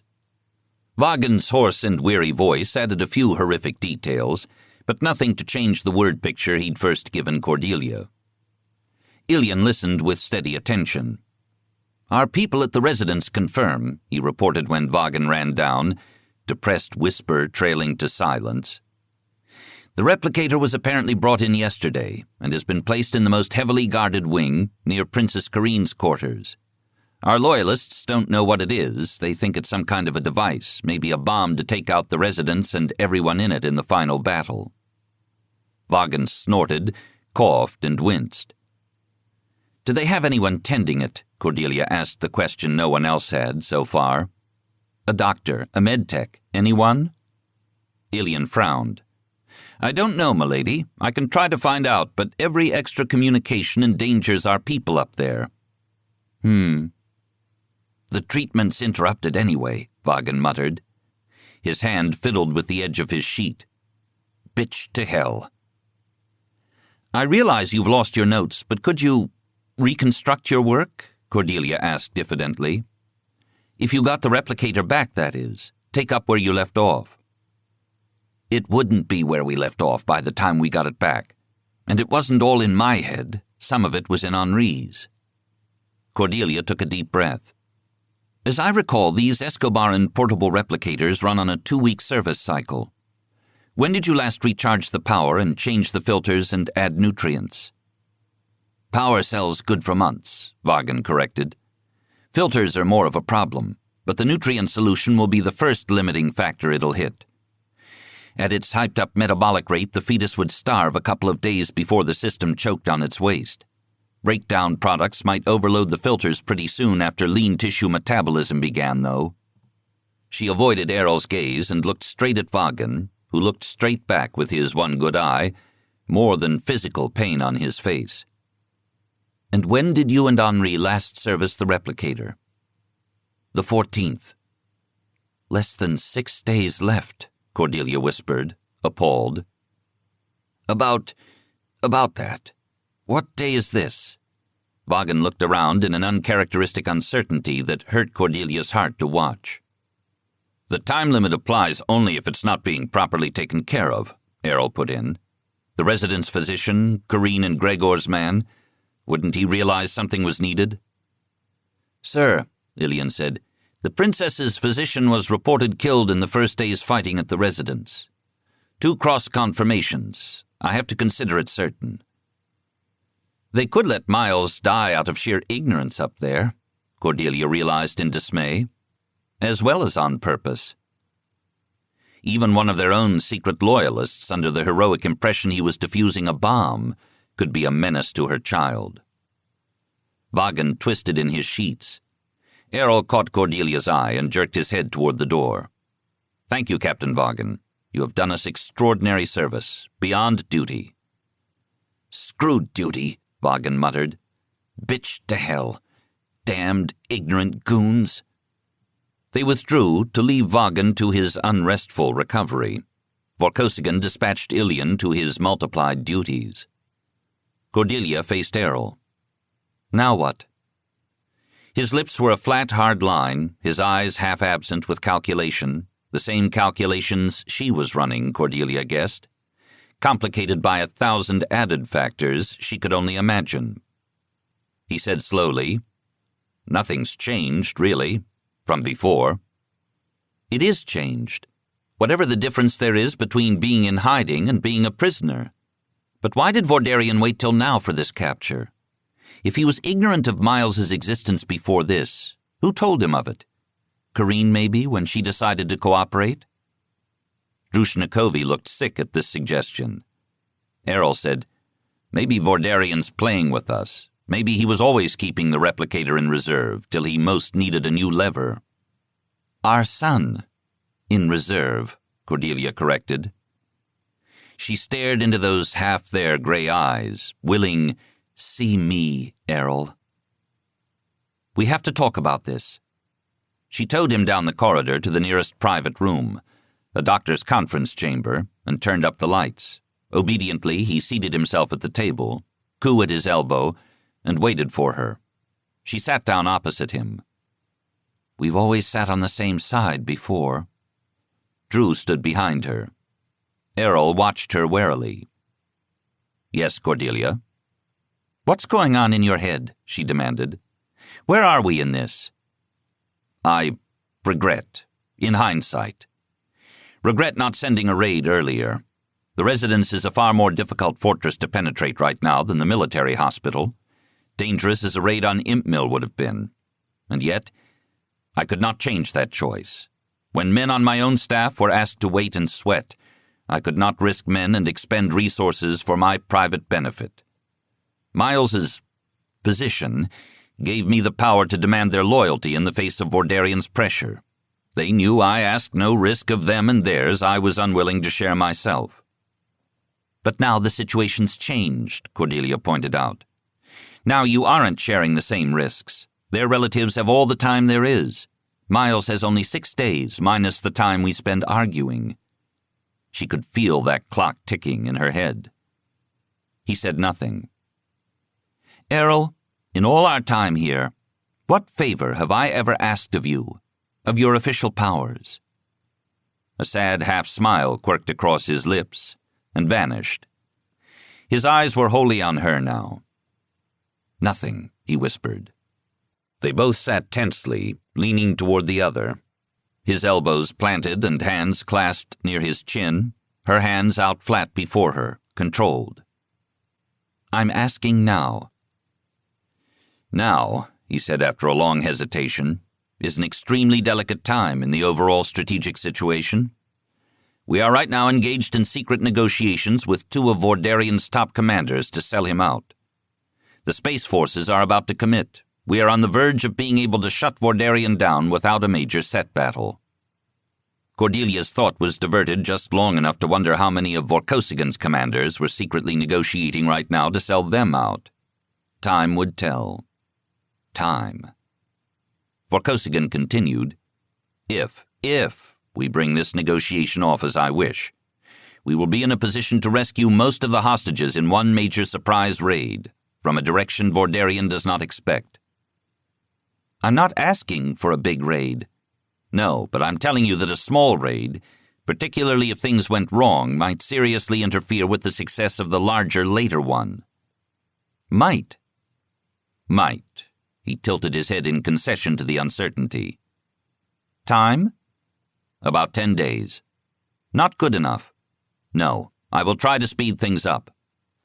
"But you understand, if I botch this chance, this timing, several thousand men could pay for my mistakes with their lives." She understood clearly. "All right. Suppose we leave the armies of Barrayar out of this for the moment. Let me go, with maybe a liveried man or two and pinpoint, downright hypodermic secrecy, a totally private effort." His hands slapped to the table and he sputtered, "No! God, Cordelia!" "Do you doubt my competence?" she asked dangerously. "I sure do." Now was not the moment to admit this, however. "Is that dear Captain just a pet name for a pet, or did you mean it?" "I have seen you do extraordinary things." "You've also seen me fall flat on my face, so?" "But you are not expendable. God, that really would make me terminally crazy. To wait, not knowing, you ask that of me. To wait unknowing, you ask it every day. You are stronger than I. You are strong beyond reason. Flattering, not convincing." His thought circled hers. She could see it in his knife-keen eyes. "No. No herring off on your own. I forbid it, Cordelia. Flat, absolutely. Put it right out of your mind. I cannot risk you both." "You do, in this." His jaw clamped, his head lowered. Message received and understood. Kudelka, sitting worriedly beside him, glanced back and forth between the two of them in consternation. Cordelia could sense the pressure of Drew's hand, white tight on the back of her chair. Vorkosigan looked like something being ground between two great stones. She had no desire to see him smeared to powder. In a moment he would demand her word to confine herself to base, to dare no risk. She opened her hand, curving up on the tabletop. I would choose differently, but no one appointed me Regent of Barrayar. The tension ran out of him with a sigh. Insufficient imagination. A common failing among Barrayarans, my love. Returning to Errol's quarters, Cordelia found Count Piotr in the corridor, just turning away from their door. He was quite changed from the exhausted wild man who'd left her on a mountain trail. Now he was dressed in the sort of quietly upper-class clothes favored by retired warlords and senior imperial ministers. Neat trousers, polished half-boots, an elaborate tunic. Bothari loomed at his shoulder, once again costumed in his formal brown and silver livery. Bothari carried a thick coat folded over his arm, by which Cordelia deduced Piotr had just blown in from his diplomatic mission to some fellow district count to the wintry north of Vordarian's holdings. Vorkosigan's people certainly seemed to be able to move at will now, outside the heartlands held by Vordarian. Ah, Cordelia. Piotr gave her a formal, cautious nod.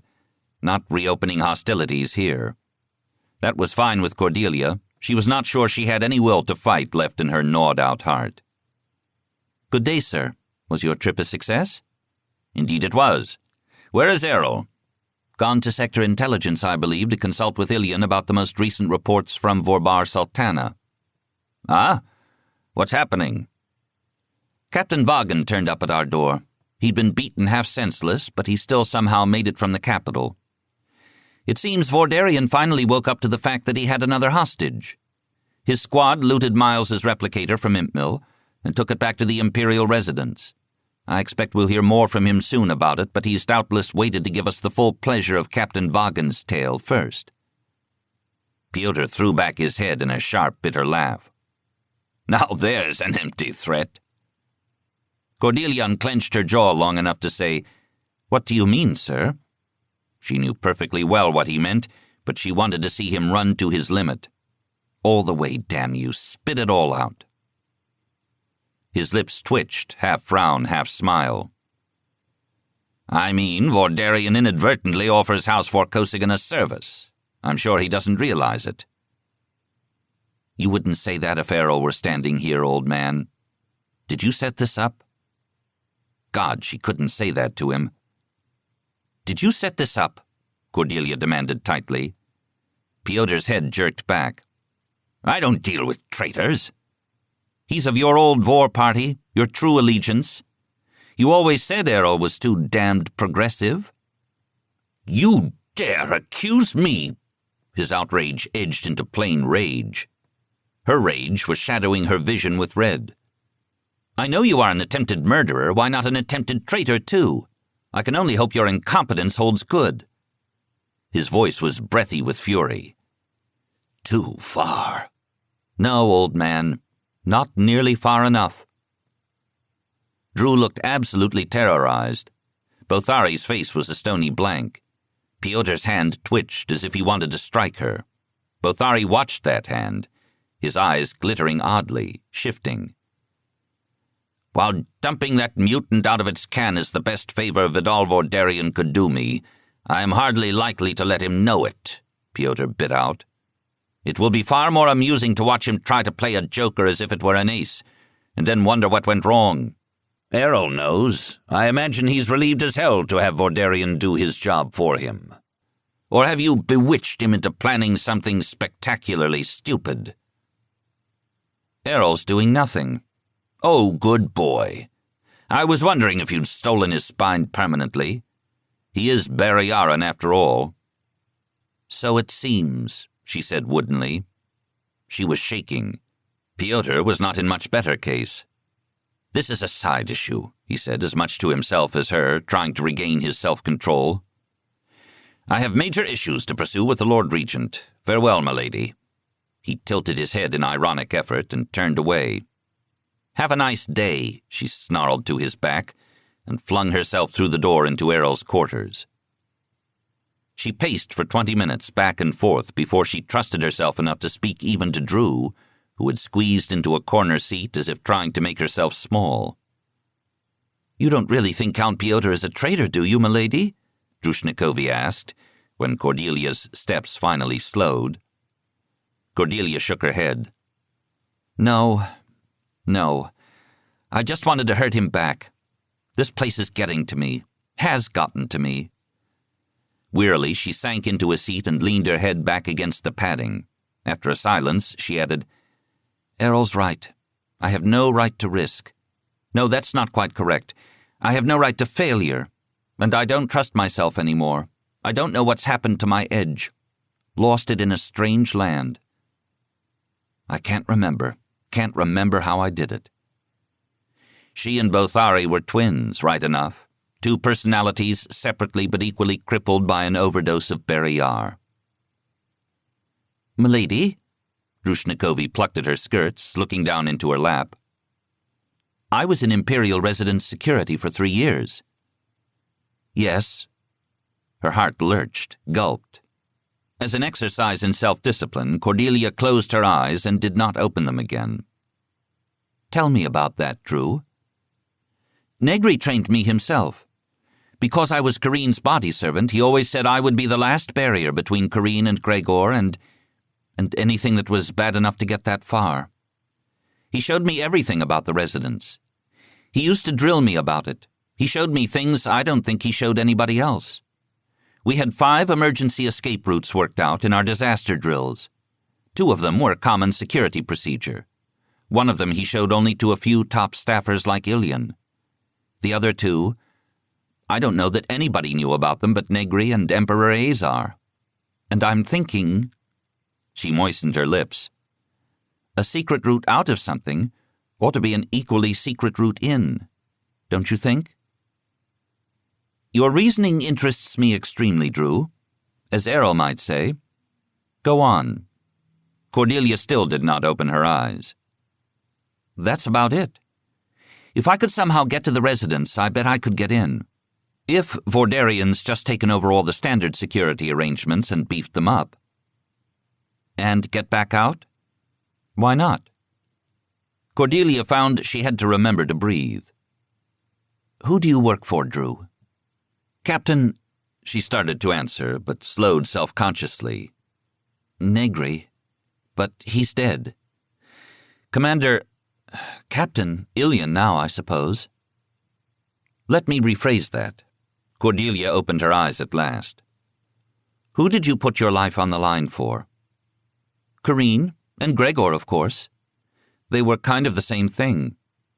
Still are, this mother bets." She caught Drew's blue gaze. "And Kareen gave you to me." "To be my mentor. We thought you were a soldier." "Never. But that doesn't mean I never fought." Cordelia paused. "What do you want to trade for, Drew? Your life in my hand. I shall not say oath sworn, that's for those other idiots. For what?" "Kareen," Drushnikovi answered steadily. "I've watched them here, gradually reclassifying her as expendable. Every day for 3 years I put my life on the line because I believed that her life was important. You watch someone that closely for that long, you don't have too many illusions about her. Now they seem to think I should just switch off my loyalty, like some guard machine. There's something wrong with that. I want to at least try for Kareen. In exchange for that, whatever you will, milady." "Ah," Cordelia rubbed her lips. "That seems equitable. One expendable life for another, Kareen for Miles." She sank down in the chair in deep meditation. "First you see it, then you do it." "It's not enough." Cordelia shook her head at last. "We need someone who knows the city, someone with muscle for backup. A weapons man, a sleepless eye. I need a friend." The corners of her lips turned up in a very small smile. "Closer than a brother." She rose and walked to the comm console. "You asked to see me, milady?" said Sergeant Bothari. "Yes, please come in." Senior officers' quarters did not intimidate Bothari, but his brow furrowed nonetheless as Cordelia gestured him to a seat. She took Errol's usual spot across the low table from him. Drew sat again in the corner, watching in reserved silence. Cordelia regarded Bothari, who regarded her in return. He looked all right physically, though his face was grooved with tension. She sensed, as with a third eye, frustrated energies coursing through his body. Arcs of rage, nets of control, a tangled electric knot of dangerous sexuality under it all. Reverberating energies, building up and up without release, in desperate need of ordered action lest they break out wildly on their own. She blinked and refocused on his less terrifying surface. A tired-looking ugly man in an elegant brown uniform. To her surprise, Bothari began. "Milady, have you heard anything new about Elena?" "Wondering why I called you here?" To her shame, she had almost forgotten Elena. "Nothing new, I'm afraid. She is reported being kept along with Mistress Hyssopy in that downtown hotel that Vordarian's security commandeered when they ran out of cells, with a lot of other second- and third-tier hostages. She hasn't been moved to the residence or anything." Elena was not, unlike Karine, in the direct line of Cordelia's secret mission. If he asked, how much dare she promise? "I was sorry to hear about your son, milady." "My mutant, as Piotr would say." She watched him. She could read his shoulders and spine and gut better than that blank, beaky face. "About Count Piotr," he said, and stopped. His hands hooked each other between his knees and flexed. "I had thought to speak to the Admiral. I hadn't thought to speak to you. I should have thought of you." "Always." "Now what?" "Man came up to me yesterday, in the gym, not in uniform, no rank or name tag. He offered me Elena. Elena's life if I would assassinate Count Piotr." "How tempting," Cordelia choked before she could stop herself. "What guarantees did he offer?" That question came to me pretty shortly. There I would be in deep shit, maybe executed. And who would care for a dead man's bastard then? I figured it for a cheat, just another cheat. I went back to look for him, been on the lookout, but I never spotted him since. He sighed. It almost seems like a hallucination now. The expression on Drew's face was a study in the deepest unreassurance, but fortunately Bothari was turned away from her and did not notice. Cordelia shot her a small, quelling frown. "Have you been having hallucinations?" Cordelia asked. "I don't think so. Just bad dreams. I try not to sleep."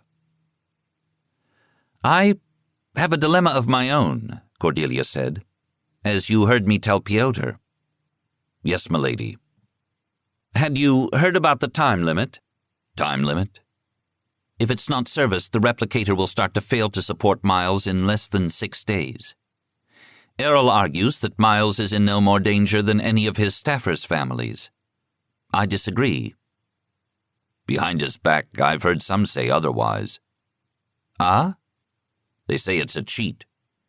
The Admiral's son is some sort of mutant, non-viable, while they risk whole children." "I don't think he realizes anyone says that." "Who would repeat it to his face?" "Very few.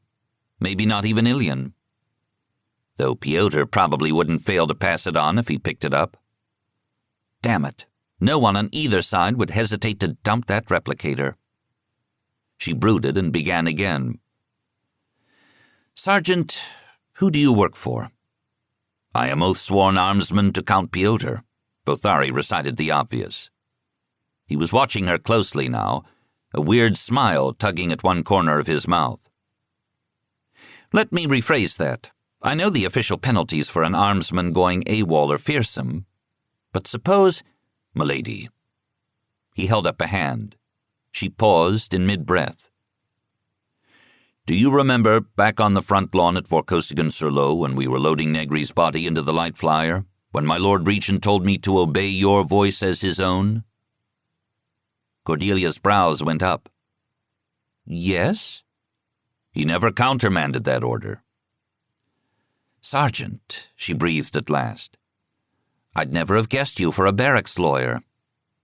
His smile grew a millimeter tighter.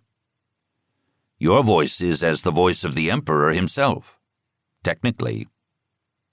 It is now, she whispered in delight. Her nails dug into her palms. He leaned forward, his hands now held rock still between his knees. So, milady, what were you saying? The motor pool staging bay was an echoing low vault, its shadows slashed by the lights from a glass-walled office. Cordelia stood waiting in the darkened lift tube portal, drew at her shoulder, and watched through the distant rectangle of glass as Bothari negotiated with the transport officer. General Vorkosigan's armsman was signing out a vehicle for his Oath Lord. The passes and IDs Bothari had been issued apparently worked just fine. The motor pool man fed Bothari's cards to his computer, took Bothari's palm print on his sensor pad, and dispatched orders with snap and hustle. Would this simple plan work? Cordelia wondered desperately. And if it didn't, what alternative had they? Their planned route sketched itself in her mind. Red light lines snaking over a map. Not north toward their goal, but due south first, by ground car into the next loyal district. Ditch the distinctive government vehicle, take the monorail west to yet another district, then northwest to another, then due east into Count Vorenus's neutral zone, focus of so much diplomatic attention from both sides. Piotr's comment echoed in her memory. I swear, Errol, if Vorenus doesn't quit trying to play both ends against the middle, you ought to hang him higher than Vordarian when this is over. Then into the capital district itself, then somehow into the sealed city. A daunting number of kilometers to cover. 3 times the distance of the direct route. So much time. Her heart swung north like a compass needle. The first and last districts would be the worst. Errol's forces could be almost more inimical to this excursion than Vordarian's. Her head spun with the cumulative impossibility of it all.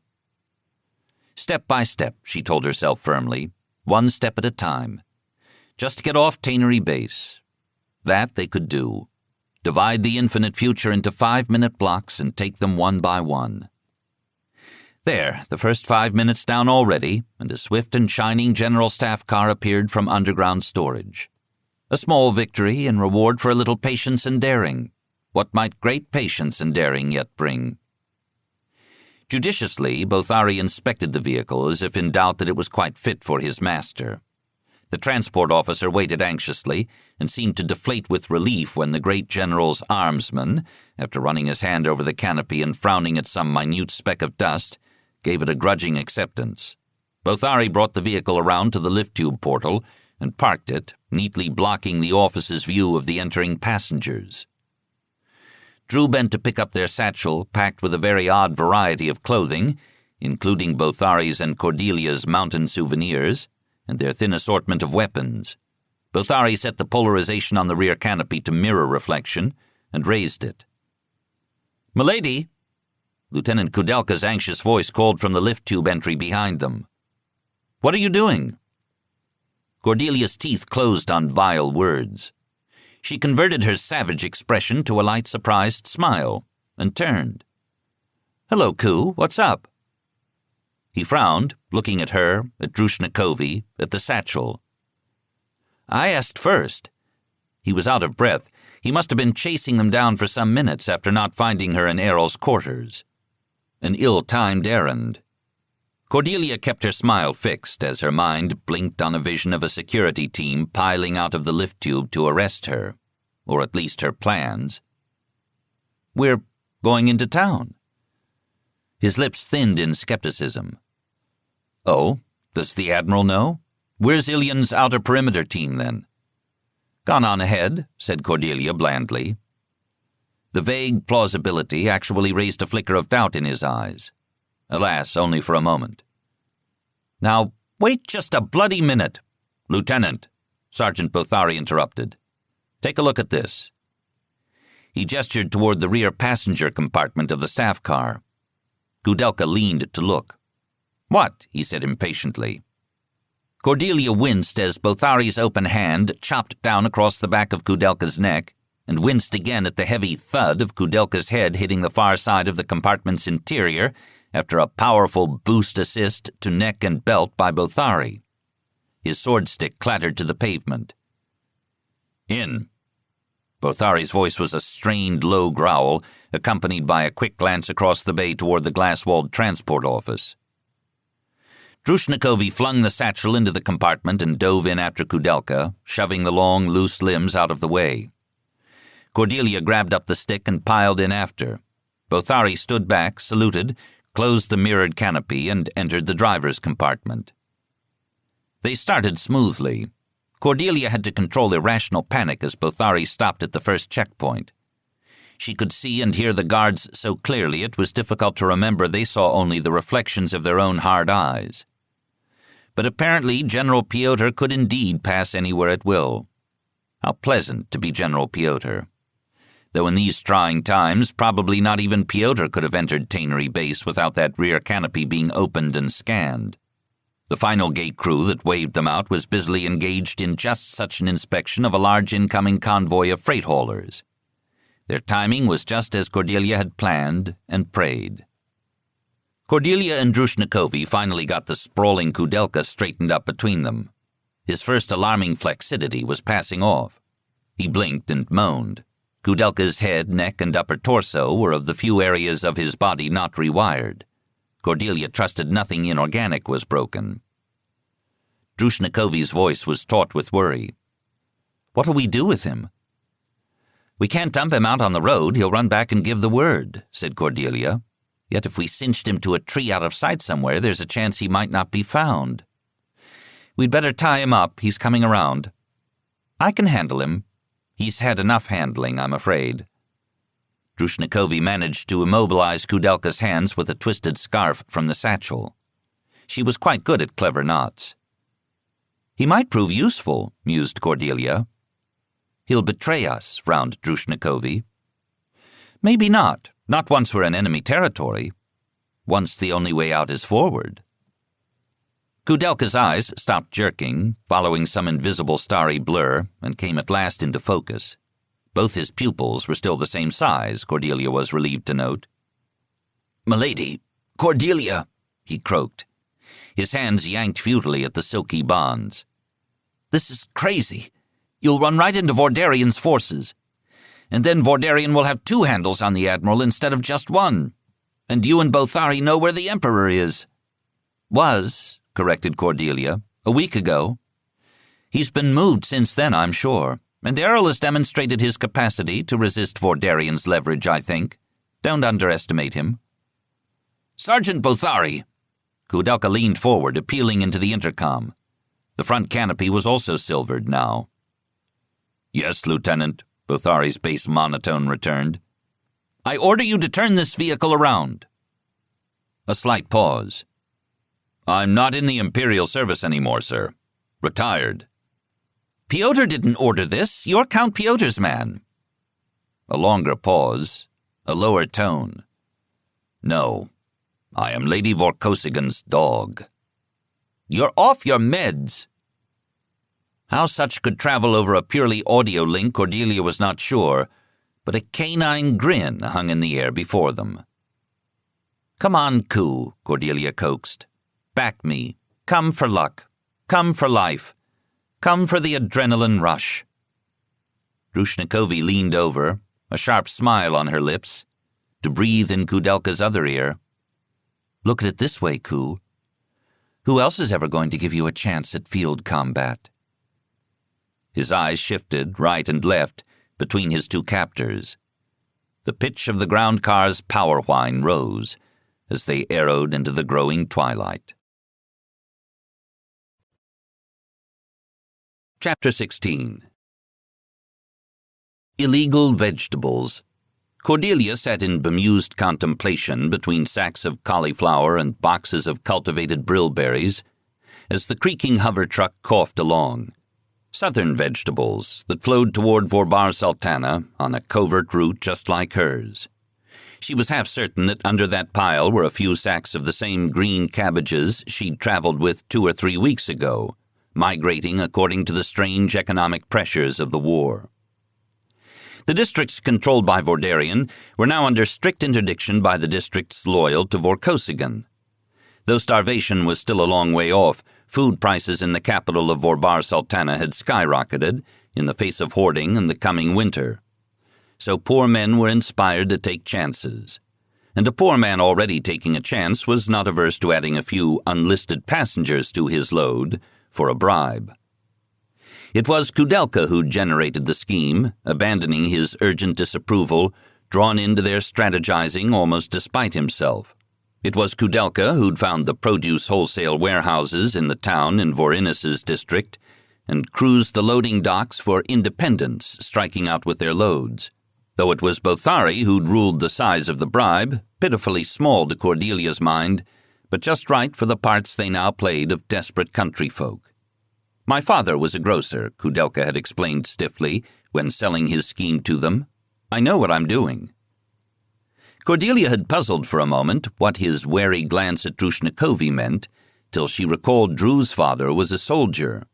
Ku had talked of his sister and widowed mother, but it was not till that moment that Cordelia realized Ku had edited his father from his reminiscences out of social embarrassment, not any lack of love between them. Kudelka had vetoed the choice of a meat truck for transport. It's more likely to be stopped by Vordarian's guards, he'd explained, so they can shake down the driver for steaks. Cordelia wasn't sure if he was speaking from military or food service experience, or both. In any case, she was grateful not to ride with grisly refrigerated carcasses. They dressed for their parts as best they could, pooling the satchel and the clothes they stood in. Bothari and Kudelka played 2 recently discharged vets, looking to better their sorry lot. And Cordelia and Drew 2 countrywomen co-scheming with them. The women were decked in a realistically odd combination of worn mountain dress and upper-class cast-offs apparently acquired from some second-hand shop. They managed the right touch of misfittedness, of women not wearing originals, by trading garments. Cordelia's eyes closed in exhaustion, though sleep was far from her. Time ticked in her brain. It had taken them 2 days to get this far, so close to their goal, so far from success. Her eyes snapped open again when the truck halted and thumped to the ground.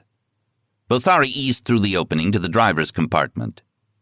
"We get out here," he called lowly. They all filed through, dropping to the city curb. Their breaths smoked in the chill. It was pre-dawn dark, with fewer lights about than Cordelia thought there ought to be. Bothari waved the transport on. "Didn't think we should ride all the way into the central market," Bothari grunted. "Driver says Vorbon's municipal guards are thick there this time of day, when the new stocks come in." "Are they anticipating food riots?" Cordelia asked. "No doubt, plus they like to get theirs first," said Kudelka. "Vordarian's going to have to put the army in soon, before the black market sucks all the food out of the rationing system." Ku, in the moments he forgot to pretend himself an artificial Vor, displayed an amazing and detailed grasp of black market economics. Or, how had a grocer bought his son the education to gain entry to the fiercely competitive Imperial Military Academy? Cordelia grinned under her breath and looked up and down the street. It was an old section of town, predating lift tubes, no buildings more than 6 flights high. Shabby, with plumbing and electricity and light pipes cut into the architecture, added as afterthoughts. Bothari led off, seeming to know where he was going. The maintenance did not improve in their direction of transit. Streets and alleys narrowed, channeling a moist aroma of decay, with an occasional whiff of urine. Lights grew fewer. Drew's shoulders hunched. Kudelka gripped his stick. Bothari paused before a narrow, ill-lit doorway bearing a hand-lettered sign. Rooms. This'll do. The door, an ancient non-automatic that swung on hinges, was locked. He rattled it, then knocked. After a long time, a little door within the door opened, and suspicious eyes stared out. "What you want?" "Room." "At this hour? Not damned likely." Bothari pulled Drew forward. The stripe of light from the opening played over her face. "Huh," grunted the door-muffled voice. "Well." Some clinking of chains, the grind of metal, and the door swung open. They all huddled into a narrow hallway featuring stairs, a desk, and an archway leading back to a darkened chamber. Their host grew even grumpier when he learned they desired only one room among the four of them. Yet he did not question it. Apparently their real desperation lent their pose of poverty a genuine edge. With the two women, and especially Cordelia in the party, no one seemed to leap to identify them as secret agents. They settled into a cramped, cheap upstairs room, giving Ku and Drew first shot at the beds. As dawn seeped through the window, Cordelia followed Bothari back downstairs to forage.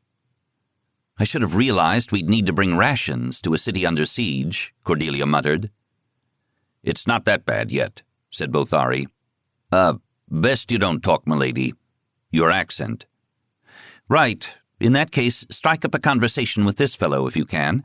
I want to hear the local view of things." They found the innkeeper, or whatever he was, in the little room beyond the archway, which, judging from a counter and a couple of battered tables with chairs, doubled as a bar and a dining room. The man reluctantly sold them some seal-packed food and bottled drinks at inflated prices while complaining about the rationing and angling for information about them. "I've been planning this trip for months," said Bothari, leaning on the bar, "and the damned war's bitched it." The innkeep made an encouraging noise, one entrepreneur to another. "Oh? What's your strat?" Bothari licked his lips, eyes narrowing in thought. "You saw that blonde?" "Yo?" "Virgin." "No way, too old." "Oh, yeah. She can pass for class, that one. We were going to sell it to some warlord at Winterfair, get us a grub stake, but they've all skipped town. Could try for a rich merchant, I guess, but she won't like it. I promised her a real lord." Cordelia hid her mouth behind her hand and tried not to emit any attention-drawing noises. It was an excellent thing Drew was not there to learn Bothari's idea of a cover story. Good God. Did Barrayar men actually pay for the privilege of committing that bit of sexual torture upon uninitiated women? The keep glanced at Cordelia. "You leave her alone with your partner without her duenna, you could lose what you came to sell." "Nah," said Bothari. "He would if he could, but he took a nerve disruptor bolt once. Below the belt, like. He's out on medical discharge." "What are you out on?" "Discharged without prejudice." This was a code phrase for quit or be housed in the stockade, as Cordelia understood it, the ultimate fate of chronic troublemakers who fell just, but only just, short of felony. "You put up with a spastic?" The keep jerked his head, indicating their upstairs room and its inhabitants. "He's the brains of the outfit." "Not too many brains to come up here and try to do that bit of business now." "Yeah, I think I could have had a better price for that same piece of meat here if I'd had her butchered and dressed."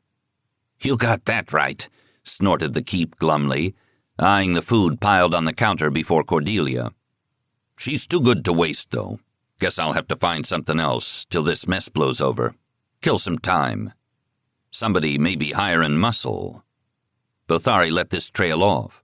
Was he running out of inspiration? The keep studied him with interest. "Yo? I've had something in my eye I could use a, agent for. Been afraid for a week somebody else'd go after it first. You could be just what I need." "Yo?" The keep leaned forward across the bar, confidentially. "Count Fordarian's boys are giving out some fat rewards down at IMSEC for information leading to. Now, I wouldn't normally mess with IMSEC, whoever was running it this week, but there's a strange fellow down the street who's taken a room, and he keeps to it, except when he goes out for food. More food than one man might eat. He's got someone in there with him no one ever sees, and he sure isn't one of us. I can't help thinking he might be worth something to somebody, eh?" Bothari frowned judiciously. "Could be dangerous. Admiral Vorkosigan blows back into town, they'll be looking real hard for that little list of informers. And you have an address." "But you don't, seems. If you'd front it, I could give you a 10% split. I think he's big, that fellow. He's sure scared." Bothari shook his head. I've been out country, and I came up here. Can't you smell it here in the city? Defeat, man. Vordarian's people look downright morbid to me. I'd think real carefully about that list if I was you." The keep's lips tightened in frustration. One way or another, opportunity's not going to last. Cordelia grabbed for Bothari's ear to whisper, "Play along. Find out who it is. Could be an ally." After a moment's thought, she added, "Ask for 50%. Bothari straightened and nodded. 50-50, he said to the keep, for the risk. The keep frowned at Cordelia, but respectfully. He said reluctantly, 50% of something's better than 100% of nothing, I suppose. "Can you get me a look at this fellow?" asked Bothari. "Maybe." "Here, woman." Bothari piled the packages in Cordelia's arms. "Take these back to the room." Cordelia cleared her throat and tried for an imitation mountain accent. "You be careful, belike. City man'll take you." Bothari favored the keep with an alarming grin. He wouldn't try and cheat an old vet. More than once." The keep smiled back nervously. Cordelia dozed uneasily and jerked awake as Bothari returned to their little room. He checked the hallway carefully before closing the door behind him. He looked grim. "Well, Sergeant, what did you find out?" What if their fellow hider turned out to be someone as strategically important as, say, Admiral Kanzian? The thought frightened her. How could she resist being turned aside from her personal mission if some greater good were too crystal clear? Ku, on a pallet on the floor, and Drew on the other cot, both blinking sleep, sat up on their elbows to listen. "It's Lord Vorpatrol. Lady Vorpatrol, too." "Oh, no." She sat upright. "Are you certain?" "Oh, yes." Ku scrubbed at his scalp, hair bent with sleep. "Did you make contact with them?" "Not yet." "Why not?" "It's Lady Vorkosigan's call, whether to divert from our primary mission." And to think she'd wished for command. "Do they seem all right?" "Alive, lying low, but that git downstairs can't have been the only one to spot them. I've spiked him for now, but somebody else could get greedy any time." "Any sign of the baby?" He shook his head. "She hasn't had it yet." "It's late. She was due over 2 weeks ago. How hellish." She paused. "Do you think we could escape the city together?" "The more people in a party, the more conspicuous," Bothari said slowly, "and I caught a glimpse of Lady Vorpatrol. She's real conspicuous. People'd notice her." "I don't see how joining us now would improve their position. Their covers worked for several weeks. If we succeed at the residence, maybe we can try for them on the way back. Certainly have Ilian send loyalist agents to help them if we get back." Damn. If she were an official raid, she'd have just the contacts the Vorpatrols needed. But then, if she were an official raid, she doubtless would not have come this way. She sat thinking. No contact yet. But we'd better do something to discourage your friend downstairs." "I have," said Bothari. "Told him I knew where I could get a better price and not risk my head later. We may be able to bribe him to help us." "You'd trust him?" said Drushnikovi doubtfully. Bothari grimaced. "As far as I can see him. I'll try to keep an eye on him while we're here. Another thing, I caught a broadcast on his vid in the back room. Vordarian had himself declared emperor last night." Ku swore. "So he's finally gone and done it." "But what does it mean?" asked Cordelia. "Does he feel himself strong, or is it a move of desperation?" "Last-ditch ploy to try to sway the space forces, I'd guess," said Ku. "Will it really attract more men than it offends?" Ku shook his head. "We have a real fear of chaos on Barrayar. We've tried it. It's nasty. The Imperium has been identified as a source of order ever since Dorka Vorbara broke the power of the warring counts and unified the planet. Emperor is a real power word here." "Not to me," Cordelia sighed. "Let's get some rest. Maybe by this time tomorrow it'll all be over." Hopeful, gruesome thought, depending on how it was construed. She counted the hours over for the 1,000th time.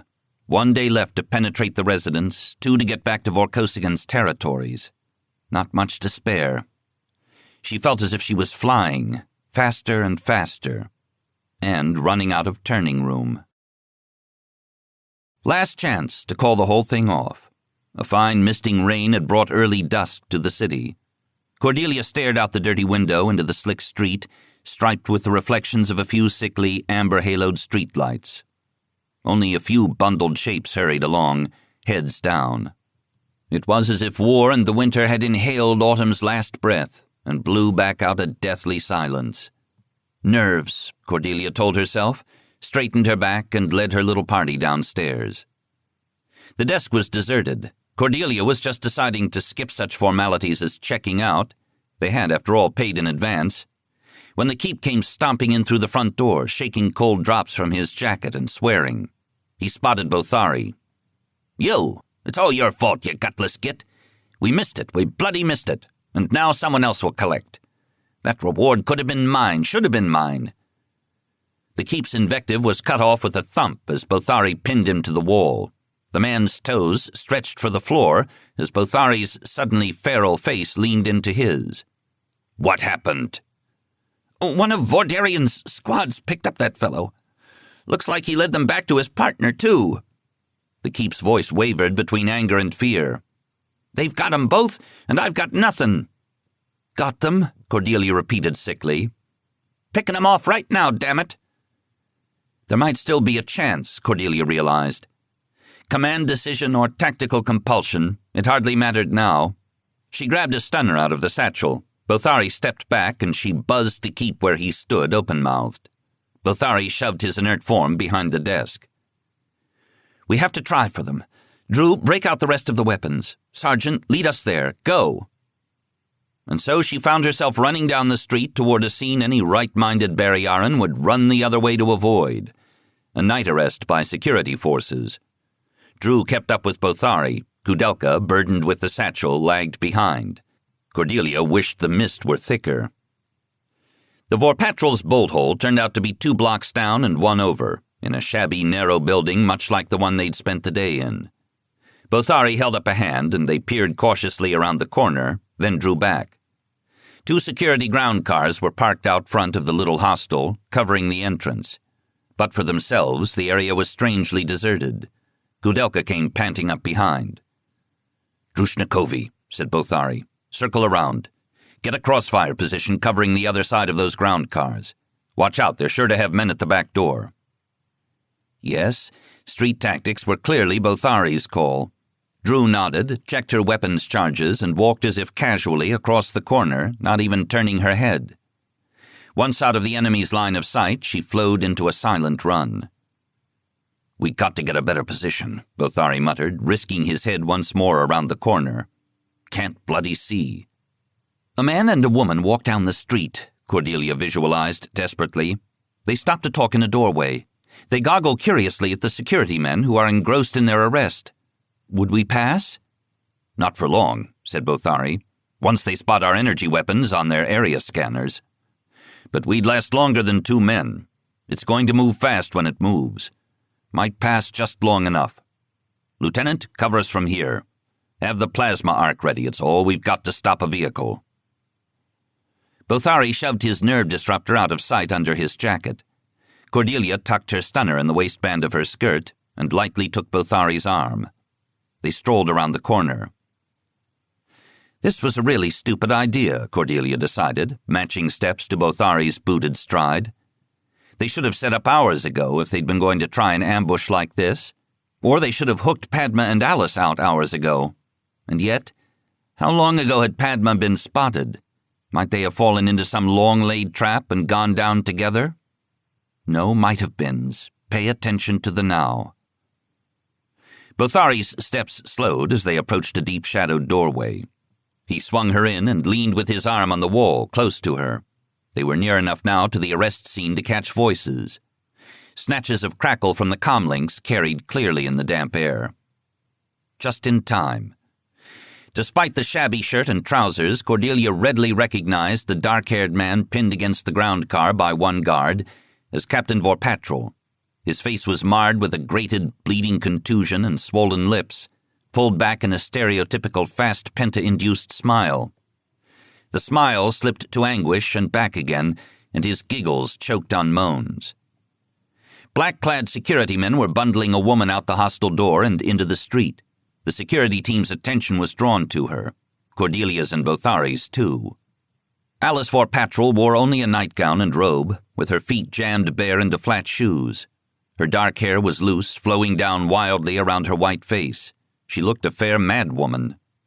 She was indeed conspicuously pregnant, black robe falling open around her white-gowned belly.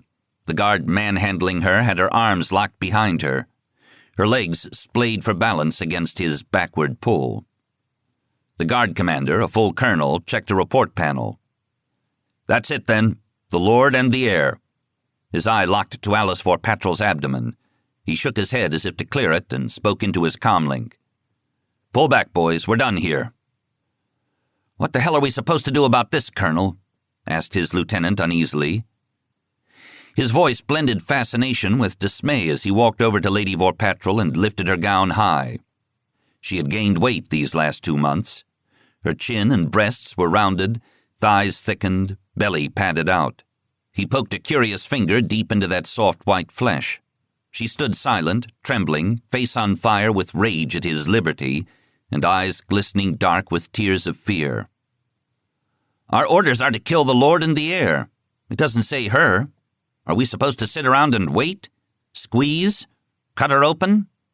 Or," his voice went persuasive, "maybe just take her back to HQ." The guard holding her from behind grinned and ground his hips into her buttocks, mock thrusts of unmistakable meaning. "We don't have to take her straight back, do we? I mean, this is war meat. What a chance." The colonel stared at him and spat disgust. "Corporal, you're perverted." Cordelia realized with a shock that Bothari's riveted attention to the scene before them was no longer tactical. He was deeply aroused. His eyes seemed to glaze as she watched. His lips parted. The guard colonel pocketed his comlink and drew his nerve disruptor. "No," he shook his head. "We make this quick and clean. Step aside, Corporal." Strange mercies. The guard expertly popped Alice's knees and shoved her down, stepping back. Her hands flung out to the pavement, too late to save her swollen belly from a hard smack. Padma Vorpatral moaned through his fast pentahaze. The guard colonel raised his nerve disruptor and hesitated, as if uncertain whether to aim it at her head or torso. "Kill them," Cordelia hissed in Bothari's ear, jerked out her stunner, and fired. Bothari snapped not only awake, but over into some berserker mode. His nerve disruptor bolt hit the guard colonel at the same moment as Cordelia's stunner beam did, though she had drawn first. Then he was moving, a dark blur leaping behind a parked vehicle. He snapped off shots, blew crackles that electrified the air. 2 more guards fell as the rest took cover behind their ground cars. Alice Vorpatral, still on the pavement, curled up in a tight ball, trying to cover her abdomen with her arms and legs. Padma Vorpatral, pentadrunk, staggered bewilderedly toward her, arms out, apparently with some similar idea in mind. The guard lieutenant, rolling on the pavement toward cover, aimed his nerve disruptor at the distraught man. The guard lieutenant's pause for accuracy was fatal. Drushnikovi's nerve disruptor crossfire and Cordelia's stunner beam intersected upon his body. A millisecond too late. His nerve disruptor bolt took Padma Vorpatral squarely in the back of his head. Blue sparks danced, dark hair sparked orange, and Padma's body arced in a violent convulsion and fell twitching. Alice Vorpatral wailed, a short, sharp cry cut off by a gasp. On her hands and knees, she seemed momentarily frozen between trying to crawl toward him or away. Drushnikovi's crossfire vantage was perfect. The last guard was killed while still trying to raise the canopy of the armored ground car. A driver, shielded inside the second vehicle, prudently chose to try and speed away. Kudelka's plasma arc bolt, set on high power, blasted into the ground car as it accelerated past the corner. It skidded wildly, dragging an edge and trailing sparks, and crashed into the side of a brick building. Yes, and didn't my whole strategy for this mission turn on our staying invisible? Cordelia thought dizzily, and ran forward. She and Drushnikovi reached Alice Vorpatral at the same moment. Together they hoisted the shuddering woman to her feet. "We have to get out of here," said Bothari, rising from his firing crouch and coming toward them. "No shit," agreed Kudelka, limping up and staring around at the sudden and spectacular carnage. The street was amazingly quiet. Not for long, Cordelia suspected. "This way." Bothari pointed up an alley, narrow and dark. "Run." "Shouldn't we try to take that car?" Cordelia gestured to the body-draped vehicle. "No, traceable, and it can't fit where we're going." Cordelia was not sure if the wild-faced weeping Alice was able to run anywhere, but she stuck her stunner back in her waistband and took one of the pregnant woman's arms. Drew took the other, and together they guided her in the sergeant's wake. At least Kudelka was no longer the slowest of the party. Alice was crying, not yet hysterical. She glanced only once over her shoulder at her husband's body, then concentrated grimly on trying to run. She did not run well. She was hopelessly unbalanced, her arms wrapping her belly in an attempt to take up the shocks of her heavy footsteps. "Cordelia," she gasped. An acknowledgement of recognition. There was no time or breath for demands of explanation. They had not lurched more than 3 blocks when Cordelia began to hear sirens from the area they were fleeing.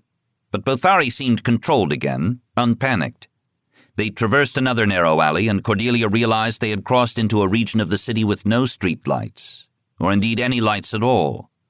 Her eyes strained in the misty shadows. Alice stopped suddenly, and Cordelia skidded to a halt, almost jerking the woman off her feet. Alice stood for half a minute, bent over, gasping. Cordelia realized that beneath its deceptive padding of fat, Alice's abdomen was hard as a rock. The back of her robe was soaking wet. "Are you going into labor?" she asked. She didn't know why she made that a question. The answer was obvious. "This has been going on for a day and a half," Alice blurted.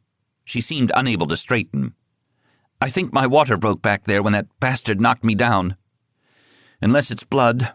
Should have passed out by now if all that was blood. It hurts so much worse now." Her breath slowed. She pulled her shoulders back with effort. "How much longer?" asked Ku in alarm. "How should I know? I've never done this before. Your guess is as good as mine," Lady Vorpatral snapped. Hot anger to warm, cold fear.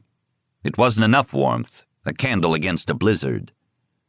"Not much longer, I'd say," came Bothari's voice out of the dark. "We'd better go to ground. Come on." Lady Vorpatral could no longer run, but managed a rapid waddle, stopping helplessly every 2 minutes, then every 1 minute. "Not going to make it all the way," muttered Bothari. "Wait here." He disappeared up a side alley? The passages all seemed alleys here, cold and stinking, much too narrow for ground cars. They had passed exactly 2 people in the maze, huddled to one side of a passage in a heap, and stepped carefully around them. "Can you do anything to, hold back?" asked Ku, watching Lady Vorpatral double over again. "We ought to try and get a doctor or something." "That's what that idiot Padma went out for," Alice ground out. "I begged him not to go. Oh, God." After another moment, she added in a surprisingly conversational tone, "The next time you're vomiting your guts out, Ku, let me suggest you just close your mouth and swallow hard. It's not exactly a voluntary reflex." She straightened again, shivering violently. "She doesn't need a doctor, she needs a flat spot," Bothari spoke from the shadows. "This way." He led them a short distance to a wooden door, formerly nailed shut in an ancient solid stuccoed wall. Judging from the fresh splinters, he just kicked it open. Once inside, with the door pulled tight shut again, Drushnikovi at last dared pull a handlight from the satchel. It illuminated a small, empty, dirty room. Bothari swiftly prowled its perimeters. 2 inner doors had been broken open long ago, but beyond them all was soundless and lightless and apparently deserted. "It'll have to do," said Bothari. Cordelia wondered what the hell to do next. She knew all about placental transfers and surgical sections now, but for so-called normal births, she had only theory to go on. Alice Vorpatral probably had even less grasp of the biology, Drew less still, and Ku was downright useless. "Has anyone here ever actually been in on one of these before?" "Not I," muttered Alice. Their looks met in rather too clear an understanding. "You're not alone," said Cordelia stoutly. "Confidence should lead to relaxation, should lead to something. We'll all help." Bothari said, oddly reluctantly, "My mother used to do a spot of midwifery. Sometimes she'd drag me along to help. There's not that much to it." Cordelia controlled her brows. This was the first time she'd heard the sergeant say word one about either of his parents. The sergeant sighed, clearly realizing from their array of looks that he'd just put himself in charge. "Lend me your jacket, Ku." Kudelka divested the garment gallantly and made to wrap it around the shaking Lady Vorpatrol. He looked a little more dismayed when the sergeant put his own jacket around Lady Vorpatrol's shoulders, then made her lie down on the floor and spread Kudelka's jacket under her hips. She looked less pale lying down, less like she was about to pass out, but her breath stopped, then she cried out as her abdominal muscles locked again. "Stay with me, Lady Vorkosigan," Bothari murmured to Cordelia. For what? Cordelia wondered, then realized why as he knelt and gently pushed up Alice Vorpatrol's nightgown. "He wants me for a control mechanism." But the killing seemed to have bled off that horrifying wave of lust that had so distorted his face back in the street. His gaze now was only normally interested. Fortunately, Alice Vorpatrol was too self-absorbed to notice that Bothari's attempt at an expression of medical coolness was not wholly successful. "Baby's head's not showing yet," he reported, "but soon." Another spasm, and he looked around vaguely and added, "I don't think you'd better scream, Lady Vorpatrol. They'll be looking by now." She nodded understanding and waved a desperate hand. Drew, catching on, rolled up a bit of cloth into a rag rope and gave it to her to bite. And so the tableau hung, for spasm after uterine spasm. Alice looked utterly wrung, crying very quietly, unable to stop her body's repeated attempts to turn itself inside out long enough to catch either breath or balance. The baby's head crowned, dark-haired, but seemed unable to go further. "How long is this supposed to take?" asked Ku, in a voice that tried to sound measured but came out very worried. "I think he likes it where he is," said Bothari. "Doesn't want to come out in the cold." His joke actually got through to Alice. Her sobbing breath didn't change, but her eyes flashed in a moment of gratitude. Bothari crouched, frowned judiciously, hunkered around to her side, placed a big hand on her belly, and waited for the next spasm. Then he leaned. The infant's head popped out between Lady Vorpatrol's bloody thighs, quick as that. "There," said the sergeant, sounding rather satisfied. Kudelka looked thoroughly impressed. Cordelia caught the head between her hands and eased the body out with the next contraction. The baby boy coughed twice, sneezed like a kitten in the awed silence, inhaled, grew pinker, and emitted a nerve-shattering wail. Cordelia nearly dropped him. Bothari swore at the noise. "Give me your swordstick, Ku." Lady Vorpatrol looked up wildly. "No, give him back to me. I'll make him be quiet." "Wasn't what I had in mind," said Bothari with some dignity. "Though it's an idea," he added as the wails went on. He pulled out the plasma arc and heated the sword briefly on low power. Sterilizing it, Cordelia realized. Placenta followed cord on the next contraction, a messy heap on Ku's jacket. She stared with covert fascination at the spent version of the supportive organ that had been of so much concern in her own case. Time. This rescue's taken so much time. What are Miles's chances down to now? Had she just traded her son's life for little Ivan's? Not so little Ivan, actually. No wonder he'd given his mother so much trouble. Alice must be blessed with an unusually wide pelvic arch, or she'd never have made it through this nightmare night alive. After the cord drained white, Bothari cut it with the sterilized blade, and Cordelia self-knotted the rubbery thing as best she could. She mopped off the baby and wrapped him in their spare clean shirt, and handed him at last into Alice's outstretched arms. Alice looked at the baby and began crying again, muffled sobs. "Padma said I'd have the best doctors. Padma said there'd be no pain. Padma said he'd stay with me. Damn you, Padma." She clutched Padma's son to her. In an altered tone of mild surprise, she added, "Ow!" Infant mouth had found her breast, and apparently had a grip like a barracuda. Good reflexes, observed Bothari. Chapter 17. For God's sake, Bothari, we can't take her in there, hissed Kudelka. They stood in an alley deep in the maze of the caravanserai. A thick-walled building bulked an unusual 3 stories high in the cold, wet darkness. High on its stuccoed face, scabrous with peeling paint, yellow light glinted through carved shutters. An oil lamp burned dimly above a wooden door, the only entrance Cordelia could see. "Can't leave her out here. She needs heat," replied the sergeant. He carried Lady Vorpatrol in his arms. She clung to him, wan and shivering. "It's a slow night anyway. Late. They're closing down." "What is this place?" asked Drushnikovi. Kudelka cleared his throat. "Back in the time of isolation, when this was the center of Vorbar Sultana, it was a lord's residence. One of the minor Vorbara princes, I think. That's why it's built like a fortress. Now it's a sort of inn." "Oh, so this is your whorehouse, Ku," Cordelia managed not to blurt out. Instead, she addressed Bothari. "Is it safe, or is it likely to be stocked with informers like that last place?" "Safe for a few hours," Bothari judged. "A few hours is all we have anyway." He set Lady Vorpatrol down, handing her off to Drushnikovi, and slipped inside after a muffled conversation through the door with some guardian. Cordelia tucked little Ivan more firmly to her, tugging her jacket over him for all the warmth she could share.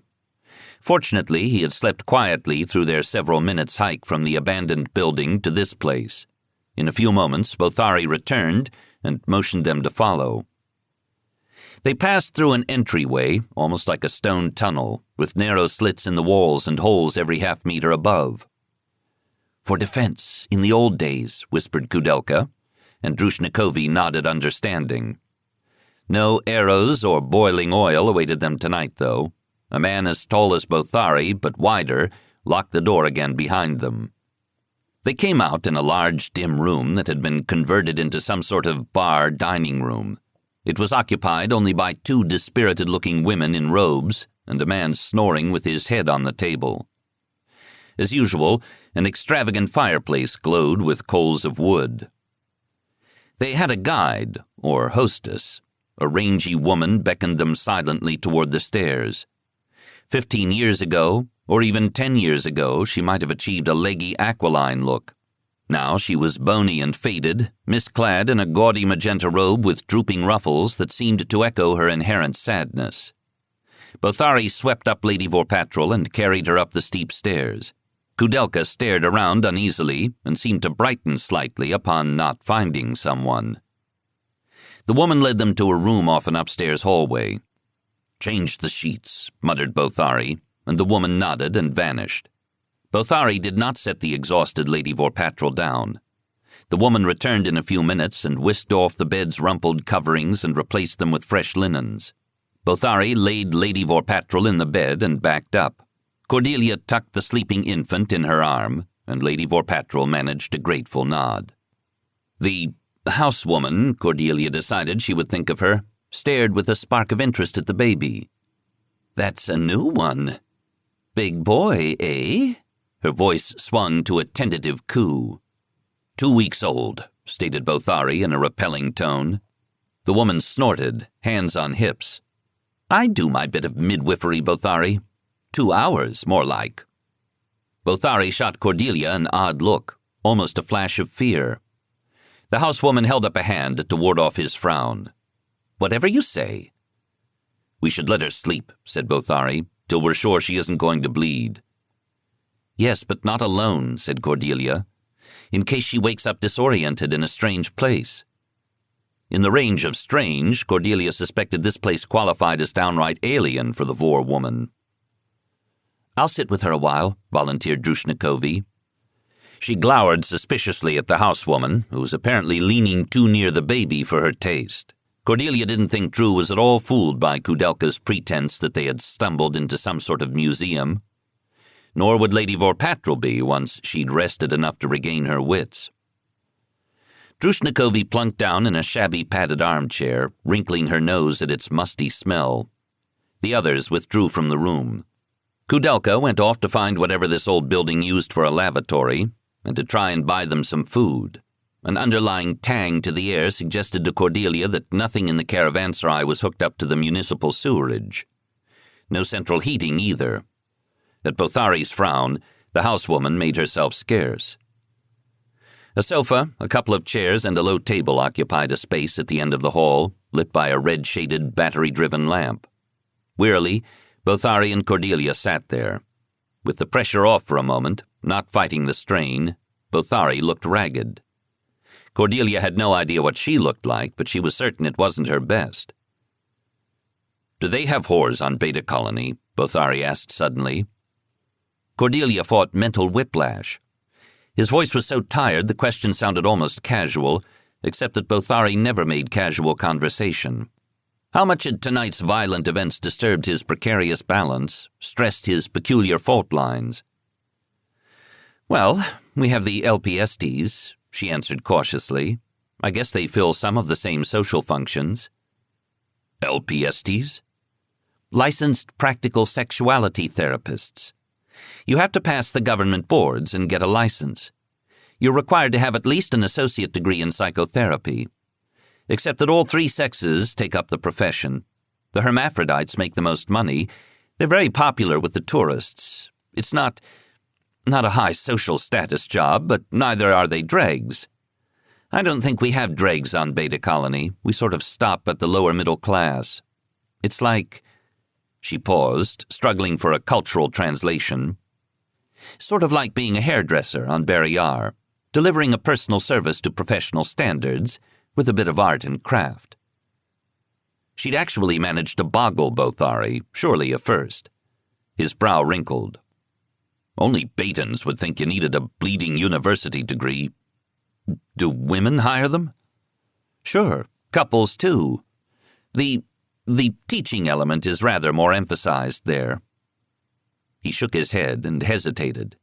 He shot her a sidelong look. "My mother was a whore." His tone was curiously distant. He waited. "I'd about figured that out." "Don't know why she didn't abort me. She could have. She did those as well as midwifery. Maybe she was looking to her old age. She used to sell me to her customers." Cordelia choked. Now that would not have been allowed on Beta Colony." "I can't remember much about that time. I ran away when I was 12, when I got big enough to beat up her damned customers. Ran with the gangs till I was 16, passed for 18, and lied my way into the service. Then I was out of here." His palms slid across each other, indicating how slick and fast his escape. "The service must have seemed like heaven in comparison." "Till I met Vorkosigan." He stared around vaguely.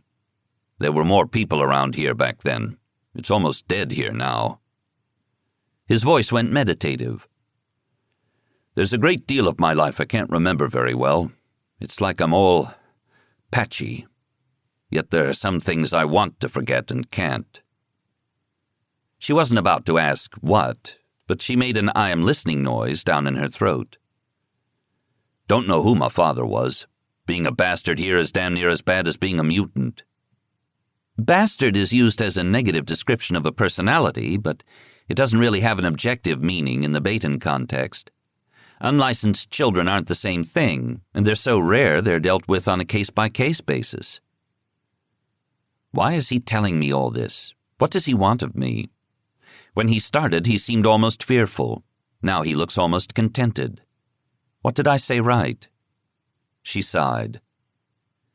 To her secret relief, Kudelka returned about then, bearing actual fresh sandwiches of bread and cheese and bottled beer. Cordelia was glad for the beer. She'd have been dubious of the water in this place. She chased her first bite with a grateful swallow and said, "Ku, we have to rearrange our strategy." He settled awkwardly beside her, listening seriously. "Yes?" "We obviously can't take Lady Vorpatrol and the baby with us, and we can't leave her here. We left 5 corpses and a burning ground car for Vordarian's security. They're going to be searching this area in earnest. But for just a little while longer, they will still be hunting for a very pregnant woman. It gives us a time window. We have to split up." He filled a hesitant moment with a bite of sandwich. "Will you go with her then, milady?" She shook her head. "I must go with the residence team, if only because I'm the only one who can say this is impossible now, it's time to quit. Drew is absolutely required, and I need Bothari. And in some strange way, Bothari needs me. That leaves you." His lips compressed bitterly. "At least I won't slow you down." "You're not a default choice," she said sharply. "Your ingenuity got us into Vorbar Sultana. I think it can get Lady Vorpatrol out. You're her best shot." "But it feels like you're running into danger and I'm running away." "A dangerous illusion, Ku. Think. If Vordarian goons catch her again, they'll show her no mercy. Nor you, nor especially the baby. There is no safer, only mortal necessity and logic and the absolute need to keep your head." He sighed. "I'll try, milady. Try is not good enough. Padma Vorpatrol tried. You'll bloody succeed, Ku." He nodded slowly. "Yes, milady." Bothari left to scrounge clothing for Ku's new persona of poor young husband and father. "Customers are always leaving things," he remarked. Cordelia wondered what he could collect here in the way of street clothes for Lady Vorpatrol. Ku took food in to Lady Vorpatrol and Drew. He returned with a very bleak expression on his face and settled again beside Cordelia. After a time, he said, "I guess I understand now why Drew was so worried about being pregnant." "Do you?" said Cordelia. "Lady Vorpatrol's troubles make mine look pretty small. God, that looked painful." But the pain only lasts a day." She rubbed her scar. "Or a few weeks. I don't think that's it." "What is, then?" "It's a transcendental act, making life. I thought about that when I was carrying Miles. By this act I bring one death into the world. One birth, one death, and all the pain and acts of will between. I didn't understand certain Oriental mystic symbols like the Death Mother, Kali, till I realized it wasn't mystic at all, just plain fact. A Barrayaran-style sexual accident can start a chain of causality that doesn't stop till the end of time. Our children change us, whether they live or not. Even though your child turned out to be chimerical this time, Drew was touched by that change. Weren't you?" He shook his head in bafflement. "I wasn't thinking about all that. I just wanted to be normal, like other men." "I think your instincts are all right. They're just not enough. I don't suppose you could get your instincts and your intellect working together for once instead of at cross purposes." He snorted. I don't know how to get through to her now. I said I was sorry." "It's not all right between you two, is it?" "No." "You know what's bothered me most on the journey up here?" said Cordelia. "No." "I couldn't say goodbye to Errol. If anything happens to me, or to him for that matter, it will leave something hanging, unraveled between us, and no way to ever make it right." He folded a little more into himself, slumped in the chair. She meditated a bit. "What have you tried besides I'm sorry? How about, how do you feel? Are you all right? Can I help? I love you. There's a classic. Words of one syllable. Mostly questions, now I think on it. Shows an interest in starting a conversation, you know." He smiled sadly. "I don't think she wants to talk to me anymore." "Suppose," she leaned her head back and stared unseeing down the hallway, "suppose things hadn't taken such a wrong turn that night. Suppose you hadn't panicked. Suppose that idiot Avon Vorhalis hadn't interrupted with his little horror show." There was a thought. Too painful that might not have been. Drop back to square one. There you were, cuddling happily. Errol had used that word, cuddling. It hurt too much to think of Errol just now, too. You part friends, you wake up the next morning, aching with unrequited love. What happens next on Barrayar? A go-between. Ah? Her parents or mine would hire a go-between. And then they'd, well, arrange things. And you do what? He shrugged. Show up on time for the wedding and pay the bill, I guess. Actually, the parents pay the bill. No wonder the man was at a loss. Did you want a wedding? Not just to get laid? Yes, but, m'lady, I'm just about half a man on a good day. Her family'd take one look at me and laugh. Have you ever met her family? Have they met you? No. Coo, are you listening to yourself? He looked rather shamefaced. Well, a go-between. Huh. She stood up. Where are you going? He asked nervously. Between, she said firmly. She marched down the hall to Lady Vorpatrol's door and stuck her head in. Drushnikovi was sitting watching the sleeping woman. 2 beers and the sandwiches sat untouched on a bedside table. Cordelia slipped within and closed the door gently. You know, she murmured, good soldiers never pass up a chance to eat or sleep. They never know how much they'll be called on to do before the next chance. I'm not hungry. Drew, too, had a folded-in look as if caught in some trap within herself. Want to talk about it? She grimaced uncertainly and moved away from the bed to a settee in the far corner of the room. Cordelia sat beside her. Tonight, she said lowly, was the first time I was ever in a real fight. You did well. You found your position. You reacted. No. Drushnikovi made a bitter hand-chopping gesture. I didn't. Oh, it looked good to me. I ran around behind the building, stunned the 2 security men waiting at the back door. They never saw me. I got to my position at the building's corner. I watched those men tormenting Lady Vorpatrol in the street, insulting and staring and pushing and poking at her. It made me so angry I switched to my nerve disruptor. I wanted to kill them. Then the firing started, and I hesitated. And Lord Vorpatrol died because of it. My fault. Whoa, girl.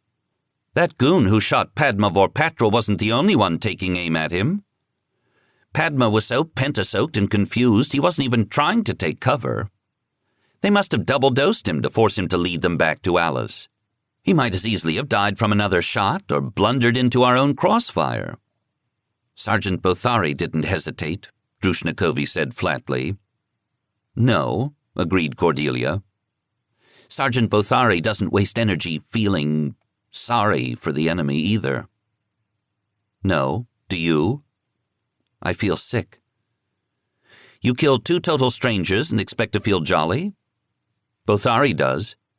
Yes, Bothari enjoyed it, but Bothari is not, even by Barrayaran standards, a sane man. Do you aspire to be a monster? You call him that? Oh, but he's my monster. My good dog.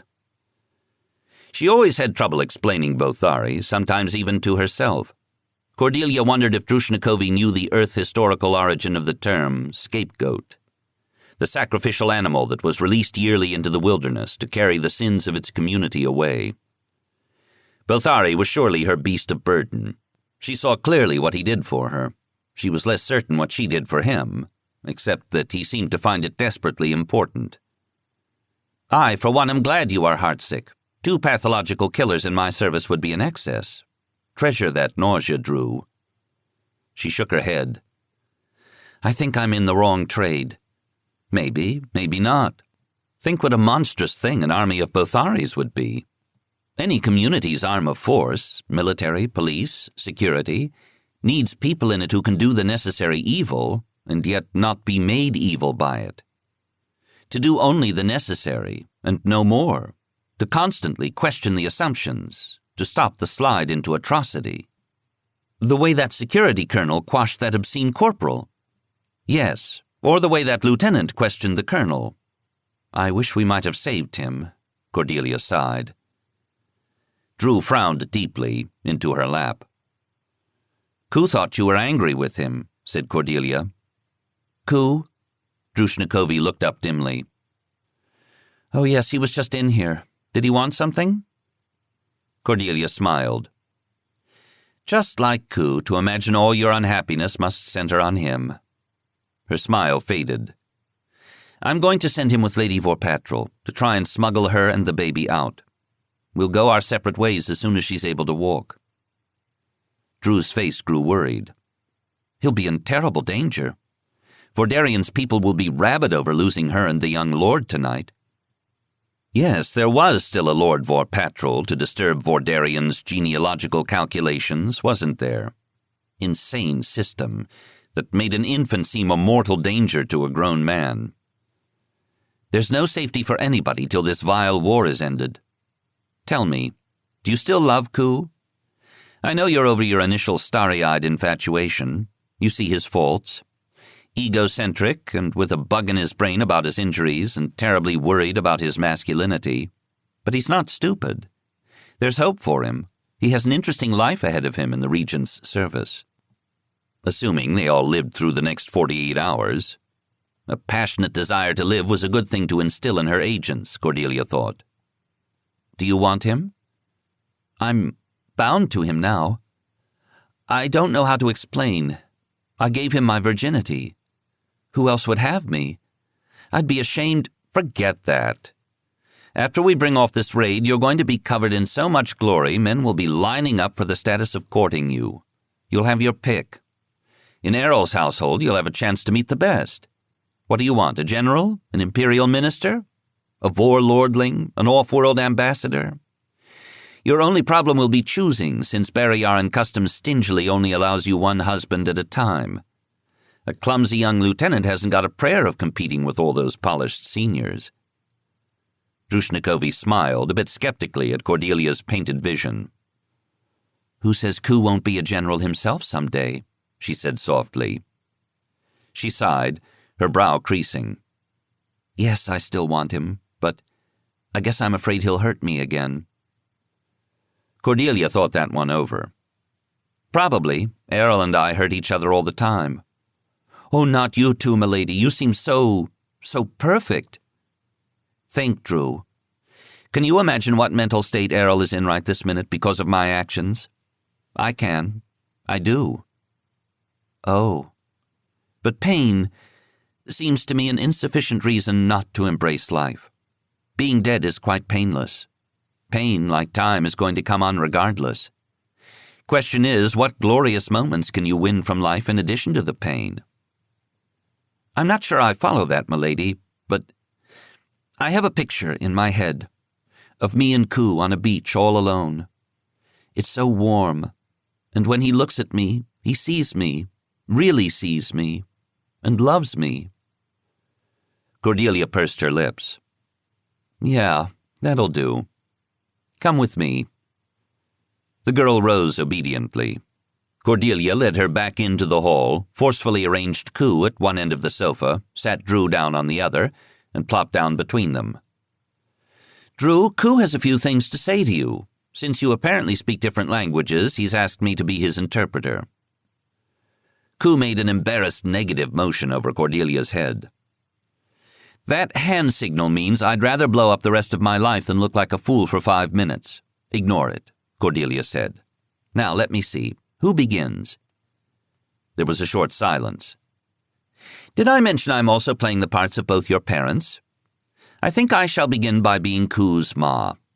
Well, son, and have you met any nice girls yet? You're almost 26, you know. I saw that vid, she added in her own voice as Ku choked. I have her style, eh? And her content. And Ku says, yes, ma, there's this gorgeous girl, young, tall, smart. And Ku's ma says, tee-hee, and hires me, your friendly neighborhood go-between. And I go to your father, Drew, and say, there's this young man, Imperial Lieutenant, personal secretary to the Lord Regent, war hero slated for the inside track at Imperial HQ.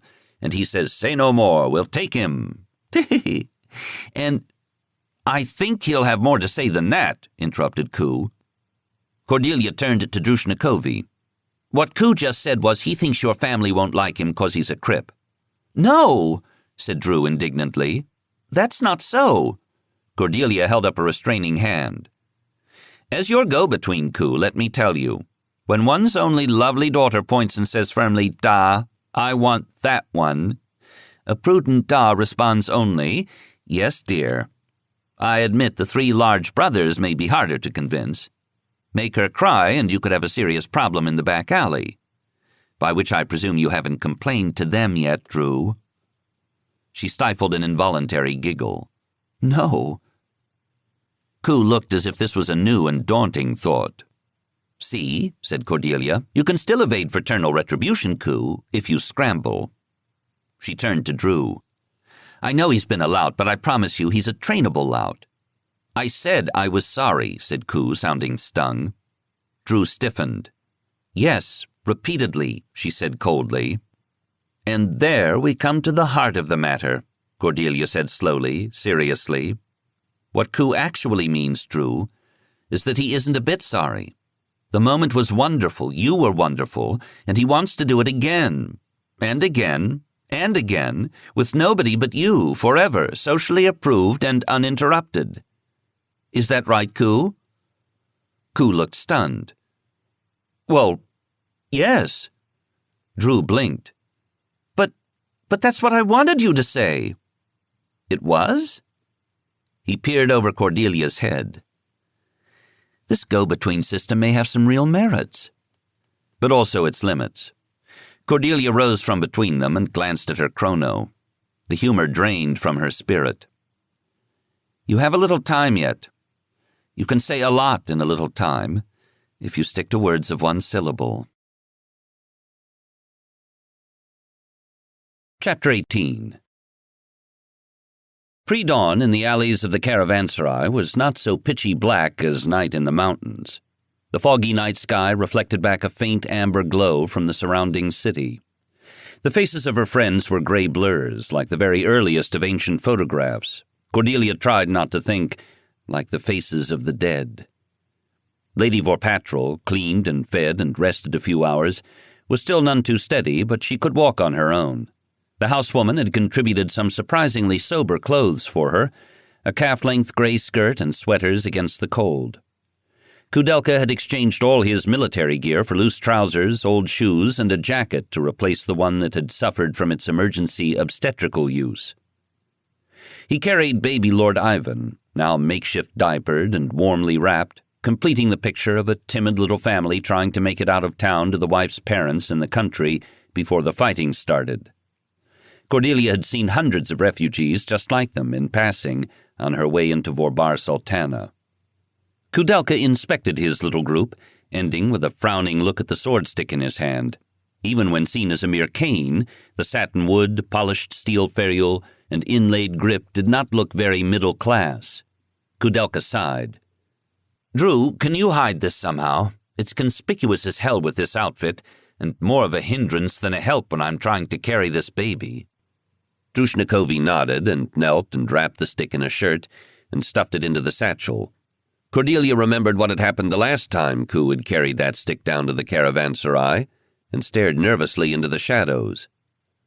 How likely are we to be jumped by someone at this hour? We don't look rich, certainly. Some would kill you for your clothes, said Bothari glumly, with winter coming on, but it's safer than usual.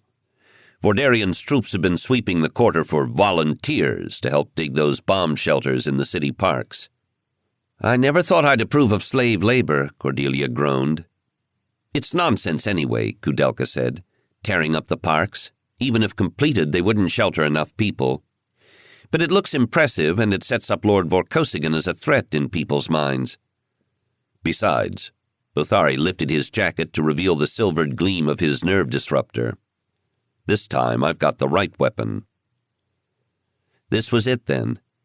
Cordelia embraced Alice Vorpatrol, who hugged her back, murmuring, God help you, Cordelia, and God rot Vidal Vordarian in hell. Go safely. See you back at Tannery Base, eh? Cordelia glanced at Kudelka. Live, and so confound our enemies. We will, milady, said Kudelka. Gravely, he saluted Drushnikovi. There was no irony in the military courtesy, though perhaps a last tinge of envy. She returned him a slow nod of understanding. Neither chose to confuse the moment with further words. The two groups parted in the clammy darkness. Drew watched over her shoulder till Kudelka and Lady Vorpatrol turned out of sight, then picked up the pace. They passed from black alleys to lit streets, from deserted darkness to occasional other human forms, hurrying about early winter morning business. Everybody seemed to cross streets to avoid everybody else, and Cordelia felt a little less noticeable. She stiffened inwardly when a municipal guard ground car drove slowly past them, but it did not stop. They paused to cross the street to be certain their target building had been unlocked for the morning. The structure was multi-storied in the utilitarian style of the building boom that had come on the heels of Azar Vorbara's ascent to power and stability 30-plus years ago. It was commercial, not governmental. They crossed the lobby, entered the lift tubes, and descended unimpeded. Drew began seriously looking over her shoulder when they reached the sub-basement. Now we look out of place. Bothari kept watch as she bent and forced a lock to a utility tunnel. She led them down it, taking 2 cross turns. The passage was clearly used frequently as the lights remained on. Cordelia's ears strained for footsteps, not their own. An access cover was bolted to the floor. Drushnikovi loosened it quickly. Hang and drop. It's not much more than 2 meters. It'll likely be wet. Cordelia slid into the dark circle, landing with a splash. She lit her hand light. The water, slick and black and shimmering, came to her booted ankles in the synthocrete tube. It was icy cold. Bothari followed. Drew knelt on his shoulders to coax the cover back into place, then splashed down beside her. "There's about half a kilometer of this storm sewer. Come on," she whispered. This close to their goal, Cordelia needed no urging to hurry. At the half-kilometer, they climbed into a darkened orifice high on the curving wall that led to a much older and smaller tunnel, made of time-blackened brick. Knees and backs bent, they shuffled along. It must be particularly painful for Bothari, Cordelia reflected. Drew slowed and began tapping on the tunnel's roof with the steel ferrule of Kudelka's stick. When the ticks became hollow tocks, she stopped. "Here, it's meant to swing downward. Watch it." She released the sheath and slid the blade carefully between a line of slimy bricks. A click, and the false brick-lined panel flopped down, nearly cracking her head. She returned the sword to its casing. Up. She pulled herself through. They followed to find themselves in another ancient drain, even narrower. It sloped more steeply upward. They crouched along, their clothes brushing the sides and picking up damp stains. Drew rose suddenly and clambered out over a pile of broken bricks into a dark, pillared chamber. "What is this place?" whispered Cordelia. "Too big for a tunnel." "The old stables," Drew whispered back. "We're under the residence grounds now." "It doesn't sound so secret to me. Surely they must appear in old drawings and elevations. People, security, must know this is here."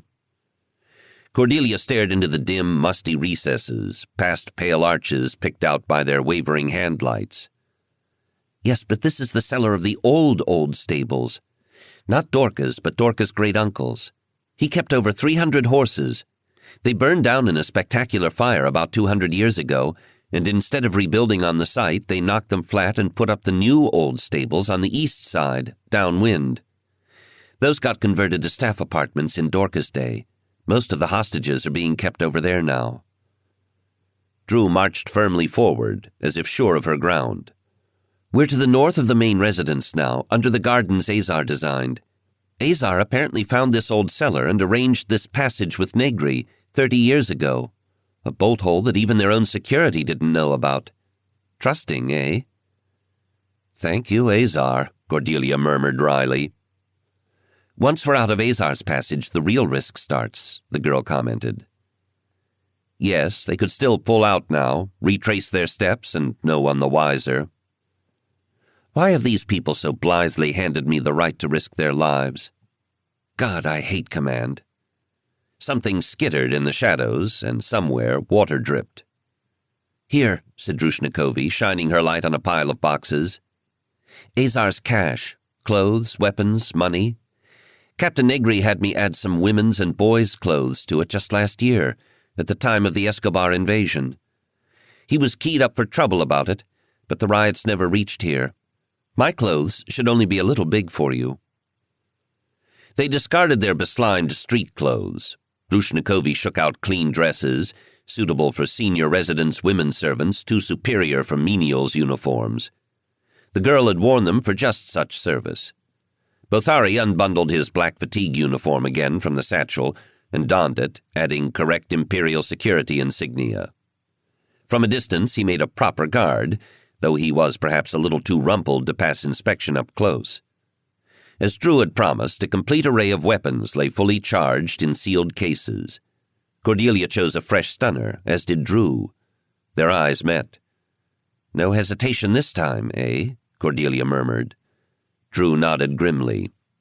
Bothari took one of each, stunner, nerve disruptor, and plasma arc. Cordelia trusted he wouldn't clank when he walked. "You can't fire that thing indoors," Drushnikovi objected to the plasma arc. "You never know," shrugged Bothari. After a moment's thought, Cordelia added the sword stick, tightening a loop of her belt around its grip. A serious weapon it wasn't, but it had proved an unexpectedly useful tool on this trip. For luck. Then, from the last depths of the satchel, Cordelia pulled what she privately considered to be the most potent weapon of all. "A shoe?" said Drushnikovi blankly. "Gregor's shoe. For when we make contact with Karine. I rather fancy she still has the other." Cordelia nested it deeply in the inner pocket of one of Drew's Vorkosigan-crested boleros, worn over Cordelia's dress to complete the picture of an inner residence worker. When their preparations were as complete as possible, Drew led them again into narrowing darkness. "Now we're under the residence itself," she whispered, turning sideways. "We go up this ladder between the walls. It was added after. There's not much space." This proved an understatement. Cordelia sucked in her breath and climbed after her, sandwiched flat between two walls, trying not to accidentally touch or thump. The ladder was made, naturally, of wood. Her head throbbed with exhaustion and adrenaline. She mentally measured the width. Getting the uterine replicator back down this ladder was going to be a bitch. She told herself sternly to think positively, then decided that was positive. "Why am I doing this? I could be back at Tannery Base with Errol right now, letting these Barrayarans kill each other all day long if it is their pleasure." Above her, Drew stepped aside into some sort of tiny ledge, a mere board. When Cordelia came up beside her, she gestured, "Stop," and extinguished her hand light. Drew touched some silent latch mechanism, and a wall panel swung outward before them. Clearly, everything had been kept well oiled right up to Azar's death. They looked out into the old Emperor's bedchamber. They had expected it to be empty. Drew's mouth opened in a voiceless O of dismay and horror. Azar's huge old carved wooden bed, the one he'd for God's sake died in, was occupied. A shaded light, dimmed to an orange glow, cast highlight and shadow across two bare-torsoed sleeping forms. Even in this foreshortened view, Cordelia instantly recognized the dish face and mustache of Vidal Vordarian. He sprawled across 4/5 of the bed, his heavy arm flung possessively across Princess Karine. Her dark hair was tumbled on the pillow. She slept in a tight, tiny ball in the upper corner of the bed, facing outward, white arms clutched to her chest, nearly in danger of falling out. "Well, we've reached Karine, but there's a hitch." Cordelia shivered with the impulse to shoot Vordarian in his sleep. But the energy discharge must set off alarms. Until she had Miles's replicator in her hand, she was not ready to run for it. She motioned Drew to close the panel again and breathed, "Down," to Bothari, waiting beneath her. They reversed their painstaking 4-flight climb. Back in the tunnel, Cordelia turned to face the girl, who was crying quite silently. "She's sold out to him," Drushnikovi whispered, her voice shaking with grief and revulsion. "If you'll explain to me what power base you imagine she has to resist the man right now, I'd be interested to hear it," Cordelia said tartly. "What do you expect her to do? Fling herself out a window to avoid a fate worse than death? She did fates worse than death with Serg. I don't think they hold any more emotion for her." "But if only we'd got here sooner, we might have saved her." "We still might. But she's really sold out. Do people lie in their sleep? Asked Cordelia. At Drew's confused look, she explained. She didn't look like a lover to me. She lay like a prisoner. I promised we'd try for her, and we will. Time. But we'll go for Miles first. Let's try the second exit. We'll have to pass through more monitored corridors, Drushnikovi warned. Can't be helped. If we wait, this place will start waking up, and we'll hit more people. They're coming on duty in the kitchens right now, sighed Drew. I used to stop in for coffee and hot pastries some days. Alas, a commando raid could not knock off for breakfast. This was it. Go or no go. Was it bravery or stupidity that drove her on? It couldn't be bravery. She was sick with fear, the same hot acid nausea she'd felt just before combat during the Escobar War. Familiarity with the sensation didn't help. If I do not act, my child will die. She would simply have to do without courage. Now, Cordelia decided, there will be no better chance. Up the narrow ladder again. The second panel opened in the old Emperor's private office. To Cordelia's relief, it still remained dark and unused, untouched since it had been cleaned out and locked after Azar's death last spring. His console desk, with all its security overrides, was disconnected, wiped of secrets, dead as its owner. The windows were still dark with the tardy winter morning. Koo's stick banged against Cordelia's calf as she strode across the room. It did look odd, hitched to her waist too obviously like a sword. On a bureau in the office was a wide antique tray holding a flat ceramic bowl, typical of the knickknacks that cluttered the residence. Cordelia laid the stick across the tray and lifted it solemnly, servant fashion. Drushnikovi nodded approval. "Carry it halfway between your waist and your chest," she whispered. "And keep your spine straight," they always told me. Cordelia nodded. They closed the panel behind them, straightened themselves, and entered the lower corridor of the north wing. 2 residents serving women and a security guard. At first glance, they looked perfectly natural in this setting, even in these troubled times. A guard corporal standing duty at the foot of the petite stairway at the corridor's west end came to attention at the sight of Bothari's ImpSec and rank tabs. They exchanged salutes. They were passing out of sight up around the stairs' curve before he looked again, harder. Cordelia steeled herself not to break into a panicked run. A subtle piece of misdirection. The 2 women couldn't be a threat. They were already guarded. That their guard could be the threat might escape the corporal for minutes yet. They turned into the upper corridor. There, behind that door, according to the Loyalists' reports, Vordarian kept the captured replicator. Right under his eye. Perhaps as a human shield.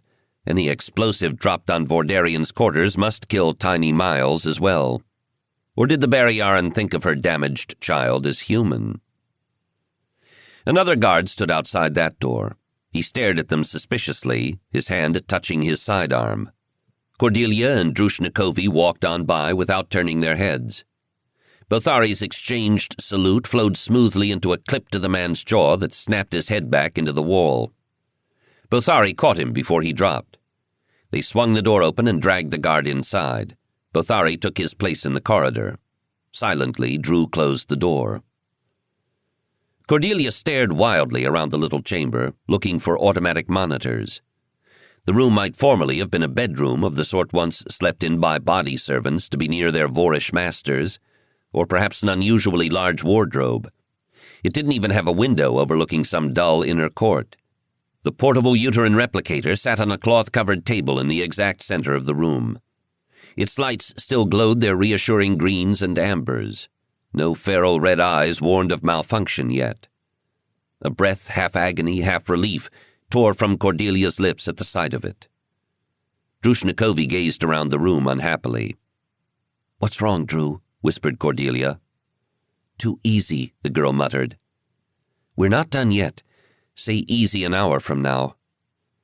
She licked her lips, shaken by secret subliminal agreement with Drushnikovi's evaluation. No help for it. Grab and go. Speed, not secrecy, was their hope now. She set the tray down on the table, reached for the replicator's carrying handle, and stopped. Something wrong. She stared more closely at the readouts. The oxygenation monitor wasn't even functioning. Though its indicator light glowed green, the nutrient fluid level read 0. Empty. Cordelia's mouth opened in a silent wail. Her stomach churned. She leaned closer, eyes devouring all the illogical hash of false readouts. Her hag-ridden nightmare made suddenly and horribly real. Had they dumped it on the floor, into a drain, down a toilet? Had Miles died quickly, mercifully smashed?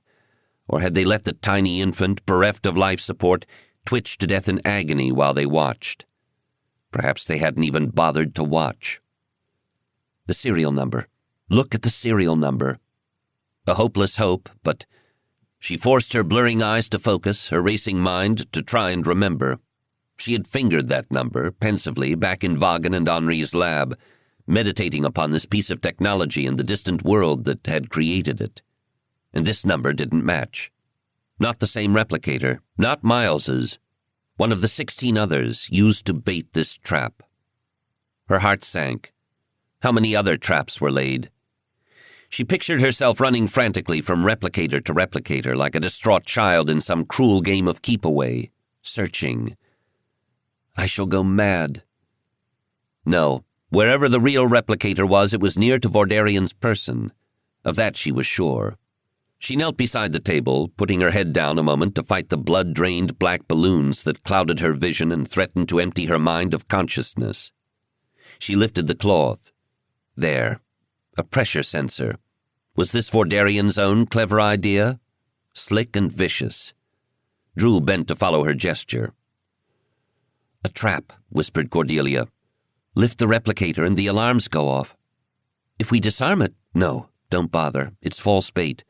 Not the right replicator. It's an empty, with the controls buggered to make it look like it's running. Cordelia tried to think clearly through the pounding in her skull. We'll have to retrace our steps, back down and up. I hadn't expected to encounter Vordarian here, but I guarantee he'll know where Miles is. A little old-fashioned interrogation. We'll be working against time.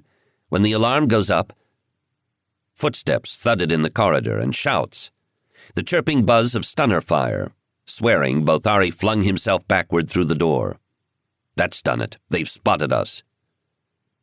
When the alarm goes up, it's all over, Cordelia's thought completed itself, in a vertigo of loss. No window, one door, and they just lost control of their only exit. Vordarian's trap had worked after all. May Vidal Vordarian rot in hell. Drushnikovi clutched her stunner. We won't surrender you, milady. We'll fight to the end. Rubbish, snapped Cordelia. There's nothing our deaths would buy here but the deaths of a few more of Vordarian's goons. Meaningless. You mean we should just quit? Suicidal glory is the luxury of the irresponsible. We're not giving up. We're waiting for a better opportunity to win, which we can't take if we're stunned or nerve-fried. Of course, if that had been the real replicator on the table. She was insane enough by now to sacrifice these people's lives for her sons, Cordelia reflected ruefully, but not yet mad enough to trade them for nothing. She hadn't grown that Barrayaran yet. You give yourself to Vordarian as a hostage, Bothari warned. Vordarian has held me hostage since the day he took Miles, Cordelia said sadly. This changes nothing. A few minutes of shouted negotiations through the door accomplished their surrender, despite the hair-trigger nerves of the security guards. They tossed out their weapons. The guards ran a scan for power packs, to be sure, then 4 of them piled into the little room to frisk their new prisoners. 2 more waited outside as backup. Cordelia made no sudden moves to startle them. A guard frowned puzzlement when the interesting lump in Cordelia's vest turned out to be only a child's shoe. He laid it on the table next to the tray. The commander, a man in the maroon and gold Vordarian livery, spoke into his wristcom. Yes, we're secured here. Tell my lord. No, he said to wake him. You want to explain why you didn't? Thank you. The guards did not prod them into the corridor, but waited. The still unconscious man Bothari had clipped was dragged out.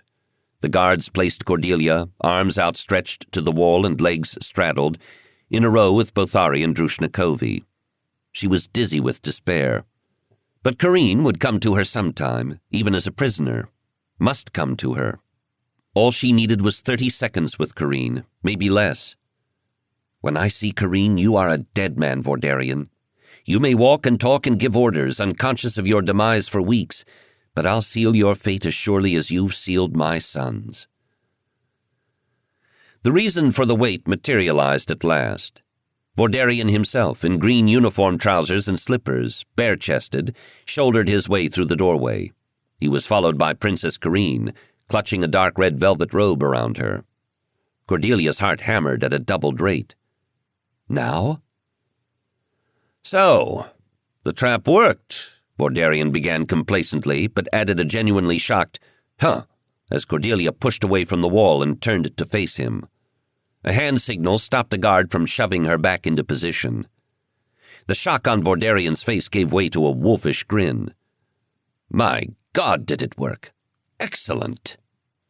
Kareen, hovering behind him, stared at Cordelia in bewildered astonishment. My trap worked, Cordelia thought, stunned with her opportunity. Watch me. That's the thing, my lord, said the liveried man, not at all happily. It didn't work. We didn't pick this party up at the outer perimeter of the residence and clear their way. They just bloody turned up, without triggering anything. That shouldn't have happened. If I hadn't come along looking for Roger, we might not have spotted him. Vordarian shrugged, too delighted by the magnitude of his prey to issue some trifling censure. Fast pen to that frill, he pointed at Drushnikovi, and I imagine you'll find out how. She used to work in residence security. Drushnikovi glowered over her shoulder at Princess Kareen in hurt accusation. Kareen unconsciously pulled her robe up more closely about her neck, her dark eyes full of equally hurt question. Well, said Vordarian, still smiling at Cordelia, is my lord Vorkosigan so thin of troops he sends his wife to do their work? We cannot lose. He smiled at his guards, who smiled back. Damn, I wish I'd shot this lout in his sleep. What have you done with my son, Vordarian? Vordarian said through his teeth, An outworlder frill will never gain power on Barrayar by scheming to give a mutant the Imperium. That I guarantee. Is that the official line now? I don't want power. I just object to idiots having power over me. Behind Vordarian, Kareen's lips quirked sadly. Yes, listen to me, Kareen. Where's my son, Vordarian? Cordelia repeated doggedly. He's Emperor Vidal now, Kareen remarked, her glance going back and forth between them. If he can keep it. I will, Vordarian promised. Errol Vorkosigan has no better a blood claim than my own, and I will protect where Vorkosigan's party has failed. Protect and preserve the real Barrayar. His head shifted. Apparently this assertion was directed over his shoulder to Kareen. We have not failed, Cordelia whispered, meeting Kareen's eyes. Now. She lifted the shoe from the table and stretched out her arm with it. Kareen's eyes widened. She darted forward and grabbed it. Cordelia's hand spasmed like a dying runner's giving up the baton in some mortal relay race. Fierce certainty bloomed like fire in her soul. I have you now, Vordarian. The sudden movement sent a ripple through the armed guards. Kareen examined the shoe with passionate intensity, turning it in her hands. Vordarian's brows rose in bafflement. Then he dismissed Kareen from his attention and turned to his liveried guard commander. We'll keep all 3 of these prisoners here in the residence. I'll personally attend to fast penta interrogations. This is a spectacular opportunity. Kareen's face, when she lifted it again to Cordelia, was terrible with hope. Yes, thought Cordelia. You were betrayed, lied to. Your son lives. You must move and think and feel again. No more the walking numbness of a dead spirit beyond pain. This is no gift I've brought you. It is a curse. Kareen, said Cordelia softly, where is my son? The replicator is on a shelf in the oak wardrobe, in the old Emperor's bedchamber, Kareen replied steadily, locking her eyes to Cordelia's. Where is mine?"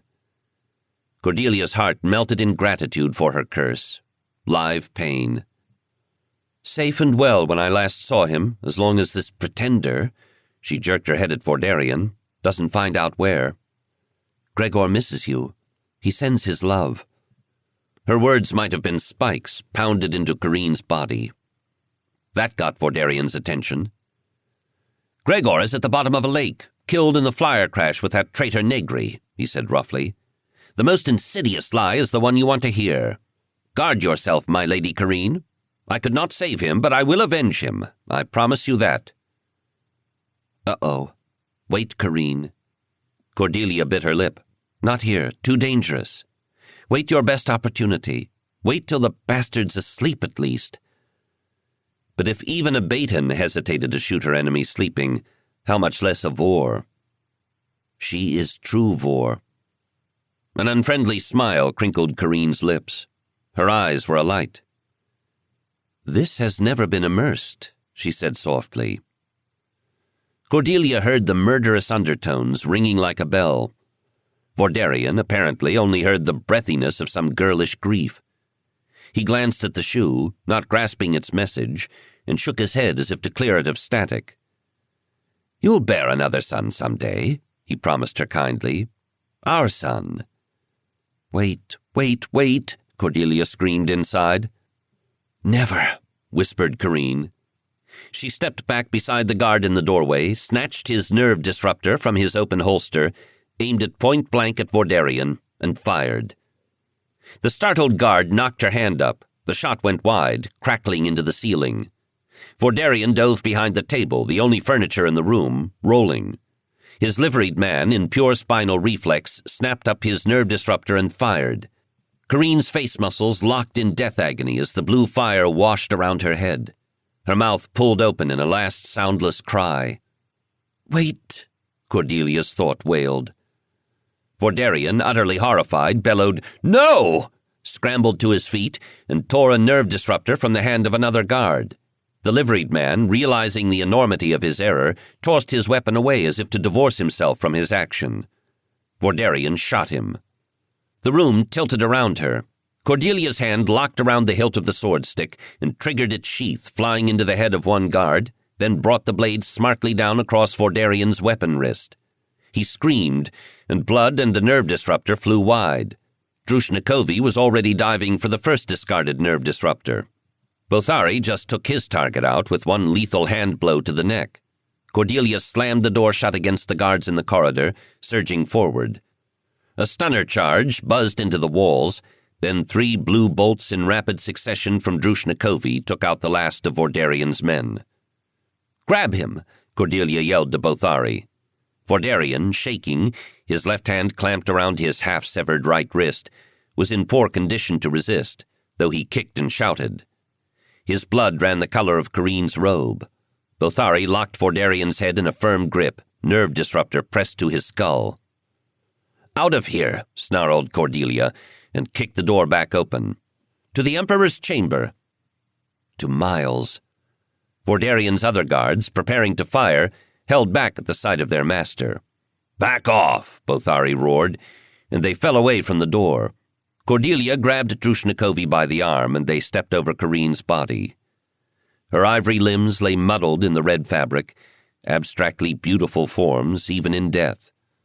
The women kept Bothari and Vordarian between themselves and Vordarian's troops, and retreated down the corridor. "Pull that plasma arc out of my holster and start firing," Bothari savagely directed Cordelia. Yes, Bothari had managed to retrieve it in the melee, probably why his body count hadn't been higher. "You can't set fire to the residence," Drew gasped in horror. A fortune in antiquities and Barrayaran historical artifacts were housed in this wing alone, no doubt. Cordelia grinned wildly, grabbed the weapon and fired back down the corridor. Wooden furniture, wooden parquetry, and age-dry tapestries roared into flame as the beam's searing fingers touched them. "Burn, you. Burn for Corrine. Pile a death offering to match her courage and agony, blazing higher and higher." As they reached the door of the old Emperor's bedchamber, she fired the hallway in the opposite direction for good measure. That for what you've done to me and to my boy." The flames should hold back pursuit for a few minutes. She felt as though her body were floating, light as air. Is this how Bothari feels when he kills? Drushnikovi went for the wall panel to the secret ladder.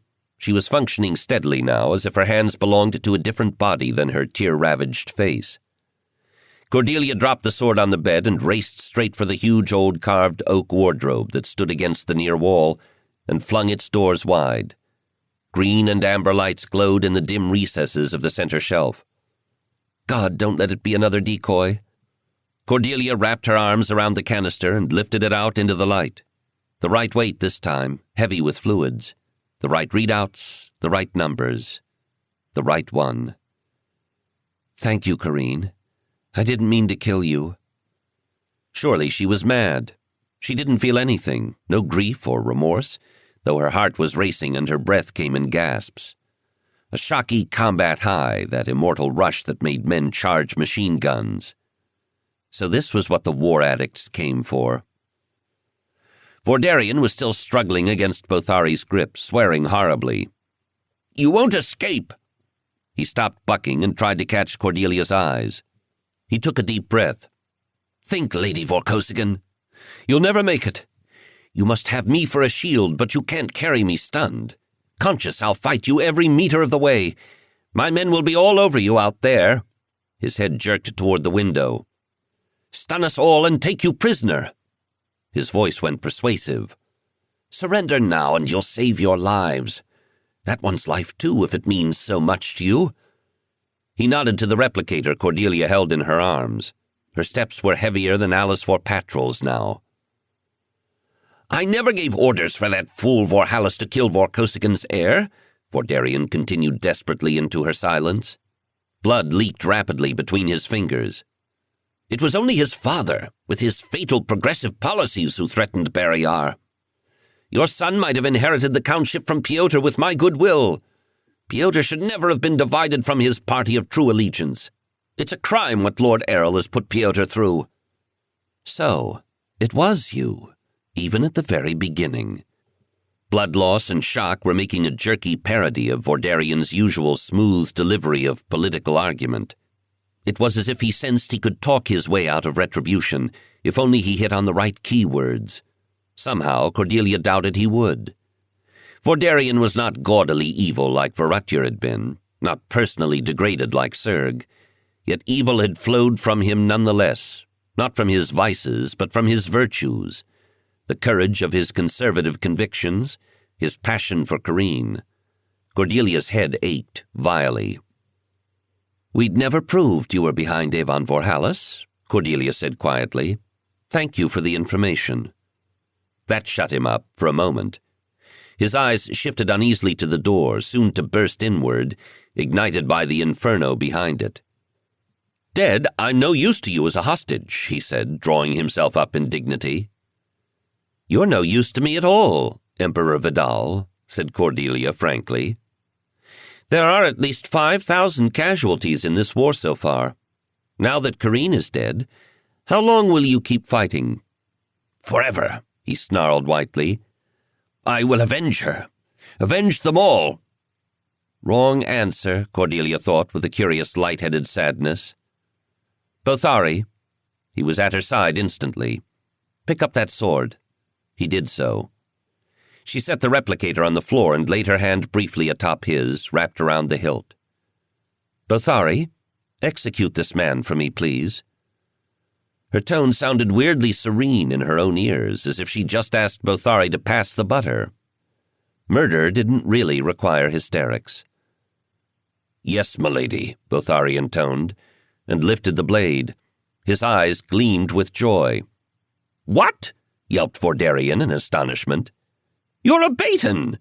You can't do—" The flashing stroke cut off his words, his head, and his life. It was really extremely neat, despite the last spurts of blood from the stump of his neck. Vorkosigan should have loaned Bothari's services the day they'd executed Karl Vorhalis. All that upper body strength, combined with that extraordinary steel. The bemused gyration of her thoughts snapped back to near reality as Bothari fell to his knees with the body, dropping the sword stick and clutching his head. He screamed. It was as if Vordarian's death cry had been forced out of Bothari's throat. She dropped beside him, suddenly afraid again, though she'd been numbed to fear, white-out overloaded, ever since Corrine had grabbed for the nerve disruptor and triggered all this chaos. Keyed by similar stimuli, Bothari was having the forbidden flashback, Cordelia guessed, to the mutinous throat-cutting that the Barrayaran High Command had decreed he must forget. She cursed herself for not foreseeing this possibility. Would it kill him? "This door is hot as hell," Drushnikovi, white and shaken, reported from beside it. "Milady, we have to get out of here now." Bothari was gasping raggedly, hands still pressed to his head, yet even as she watched, his breathing grew marginally less disrupted. She left him to crawl blindly over the floor. She needed something moisture-proof. There, at the bottom of the wardrobe, was a sturdy plastic bag containing several pairs of Corrine's shoes, no doubt hastily transported by some maidservant when Vordarian had imperially decreed Corrine move in with him. Cordelia emptied out the shoes, stumbled back around the bed, and collected Vordarian's head from the place where it had rolled to a stop. It was heavy, but not so heavy as the uterine replicator. She pulled the drawstrings tight. "Drew, you're in the best shape. Carry the replicator. Start down. Don't drop it." If she dropped Vordarian, Cordelia decided it would scarcely do him further harm. Drushnikovi nodded and grabbed up both the replicator and the abandoned sword stick. Cordelia wasn't sure if she retrieved the latter for its newly acquired historical value, or from some fractured sense of obligation for one of Ku's possessions. Cordelia coaxed Bothari to his feet. Cool air was rushing up out of the panel opening, drawn by the fire beyond the door.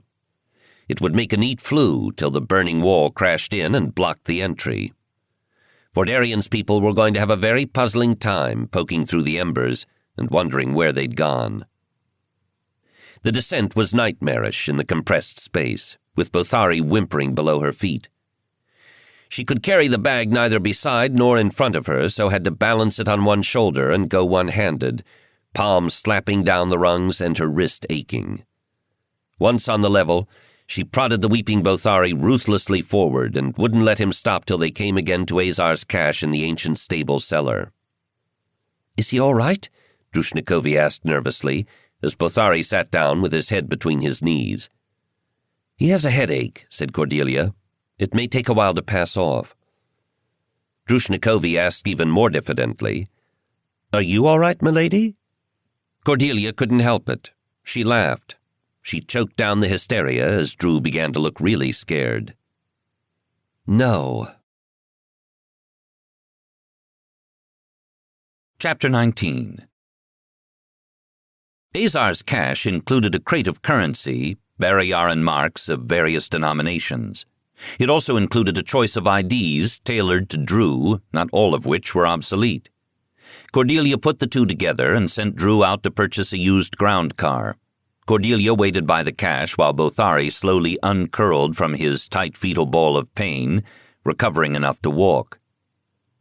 Getting back out of Vorbar Sultana had always been the weak part of her plan, Cordelia felt, perhaps because she'd never really believed they'd get this far. Travel was tightly restricted, as Vordarian sought to keep the city from collapsing under him should its frightened populace attempt to stream away.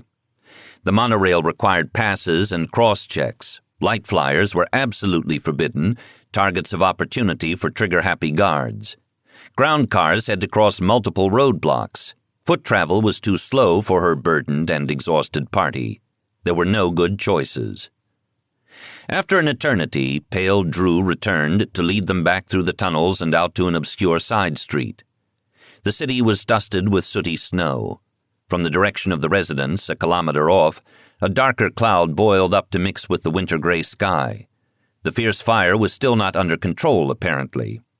How long would Vordarian's decapitated command structure keep functioning? Had word of his death leaked out yet? As instructed, Drew had found a very plain and unobtrusive old ground car, though there had been enough funds to buy the most luxurious new vehicle the city still held. Cordelia wanted to save that reserve for the checkpoints. But the checkpoints were not as bad as Cordelia had feared. Indeed, the first was empty, its guards pulled back perhaps to fight the fire or seal the perimeter of the residence. The second was crowded with vehicles and impatient drivers. The inspectors were perfunctory and nervous, distracted and half paralyzed by who knew what rumors coming from downtown. A fat wad of currency, handed out under Drew's perfect false ID, disappeared into a guard's pocket. He waved Drew through, driving her sick uncle home. Bothari looked sick enough for sure, huddled under a blanket that also hid the replicator. At the last checkpoint, Drew repeated a likely version of a rumor of Vordarian's death, and the worried guard deserted on the spot, shedding his uniform in favor of a civilian overcoat and vanishing down a side street. They zigzagged over bad side roads all afternoon to reach Vorenus's neutral district, where the aged ground car died of a fractured power train. They abandoned it and took to the monorail system then, Cordelia driving her exhausted little party on, racing the clock in her head. At midnight they reported in at the first military installation over the next Loyalist border, a supply depot. It took Drew several minutes of argument with the night duty officer to persuade him to 1. Identify them, 2. Let them in, and 3. Let them use the military comnet to call Tannery Base to demand transport. At that point, the DO abruptly became a lot more efficient.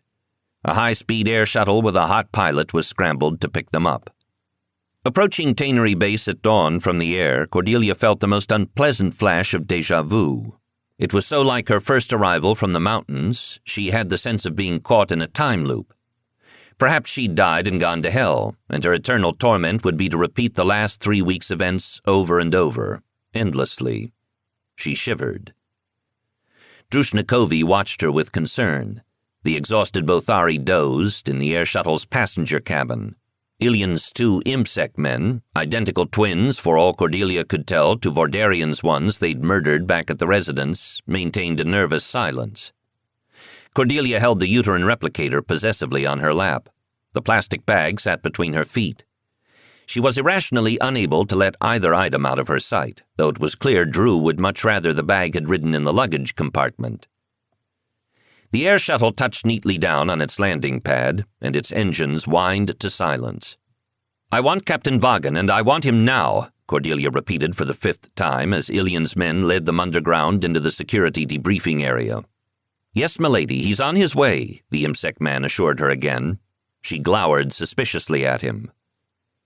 Cautiously, the IMSEC men relieved them of their personal arsenal. Cordelia didn't blame them. She wouldn't have trusted her wild-looking crew with charged weapons either. Thanks to Azar's cash, the women were not ill-dressed, though there had been nothing in Bothari's size, so he'd retained his smoked and stinking black fatigues. Fortunately, the dried blood spatters didn't show much, but all their faces were hollow-eyed, grooved, and shadowed. Cordelia shivered, and Bothari's hands and eyelids twitched, and Drushnikovi had a distressing tendency to start crying silently at random moments, stopping as suddenly as she started. At long last, only minutes, Cordelia told herself firmly, Captain Vagan appeared, a tech at his side. He wore undress greens, and his steps were quick, up to Vagan speed again. The only residue of his injuries seemed to be a black patch over his eye. On him it looked good, giving him a fine piratical air. Cordelia trusted the patch was only a temporary part of ongoing treatment. "Milady," he managed to smile, the first to shift those facial muscles in a while, Cordelia sensed. His one eye gleamed triumph. "You got it." "I hope so, Captain." She held up the replicator, which she had refused to let the IMSEC men touch. "I hope we're in time. There aren't any red lights yet, but there was a warning beeper. I shut it off. It was driving me crazy." He looked the device over, checking key readouts. Good. Nutrient reservoir is very low, but not quite depleted yet. Filters still functioning, uric acid level high, but not over tolerance. I think it's all right, milady. Alive, that is. What this interruption has done to my calcification treatments will take more time to determine. We'll be in the infirmary. I should be able to begin servicing it within the hour. Do you have everything you need there? Supplies?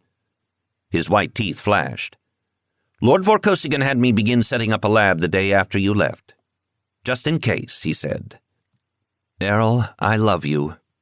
Thank you. Go, go." She surrendered the replicator into Vaughan's hands, and he hurried out with it. She sat back down like a marionette with the strings cut. Now she could allow herself to feel the full weight of her exhaustion, but she could not stop quite yet. She had one very important debriefing yet to accomplish, and not to these hovering IMSEC twits who pestered her. She closed her eyes and pointedly ignored them, letting Drew stammer out answers to their foolish questions. Desire warred with dread. She wanted Errol. She had defied Errol most openly. Had it touched his honor, scorched his, admittedly unusually flexible, Barrayaran male ego beyond tolerance? Would she be frozen out of his trust forever? No, that suspicion was surely unjust. But his public credibility among his peers, part of the delicate psychology of power, had she damaged it? Would some damnable unforeseen political consequence rebound out of all this, back on their heads? Did she care? Yes, she decided sadly. It was hell to be so tired and still care. "Ku!"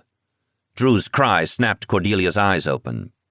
Kudelka was limping into the main portal security debriefing office. Good Lord, the man was back in uniform, shaved and sharp.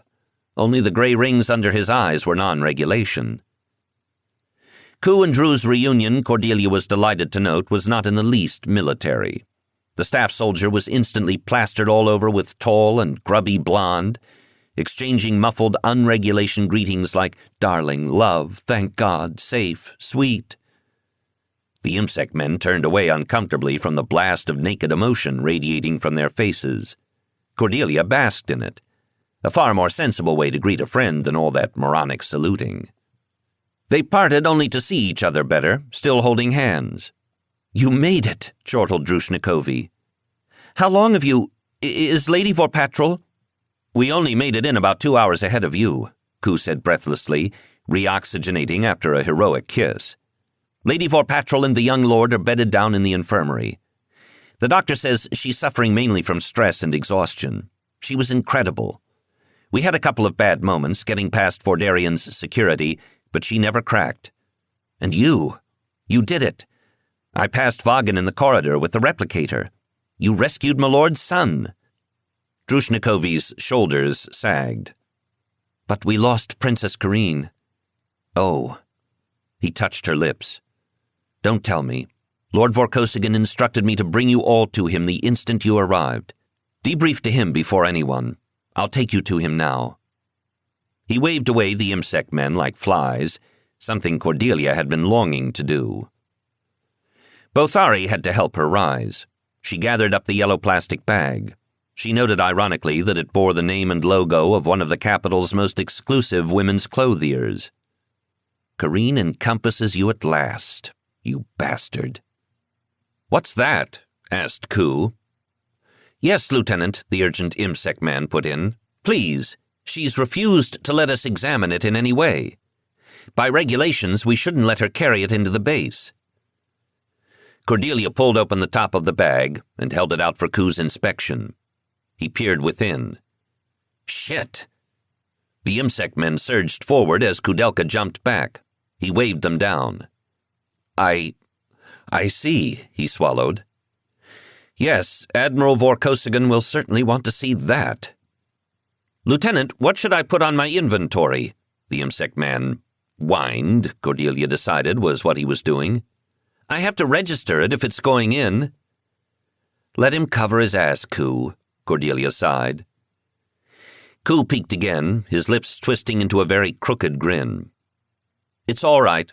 Put it down as a winter fair gift for Admiral Vorkosigan, from his wife." "Oh, Ku," Drew held out his sword. "I saved this, but we lost the casing. I'm sorry."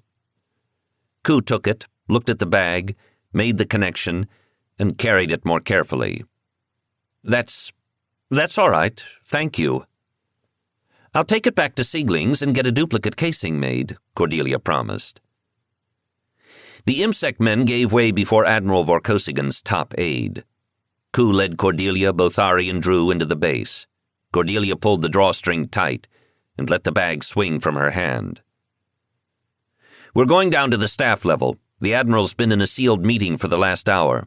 2 of Vordarian's top officers came in secretly last night, negotiating to sell him out. The best hostage rescue plan hinges on their cooperation." "Did they know about this yet?" Cordelia held up the bag. "I don't think so, milady. You've just changed everything." His grin grew feral, and his uneven stride lengthened. "I expect that raid is still going to be required," Cordelia sighed.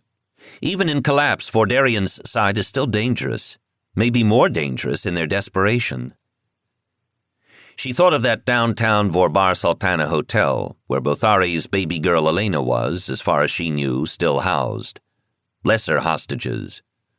Could she persuade Errol to apportion a few more resources for lesser hostages?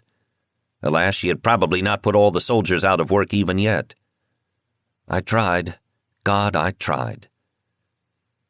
They went down and down to the nerve center of Tannery Base. They came to a highly secured conference chamber. A lethally armed squad stood ramrod guard outside it. Kudelka wafted them past. The doors slid aside and closed again behind them. Cordelia took in the tableau that paused to look back up at her from around the polished table.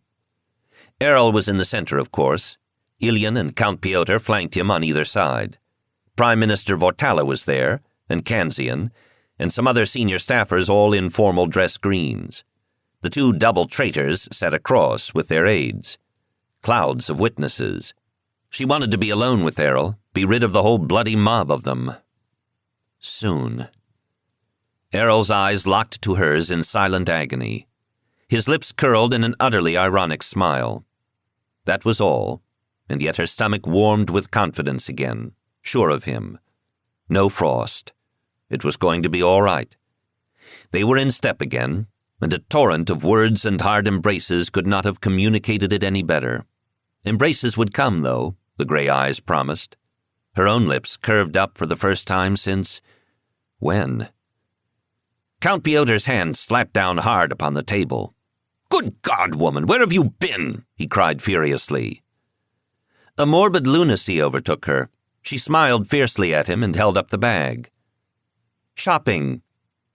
For a second, the old man nearly believed her. Conflicting expressions whiplashed over his face, astonishment, disbelief, then anger as it penetrated he was being mocked. "Want to see what I bought?" Cordelia continued, still floating. She yanked the bag's top open and rolled Vordarian's head out across the table. Fortunately, it had ceased leaking some hours back. It stopped face up before him, lips grinning, drying eyes staring. Piotr's mouth fell open. Kanzian jumped, the staffers swore, and one of Vordarian's traitors actually fell out of his chair, recoiling. Vortala pursed his lips and raised his brows. Kudelka, grimly proud of his key role in stage-managing this historic moment in one-upsmanship, laid the swordstick on the table as further evidence. Ilian puffed and grinned triumphantly through his shock. Errol was perfect. His eyes widened only briefly, then he rested his chin on his hands and gazed over his father's shoulder with an expression of cool interest. "But of course," he breathed, "every Vor lady goes to the capital to shop." "I paid too much for it," Cordelia confessed. "That, too, is traditional." A sardonic smile quirked his lips. "Karine is dead, shot in the melee. I couldn't save her." He opened his hand as if to let the nascent black humor fall through his fingers. "I see." He raised his eyes again to hers as if asking, "Are you all right?" and apparently finding the answer, "No." "Gentlemen, if you will be pleased to excuse yourselves for a few minutes, I wish to be alone with my wife." In the shuffle of the men rising to their feet, Cordelia caught a mutter, "Brave man." She nailed Vordarian's men by eye as they backed from the table. "Officers, I recommend that when this conference resumes, you surrender unconditionally upon Lord Vorkosigan's mercy. He may still have some." "I certainly don't," was the unspoken cap to that. "I'm tired of your stupid war. End it."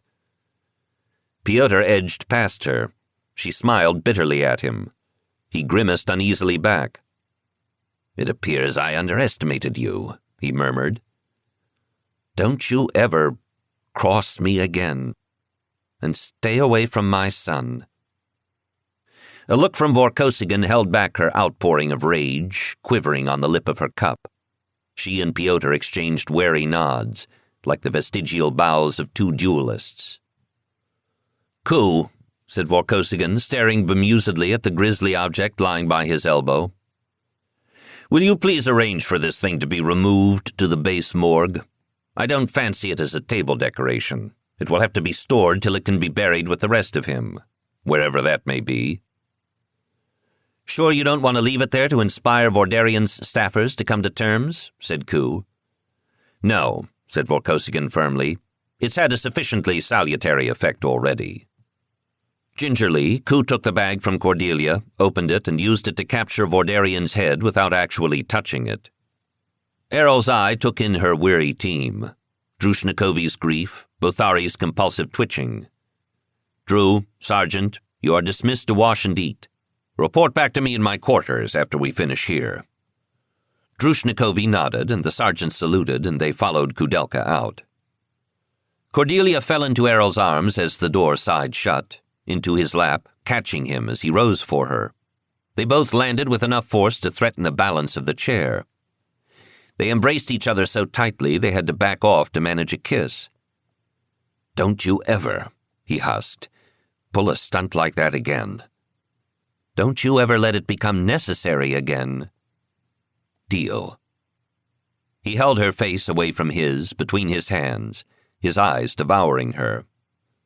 "I was so afraid for you I forgot to be afraid for your enemies. I should have remembered, dear Captain. I couldn't have done a thing alone. Drew was my eyes, Bothari my right arm, Kudelka our feet. You must forgive Ku for going AWOL. We sort of kidnapped him." "So I heard." "Did he tell you about your cousin Padma?" "Yes." A grieved sigh. He stared back through time.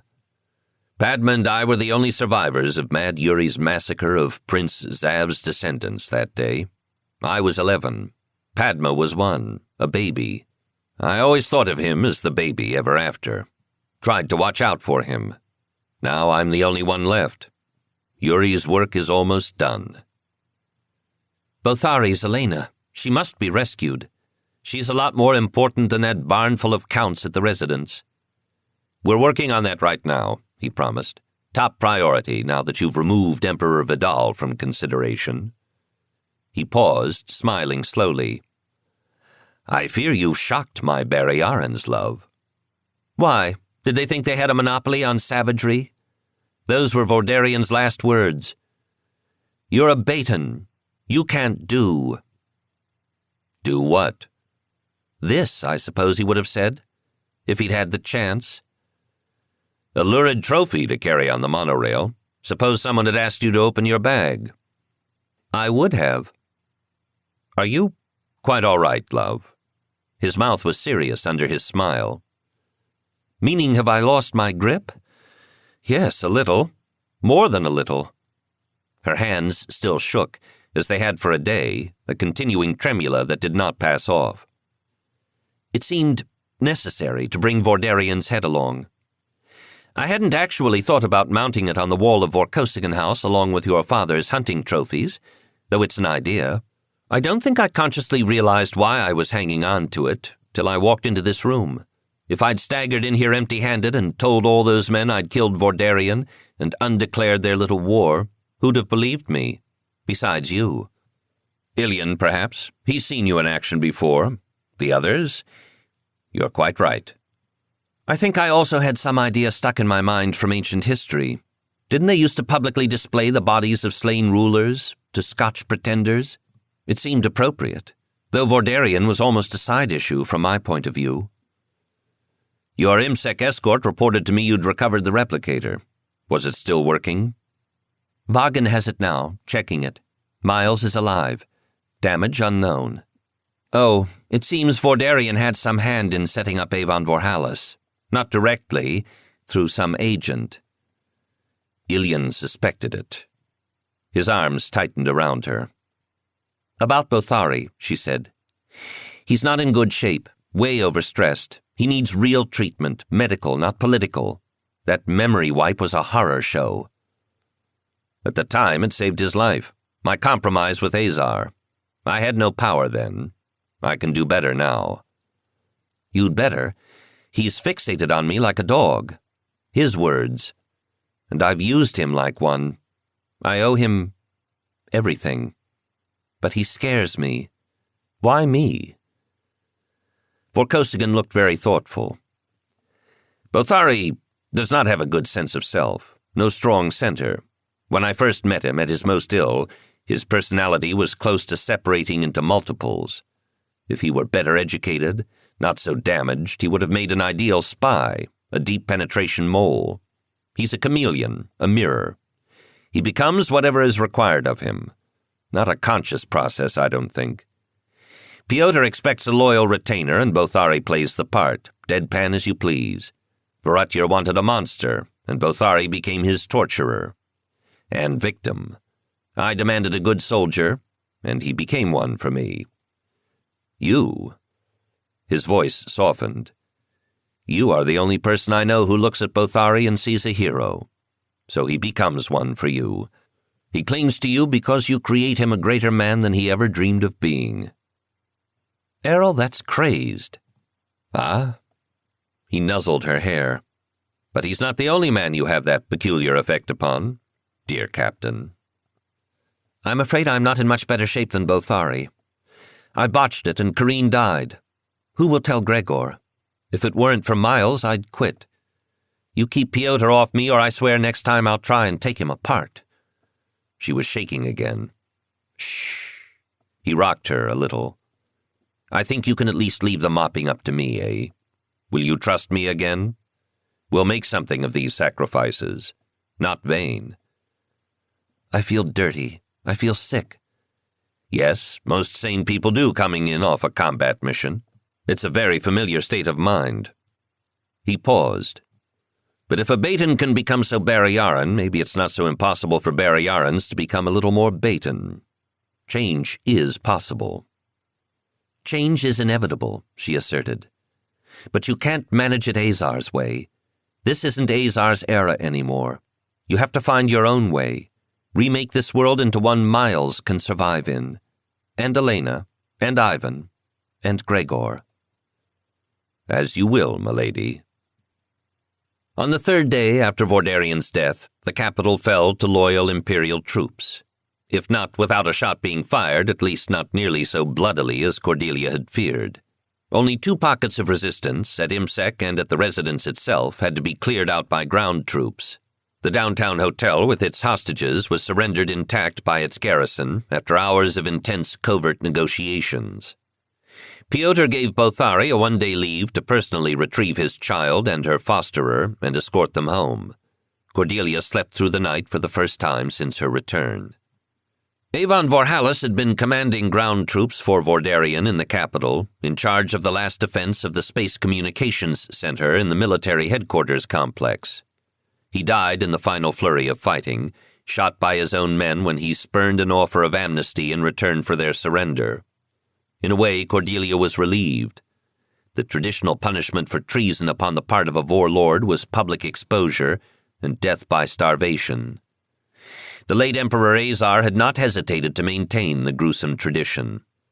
Cordelia could only pray that Gregor's reign would see the custom end. Without Vordarian to hold it together, his rebel coalition shattered rapidly into disparate factions. An extreme conservative warlord in the city of Federstock raised his standard and declared himself emperor, succeeding Vordarian. His pretendership lasted somewhat less than 30 hours. In an eastern coastal district belonging to one of Vordarian's allies, the Count suicided upon capture. An anti-Vor group declared an independent republic in the chaos.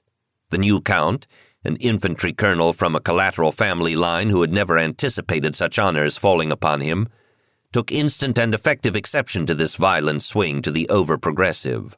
Vorkosigan left it to him and his district militia, reserving imperial troops for non-district internal matters. "You can't go halfway and stop," Piotr muttered forebodingly at this delicacy. "One step at a time," Vorkosigan returned grimly. "I can walk around the world. Watch me." On the 5th day, Gregor was returned to the capital. Vorkosigan and Cordelia together undertook to tell him of the death of Corinne. He cried in bewilderment. When he quieted, he was taken for a ride in a ground car with a transparent force screen, reviewing some troops.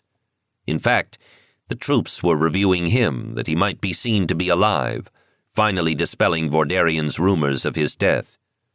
Cordelia rode with him. His silent shockiness hurt her to the heart, but it was better from her point of view than parading him first and then telling him. If she'd had to endure his repeated queries of when he would see his mother again, all during the ride, she would have broken down herself. The funeral for Corinne was public, though much less elaborate than it would have been in less chaotic circumstances. Gregor was required to light an offering pyre for the 2nd time in a year. Vorkosigan asked Cordelia to guide Gregor's hand with the torch. This part of the funeral ceremony seemed almost redundant after what she'd done to the residents. Cordelia added a thick lock of her own hair to the pile. Gregor clung close to her. "Are they going to kill me too?" he whispered to her. He didn't sound frightened, just morbidly curious. Father, grandfather, mother, all gone in a year. No wonder he felt targeted, confused though his understanding of death was at his age. "No," she said firmly. Her arm tightened around his shoulders. "I won't let them."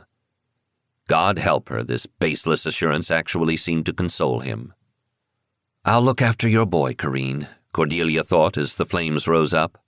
The oath was more costly than any gift being burned, for it bound her life unbreakably to Barrayar. But the heat on her face eased the pain in her head, a little. Cordelia's own soul felt like an exhausted snail, shelled in a glassy numbness. She crept like an automaton through the rest of the ceremony, though there were flashes when her surroundings made no sense at all. The assorted Barrayar and Vor reacted to her with a frozen, deep formality. They doubtless figure me for crazy dangerous, a madwoman let out of the attic by overindulgent relations. It finally dawned on her that their exaggerated courtesies signified respect. It made her furious. All Corinne's courage of endurance had bought her nothing. Lady Vorpatrol's brave and bloody birth-giving was taken for granted, but whack off some idiot's head and you were really somebody, by God. It took Errol an hour when they returned to his quarters to calm her down, and then she had a crying jag. He stuck it out. "Are you going to use this?" she asked him when sheer weariness returned her to a semblance of coherence. This amazing new status of mine?" How she loathed the word, acid in her mouth. "I'll use anything," he vowed quietly, "if it will help me put Gregor on the throne in 15 years, a sane and competent man, heading a stable government. Use you, me, whatever it takes. To pay this much, then fail, would not be tolerable." She sighed and put her hand in his. "In case of accident, donate my remaining body parts too. It's the Baton way. Waste not." His lip curled up helplessly. Face to face, they rested their foreheads together for a moment, bracing each other. "Want not." Her silent promise to Corinne was made policy when she and Errol, as a couple, were officially appointed Gregor's guardians by the Council of Counts. This was legally distinct somehow from Errol's guardianship of the Imperium as regent. Prime Minister Vortala took time to lecture her and make it clear her new duties involved no political powers. She did have economic functions, including trusteeship of certain Vorbara holdings that were separate from imperial properties, appending strictly to Gregor's title as Count Vorbara. And by Errol's delegation she was given oversight of the Emperor's household, and education. "But Errol," said Cordelia, stunned, "Vortala emphasized I was to have no power." "Vortala is not all-wise. Let's just say he has a little trouble recognizing, as such, some forms of power which are not synonymous with force. Your window of opportunity is narrow, though. At age 12, Gregor will enter a pre-academy preparatory school." "But do they realize?" I do. And you do. It's enough. Chapter 20. One of Cordelia's first orders was to assign Drushnikovi back to Gregor's person for his emotional continuity. This did not mean giving up the girl's company, a comfort to which Cordelia had grown deeply accustomed, because upon Ilian's renewed insistence, Errol finally took up living quarters in the imperial residence. It eased Cordelia's heart when Drew and Ku were wed a month after Winter Fair. Cordelia offered herself as a go-between for the two families. For some reason, Ku and Drew both turned the offer down, hastily, though with profuse thanks. Given the bewildering pitfalls of Barrayar and social custom, Cordelia was just as happy to leave it to the experienced elderly lady the couple did contract. Cordelia saw Alice Vorkosigan often, exchanging domestic visits. Baby Lord Ivan was, if not exactly a comfort to Alice, certainly a distraction in her slow recovery from her physical ordeal. He grew rapidly, despite a tendency to fussiness, an iatrogenic trait, Cordelia realized after a while, triggered by Alice's fussing over him. Ivan should have 3 or 4 sibs to divide her attention among, Cordelia decided, watching Alice burp him on her shoulder while planning aloud his educational attack, come age 18, upon the formidable Imperial Military Academy entrance examinations. Alice Vorkosigan was drawn off her embittered mourning for Padma and her planning of Ivan's life down to the last detail when she was given a look at a picture of the wedding dress Drew was drooling over. "No, no, no!" she cried, recoiling. "All that lace! You would look as furry as a big white bear. Silk, dear, long falls of silk is what you need." And she was off. Motherless, sisterless Drew could scarcely have found a more knowledgeable bridal consultant. Lady Vorkosigan ended by making the dress one of her several presents, to be sure of its aesthetic perfection, along with a little holiday cottage, which turned out to be a substantial house on the eastern seashore. Come summer, Drew's beach dream would come true. Cordelia grinned and purchased the girl a nightgown and robe with enough tiers of lace layered on them to satiate the most frill-starved soul. Errol lent the hall, the imperial residence's red room and adjacent ballroom, the one with the beautiful marquetry floor, which to Cordelia's immense relief had escaped the fire. In theory, this magnificent gesture was required to ease Ilian's security headaches, as Cordelia and Errol were to stand among the principal witnesses. Personally, Cordelia thought converting IMSEC into wedding caterers a promising turn of events. Errol looked over the guest list and smiled. "Do you realize," he said to Cordelia, "every class is represented. A year ago, this event here would not have been possible. The grocer's son and the non-com's daughter. They bought it with blood, but maybe next year it can be bought with peaceful achievement. Medicine, education, engineering, entrepreneurship. Shall we have a party for librarians? Won't those terrible Vorish crones all Piotr's friends are married to complain about social over-progressiveness? With Alice Vorkosigan behind this, they wouldn't dare." The affair grew from there. By a week in advance, Ku and Drew were considering eloping out of sheer panic, having lost all control of everything whatsoever to their eager helpers. But the Imperial Residence's staff brought it all together with practiced ease. The senior housewoman flew about, chortling, "And here I was afraid we weren't going to have anything to do once the Admiral moved in, but those dreadful boring general staff dinners." The day and hour came at last. A large circle made of colored groats was laid out on the floor of the Red Room, encompassed by a star with a variable number of points, one for each parent or principal witness to stand at. In this case, 4. In Barrayaran custom, a couple married themselves, speaking their vows within the circle, requiring neither priest nor magistrate. Practically, a coach, called appropriately enough the coach, stood outside the circle and read the script for the faint-hearted or faint-headed to repeat. This dispensed with the need for higher neural functions such as learning and memory on the part of the stressed couple. Lost motor coordination was supplied by a friend each who steered them to the circle. It was all very practical, Cordelia decided, as well as splendid. With a grin and a flourish, Errol placed her at her assigned star point, as if setting out a bouquet, and took his own place. Lady Vorkosigan had insisted on a new gown for Cordelia, a sweeping length of blue and white with red floral accents, color-coordinated with Errol's ultra-formal parade red and blues. Drew's proud and nervous father also wore his red and blues and held down his point. Strange to think of the military, which Cordelia normally associated with totalitarian impulses, as the spearhead of egalitarianism on Barrayar. The Setigandans' gift, Errol called it.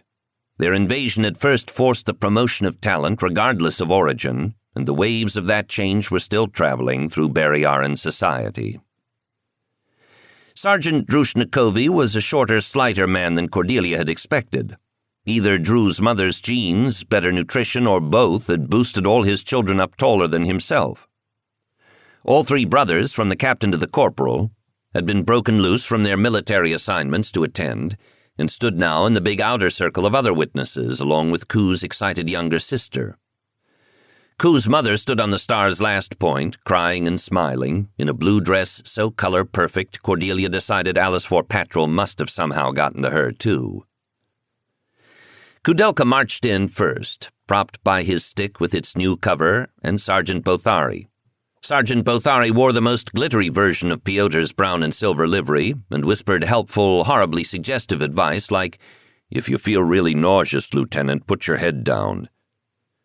The very thought turned Ku's face greener, an extraordinary color contrast with his red and blues that Lady Vorkosigan would no doubt have disapproved. Heads turned. Oh my. Alice Vorkosigan had been absolutely right about Drew's gown. She swept in, as stunningly graceful as a sailing ship, a tall, clean perfection of form and function, ivory silk, gold hair, blue eyes, white, blue, and red flowers, so that when she stepped up beside Ku, one suddenly realized how tall he must be. Alice Vorkosigan, in silver gray, released Drew at the circle's edge with a gesture like some hunting goddess releasing a white falcon, to soar and settle on Ku's outstretched arm. Ku and Drew made it through their oaths without stammering or passing out, and managed to conceal their mutual embarrassment at the public declaration of their despised first names, Clement and Ludmilla.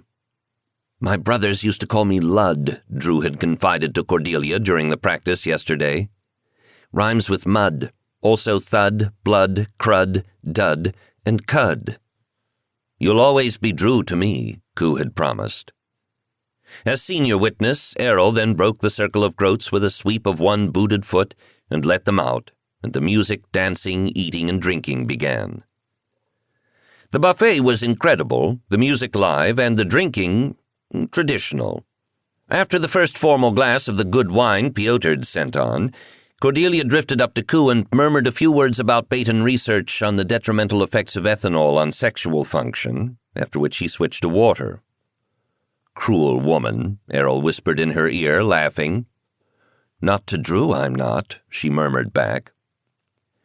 She was formally introduced to the brothers, now brothers-in-law, who regarded her with that awed respect that made her teeth grind, though her jaw eased a bit when a rhyming brother was waved to silence by Dad to make room for some comment by the bride on the topic of hand weapons. "Quiet, Joss," Sergeant Drushnikovi told his son. "You've never handled a nerve disruptor in combat." Drew blinked, then smiled, a gleam in her eye. Cordelia seized a moment with Bothari, whom she saw all too seldom now that Errol had split his household from Piotr's. "How is Elena doing, now she's back home? Has Mistress Hyssopy recovered from it all yet?" "They're well, m'lady." Bothari ducked his head and almost smiled. "I visited about 5 days ago when Count Piotr went down to check on his horses. Elena, creeps. Put her down and look away a minute. You look back and she's moved." He frowned.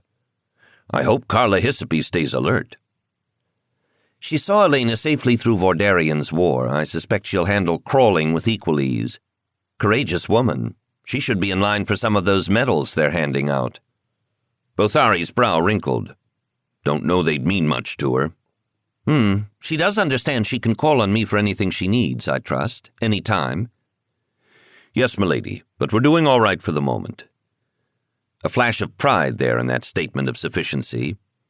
"It's very quiet down at Vorkosigan-sur-Lot in the winter. Clean, a right and proper place for a baby." Not like the place I grew up in, Cordelia could almost hear him add. I mean her to have everything right and proper, even her da. How are you doing yourself? The new med is better. Anyway, my head doesn't feel like it's stuffed with fog anymore, and I sleep at night. Besides that, I can't tell what it's doing.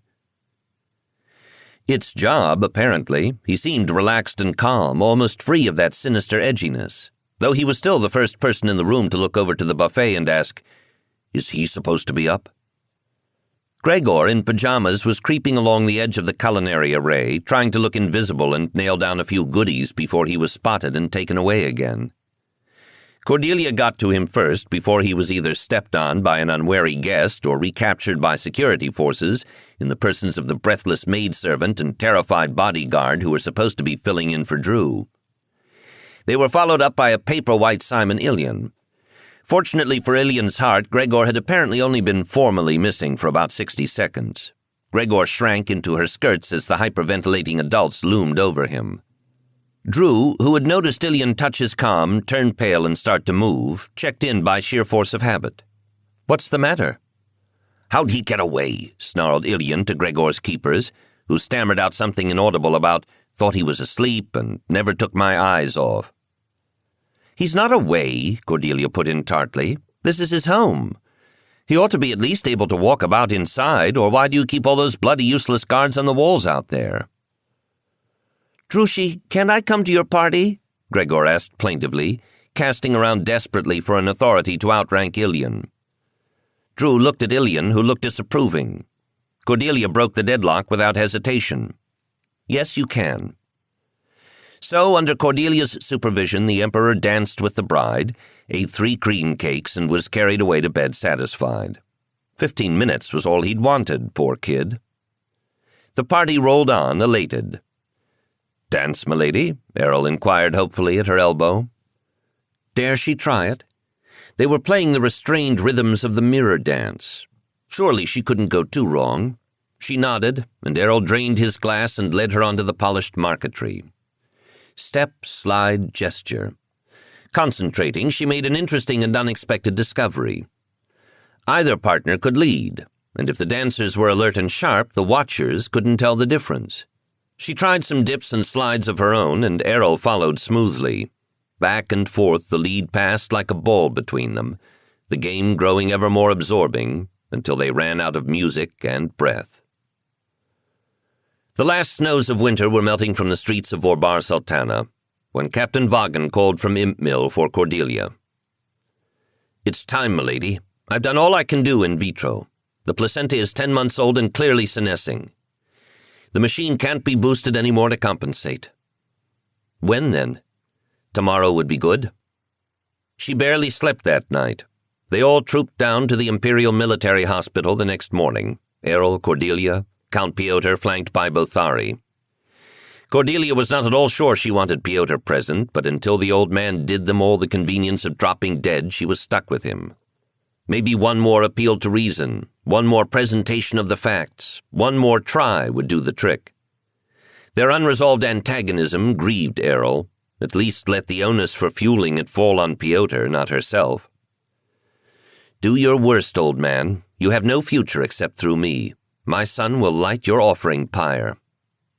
She was glad to see Bothari again, though. Vaughan's new laboratory was an entire floor in the most up-to-date building in the complex. Cordelia had had him moved from his old lab on account of ghosts, having come in for one of her frequent visits soon after their return to Vorbar Sultana to find him in a state of near paralysis, unable to work. Every time he entered the room, he'd said, Dr. Henri's violent and senseless death replayed in his memory. He could not step on the floor near the place where Henri's body had fallen, but had to walk wide around. Little noises made him jump and twitch. "I am a man of reason," he'd said hoarsely. "This superstitious nonsense means nothing to me." So Cordelia had helped him burn a private offering to Henri in a brazier on the lab floor, and disguised the move as a promotion. The new lab was bright and spacious and free of revenant spirits. Cordelia found a mob of men waiting when Vaughan ushered her in, researchers assigned to Vaughan to explore replicator technology, interested civilian obstetricians, including Dr. Ritter, Miles's own pediatrician-to-be, and his consulting surgeon. The changing of the guard. Mere parents needed determination to elbow their way in. Vaughan bustled about, happily important. He still wore his eye patch, but promised Cordelia he would take the time for the last round of surgery to restore his vision very soon now. A tech trundled out the uterine replicator, and Vaughan paused, as if trying to figure out how to put the proper drama and ceremony into what Cordelia knew for a very simple event. He settled on turning it into a technical lecture for his colleagues, detailing the composition of the hormone solutions as he injected them into the appropriate feed lines, interpreting readouts, describing the placental separation going on within the replicator, the similarities and differences between replicator and body births. There were several differences Vaughan didn't mention. Alice Vorpatrol should see this, Cordelia thought. Vaughan looked up to see her watching him, paused self-consciously, and smiled.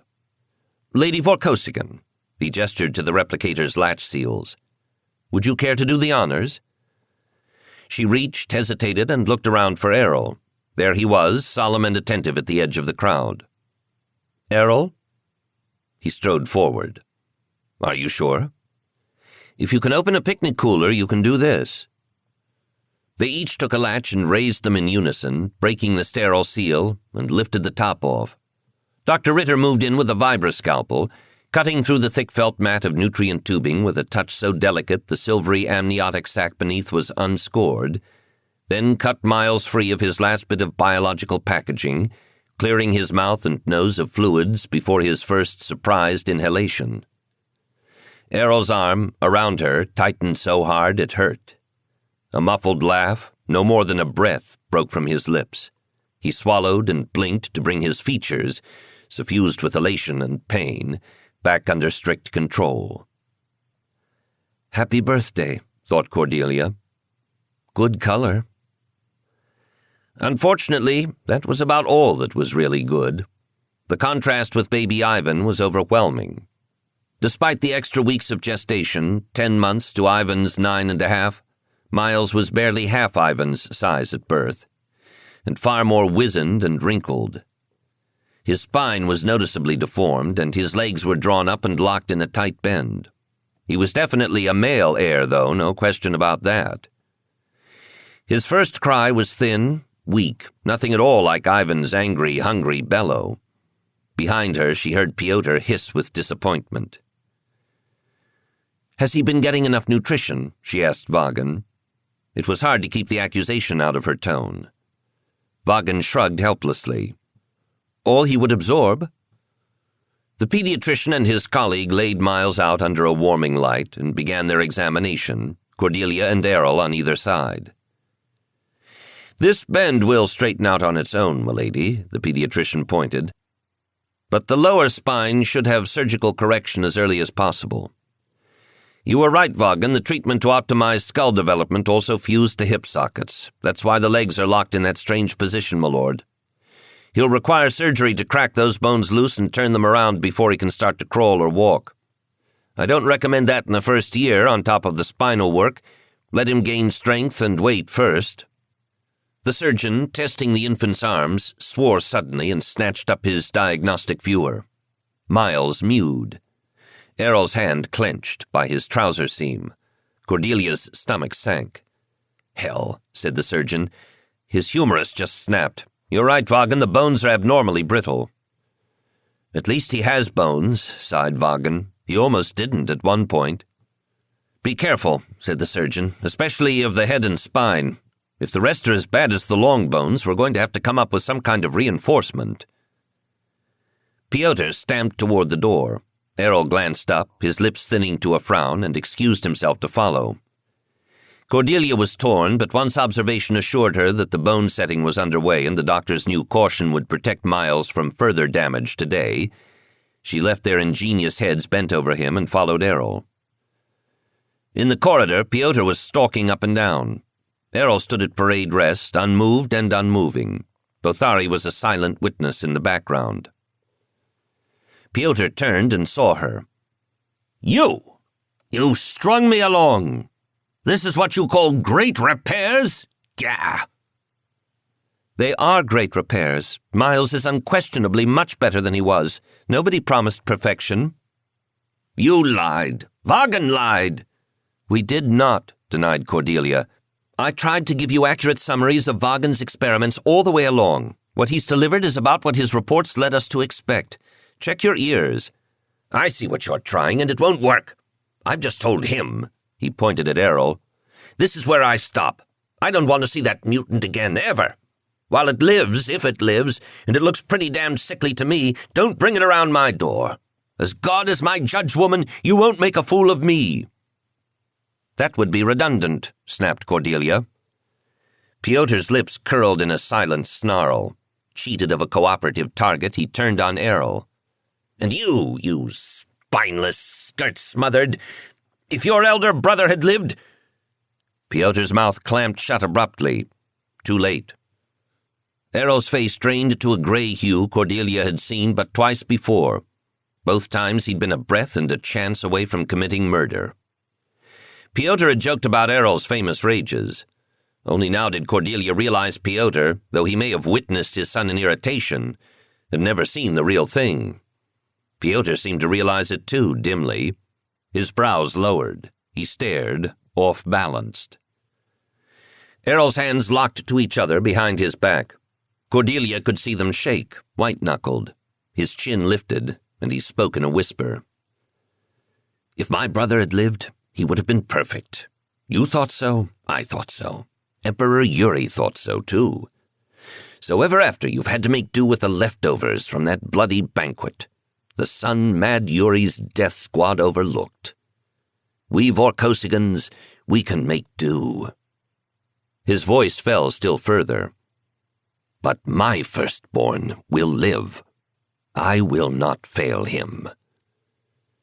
The icy statement was a near-lethal cut across the belly, as fine a slash as Bothari could have delivered with Kudelka's sword stick, and very accurately placed.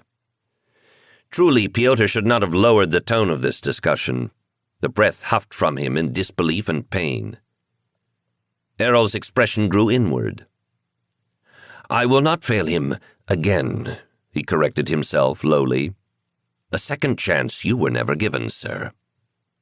Behind his back, his hands unclenched. A small jerk of his head dismissed Piotr and all Piotr might say. Twice blocked, visibly suffering from his profound misstep, Piotr looked around for a target of opportunity upon which to vent his frustration. His eye fell on Bothari, watching blank-faced. And you! Your hand was in this from beginning to end. Did my son place you as a spy in my household? Where do your loyalties lie? Do you obey me or him? An odd gleam flared in Bothari's eye. He tilted his head toward Cordelia. Her. Piotr was so taken aback it took him several seconds to regain his speech. Fine, he sputtered at last. She can have you. I don't want to see your ugly face again. Don't come back to Vorkosigan House. Esterhazy will deliver your things before nightfall. He wheeled and marched away. His grand exit, already weak, was spoiled when he looked back over his shoulder before he rounded the corner. Errol vented a very weary sigh. Do you think he means it this time? Cordelia asked. All that never-ever stuff?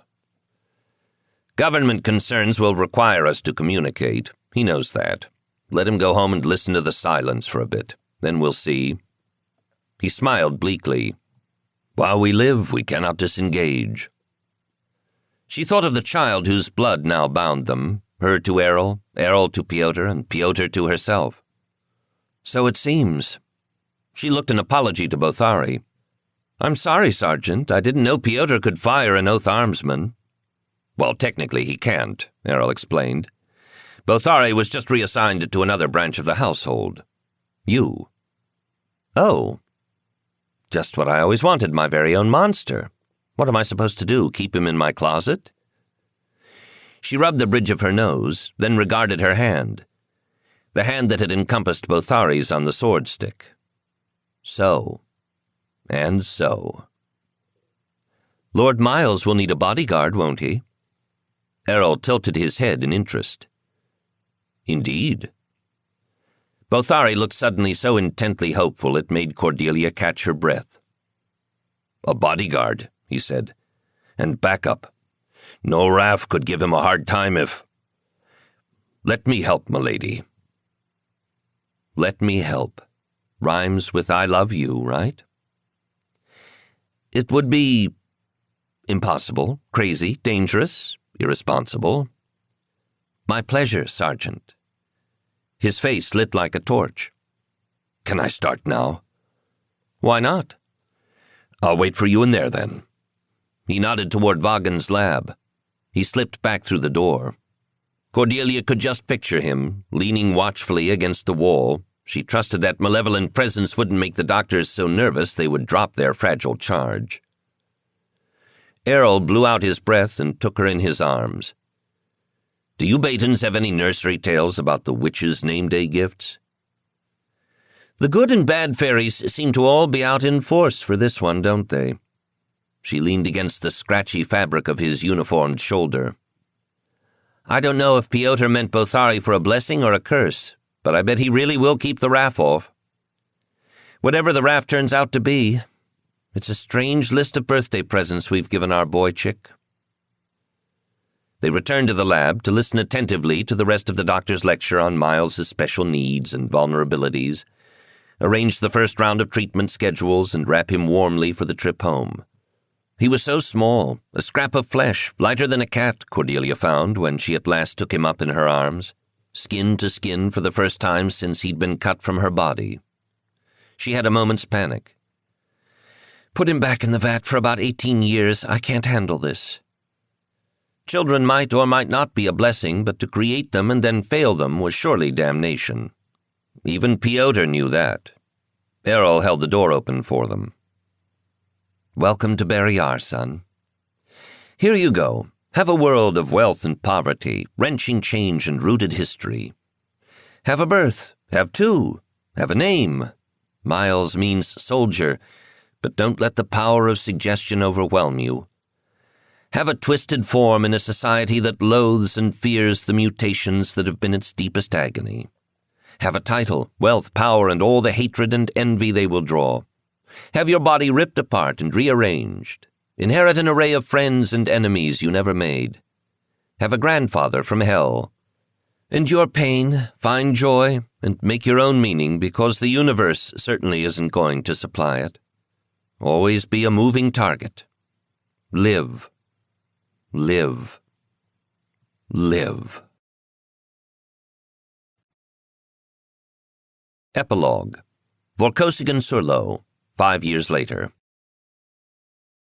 Damn it, Vaughan, Cordelia panted under her breath. You never told me the little bugger was going to be hyperactive.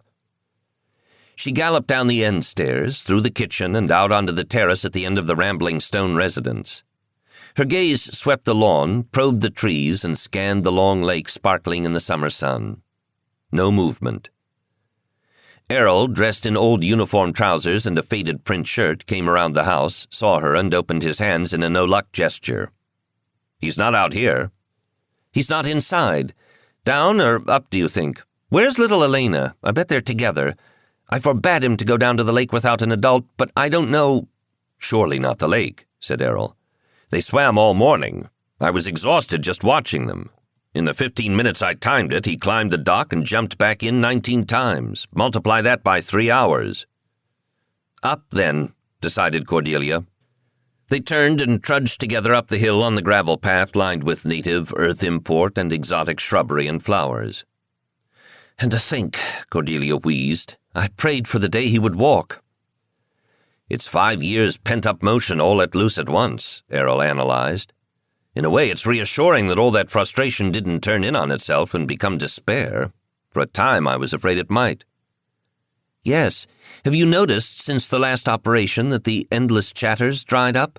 At first I was glad, but do you suppose he's going to go mute? I didn't even know that refrigeration unit was supposed to come apart. A mute engineer. I think the verbal and mechanical aptitudes will come into balance eventually, if he survives. There's all of us adults and one of him. We ought to be able to keep up. Why do I feel like he has us outnumbered and surrounded? She crested the hill. Piotr's stable complex lay in the shallow valley below, 6 red-painted wood and stone buildings, fenced paddocks, pastures planted to bright green earth grasses. She saw horses, but no children. Bothari was ahead of them, though, just exiting one building and entering another. His bellow carried up to them, thinned by distance. "Lord Miles!" "Oh dear, I hope he's not bothering Piotr's horses," said Cordelia. "Do you really think this reconciliation attempt will work this time? Just because Miles is finally walking?" "He was civil last night at dinner," said Errol, judiciously hopeful. "I was civil last night at dinner," Cordelia shrugged. "He as much as accused me of starving your son into dwarfism. Can I help it if the kid would rather play with his food than eat it? I just don't know about stepping up the growth hormone. Vaughan's so uncertain about its effect on bone friability." A crooked smile stole over Errol's face. "I did think the dialogue with the peas marching to surround the bread roll and demand surrender was rather ingenious. You could almost picture them as little soldiers in imperial greens." "Yes, and you were no help, laughing instead of terrorizing him into eating like a proper da." "I did not laugh." "Your eyes were laughing. He knew it, too, twisting you around his thumb." The warm organic scent of horses and their inevitable byproducts permeated the air as they approached the buildings. Bothari reappeared, saw them, and waved an apologetic hand. "I just saw Elena. I told her to get down out of that loft. She said Lord Miles wasn't up there, but he's around here somewhere. Sorry, milady, when he talked about looking at the animals, I didn't realize he meant immediately. I'm sure I'll find him in just a moment." "I was hoping Piotr would offer a tour," Cordelia sighed. "I thought you didn't like horses," said Errol. "I loathe them, but I thought it might get the old man talking to him like a human being instead of over him like a potted plant. And Miles was so excited about the stupid beasts. I don't like to linger here, though. This place is so Piotr. Archaic, dangerous, and you have to watch your step." Speak of the devil, Piotr himself emerged from the old stone-tack storage shed, coiling a web rope. "Ah, there you are," he said neutrally. He joined them sociably enough, though. "I don't suppose you would like to see the new filly?" His tone was so flat she couldn't tell if he wanted her to say yes or no. But she seized the opportunity. "I'm sure Miles would." She turned to Bothari. "Why don't you go get—" But Bothari was staring past her, his lips rippling in dismay. She wheeled. One of Piotr's most enormous horses, quite naked of bridle, saddle, halter, or any other handle to grab, was trotting out of the barn. Clinging to its mane like a burr was a dark-haired, dwarfish little boy. Miles's sharp features shone with a mixture of exaltation and terror. Cordelia nearly fainted. "My imported stallion!" yelped Piotr in horror. In pure reflex, Bothari snatched his stunner from its holster. He then stood paralyzed with the uncertainty of what to shoot and where. If the horse went down and rolled on its little rider— "Look, Sergeant!" Miles's thin voice called eagerly. "I'm taller than you." Bothari started to run toward him. The horse, spooked, wheeled away and broke into a canter. "And I can run faster, too." The words were whipped away in the bounding motion of the gate. The horse shied out of sight around the stable. The 4 adults pelted after. Cordelia heard no other cry, but when they turned the corner, Miles was lying on the ground, and the horse had stopped further on and lowered its head to nibble at the grass. It snorted in hostility when it saw them, raised its head, danced from foot to foot, then snatched a few more bites. Cordelia fell to her knees beside Miles, who was already sitting up and waving her away. He was pale, and his right hand clutched his left arm in an all-too-familiar signal of pain. "You see, Sergeant?" Miles panted. "I can ride, I can!" Piotr, on his way toward the horse, paused and looked down. "I didn't mean to say you weren't able," said the sergeant in a driven tone. "I meant you didn't have permission." "Oh." "Did you break it?" Bothari nodded to the arm. "Yeah," the boy sighed. There were tears of pain in his eyes, but his teeth set against any quaver entering his voice. The sergeant grumbled and rolled up Miles's sleeve and palpated the forearm. Miles hissed. "Yup. Bothari pulled, twisted, adjusted, took a plastic sleeve from his pocket, slipped it over the arm and wrist, and blew it up. That'll keep it till the doctor sees it. Hadn't you better containerize that horrendous horse? Cordelia said to Piotr. It's not horrendous, Miles insisted, scrambling to his feet. It's the prettiest. You think so, eh? Said Piotr roughly. How do you figure that? You like brown? It moves the springiest, Miles explained earnestly, bouncing in imitation. Piotr's attention was arrested. And so it does, he said, sounding bemused. It's my hottest dressage prospect. You like horses? They're great. They're wonderful. Miles pirouetted. I could never much interest your father in them. Piotr gave Errol a dirty look. Thank God, thought Cordelia. On a horse, I could go as fast as anybody, I bet, said Miles. I doubt it, said Piotr coldly. If that was a sample, if you're going to do it, you have to do it right. Teach me, said Miles instantly. Piotr's brows shot up. He glanced at Cordelia and smiled sourly. If your mother gives permission. He rocked on his heels in certain smug safety, knowing Cordelia's rooted antipathy to the beasts. Cordelia bit her tongue on "over my dead body" and thought fast. Errol's intent eyes were signaling something, but she couldn't read it. Was this a new way for Piotr to try and kill Miles? Take him out and get him smashed, trampled, broken? Tired out? Now there was a thought. Risk or security? In the few months since Miles had at last acquired a full range of motion, she'd run on panicked overdrive, trying to save him from physical harm. He'd spent the same time near frantically trying to escape her supervision. Much more of this struggle, and either she'd be insane or he would. If she could not keep him safe, perhaps the next best thing was to teach him competence at living dangerously. He was almost undrownable already. His big gray eyes were radiating a desperate, silent plea at her. Let me, let me, let me. With enough transmission energy to burn through steel. I would fight the world for you, but I'm damned if I can figure out how to save you from yourself. Go for it, kid. Yes, she said, if the sergeant accompanies you. Bothari shot her a look of horrified reproach.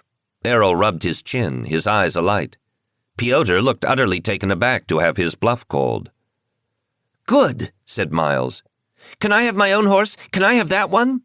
No, not that one, said Piotr indignantly. Then, drawn in, added, perhaps a pony. Horse, said Miles, watching his face. Cordelia recognized the instant renegotiation mode, a spinal reflex, as far as she could tell, triggered by the faintest concession. The kid should be put to work beating out treaties with the Seedagandans. She wondered how many horses he'd finally end up with. A pony, she put in, giving Piotr the support that he did not yet recognize how badly he was going to need. A gentle pony. A gentle, short pony. Piotr pursed his lips and gave her a challenging look. Perhaps you can work up to a horse, he said to Miles. Earn it by learning well. Can I start now? You have to get your arm set first, said Cordelia firmly. I don't have to wait till it heals, do I? It will teach you not to run around breaking things. Piotr regarded Cordelia through half-lidded eyes. Actually, proper dressage training starts on a lunge line. You aren't permitted to use your arms till you've developed your seat. Yeah, said Miles, hanging worshipfully on his words. What else? By the time Cordelia withdrew to hunt up the personal physician who accompanied the Lord Regent's traveling circus, entourage, Piotr had recaptured his horse, rather efficiently, though Cordelia wondered if the sugar in his pockets was cheating, and was already explaining to Miles how to make a simple line into an effective halter, which side of the beast to stand on, and what direction to face while leading. The boy, barely waist-high to the old man, was taking it in like a sponge, upturned face passionately intent. Want to lay a side bet who's leading who on that lunge line by the end of the week? Errol murmured in her ear. No contest. I must say the months Miles spent immobilized in that dreadful spinal brace did teach him how to do charm. The most efficient long-term way to control those about you and thus exert your will. I'm glad he didn't decide to perfect whining as a strategy. He's the most willful little monster I've ever encountered, but he makes you not notice. I don't think the Count has a chance, Errol agreed. She smiled at the vision, then glanced at him more seriously.